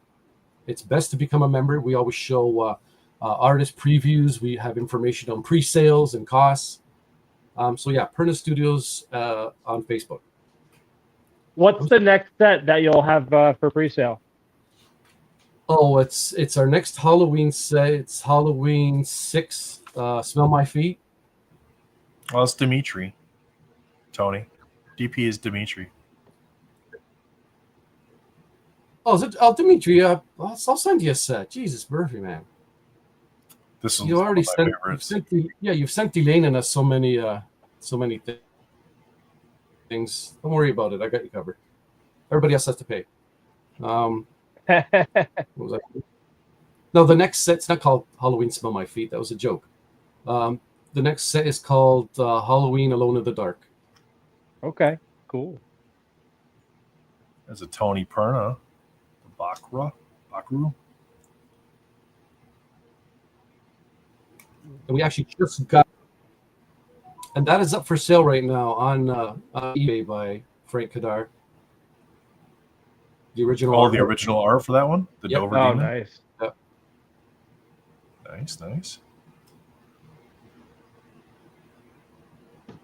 Yeah, for me, it's just I love like these old stories. Like I said,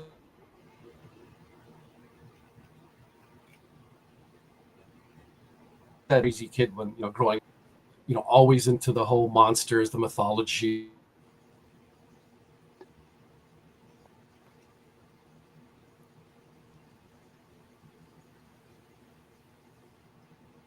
The team.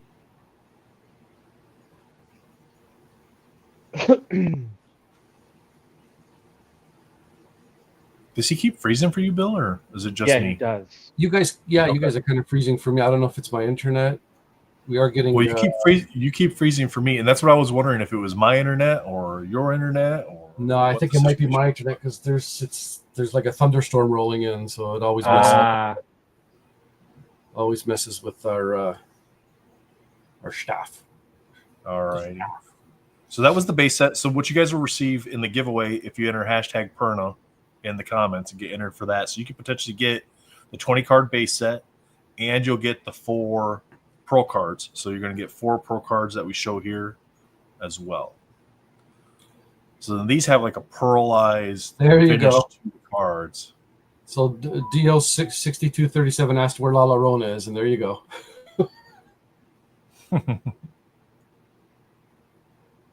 Yeah, I love the effect of the pro cards. I really do.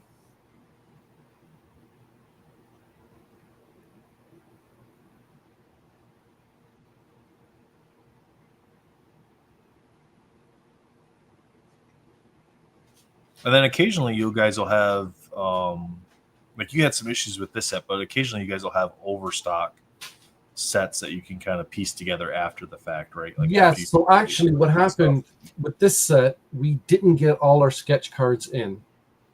Mm-hmm. And there's still some that the artists are still working on the sets, and they're going to be shipping them in. So there's going to be a part 2 to this sale with sketch cards from artists who weren't part of the first half of it. Now we don't know if we're just going to do a sketch card sale or if we're just going to do packs again and then kind of sell them at a cheaper price just to get them out. But there's like about 90 sketch cards that are outstanding. So. And then this is one of the metal chase cards that you can get. There's how many metal chase cards in the set? 2 or 3? There are 2 metal chase cards. Yes, there are 2 metal chase cards. So you don't get. So you'd have to buy what? Like, so if you get 1 metal chase card per 8 packs, you'd have to buy 16 packs essentially to potentially, not guaranteed to get the metal chase card, right? They're just randomly inserted. Right. Yeah, the metal chase cards were a lot rarer. So I think there were only 30 of each that were, maybe even less, because we didn't. Oh wow. So we didn't even do the entire set. So I think it was a lot. Those are really cool. So Jamie Tony, Jocelyn. as the de facto art director, how do you approach like what you're going to work on for one of your own sets? Do you like first pick, this is what I want to do, or do you kind of like pick off the bottom? I do it like that. What do you mean? I was giving you the 3D effect. Oh. Now what happens is I usually let the artist pick first. I'll take whatever's left over. Okay, cool. Literally, because I want to make sure they're comfortable with what they're drawing. I mean, there were a lot. Don't get me wrong. There were a lot of characters that I would have wanted to say, oh, I want to do that one. I want to do that one. But I said, you know what? Let them do it. I'd rather them feel comfortable in what they're drawing, and then I'll just take the others. So, can you think of an example of one that that maybe fell to you in that process, and you were like, "Wow, I didn't think I was going to get to do that one," and you were like hoping that you could do it? The Bigfoot in our first set. Yeah. Yeah, I ended up drawing the Bigfoot base card for that. People were not picking it, and so I was like, "I'll take it." And then I got And how about the putting together the checklist? Did you have to learn about some of these creatures as you were building it? Oh yeah, we do research. I literally, I'm on the computer. I will look up, cryptids of the world, and we've even got cryptid books here. And I will go through each one and say, okay, this is a neat one. Oh, this is a cool looking of the world, and we've even got cryptid books here. And I'll go through each one and say, okay, this is a neat one. This is a cryptid of the world. The hell? Dimitri, you got your feedback. So you have to either have headsets in and then change your output for your speakers to be your headsets. Pop! What? What? We love you, Dimitri. But right, I'll bring him back in. I'll bring him back in just a minute. So, but we do the research on everything, even with our mythology sets. I mean, we look up the gods and goddesses we want to include. Yeah. On the back, so that's if you look at the back of the cards, I had to write all those bios for all the creatures of myth and legend. We do that for mythology, and we do that for the fairy tales and whatnot. So, Hermit. So again, to reiterate, check out the Perna Studios Facebook page. That's going to be your best bet for purchasing sets. Hermit. They're pretty much all spoken for before they're released, right? And then there is hope after. Yeah, we do. And then there's the resale market, obviously, but your best bet is to get in on a pre-sale. Yeah. So let's just call it phase 1 and phase 2. So phase 1 of Creatures of Myth and Legend is over and done with. But like I said, we're getting more sketch cards in from artists who received their cards late, or there was issues with importing them. Customs and whatnot. So when we get those in, we're going to put together some more sets, and we'll have a phase 2. And best thing to do, like I said, is to join the Perna Studios Facebook group. You'll get all the information there. You'll know when we're doing the pre-sale for that and the price. So when you order the packs, Tony, on the pre-sale, there's usually 3 different options, right? You can order a set in which you get 1 sketch card. You can order 8 packs in which you'll get a sketch card per pack. Or you can order in packs of 12, correct? Which is the same thing. You get 1 sketch per. Yeah. Yep. So the packs are groups of 8 or 12, and then complete sets are 1 to 4 or whatever you want to get. But yeah. But you will get a sketch card with each pack or set. Yeah, I typically do the 8 packs, and we get 8 sketch cards, so that way we can give away a set and a sketch card for each one as well. I haven't seen any of the sketch cards, so they're going to be a complete surprise to me, and you'll probably have to help me with names and stuff. Yep. So we got Michael Fiazza. Michael P. Fiazza, yep. Okay. There we go. Wow. That's an Aholi. Nice. Pretty cool. It's a half bat, half monkey creature. And we're going to give away one of these sketch cards at random too. So we're going to spin the wheel. We'll find out who wins, and then we'll spin the wheel to see which sketch cards they get. So, all right, Busco's Beast. The Beast of Busco. Right, Alex Magno. What's the last name? Magno. Okay, I couldn't tell if it was more to the name there, or if that's all it was. I almost put his name as Alex Mango. So yeah, like a big tortoise with the grass giant growing snapping on turtle, top there. Yep, giant snapping turtle with like foliage and trees growing out of its back. He's a mean ass Bulbasaur. There you go. Exactly. Hey, I know this guy. Yep. Damn. Wendigo by Munshaw. The Munshaw. He gets everywhere, doesn't he? Look at that. Nice.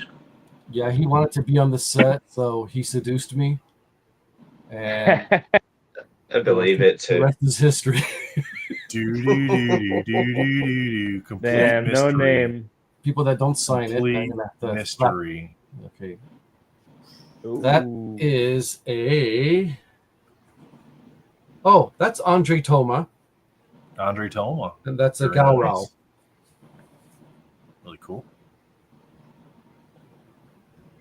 Oh, see, Matt said the same thing. That's Squiggly. That's Squiggly. That looks like my signature for crying That's out loud. Squiggly Rodriguez. Okay. Oh, that's a big So nice. That's all. That's cool. Oh, that's Frank Godard. That's really cool. All right.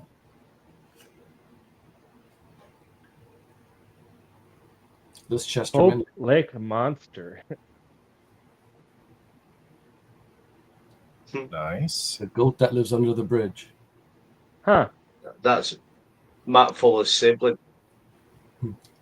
Newton Barboza. Mapinguari. Mapinguari. Yeah. Ooh. Very cool.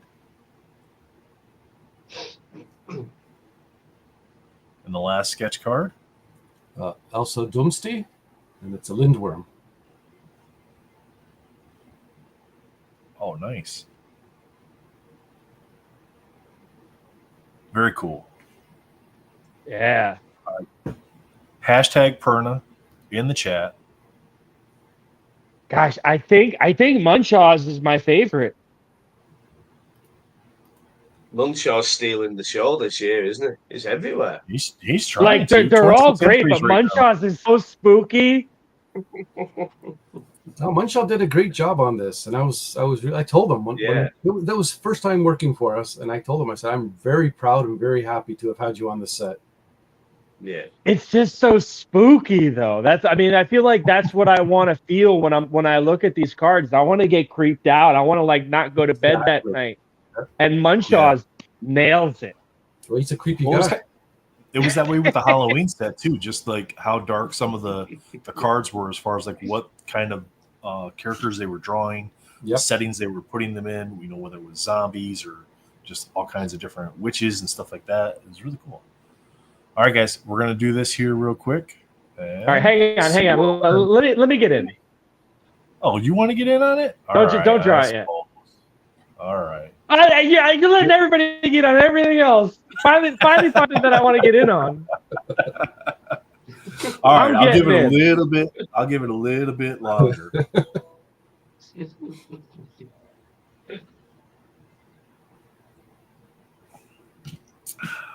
You in yet, Bill?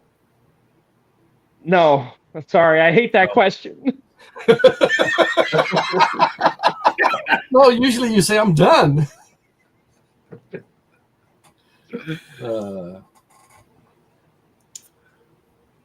Hashtag. See, chat started. Doom's got your back. He's like, let Billy in. Jesus, you're hilarious. Knock, knock. All right, 29. So that means you're there. We go. All right, here we go. Good luck, everyone. Good luck, Billy.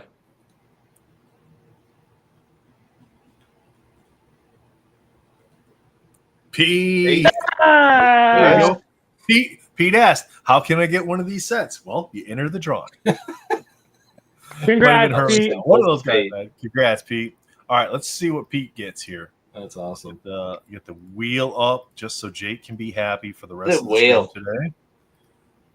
Just one wheel and okay, so the sketches are going to go 1, 2, 3, 4, 5, 6, 7, 8. So that's how it's going to be. Whatever number it lands on, 1 through 4 across the top, 5 through 8 across the bottom. So we'll get the wheel pulled up. Pete, give me a number of randoms between 1 and 8. How many randoms do you want? Is Pete still here? Pete. Where's Amanda when you need her to yell at Pete? Pete. How many randoms would you like, Pete? I know there's a delay, but so I'm going to ask it a whole bunch of times just to have him answer and then have it be like, I already answered. He's like 4, 4, 4, 4, 4. Right? Stop asking me. Pete. Come on, Pete. Number between 1 and 8, Pete. Pete. Come on, Pete. What else I'm going to pick for you? I'm saying 3. Goodness. Amanda said she's going to take away your mod rights. Come on, Pete. Pete, we're all waiting for you, Pete. 5. Oh, 5. All right. 1, 2, 3, 4, and 5. And good luck, Pete. Look at that thing of beauty. 7. Ooh, that jumped. Ooh, very nice. Barbosa. Mapinguari. Stop share and go. This one? No, not that one. This one. There we go. There you go, Pete. There you go, Pete. So Pete, just message me on Instagram or Facebook with your shipping information, and I'll ship over the entire base set, the 4 pearls, and the sketch card for you, sir. Awesome. Nice. All right, so we got Halloween number 567. Halloween 6, Alone in the Dark. Halloween 6, Alone in the Dark. Yeah. All right. Yeah. Looking very cool. Yep. So we'll be. And those typically what the October. That's going to be like it'll be October release. It'd be an end of September release if the gods smile down upon us and there's no problem shipping our stuff out. Shh! Don't put that out there. Don't Hey, put that out. DHL Canada just went on strike. Okay, so I don't know what's going on. I'm thinking it's cheaper Canada's for me just to hand deliver. It feels like you guys just have a regularly scheduled strike every like 3 weeks. Yeah, it's mandatory. It's like, who's going to strike Go back next? to this one here. But, yeah, no kidding. I'll be contacting artists soon to do. First, I'll come up with the list of our base cards, and then I'll be contacting artists soon to see who they want to draw, if they want to be involved, how many sketch cards they want to do. So yeah, we're and if you're interested in seeing what the Halloween sets look like, check out the Perna Studios Facebook page. You're also on Deviant Art, where they can see some of the past stuff there. We did videos for the Halloween sets on YouTube, so you can check out my channel for that with Perna Studios, where we talked about the previous Halloween release, and you can kind of see what you can expect out of those sets. But most of the sets are pretty similar format. It's been a little bit since you guys have changed like the style of the inserts in the sets, right? You're right, but I've been looking into something that let's say is influenced by some of the current Marvel and DC sets. Okay. With some pizzazz. It's jazzy. Jazz hands in the background. Jazzy. Every card's gonna have. What's the concept again? In the background, with jazz hands. So, Dimitri was asking what the concept of the next set's going to be for you. It's Halloween. It's going to be basically like the monsters of Halloween. You got, the vampires, the werewolves, the ghosts, anything spooky. Witches. Which is what?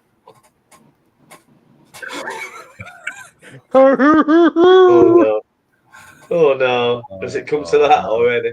Yeah, Tony's made it go that way. Yep, I did. Witches, swamp monsters type thing. No aliens though. I know for some reason we don't like aliens. Jack-o'-lantern. Yeah, headless horseman. Yeah, we got the Cabbage Patch monster. Yeah, we got the pumpkin patch monster. I guess you could throw a Cabbage Patch monster. I'll do an alien set. Oh, there you go. See, I got a lot of monsters. I know you do, you swine. A few thousand. Nothing licensed. What? Nothing licensed. Yeah, they're all from that demented mind of his, Tony. Oh, they're all mine. They're all mine. I'm not talking about aliens, movie aliens. I mean, just a lot of aliens. Yes. My design. Yeah, I literally have a few thousand. So you'll probably find, like on my sites, not even a fraction, but they need to be put to use before I, depart. So, if you already, hey Tony, there's an idea. Hey, if you already so morbid. Wait, Dimitri, if you've already gotten the artwork, it's a no-brainer just to put them in card format. It's just a matter of doing it. Well, we can talk.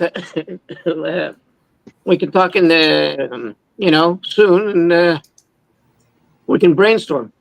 I mean, it's easy to do that. Like I said, you've already got all the artwork done. Like that's the hardest part. Well, the thing is, there's a lot of stuff that probably needs refinement. A lot of things are. I'm not going to say in a sketch format. They're pretty much rendered, but I always want to basically tweak it. Yeah, if it's going to get published, and No, understood. But yeah, I don't know where do you print? Is it local Canada? No, I wish they are an arm and a leg. No, really, they are. I tried with the company from Montreal, and they were ridiculous. Their prices were almost double what I was getting charged in the States. Well, I'll tell you, I was trying to find some specialty printing locally, Montreal, Quebec vicinity. When I came to the final conclusion after I talked to a printer that's been in business for like 40 years, he says like all the specialty printing, like embossing, debossing, foil, UV, everything has closed down here. There's no interest, and it's surprising. There's about 4 million people here. And we outsource, and I go like, where? I go like China. He goes like, no, Ottawa, Toronto. Really? Yeah. All right. Sounds like this is a done deal. Perna Studios presents Out of This World by Dimitri Patelis. Yeah, no, I'm telling you, it's really strange because I was looking to get stuff like flyers, promo stuff for the Montreal Con.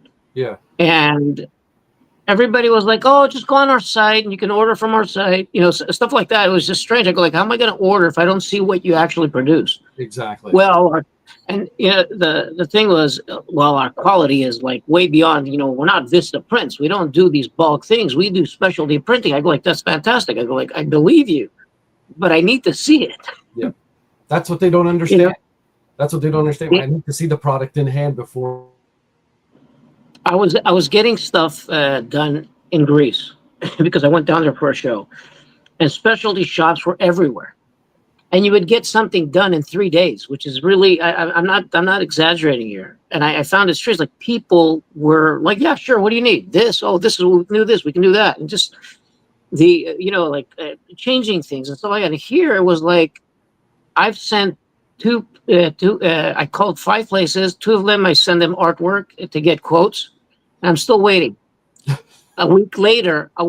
So basically, I guess nobody wants work.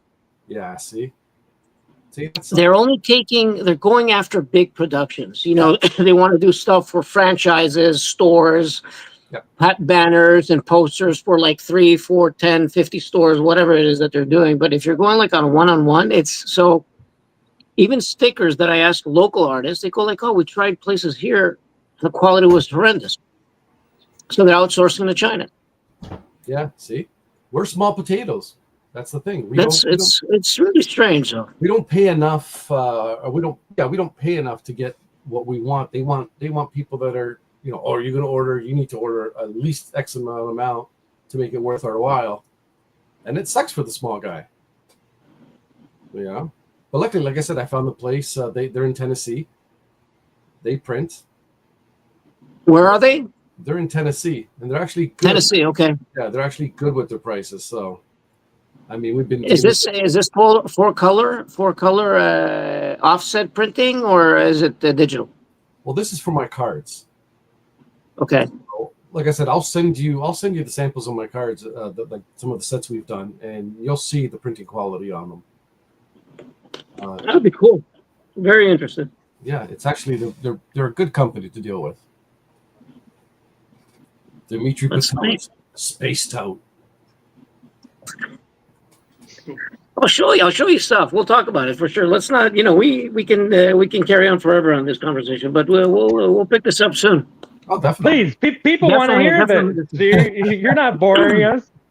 Well, you know what? Here's the thing. My main target many years ago was getting stuff done for movie or gaming, and then I got involved so much in advertising that all this whole idea went. Took second place. But I never stopped actually creating and designing stuff. And it's like it's a library of thousands of images. And so and at that time you'd say, you don't want to publish it because things get stolen, copyright issues. And I've already dealt with a few incidents that it's a dead end, basically getting ripped off from corporations. It's happened to me like a couple of times, and a couple of smaller ones, and it's literally a dead end going in court and going after them. And so, the idea was just, and this is protective stuff. It's happened even with stuff that had been copywritten and trademark. And I'm not going to mention which companies right now, but so protecting it, is basically not showing it at all, or either just making sure you just get it really published, showing it on social media or your website. You're really, you're really putting yourself. I would never rip you off, buddy. I would. No, I'm not talking about you, man. I would send you all the stuff. I mean, I would help you. I would help you put the set together as much as you needed me to. I mean, it would be your set. No, the reason I'm mentioning it, Tony, is the reason why I haven't shown all this stuff. I'm not referring to and nothing to do with you. I'm just saying the reason I haven't showcased the majority of this work is because of, this idea. And now with everything happening with AI and something like that, I said, man, I should have just let it all loose out there and just, or let it land wherever. Yeah. But it's a good idea. It's always been, at the top of my head, to do, aside from a book, do a card series. It would be interesting. There's plenty of material, I'm telling you, for sets 1, 2, and 3. But, you never know. It's we can definitely, Shoot, we can do sign cards too. Have you do some sign cards? Yeah, man. Yeah, we can throw. Yeah, I mean, if it wouldn't be a set with my name on it, why wouldn't we just throw signed cards and sketch cards in there? Well, that's what I mean. It's your set. You can do whatever you want. I think if people pull the Dimitri Patelis sketch card from your set of aliens, say we're doing the aliens, I mean, people would freak out. Yeah, and who knows? Maybe we can go acquire a couple of licenses from known companies.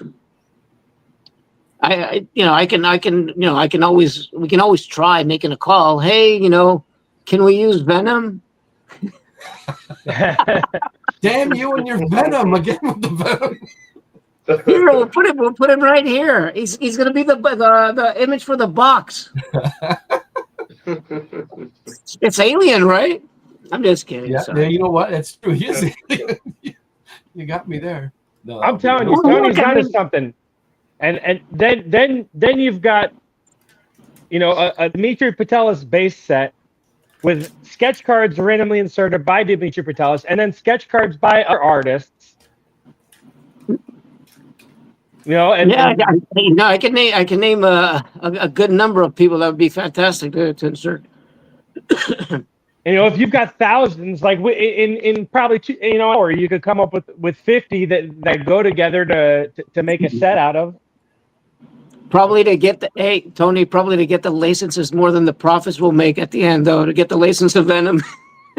That's what I mean. It's, what, you'd be better off just doing your own creations. You know what? You can get someone that looks venomous, but not. Yeah.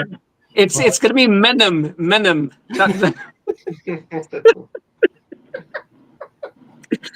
Well, I'm making one right now. I don't know if I'm going to be able to crank him out and get him ready for I gave in the Spider-Man, and I was like, well, we were talking. I don't know if you can see it. I'm sketching one out right on a 5x7, but I can see that. Maybe I'll have it ready by tomorrow. Stick him in there. That's awesome. So Tony, you said you've done so many sets. I keep on seeing Tony Perna Studios and stuff like that, and I've seen some cards. I had no idea you've done so many. Yeah, since 2012. Oh my!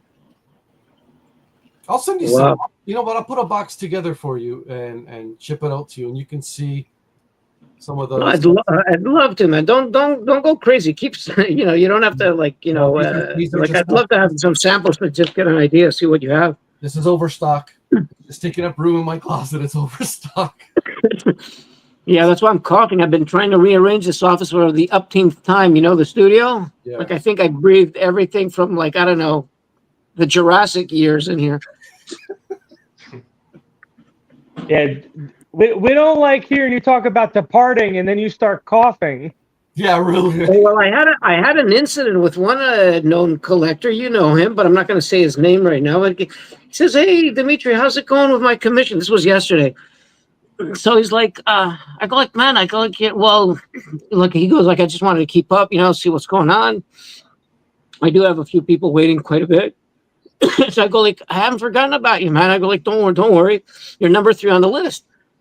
And he was like, yeah, I just want to make sure, my widow, like my widow, like, makes everybody, it freaks everybody out, and they get all excited when they see it and stuff like that. I'm shit. What is he talking about? His widows? Is he planning to leave or something like that anytime soon? And he goes like, no, my widow commission, my black widow commission.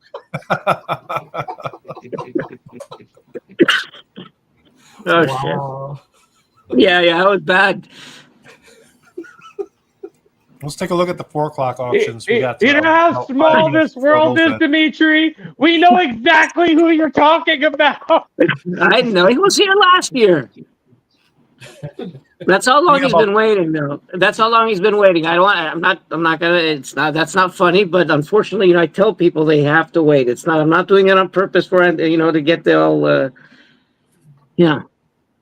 Dimitri, you want to hear something funny? I shouldn't even be saying this.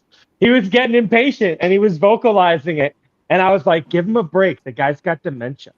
He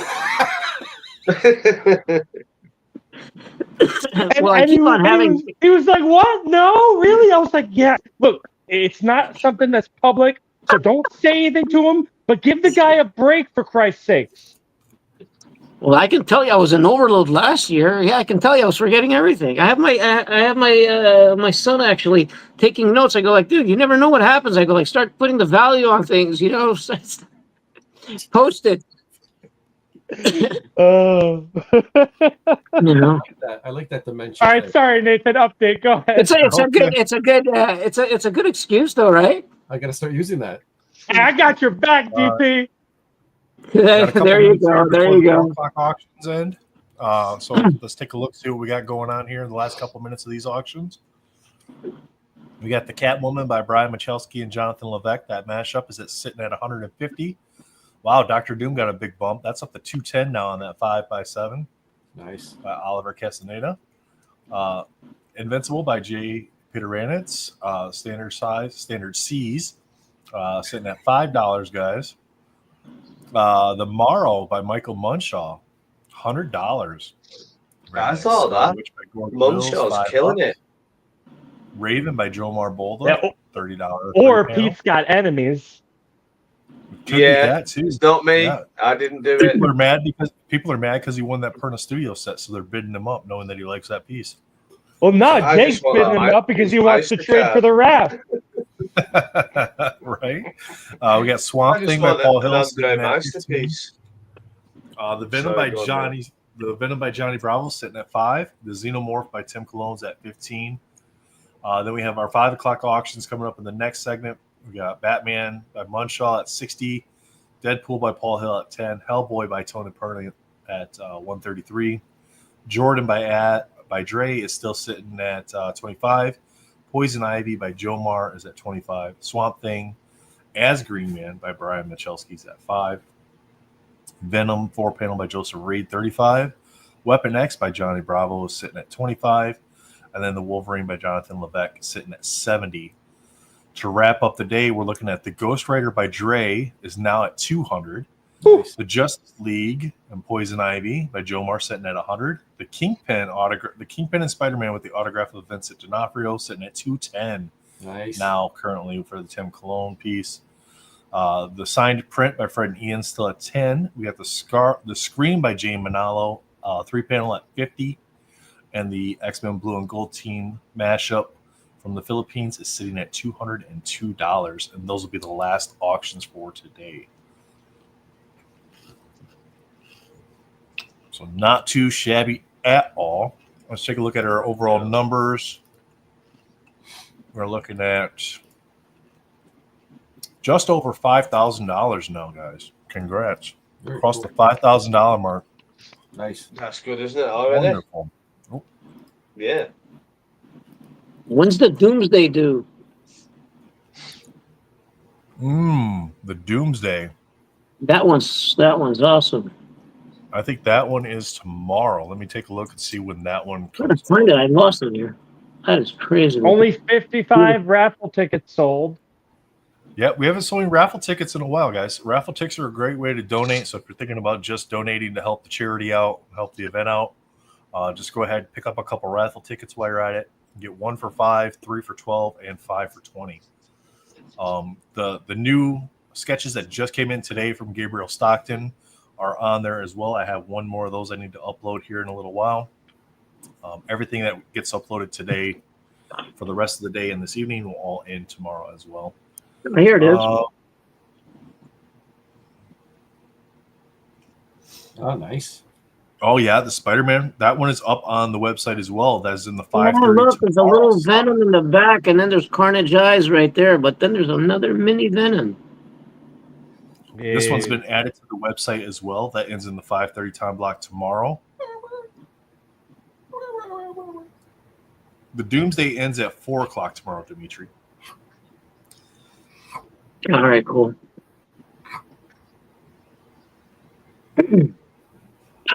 Should I color the Venom? Should he color the Venom? What do you Yeah, he's right here. I'm thinking about it. Pencil, color. I'll probably spend more time if I pencil him, but there's more pressure with color. I know Jake's a huge fan of the pencils. I am, yeah. I am a huge fan of pencils. Yeah. All right, pencil. Forget it. No color. I honestly can spend more time with the pencils, but it's there's no stress though. We like zero stress. Yeah, I like pencils. I think a lot of people like pencils, don't they? I'd like to see more. I keep asking for more and more pencils. I don't know, Jake. I don't believe you. Jake, are you wearing socks? What's that? Because pencil has undo. Are you wearing socks? No, never. You know me, Tony. Ooh. No chance. I don't like socks. So we're getting into the foot thing now. Yep. Draw some Venom feet. I've done something that is a bit sneaky. Uh-oh. That's not sneaky. I don't think he was. Isn't that normal? He wasn't looking. He didn't notice. What did you do? Nothing. Oh, you little sneaky devil, you. Are you peeing in that? I hope not. Not yet. Shortly. It's 9 o'clock, Nathan. I'm usually in bed by 9 o'clock. 9, 10. Oh, that's right. I know you are. I know you are. You're a I've been trooper. up since 3 a.m., so it's like the big shift to me. This. Didn't you guys last year was 24/7, right? Yeah, for 48 hours. I mean, the first Yeah. year we did, Jake and I did 25 hours straight the first year together. And I think And we then would last have year done more, wouldn't we? If Ash Yeah. would have carried on drawing, we would have done more, wouldn't we? Last year was 48 hours straight, but we had different co-hosts to help take us off camera. Yeah, and Nathan got sick. Did. Yeah. It was more like Left shift work, me- which was really nice. Yeah. And left me in charge, which I thought was hilarious. That was You just that left, was such you just a left me such in a charge. risk. Such a risk there, Jake. Not Anything really. can happen, yeah. You've got to bail if you leave me in charge of anything. Well, Bill did a crossword puzzle last year at 3 something in the morning. Yeah. Yeah, I did. I was wasted then. I think I stuck around till 4:30, didn't I? I chimed in at 10:30 or something like that, and then I just kept on drawing. I forgot, and then guys, we gotta call it off. You know, it's like 4. So. My eyes were crying. I'm like, well, You were on for a long time, Dimitri. Definitely, because I literally, I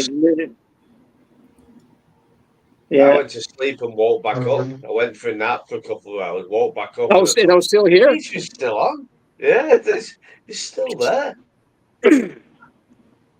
You see, We don't you need see to do the, that. you know, you see the skills you acquire while you basically, you know, in your youth, you're just hanging out in bars till everybody's gone.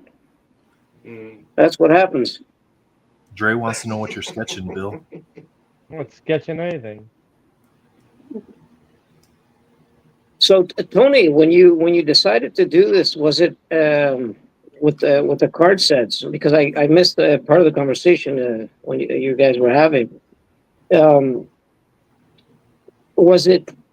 I'm not going to ask you if it's not a matter of like if it was lucrative, but was it easy to get the sets done, to get it organized, to get it, It was more lucrative to be honest, because at that time I was also working on stuff for Upper Deck and Rittenhouse, but the money I was getting from them doesn't equal what we were doing with our card sets, and it was something that I had control over and not have to, like, I mean, even like we approve artists right away, we pay them as quickly as possible. As soon as the set sells, we pay them. Base cards are they get paid right away as soon as they turn them in. With working with these other companies, I mean, like I was telling these guys earlier, the only thing good about it were the APs and being able to sell the APs in the aftermarket. But now with like Tops doesn't even provide APs anymore. right. And it seems to be even less with Upper Deck from when I was doing work for them years ago. So it just made more sense that, you know what, and you also have to think of yourself. You know, you're paying bills, you need to pay bills, you need to do this. You can't. I love drawing the Marvel characters. I love drawing the DC characters, and hell, even the independent sets, Lady Death, Evil Ernie, and all that stuff, Witchblade. That was all fun stuff, but I mean, it was killing me for the amount of work they wanted. No, I understand, but when you did the sets, your sets, the stuff that you produced, how was it to basically handle the production, the organization, organizing this whole thing, getting a learning curve? It was the first sets we did mistakes because we didn't know quality paper stock when we had the cards printed. We had to deal with this. I had to basically learn how to set up the image for foiling. I did that myself. So it made me learn a lot and actually kind of appreciate the motions that you have to go through. Yeah, the whole process, basically understanding, like yeah.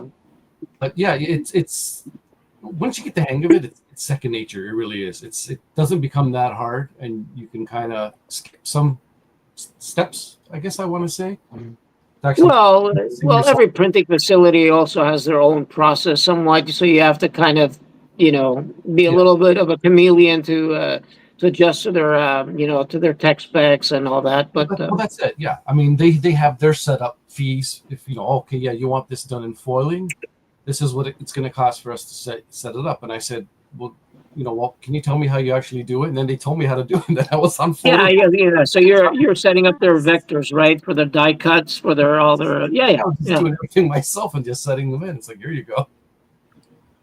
So as far as quality control, go ahead. Sorry. No, the other thing that you can't discount is that Tony has a very sophisticated piece of technology called an Elaine that makes everything in life 3 to 5 times easier. Yeah, the thing ends up. She goes through when we get cards printed, she will go through every card individually just because you are going to have some that are default and some that are going to have bent corners, and she will go through each card and get rid of all the rejected cards. And you're talking like 30,000 cards that she'll sit and go through. So, oh yeah, we are very, very picky about the quality, and I mean, like, we get things reprinted. If it's not up to snuff, we get them reprinted. Do they give you guys a test run? No, No, it's all on. Well, what happened was we when we contacted this company, we used to do it with I can't remember how they were called before. One company from Texas, and then they closed, and we went with another company from Tennessee, and they sent us samples of what they did for other sets. So we looked at that and said, okay, we like this, we like that, and then basically it's on good faith. So we sent it. We send our images in, we get them printed, they come back. And like I said, sometimes we had a problem with the gloss on some of our promo cards. It was all flaking off. Yeah. And we got ticked off. We said, these had to be done alongside with the sets because they were. I remember you mentioning something on one of the lives that you had. Yeah. So we told them, so they reprinted them at no cost, and the second batch was fine. So we're like, okay, but unfortunately, we had to ship out the promo cards at our own expense after the fact because the set had already gone out. But they're giving us deals on future printing sets, so they work with us. So when that thing was flaking, was it done digitally by any chance? Instead of an offset? I think it probably was done digitally. You know why? Because it's things that I've encountered when you do something, when you print like a digital printer, is really high end right now. Xerox printers that can just like spit out by the thousands in a day. Yeah. And that's what I did. Like the Venom that I showed before that I just picked up. This thing was done in a regular Photoshop place in Greece. Okay, and the gloss is from the actual laser printer. This is not coated. Okay. But what did I find out? If you want to laminate this, you can't. Well, you can, but did I send you my book? Yeah. Okay, so the book on the edges is very sensitive. Why? Because laminate will not basically attach itself on the laser color print. Okay. So, well, that was done for the show in Greece, so that's why it was kind of like, we didn't have really time. We put that together in 3 days. We put the book. Yeah. But so if you want to avoid that with laser, unfortunately, basically the laser has to be in the middle, and then you have to have bare paper on the edges. Yeah. If you want to laminate. So maybe that was the case. They basically, the print quality is not going to be bad. You can actually match, like laser printing right now, digital printing is really high end, but to laminate, unless you flip the cover, you have a lip. Yep. There are techniques, but if you have a straight edge, like the cards you're saying, that's what probably was happening there. Well, they were flaking in the middle of the card, not the edges. Oh. Which was really weird. It just wasn't adhering. Wow. That's strange. That could be basically when they heat it up. They overdid it. Who knows? Yeah, and we've never had that happen before. And they've done our laminated glossy cards before, and we've never had that issue. But it just seemed that with this one, it happened. Yeah, I've seen like those cards that they gave you guys, the sketch cards that they gave you from the Marvel Masterpieces 22. I had a few send over to do some commissions on, and those cards were falling apart. I believe that. The thick ones. The surface, the top surface was basically like it was paper thin, like rolling paper. Yep. Yeah. And in the back, the color was coming off. It wasn't coated. So I had it on a survey here on the desk. I called Dre up. I go like, Dre, are these supposed to be falling apart? I thought they were counterfeit because people were paying a couple $100 for these, for these blanks. This was crazy. Yep. Hey, Brian. I don't know if did you work on that set, the 22? I want to say yes. Yeah, that's the one where you did my card, Tony. Oh yeah, okay, yeah. 22 was my card. Was that? I don't mean the card that I own, the one that has my name on it. Okay, yeah. You're right. Yeah, I did work on that card. And I tried. Did I tell you I tried to get it, and the guy wouldn't give it up? Seriously? He was like, I need a Perna in my collection. I'm like, okay, well, now you also have a Vazozi, whether you like it or not. Tony, Dimitri, on the card, Tony wrote in there my name.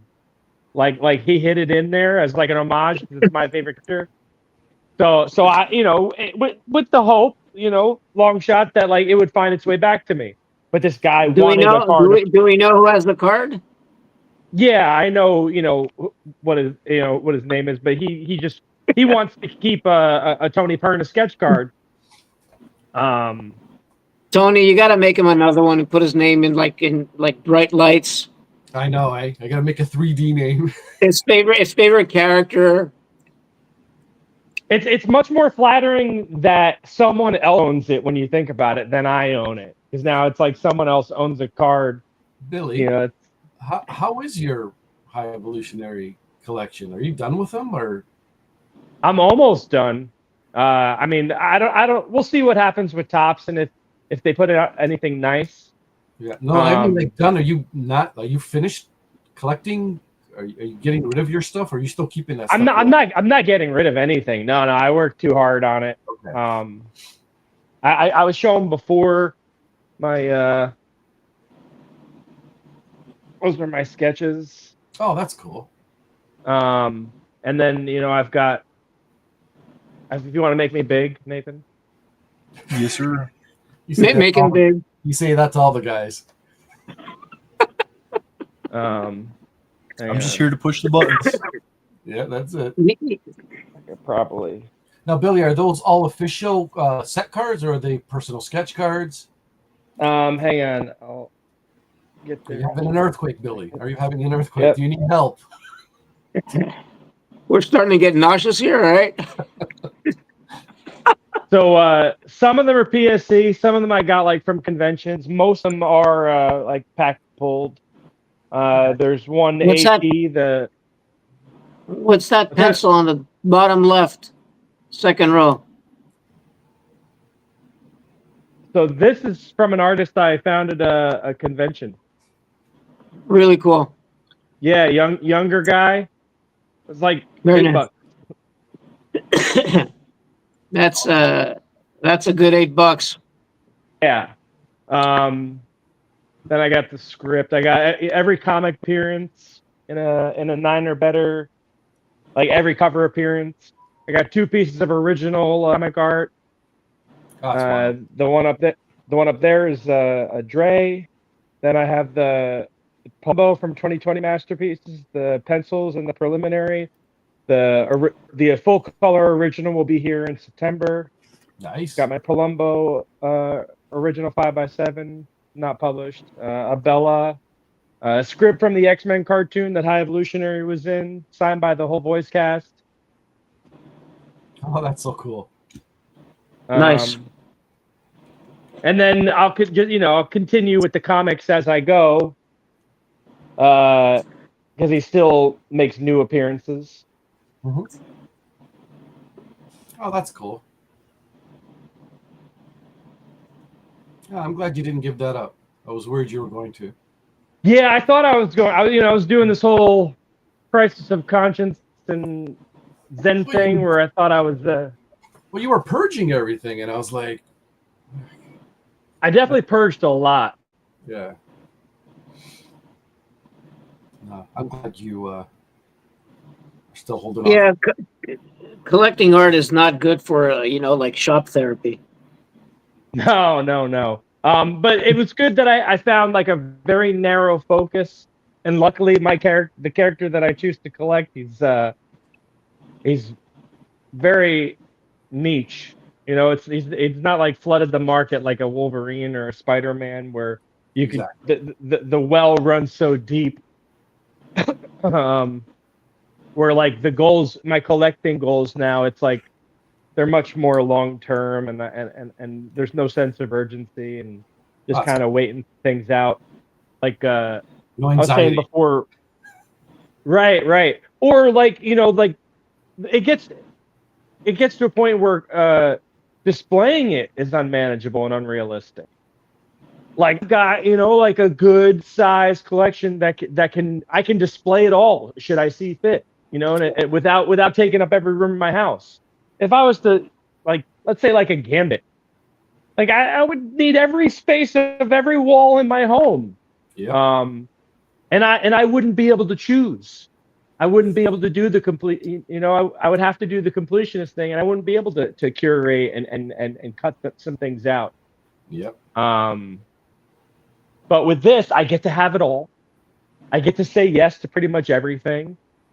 There you go. And then, you know, now I can, if I, like those originals, those comic originals, I found one for 200 and one for 500. Oh wow. Yeah, so it's like that's, and obviously the older stuff from the Silver Age, you know, it's going to be more expensive if I ever want one of those. Mhm. But so then I could look at like maybe just getting, you know, like you know, like this 5x7 by Palumbo. Like, That's fantastic. yeah, it's original. It's mine, and I could find other artists who it's like, yeah, maybe we'll do something fun like that together.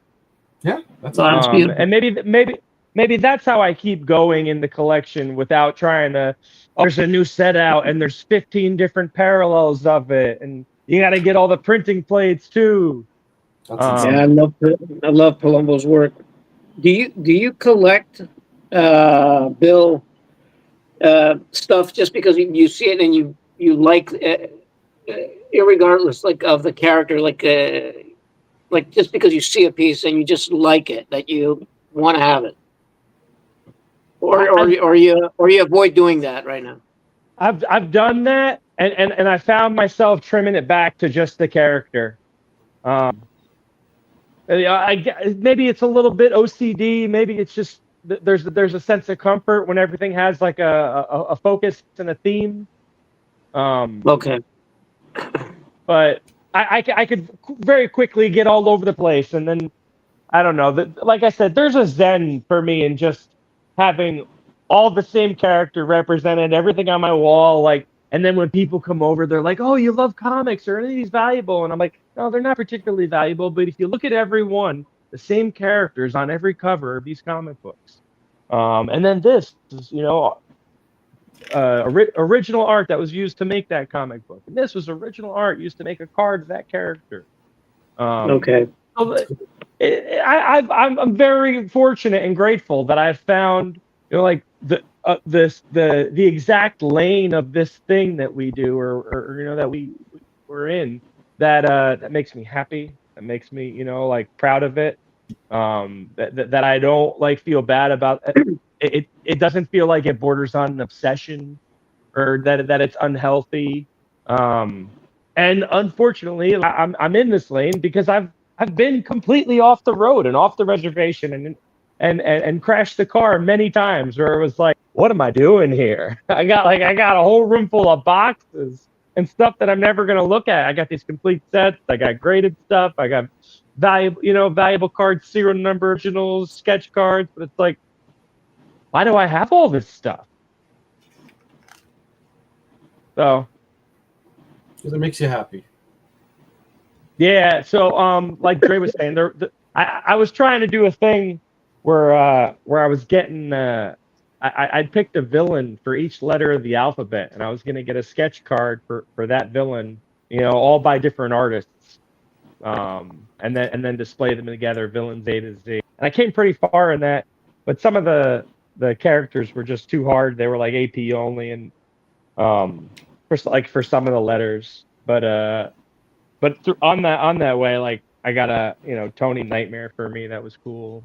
But to like what I was talking about before earlier with like, it's okay to like change your feelings about something, like an idea, like, you know, I had that feeling like because I wanted to be identified as a collector, that it was taboo and shameful to sell. Like, no, it's okay. Like, you made a mistake. I didn't buy it with the sole intention of turning around and flipping it. I don't even know if I made money on it. It doesn't matter. Well, like your taste can change too, right? Your you know, how you perceive something, how you saw it 5 years ago does not, you know, it doesn't give you back what it gave you at that particular moment. So there's nothing wrong with, you know, let's say selling, flipping, or anything like that. I have no problem with people basically flipping artwork. There's times that I've seen stuff that basically come from a nobody, but for some reason they hit the spot on that particular piece. It can be for most, let's say for everybody else, it could be nothing, right? But that person just tapped into something that intrigued me at that moment. So I don't mind having a copy of that, or a small print of it, or something like that. And it's irrelevant to the name that it carries. At least that's how I see it. I like to acquire stuff or art that just basically visually pleases me. It doesn't. I don't allow the name to just basically influence me. If it's even for my favorite artist, let's say, if I don't like it, I don't like it. That's Right.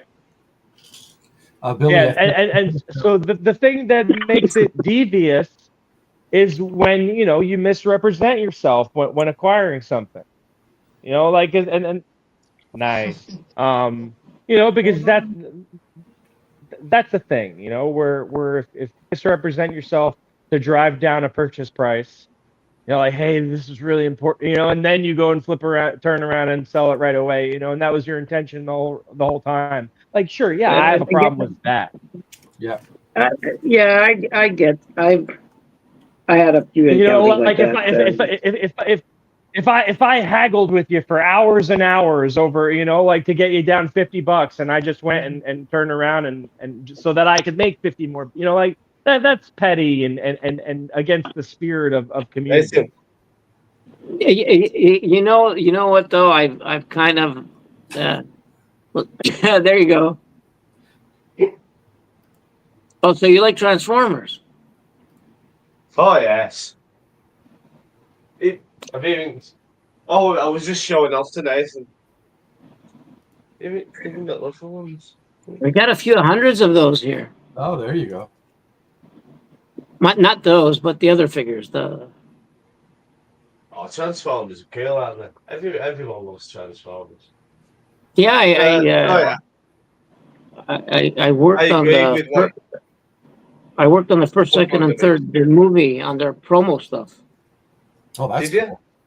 Yeah, they were like, I walked into Target one day and there you had bed sheets with Optimus Prime that I did and Megatron, and you'd walk in the movies and they had those cutout big Megatron paper, those things that they had. So because before the movies came out, Hasbro needed to promote their merchandise. So the characters weren't complete.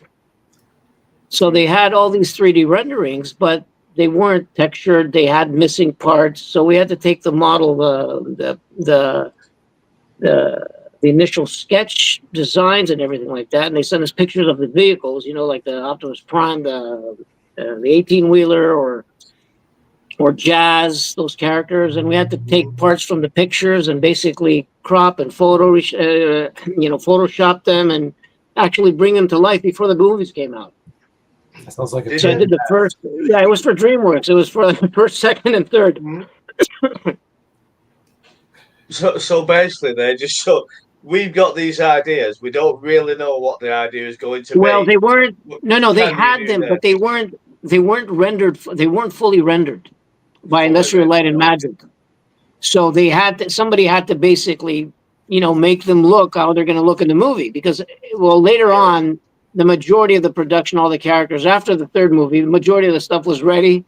So they would have the stuff ready in 3D to provide for for toys and games and puzzles and posters and everything like that. But before that, so it was an interesting gig, paid well. There you go. That's what matters sometimes. Tony, do you collect? Dust. That's a funny question, right? I like dust, and that's about it. No. Oh, come on. No comics, Funko Pops, action figures, Bigfoot stuff, statues. Oh God, probably too many things. So yeah. Well, I fall right in there. Action figures, a lot of art books though. Yeah, I've got a couple of books behind me. Yeah, they're everywhere. There's more on that wall and more upstairs, and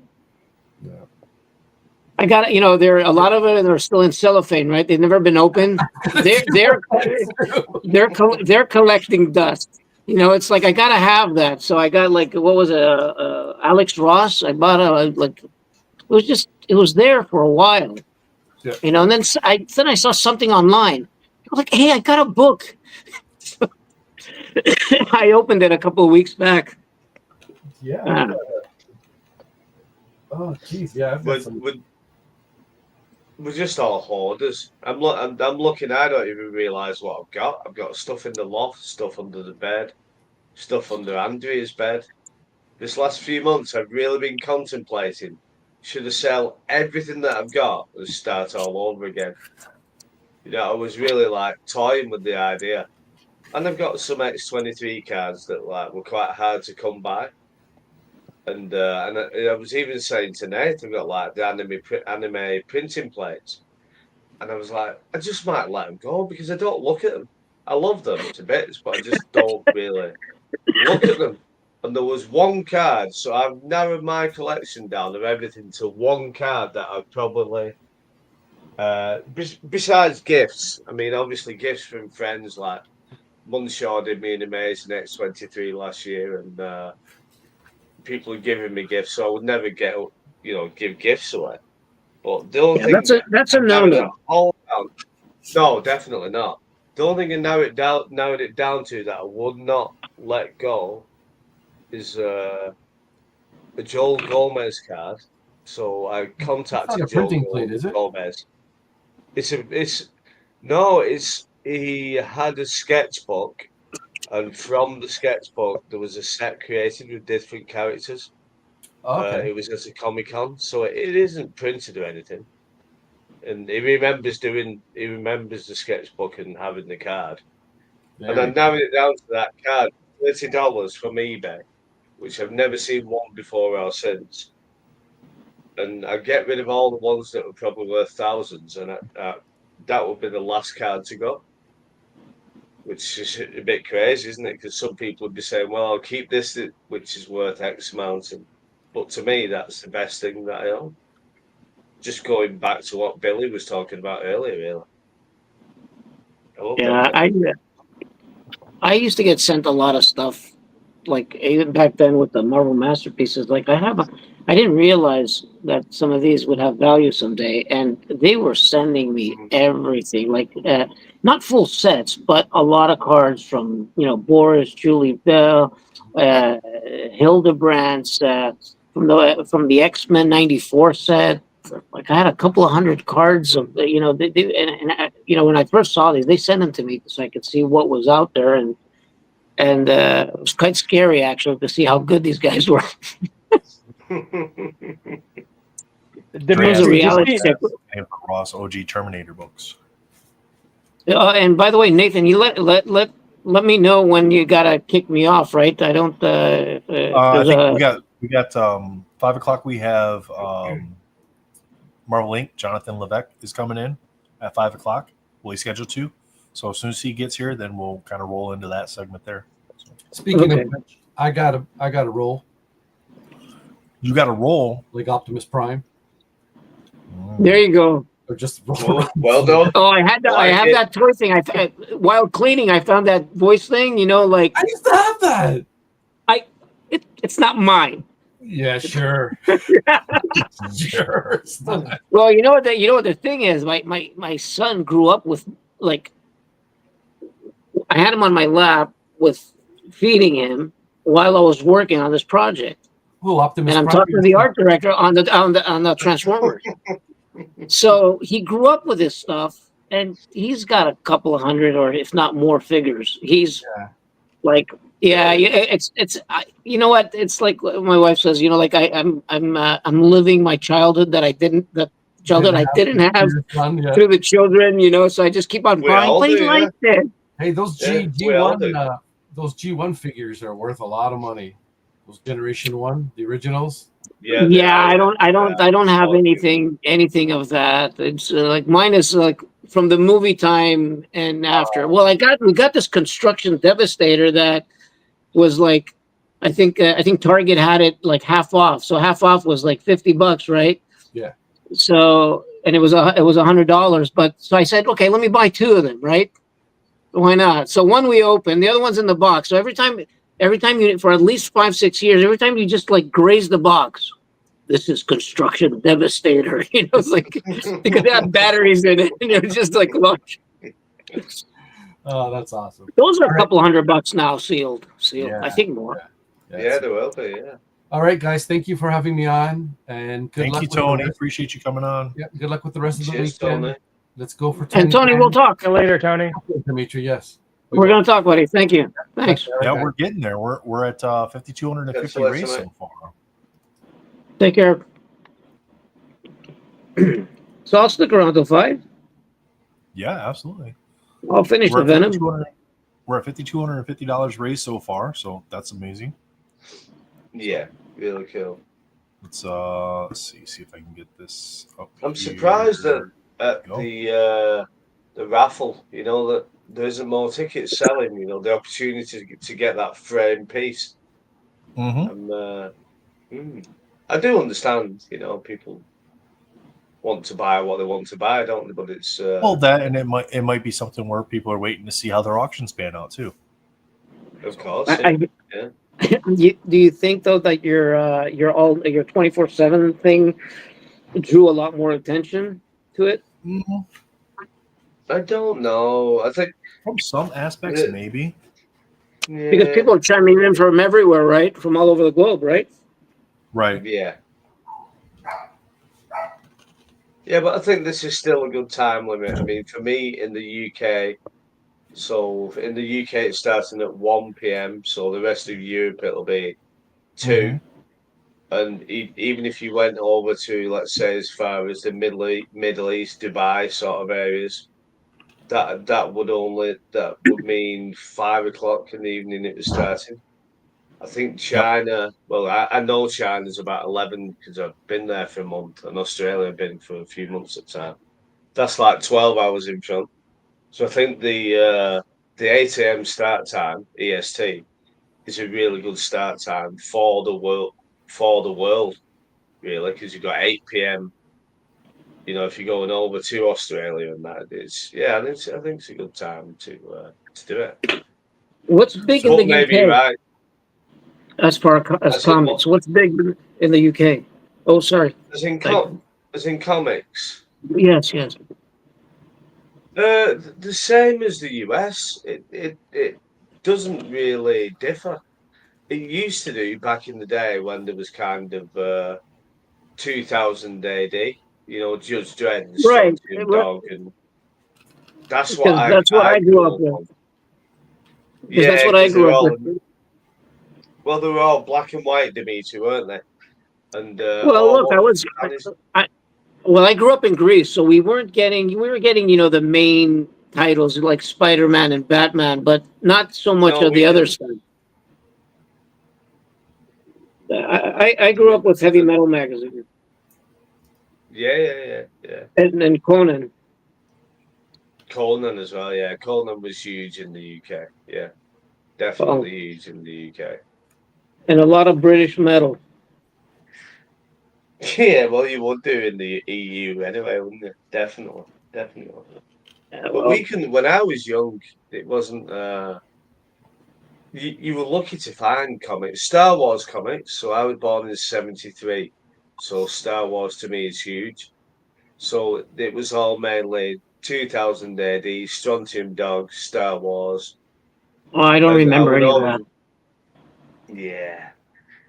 The Marvel comics, they were few and far between because most of them were imports, really. Oh, obviously they Well, we didn't have many comic book stores in Greece. Like in Athens, where I was, there was maybe like a couple of stores, specialty stores.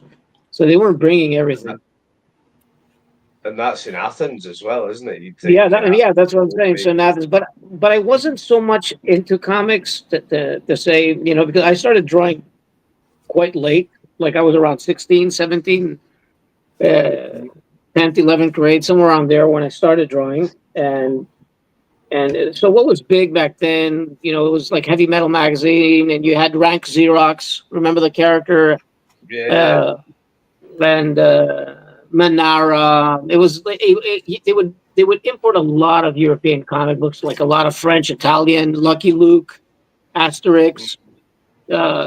Asterix. Is Oh, yeah, I loved Asterix. is no good. Remember is no good? No, I don't remember that one. No. It was in the style of Asterix. I don't remember what the artist was. It's a guy that used to say, "I want to be."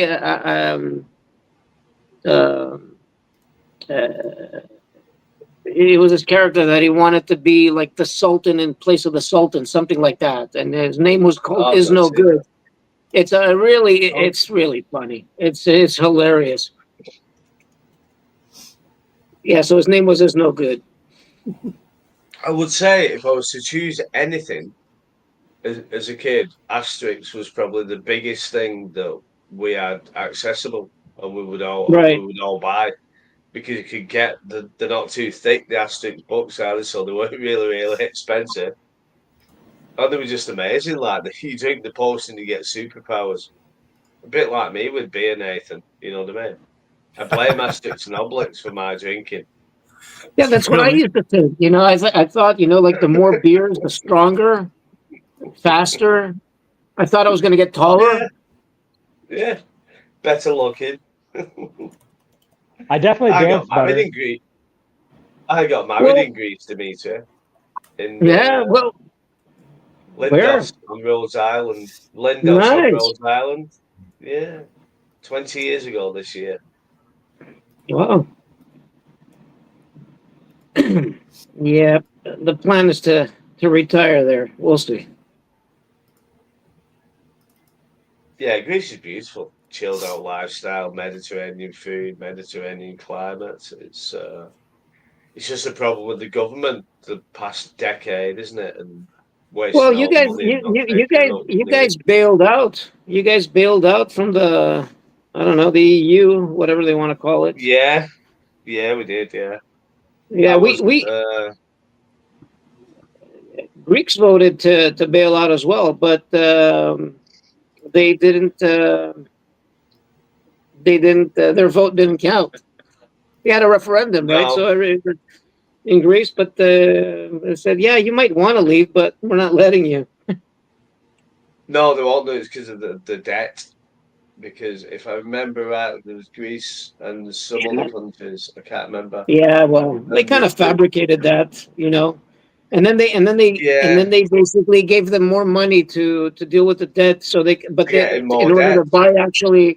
to buy stuff from these countries, it's just ridiculous. Yeah, and get more in debt.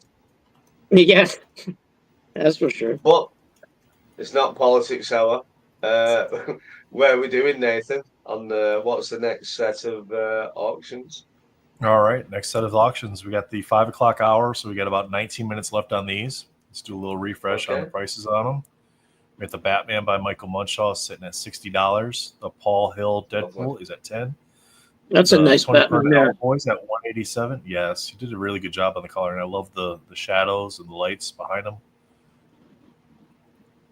The Michael Jordan by Dre, not Ash, is $25. The Poison Ivy by Jomar is at $25.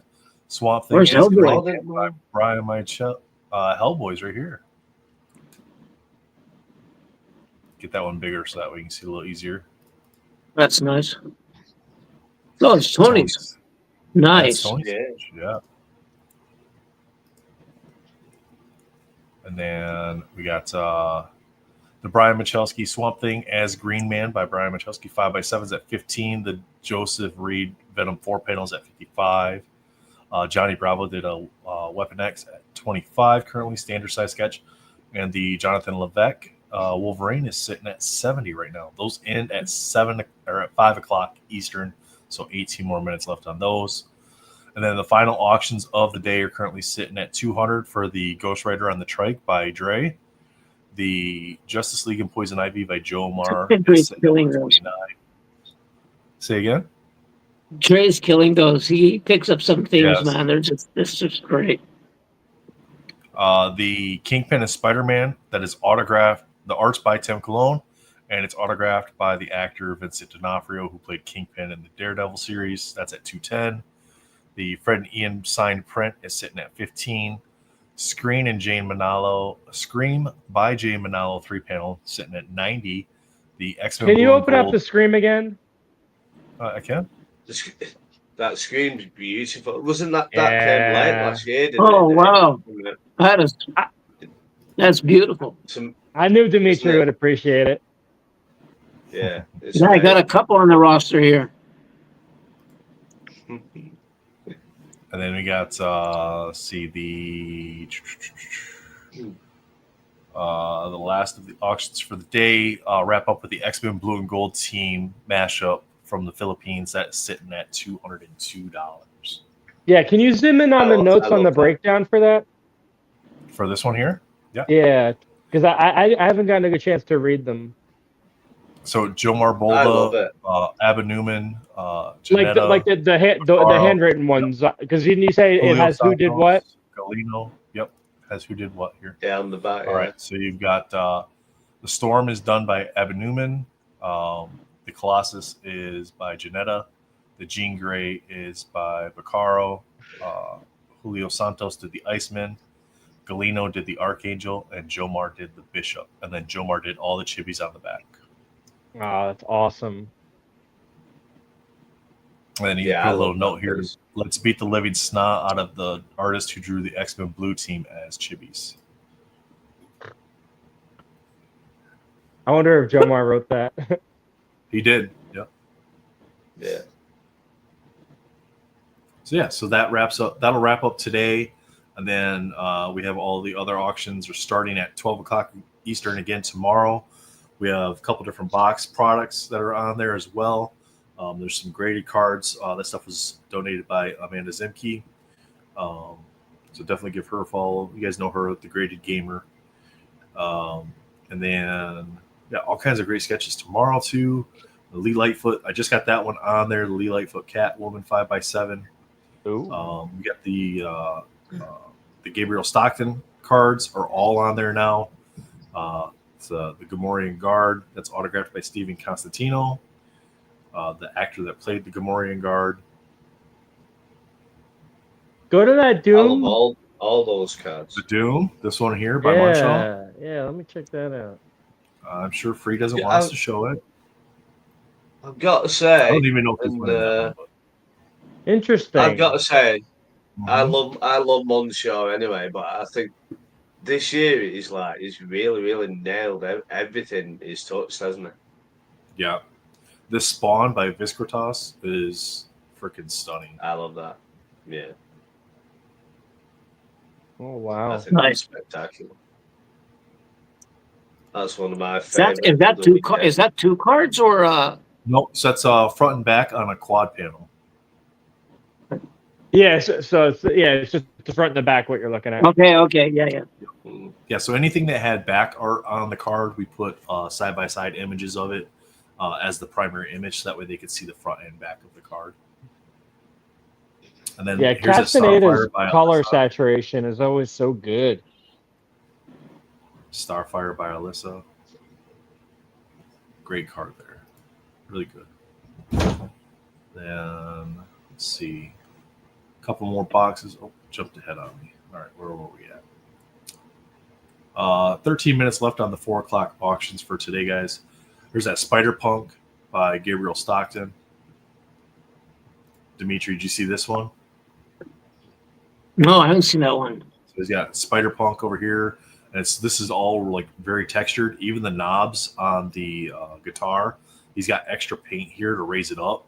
So like if you were to touch it, it feels like there's That's like crazy, buttons there. going. Yeah.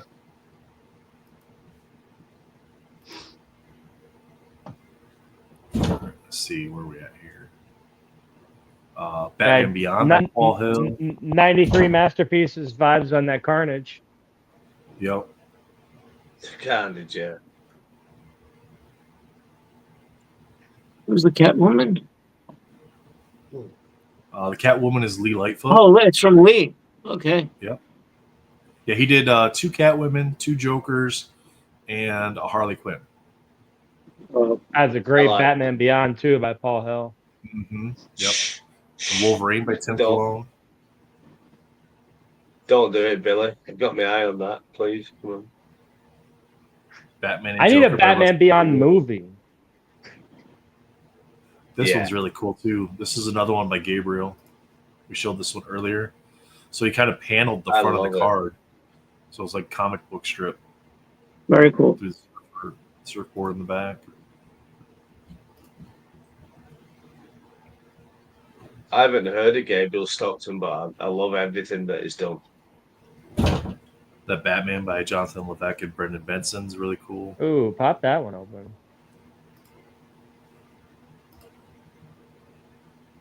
Yeah.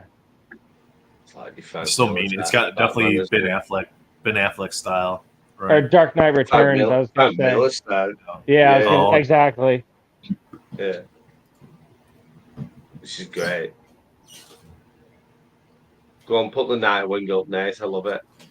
This Ooh, one the here Venom by Alyssa. Perna. There's the Nightwing by I Alyssa. love her Very work. The anime style. Yeah. Yeah.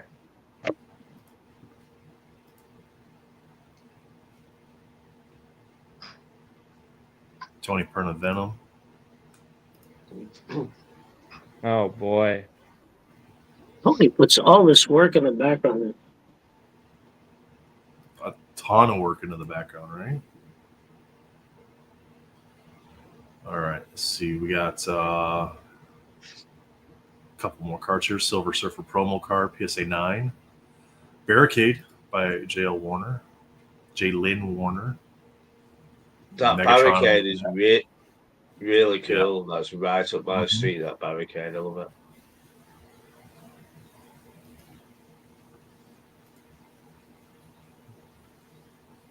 And then we got Tim Cologne. Ooh, Tim Cologne. good Dr. Cosmic Doom Ghost there. Rider? This one here by Jonathan Levesque. Yeah.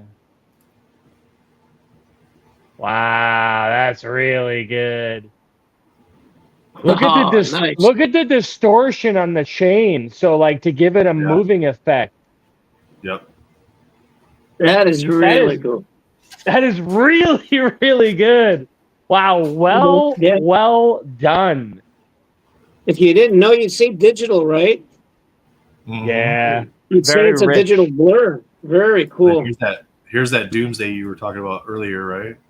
Yeah, that is that should be a top getter right there. That one's hot. Wow, look at how the blacks on that. Yeah. Yeah.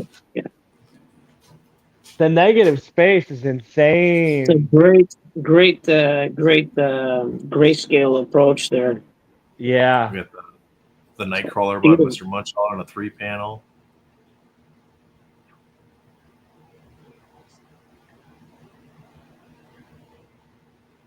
Box of AEW 2025. If you're interested in AEW wrestling, want to open a box of cards, there you go. Gamorrean Guard. This is a 3-panel autographed by Stephen Constantino. So 2 Stephen Constantino autographs that Gabriel Stockton had done.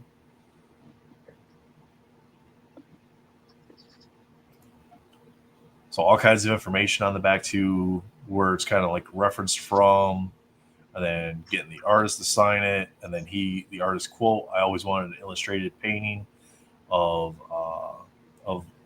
mine, the Gamorrean Guard, and the date that it was signed, June 7th.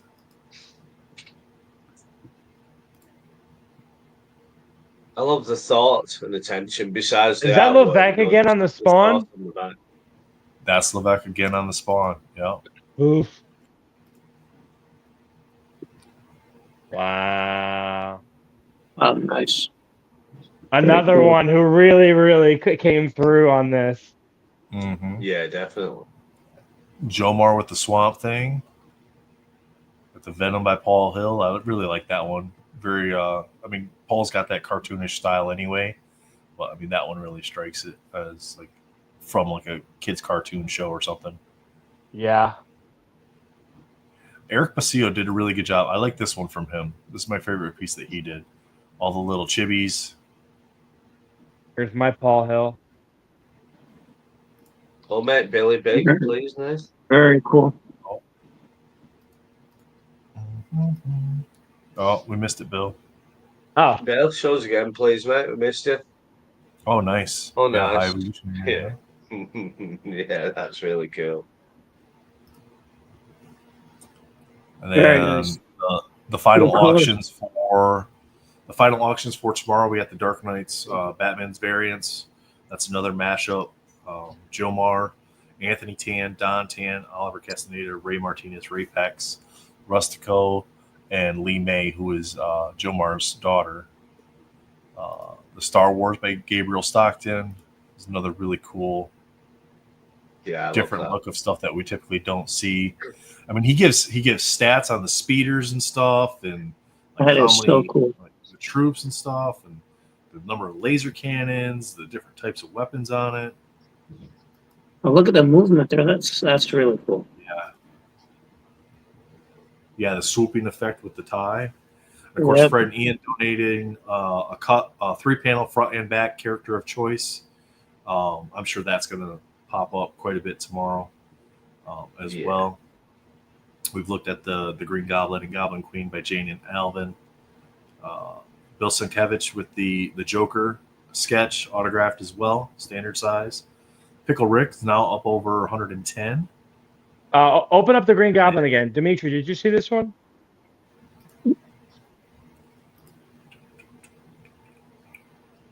Who's that from?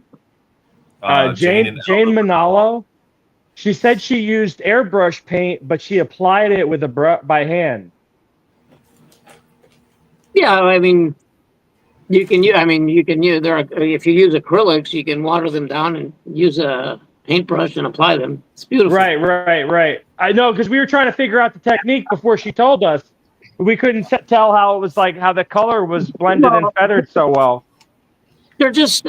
I mean, they're water based, or not necessarily water based, but you can get acrylics for an airbrush, and you can just water them down just like anything else.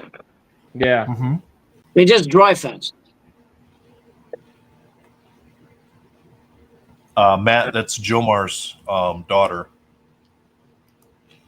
If you're asking about Lily or Lee or May. Lee May. Yeah. That's Jomar's. Is that Pickle from Dre? Yeah. That's from Dre. Yeah. You see, I didn't even have to read it. Yeah, you're getting good. Of course, we got the Spider-Man by Mr. Who's Patelis. the bum that did this one? I don't know.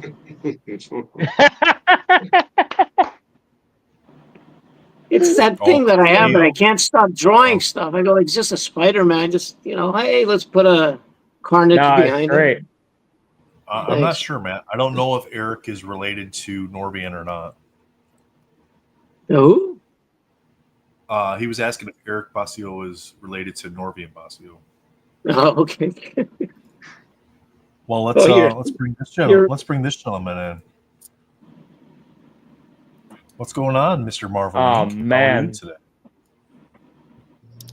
we're just all over here oohing and ahhing over the pieces that you guys submitted this year for MentalCon. Yeah, you are right at the top of the list as far as artists that brought it this year, man. So thank you.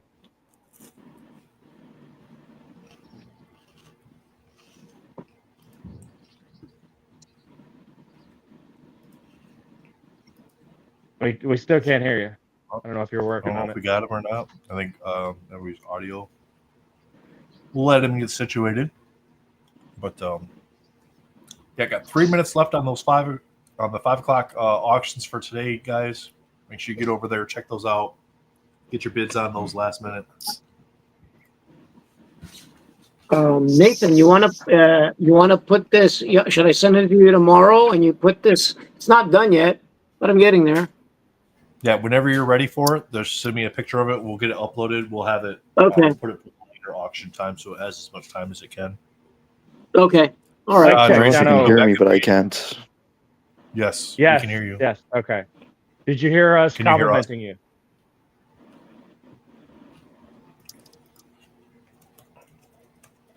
Jonathan?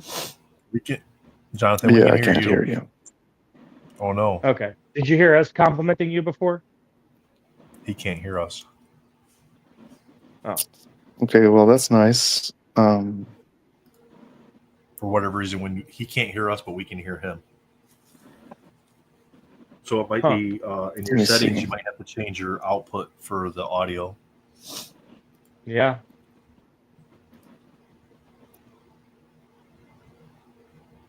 So if you go into your settings under audio, you would select wherever your speaker needs to go to. Well, no, he can't hear us. Right. That's what I'm saying is he needs to change his, he might have to change his output to be whatever Yeah. he's So trying to listen. are you trying to coach him about how to hear us while you know he can't hear us? Oh my God. Yeah. Thanks, Bill. Is that what you were doing? Yeah. One of those moments. Somebody had one of those moments earlier. Maybe we'll try to write it. Oh no, he's got another. Hey, can you hear can us? You hear us? Yeah. For some reason, I can't hear anything. We can hear you. Okay, still? Can you hear this? Repeat back to me.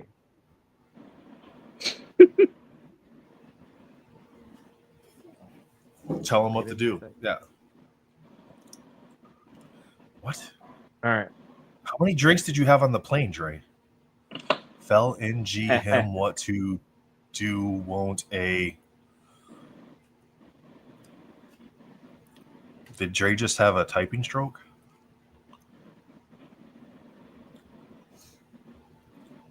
Let's see. He's got two of them. Okay, that one's gone. Okay. Well, I can't hear anything. That's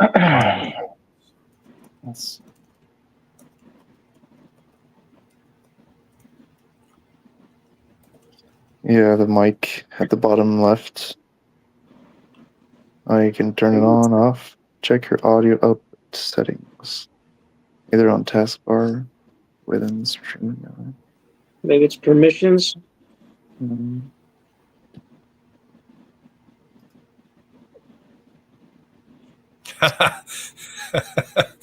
I agree. Maybe. I really don't know what the back part of your sentence was trying to say, Dre. But you're right. Telling him what to do when he couldn't hear us is no good. Sign language. Sign language. Is he for real? Sign language.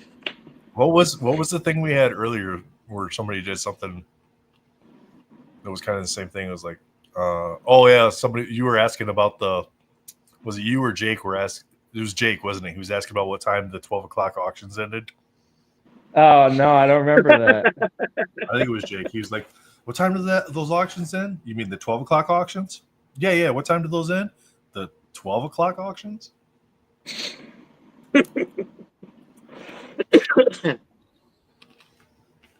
So what did you say? Dementia, you said? Is that what Bill said?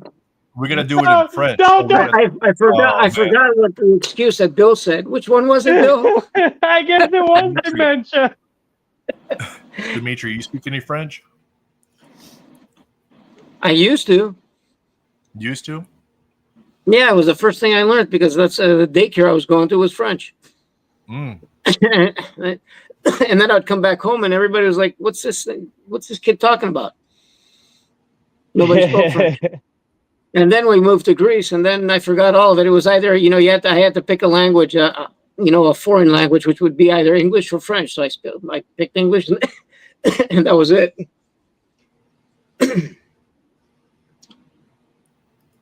So his cough really has me worried, though, doesn't it, Bill?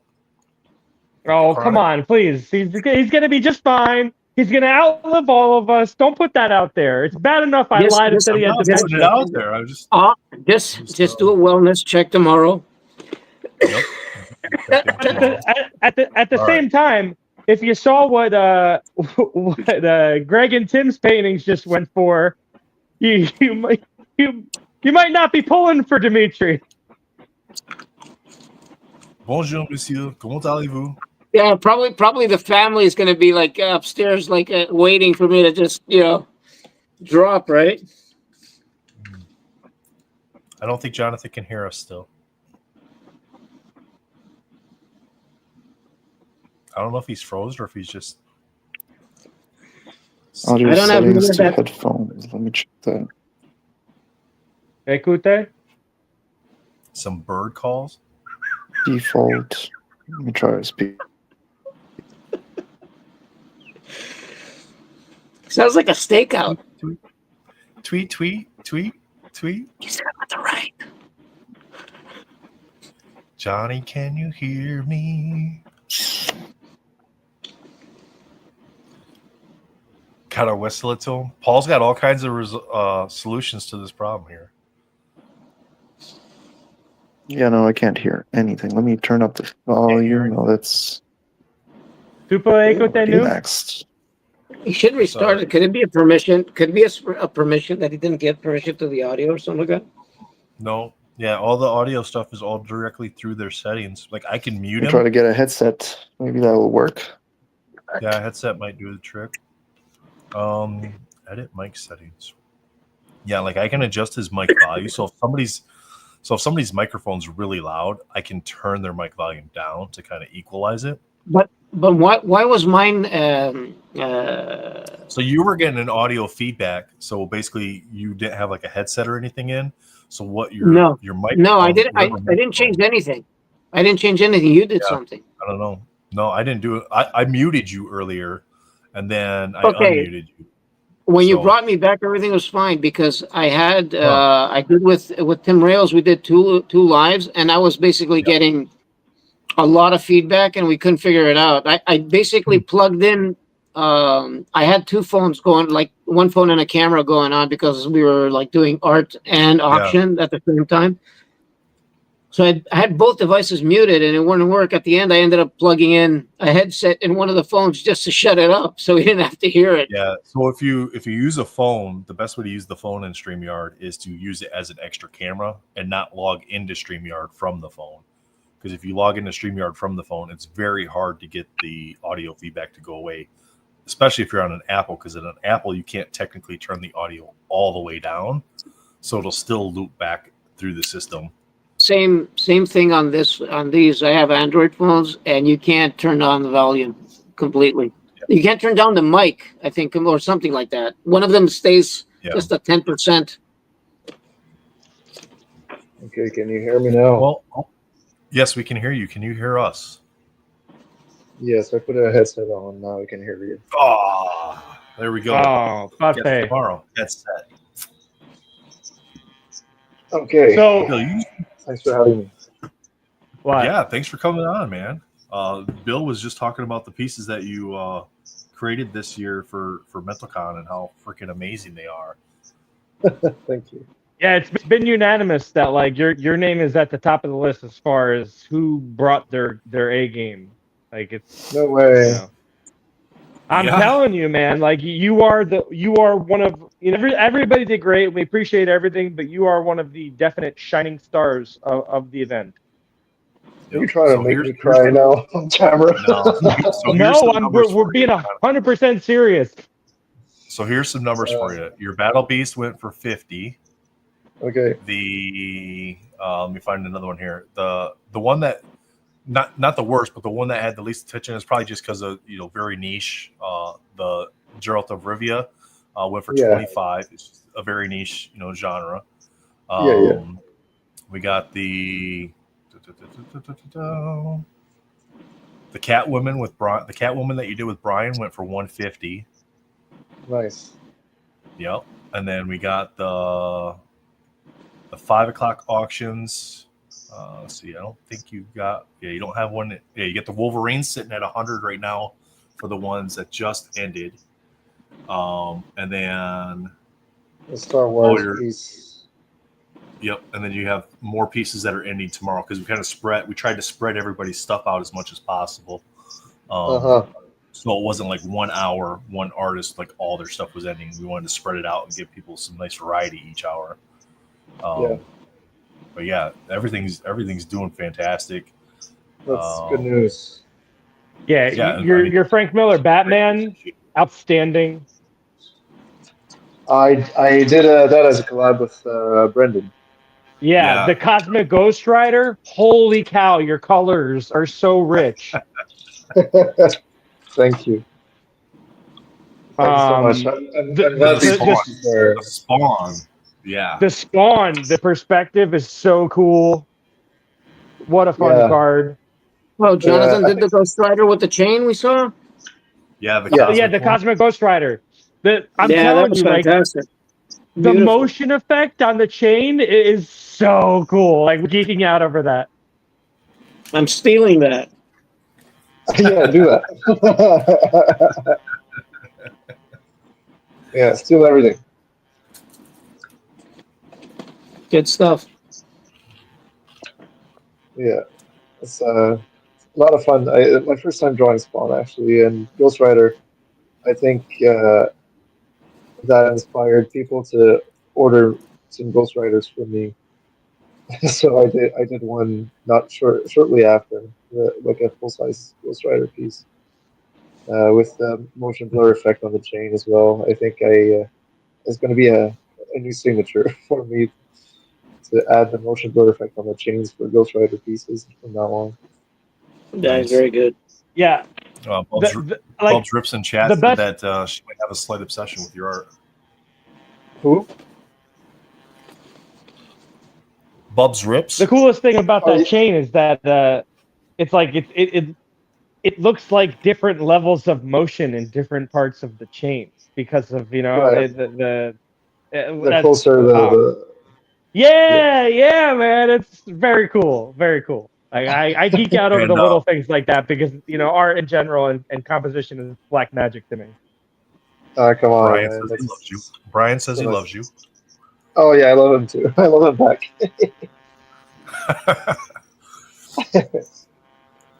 It's I guess I knew Brian from before, I think, but this year I think we really sort of bonded. I think over maybe the Catwoman piece and the Poison Ivy piece that we did together, and I guess we both had sets that we were working on together, and we sort of we bonded over that. I think this year. So, yeah. And it's nice. It's nice to make new friends like that. You know? I'm pretty sure Brittany's an Instagram stalker of yours. She said, "This sounds weird, but I think I can tell Jonathan by his hands only." The freaking nails. she clarifies that maybe it's the way he holds. Maybe it's the way he holds the pen. Yes, the way I hold my pen and the nails, and maybe the hand tattoos as well. Maybe the little hand tattoos. Yeah.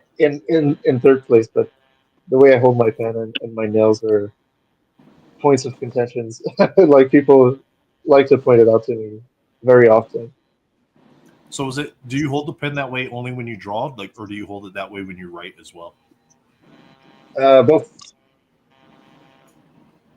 Interesting. Yeah. And so you are drawing Jake's favorite actor, probably in the history of cinema. He's many people's favorites, I think, right now. I heard it's my first time. I had stuff to do. Oh no! Oh no! Oh, can you see it now? Can you see it? Oh, you can see it I've now. not been here, have I? I had to go and do stuff for Andrea. Even though I shout Andrea and Andrea bids my every command, sometimes she did shouts not come Jake and running for you. I bid her every command. Well, I ran them when she needed me. Yeah, Bill, yeah. Listen, It's my first favorite actor. My first time drawing I like him. what I like what I like, and I don't like what I don't like, and I won't make excuses for events. Yeah, fitting, Billy. Fitting for the end of the show. Yeah. Oh man, and it's good that you're primed. And you're a little sauced, and like don't even lie. That's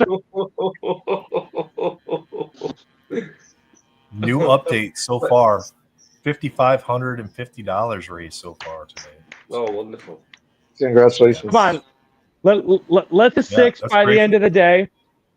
Great for the charity. Yeah, I'd love to see us hit 6 by the end of the day. That'd be a great start for tomorrow. We got some really good stuff for tomorrow too. Some great stuff. Let's talk about real quick, Jonathan. So you're in Canada. What part of Canada are you from? Montreal. Montreal, Quebec.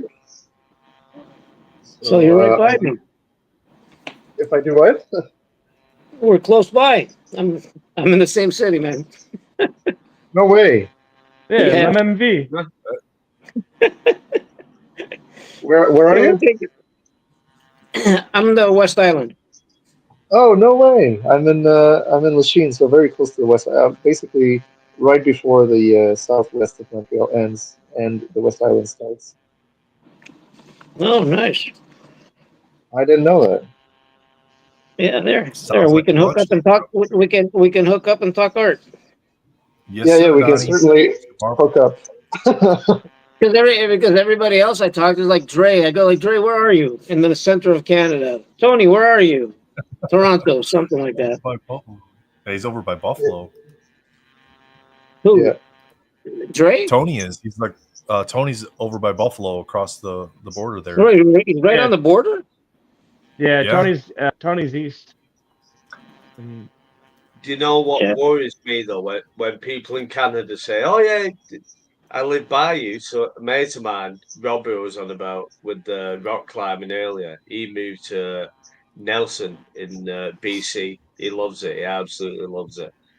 And one day I will go over. He said, "Yeah, just come by." He said, "Just fly to the airport. There's two airports. He said you can either go to Vancouver. I can't remember the name of the other airport." He said, "I live in the middle of both of them." I said, "Oh, okay then." So how long is that? He said, "Well, one's a 4 hour drive and one's a 4.5 hour drive." He said, I'll just come and pick you up. It's just that the distance is phenomenal in Canada, isn't it? It's like Yeah. it's the next town. It's faster to swim to the UK from here, man, than to go to Vancouver. You know what? Maybe. And like, but conversely, Jake, like, what's the furthest place from one point to another in the UK? 800 miles, I would say. That's from the top of Scotland to the bottom of England. I think it's 800 miles. I mean, I've done. So you could do it in a day, right?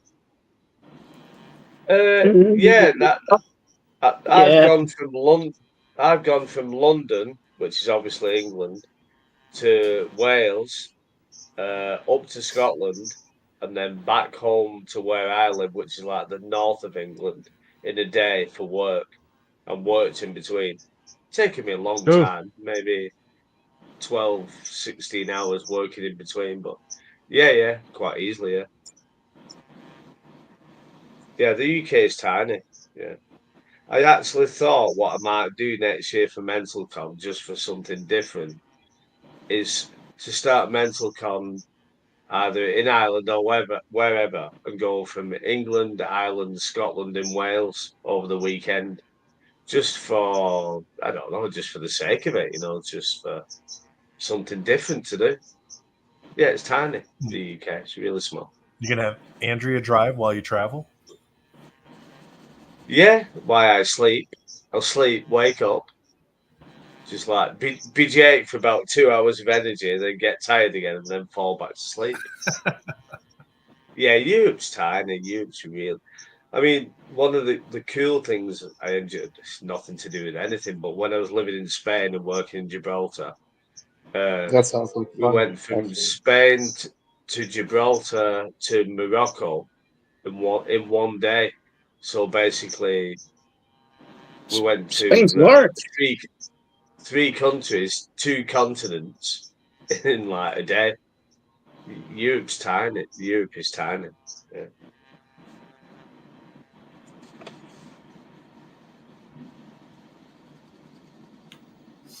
We got 5:30 All right, auctions in this hour, right? Yep, we got that's the last round of We do, options yeah. for today. We got 12 minutes left on those.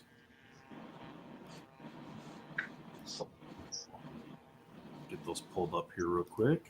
Take a look, see where we're sitting on them. 210 on the Ghost Rider on the tricycle by Mr. Dre.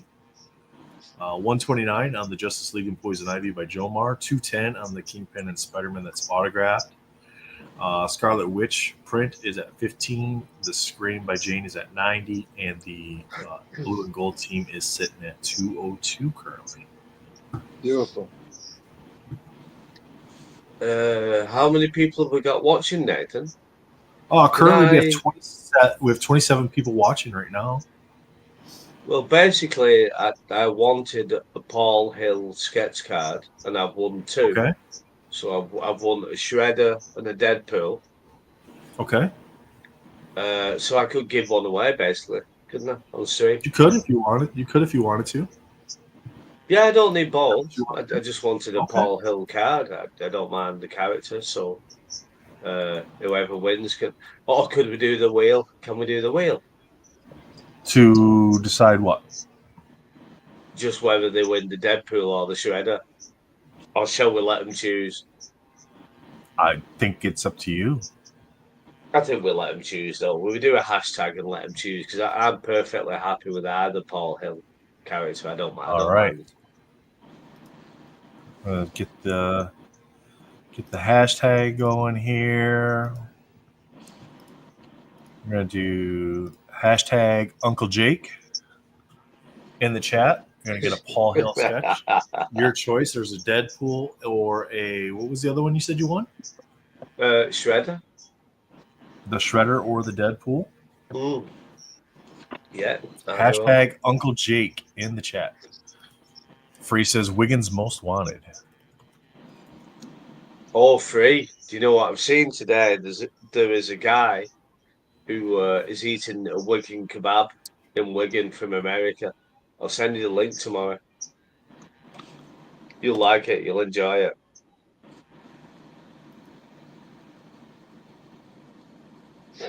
Did I tell you about Jake the Snake Roberts wearing Wigan rugby t-shirts? Who wouldn't believe me? Was it Tony Perner? I think so. Or was it you, Well, I Nick? can see Tony, not me. Yeah, he's a Wigan rugby fan. Jake the Snake, a long time Wigan rugby fan. Thought that was crazy.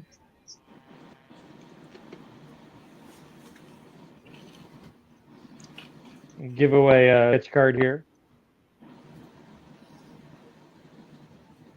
Uncle Jake's giving away a sketch card. Get your entries in. Uncle Bill's going to give one away also. Oh, nice. We'll do an Uncle Bill after this one then. No, that just sounds creepy. No, it doesn't. Too late. You already called it. If it's Uncle Bill and Uncle Jake, does that make us lovers or brothers? I prefer lovers. I'd be happy with lovers, Billy. You know All right, so chat, you guys have been on the last couple mental cons. We're only 9.5 hours into the stream. Just imagine if we had to go another 13 hours. I'm telling you, I miss it. I'm already voting for the return. Just keep it going next year. Dude, that's when we get into really, really weird stuff, and that's what I'm about. How long have you been streaming? Weird. 9 hours. What you want to see delirium kick in, right? Yeah. That's what you gotta give the people what they want. Yep. I'm close. I think I woke up about 2-3 a.m. It's now 10:22 p.m. So I must have done like 20 hours awake by now. And I've only had 3 beers, Nathan, and I'm being really polite. I don't think I've sworn too much. Jake, you have You've been great. You've I don't think you've said anything Uncle yet. Jake's, no, his absolute best behavior. The one time you did, you muted when you did. So yeah, it worked out. You had one F-bomb, and it was early on. Yeah. I've been really, really good. I haven't had any. No, I You know what noticed that, Billy. But you know what makes it a lot easier is when we have guest hosts that come on, like Jesus and Tim. They did their segment. You get other people come on that contribute to conversations, stuff like that, and then we're able to just kind of sit back and let them handle a segment. And we've got that tomorrow too. We got a lot of that tomorrow. Tomorrow morning we start the show off at 8:00 again. Jake and I will be here. Matt Fuller will be co-hosting with us. Billy, thanks for coming and hanging out all day today. So of course, we got MCC podcast with Ian Taylor and his guys tomorrow at 9 a.m. Brian Michalski's coming on at 10. Then we got Raj, Shane, Donnie, and William coming in at 11. Michael Munshaw at 1. Fausto's doing a character collector roundtable with a group of guests tomorrow at 2. and then we'll have Jen Collects on at 4 o'clock, and we'll be wrapping the show up again at 6. Hopefully, I can pop back in again when you're wrapping up, and give a send off. Billy, you can pop in anytime you wish. Okay, thank you. I was scared. To anybody who's watching now, I was really, really scared of this year until Billy messaged me and said, "I can be here all day, both days." And just like I had a big smile and like warm, fuzzy love. And I'm staying in my shorts, but we'll not talk about that. Oh, you were doing so good. I know. It's the great thing about mental con, though, isn't it? We all come together, and Yeah. Well, I mean, there's no beefs, no complaints, no bitching. Just everybody comes together with it, and it's a nice, happy place. I like it. What's an event called Mental Con if there's not a couple of nutters holding the wheel? Yeah, that'd be me and you, that Billy. Yeah, we've done well. We've been really, really good. Yeah. I can see Nathan's getting worried now. He's thinking Jake's had a couple of beers. He knows the show's going to end. He's going to start getting stupid. We're 5 minutes to the next round of. Well, he's got his finger on the red button there. All the work we've been doing, it's finally taken hold in us. Let's ruin it, Billy. Come on, let's destroy it. Jake and I are proof that Mental Con works. Here we go. Uncle Jake, here we go. Oh, good luck. And then we have to go over the auctions real quick before we run Billy's. Armando. Oh my God! Get out of here! Why do you keep entering? Stop entering! That's not possible. Out of what? The dude has this. He's got like the StreamYard hack for the giveaway thing. I'm telling you, it's not possible. No, I'm not having it. No, you can't have it. Now, to be fair, he did give away the Halo set. Ooh. No, we forced that on him. No, he chose to give away the Halo set. He didn't win. He didn't win the DC cards that his name came up. Okay, okay, never mind. He did, but he gave away the Halo set. So okay, yeah, but what about all? Yeah, but what about all his past crimes? That's like I know exactly. See, that's I stole the Ferrari. I stole the Rolls Royce. I stole the Porsche. We don't carry. He stole a Porsche. No, we keep a precise ledger of all past indiscretions. All his wins. Yeah. And we keep a grudge. We hold a grudge. I mean, all right, Jakey. What are his choices, Jakey? Deadpool or Shredder? Deadpool or Shredder, Armando. Just put it in the chat. Which one? Yeah. I know. 3 wins. 3 strikes and you're out, though. Is that right? Armando. 3 wins.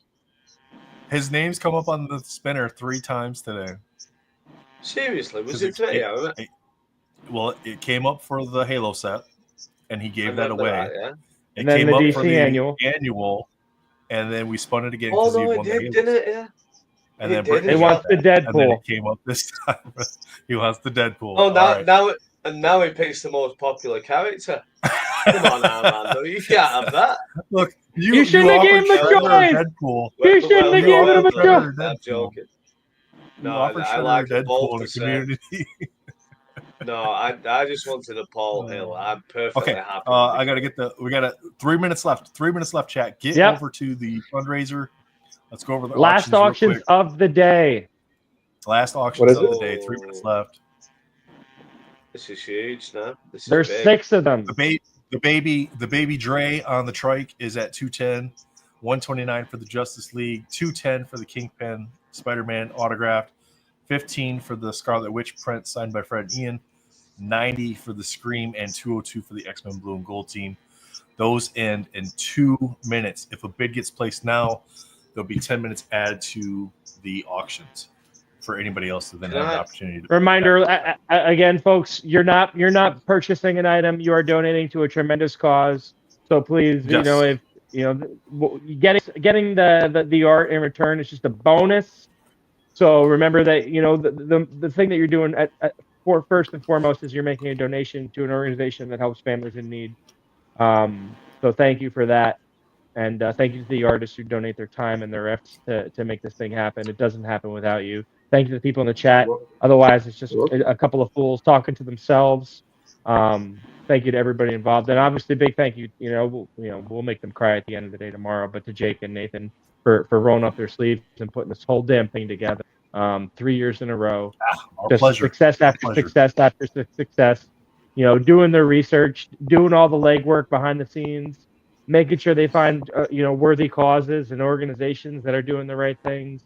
The logistics of all this, reaching out to the artists, collecting the items, shipping them out, keeping all the finances together, donating their time on top of that, taking away time from their family. Listen, thank you both. My pleasure. This is like I know to the average viewer it might seem like this thing runs itself, but it does not. There are a lot of people that go into making this, and it starts with Jake and Nathan, and then the artists who spend all their time on the pieces. And I got to give credit to my daughter and wife who spend the time to mail the blanks out to the artists, and then when they come back in when I'm on the road to get them all scanned and imaged and everything, so we can get them uploaded. Right. And to the organization, to Luke's Purpose, for doing such good work that it got the attention of you guys. Right? Mm-hmm. Can I do buy now, pay later on the bid? It's all pay later. It all pays tomorrow. It all charges tomorrow. I'm joking. Hey, I'm look, joking. if you link it to your PayPal and you do pay in full or whatever, it's going to charge you automatically for the full price. So I'm only joking. Luke's Purpose right, is an amazing project. Amazing project. All And right. I've just bid more than I thought I bidding would bid has on the sketch. ended. Oh, the Fred Ian still is going. That added 10 minutes. Wow, the screen jumped from 20 to 238. Wow, and the Jomar bumped up to 260. So these have additional 10 minutes, probably 9 minutes remaining on that. Don't wait till the end of that time frame. Probably get your bid in ahead of time if you're still bidding and competing for these last 3 pieces here for the day. Hey, Chris, good to see you, buddy. Who did Chris me is on there. the What's Jomar up? straight away? Somebody Chris, did you on nice the one. Jomar? Which one? The Poison Straight Ivy? away. It's got to be Matt full of that. I bid a 250. 129. Oh, I'm not going to reveal who won. I'm not revealing who won what pieces. No, I can check myself. I got yelled at last year for that. They're like, maybe you shouldn't show people everybody's bids. And I was like, oh, damn, wrong screen. Oh, I love it. No, get the bids going. Come on, let's get some grime and some dirt and let's Oh, this that's is good. This is what this what does it person's matter? bid, I'll tell everyone. Are these What I are these getting Nathan? Are these getting bumped live and they extend the time as people bid? Yeah, so the way this works is when you have the end. So the end time for these auctions was at 5:30. If there's a bid within the last 10 minutes of the auction, it extends it 10 minutes, and then that's Okay. it. So at that 10 minutes. Now I remember. Yeah. Yep. All right. So it doesn't keep adding 10 minutes. It's just one time 10-minute extension, and then that's it. Oh, one-time Oh, extension. Bad Wizard. It's screaming across the bottom of the screen there, the donation site, mentalcon.betterworld.org. I'll also drop it in the chat, so that way you have it there too. It's also in the description of the videos. Now, tomorrow when we come on, it'll be a completely different video link, but the description is exactly the same for that video as well, and it's the same charity site for the auctions tomorrow. So mentalcon.betterworld.org. So far, $5,750 raised. It's actually more than that, but I haven't checked the PayPal to see what's come through on PayPal. I think there's a couple $100 over there. So we're right about that $6,000 range right now. Remember, if you're not going to bid on any of the items, another great way you can help contribute to the charity is to come to the main page, click on this MentalCon 2025 custom framed 9 panel. There's 9 great 5x7s in here. We've sold 66 tickets on that so far. The tickets cost you $5 for 1, $12 for 3, or $20 for 5. Great way to donate and still potentially get something for your donation that you might really enjoy. The Alyssa Agra, Wonder Woman, the Jomar, On the dark side, Michael Munshaw, Superman, Lee Lightfoot on the Joker, Dre's Batman, Adam Braun with the Bane. We have Supergirl by Paul Hill, and then we have the Jonathan Levesque, Brian Michalski, Poison Ivy mashup, and then we have Invincible, done by J. Peter Ranitz. So some great pieces of art there. I think last year was Michael Thomas won the raffle last year. I think last year we ended up raising about $2,300 through the raffle. So I'd love to see us get somewhat close to that. If we can get some more people to help donate, feel free, share the stream, share the link. If you know somebody that's, mental health is a big concern for them, they're they're a big advocate of it.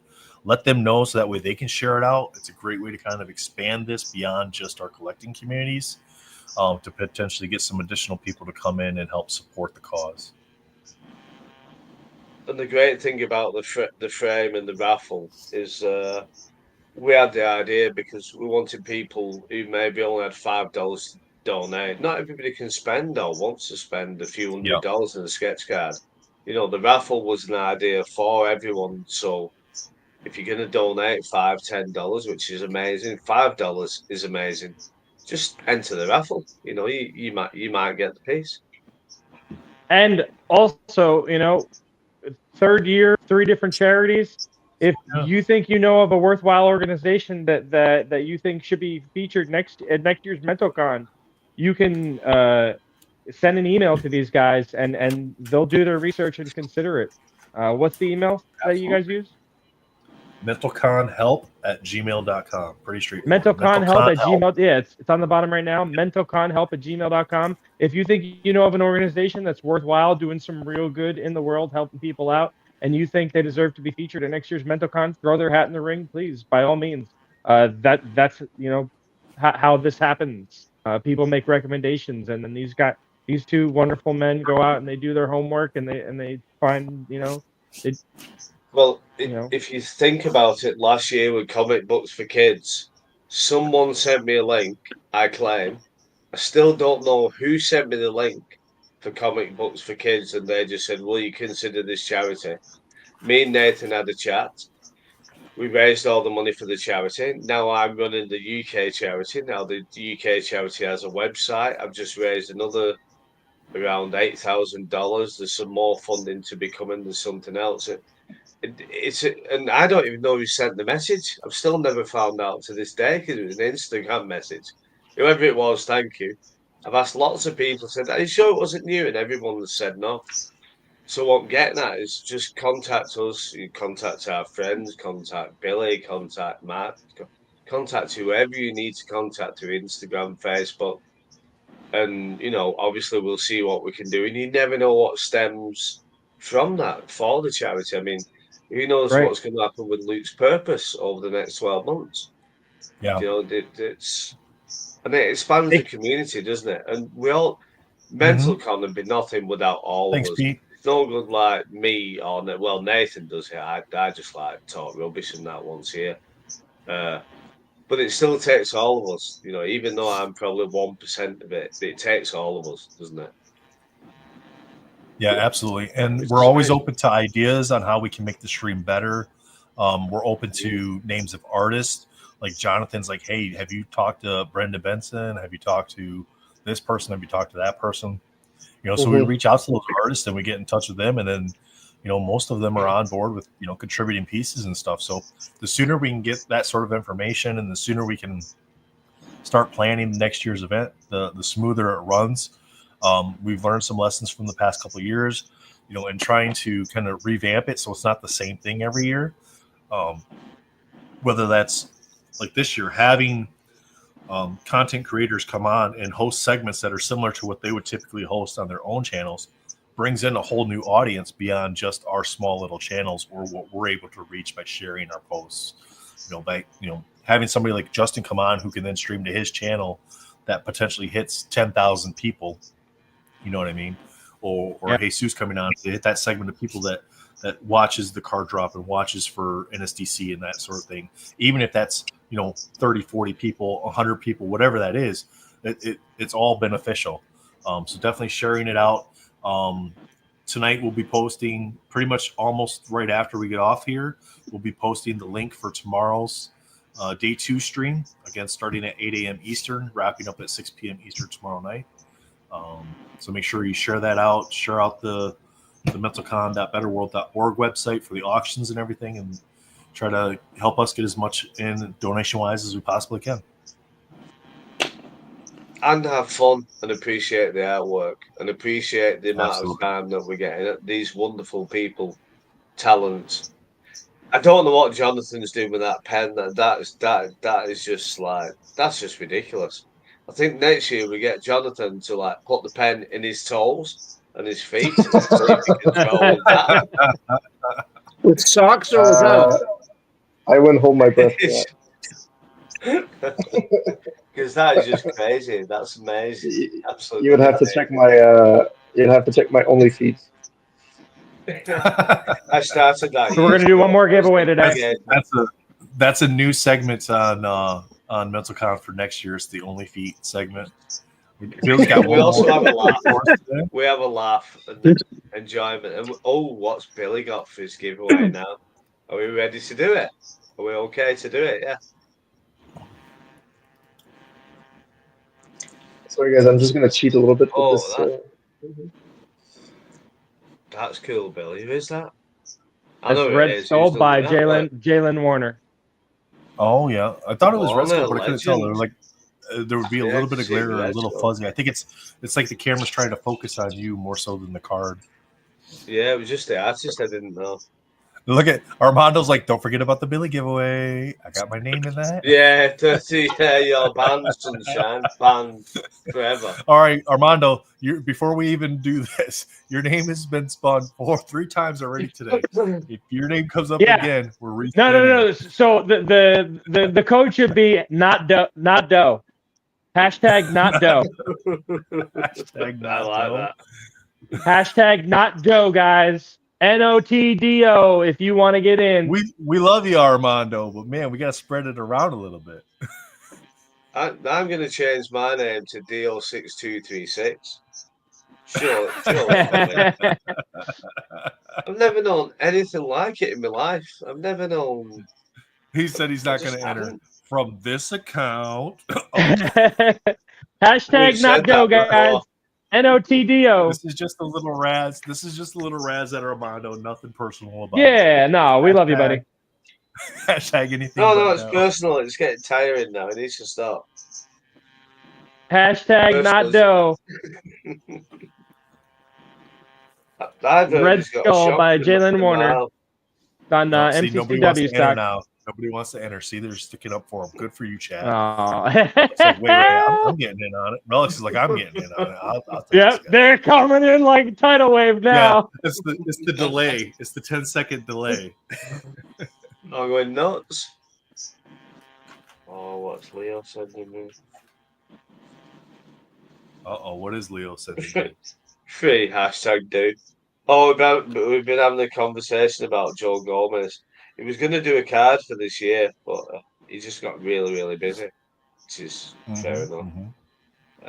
Did chat ever say if they liked the collective chat showing up in the corner here? I didn't remember seeing anything about it earlier. But does it work? Like I said, yeah, it shows. So everything we see in StreamYard shows up in the corner of the stream. But it's nice because occasionally we can hide behind it. So yeah, I like that part of it.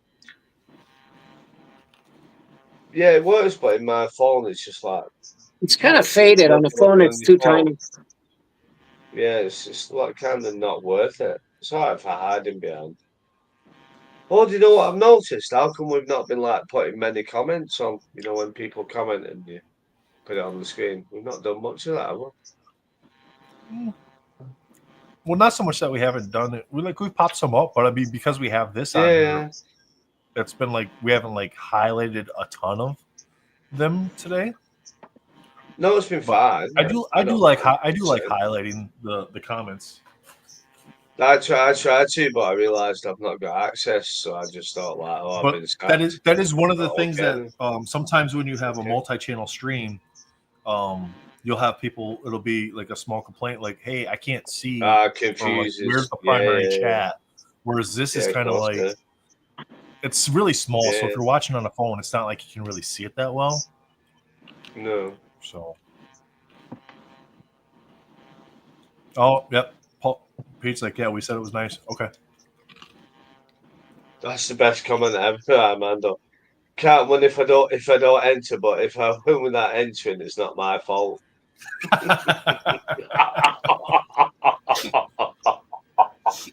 That's genius. I love it. In fact, just give him the card for that comment. He deserves it. That's a brilliant comment. Yeah. Pete says when he puts it on his TV on the wall, he can read it real nice. Pete just wants to sell me that Andre Meister, Raphael. Somebody must have a Meister sketch card from You last gotta year. let it go, man. But I'd like the Castlevania one. Nate, we need to check who bought the Meister cards. Because one day I'd like one of every artist on the Mental Con card, but I can't afford some of the artists, so yeah, who got the Castlevania one? Do we know? We'll check tomorrow. I, And I see. do. I know I who's actually got bid it. on I actually Oh, bid yeah, on one of he is. Oliver's pieces, Doctor Doom's Mm-hmm. 5x7. But man, that thing is now way too expensive See for what Free me. said, Jake? I'll have to do a trade with him sometime. Jake, Free says if he wins, he's giving it to Armando. He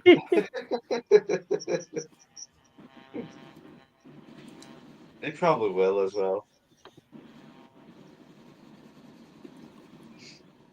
It's nice to give things. I like to give things.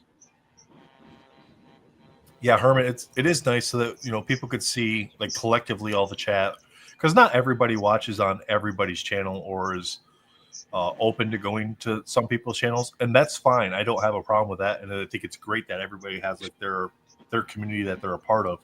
But it's a way. This little chat here is at least a way for people to see all the comments that are coming through.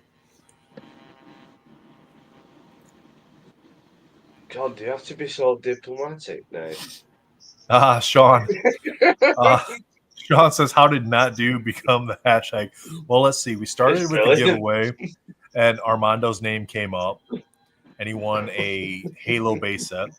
Then we did another giveaway, and his name came up, and he won a DC annual blaster box, which we respawned and Brittany won. And then Armando gave away the Halo set. And then Jake just ran a giveaway earlier where Armando's name came up again for a sketch card. So because he gave the Halo set away, we let him pick the sketch card. So yeah, that's how. It's impossible. And I've been watching streams for years now, and he just cleans up, doesn't he? How many times have you watched He's got the stream? lucky touch with giveaways. Yeah, there's one giveaway, and he wins it. And it's just like, eh? Then you watch a stream the week after, one giveaway, and he wins it. It's just, that's not possible. It's the name. I'm going to change my name. Bill disappeared. I was going to ask you if Bill was ready or not. Yeah, I'm still here. I'm listening. I'm just. Okay. All right, we got 23 watching, 15 entries. So if you're ready, Bill, we'll go ahead and draw it. Okay. All right. Good luck. Good luck, everybody. You're all ready to go. Just need a label. Good luck. Do 6237. Oh. Brittany. Brittany? All right. Brittany does all right. Brittany. She gave away she won on the respin earlier, and they gave away her set to Sonia. So she did, yeah. I mean, it makes sense. See, they're getting rewarded for giving away the products that they won. Yeah. So yeah, but I'm always giving stuff away. I never win anything. Bill, how can Brittany get in touch with you? I guess watch me open on Instagram. There you go. Watch me open on Instagram. Congrats, Brett. It's watch _ I'll type it out. Are you still there, Billy? I didn't even know you was like still on it. I don't use it, but it's still active and linked with my personal one. And worst case, Brittany, if you need to, if you can't get them through the Instagram, just message me. Just confirm with me that it's the same shipping address that I have for you, and then I'll just forward that information to him so he can get it to you. What did Brittany win? She won the Red Skull sketch that Billy was giving away. Nice. Good job, Brittany won a sketch of Red Skull by Jalen Warner on MCCW stock. DM me on Instagram and I'll get it shipped to you. Do you know what She's I just love? like, I'm just entering hashtags. What do we win? I love Red Skull and the Old Man Wolverine series. When they get there, and he's got like Captain America's suit and all that business. That's a great comic one. Oh, Pete's Damn, suit this would be Ghost out Rider. I'm just going through my sets that I still have for some reason. This Ghost Rider 2 set is really good. With the glow in the dark cards. Is it good that set? I've never had any of the cards. They always look cool. Is it good, Billy? Yeah. Mr. Dimitri. Check your. The Venom's almost done, but I'll get you a better pick for tomorrow. Okay. Wonderful. Oh, I'll share it. Yeah. Oh, okay. Yeah, you got it there. Oh, look at that. Cool. Yeah, give me a better pick when you're ready for it, and then we'll get that Yeah, uploaded. I'm gonna touch him up a little bit more and sign him, and we'll get him going. Wonderful. So the Venom and the Spider-Man's already active. That ends tomorrow at 5:30, and the Venom will be up and will be able to be bid on and close out at about the same time. All right. Actually, Nathan. Yes, sir.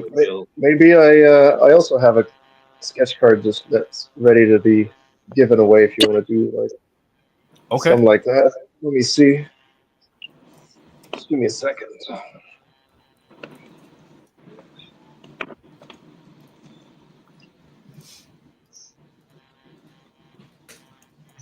It's on my own personal stock. So I have this Deadpool here. Oh, nice. Oh, lovely. That's beautiful. Mm. Really cool. All right. So for the Deadpool by Jonathan Levesque on his personal stock, let's go ahead and do hashtag Marvel Inc.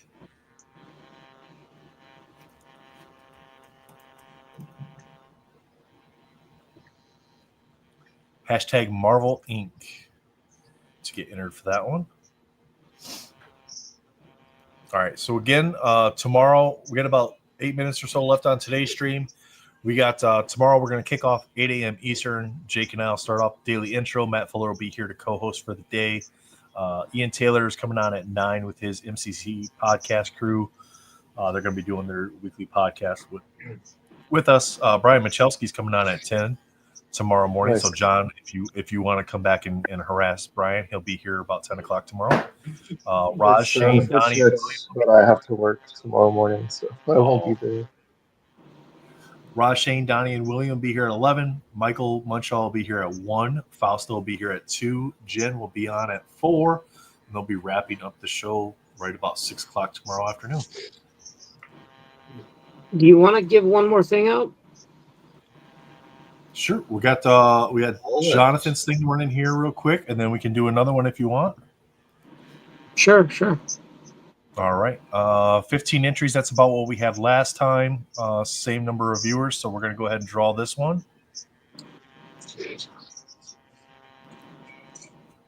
Good luck on the Deadpool sketch. I don't need luck. Carmel just bring it to me. You son of a bitch!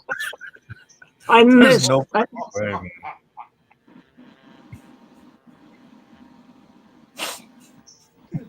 Come on. Is this for real? That It's is for not real. right. It's not a video that's just replaying. It's a new hashtag every single time. It's not. I don't know. I'm lost for words. It's just like I don't know. Oh. What, is that a 4 out of 5 or what's the number now? No, his name has come up on every single spin for the giveaway, except for the one he didn't enter. And I entered Marvel Link now late. Yeah, yeah, I don't know. I want that Deadpool. All right, Armando, get a hold of Jonathan. Yeah. he won fair and square. He said All right. re-roll. Oh, he said re-roll. He said re-roll. Oh, all right. Hold on. I gotta enter it back in. Armando works for Google. Armando, re-roll, he says. Armando, such a gentleman. All right. Yeah, We got 6. Let me get this shared again. It's collected everybody's that they've already entered, so you don't have to re-enter anything. Oh, come on. How about me? I just entered. You're in there now because we had 15 before. You're in? Now we have 16. You're in All there. right. You're in. Yep. Okay. So, all right, we're re-rolling. I just can't believe it. Good luck. I just If he can't. wins, he's going to win again. You know it's going to happen. He's What's gonna this for win years? on the re-roll. For years, every single time. It's Hey! Oh, there you go. DP1 DP. I swear to God, I was gonna launch this computer if it was Armando again. He doesn't have to ship it either. I saw the D and I was like, no. He doesn't have to ship it. I know he doesn't have to ship it or anything. He just We're drive it we're over. hooked up. I'm buying coffee or a beer, man. There you go. Now we Wow. You want it? Awesome. Armando wins. You want it? Come and get it. That's it. You want your sketch? Come and get it. All right, Jonathan, are you gonna be at the Comic-Con? Yeah. All right. We'll hook up there. Are you there too? Yeah, I'm a guest at the Comic-Con. Oh, nice. Yeah. So either I'll come see you at your table, or you see me at mine. Yeah, we'll figure it out. We'll chat. I mean, just either share me or send me your contact info or through one of the guys, through Nathan. Yeah, for sure. Sounds good to me. That's awesome. Dimitri, Yeah. what did you want to give away? Yeah, hold on. You know what's really going to be funny is when Jonathan wins this from Dimitri. And so I'm gonna give out this custom print. No way. That's like a comic book page. Oh my gosh. That's cool. Yeah, I think it's broken. Yeah. The Jonathan giveaway doesn't machine's have actually to. broken. I'm gonna send Stamp and I'll take care of it. All right, so I'll make sure where it's going. Yeah, just send it right to me. I'll make sure it gets to where it needs to go. I'll pick one of those at Comic-Con. Hashtag Dimitri. Get your hashtags in, guys. Thank you, sir. Appreciate you. Anybody here doesn't have to put their name in there. Everybody gets one for free. I in can't the video stream, I mean. Anyway, Dimitri, I'll pick one up at Comic-Con anyway. Yeah, man. You know, come and get whatever you want. It's good. Same goes for you, by the way. Get your hashtags in there. Custom print by Dimitri. Hashtag Armando. We might as well. Now. Doing otherwise, just give it. And... Hashtag giveaway. Just send everything to Armando. Just get it over with. Right? No point in even drawing names. Just. I'm seriously thinking waking Andrea up out of bed and saying, Andrea, I know it's our 20th anniversary this year, but I'm going to have to send you to Armando because I know where you're going to end up. Hashtag Dimitri, get those entries in. 22 people watching, guys. I was supposed to be kicked out at 5 o'clock, wasn't I? No. Yeah. No. We thought about it. I'm supposed to get kicked out at 6, actually. We're all supposed to get kicked out at 6. We're all done in 2 minutes, right as I start drawing this. Oh, Nathan, don't play. I'm We're gonna having fun now. I'm We're gonna click the enjoying draw button, ourselves. and I'm accidentally gonna hit this end stream button. We policy YouTube, after innit? last year that we got to be firm on ourselves and enforce sleep. YouTube only does 10 hours anyway, doesn't it? Jonathan, So Seth said to tell you to that's small. It looks so good from afar. He can tell that it's Pedro from the tiny screen. Oh, thank you, Seth. Here, there's a bit of a zoom. It doesn't look good like that. Look at the sport. He looks like the leader with hair. Look at this cute drawing of Pedro. What about this? Like that? That's better. good. That's it. Just keep it there. Do it the other way again, where the head is up. Oh man. It's all about angles, guys. Yeah, let's try the Venom.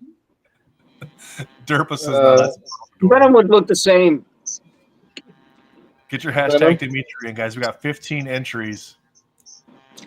Let's get Venom the leader on screen now. There we go. Let's see it. All right, here we go. Good luck. And end stream.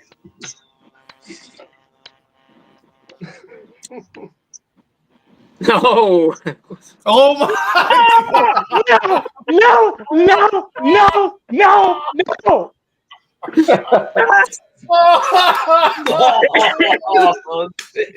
There's no way. Freaking way, man. That's not possible. Okay, hold on. Hold on. Let Armando have give it it. to him. Give it. It's there. It's No. a sign, man. Let Armando have it, and we'll put one more. Armando, do not say Dimitri 2 now. We'll do a second one. Come on. Oh my god. The giveaway tool belongs to Armando. Oh, Dimitri 2. I'm not having it. Just not Damn, having guys. it. Chunky Dimitri 2. Oh my goodness. I found this piece from 2022. From that was like back when I guess there's Multiverse of Madness. So I guess we could compare the two Mr. Fantastic. What? We're buying stock of whatever Armando owns.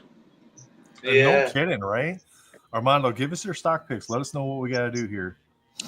It's not This is crazy. Asian and Chunky, I think you had entered the Dimitri, so I don't know if Asian and Chunky is behind in the stream or sometimes when they come in, they're a little bit behind in the stream. So we'll give it a little bit of time. Right? Brittany's going to win this one now because she's been like one off several times as well. Oh my goodness, Armando, that's great. That's noticed that. That's really crazy. I don't think But we do anybody's won something that many strange times. every year, so it might as well be this year, hasn't it? Mm-hmm. It's got to be the number 6237. That's what I'm thinking. The number. It must be. It's That's just what it like is. making it stand out. Wow. It's his Just password on typed it wrong. everything. Yep, Derpa typed it wrong.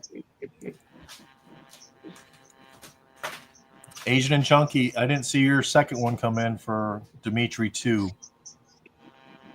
So we'll give it a little bit longer here to see if Asian and Chunky can get. Yeah, last week I was 3 minutes behind, Nath. You know, the lag.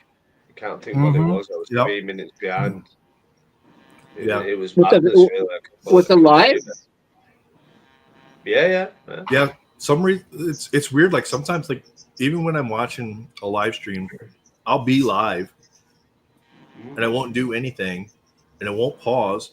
But then just slowly over time, it gets farther and farther behind. It just goes, yeah. All Like right. it it lags was- like half a second or something. Let's go. We It got was 15. I think it was Amanda and Ian's show the Friday night, Saturday morning. So it's commenting on my phone instantly, and the laptop. They just both sat there Man, saying, that is a "Okay, thick is accent. Jake going to answer? Jake going to answer?" So that I answered 2 minutes ago. It's just lagged out. All right. Good luck. Here we go. What's Armando saying there now?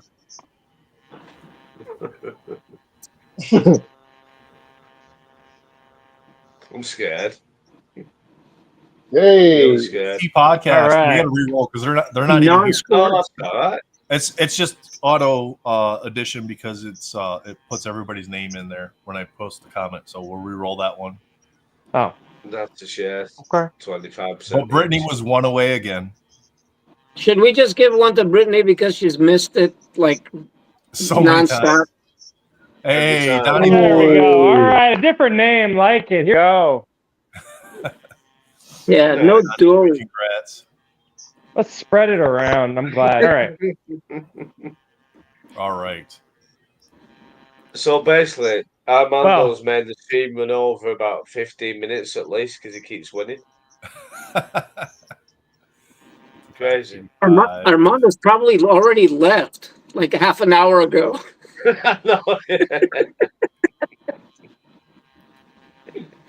All right. Pete, Update the banner. Can I just bother Pete? Pete, what about this this Andre Meister card that you don't really want? Oh my gosh. You know, Give it up. You must have a price. Everything has a price. Who's got the Castlevania, Nathan?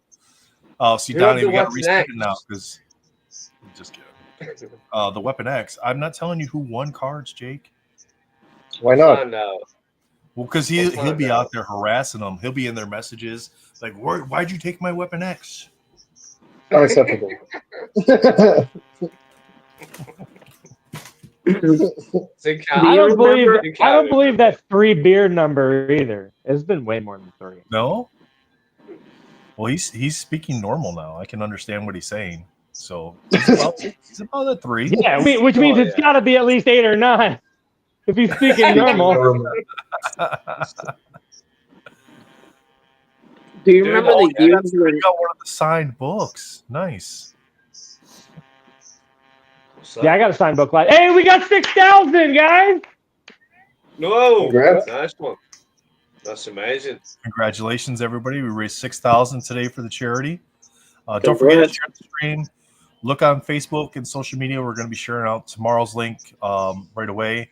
If you're subscribed to any of the channels as well, you should see subscriptions for them as well. So the MentalCon channel, my channel, Fausto's got streaming to his channel tomorrow as well. You should see notifications there for tomorrow already, as it's already created. We just got to share out the link for that. Make sure you come back tomorrow for more of our crazy antics, some great segments. And Jonathan, thanks for coming and hanging out with us, man. Yes. Absolutely. Thank you, Jonathan. Thank you, Dimitri. Thank you to all the artists guys, and thanks. streamers. It was lots of fun, guys. Thank you. Thank you guys All the so guests much today that came in and spent time with us. The No, it extra was 15 awesome, guys. minutes, 6K. That's right, Armando. Thank you for the extra 15 minutes. All right, guys. Take care. Have a great night, and we'll see you in the morning. We'll talk. All right, we'll talk, Nathan. Thank you. Take care, guys.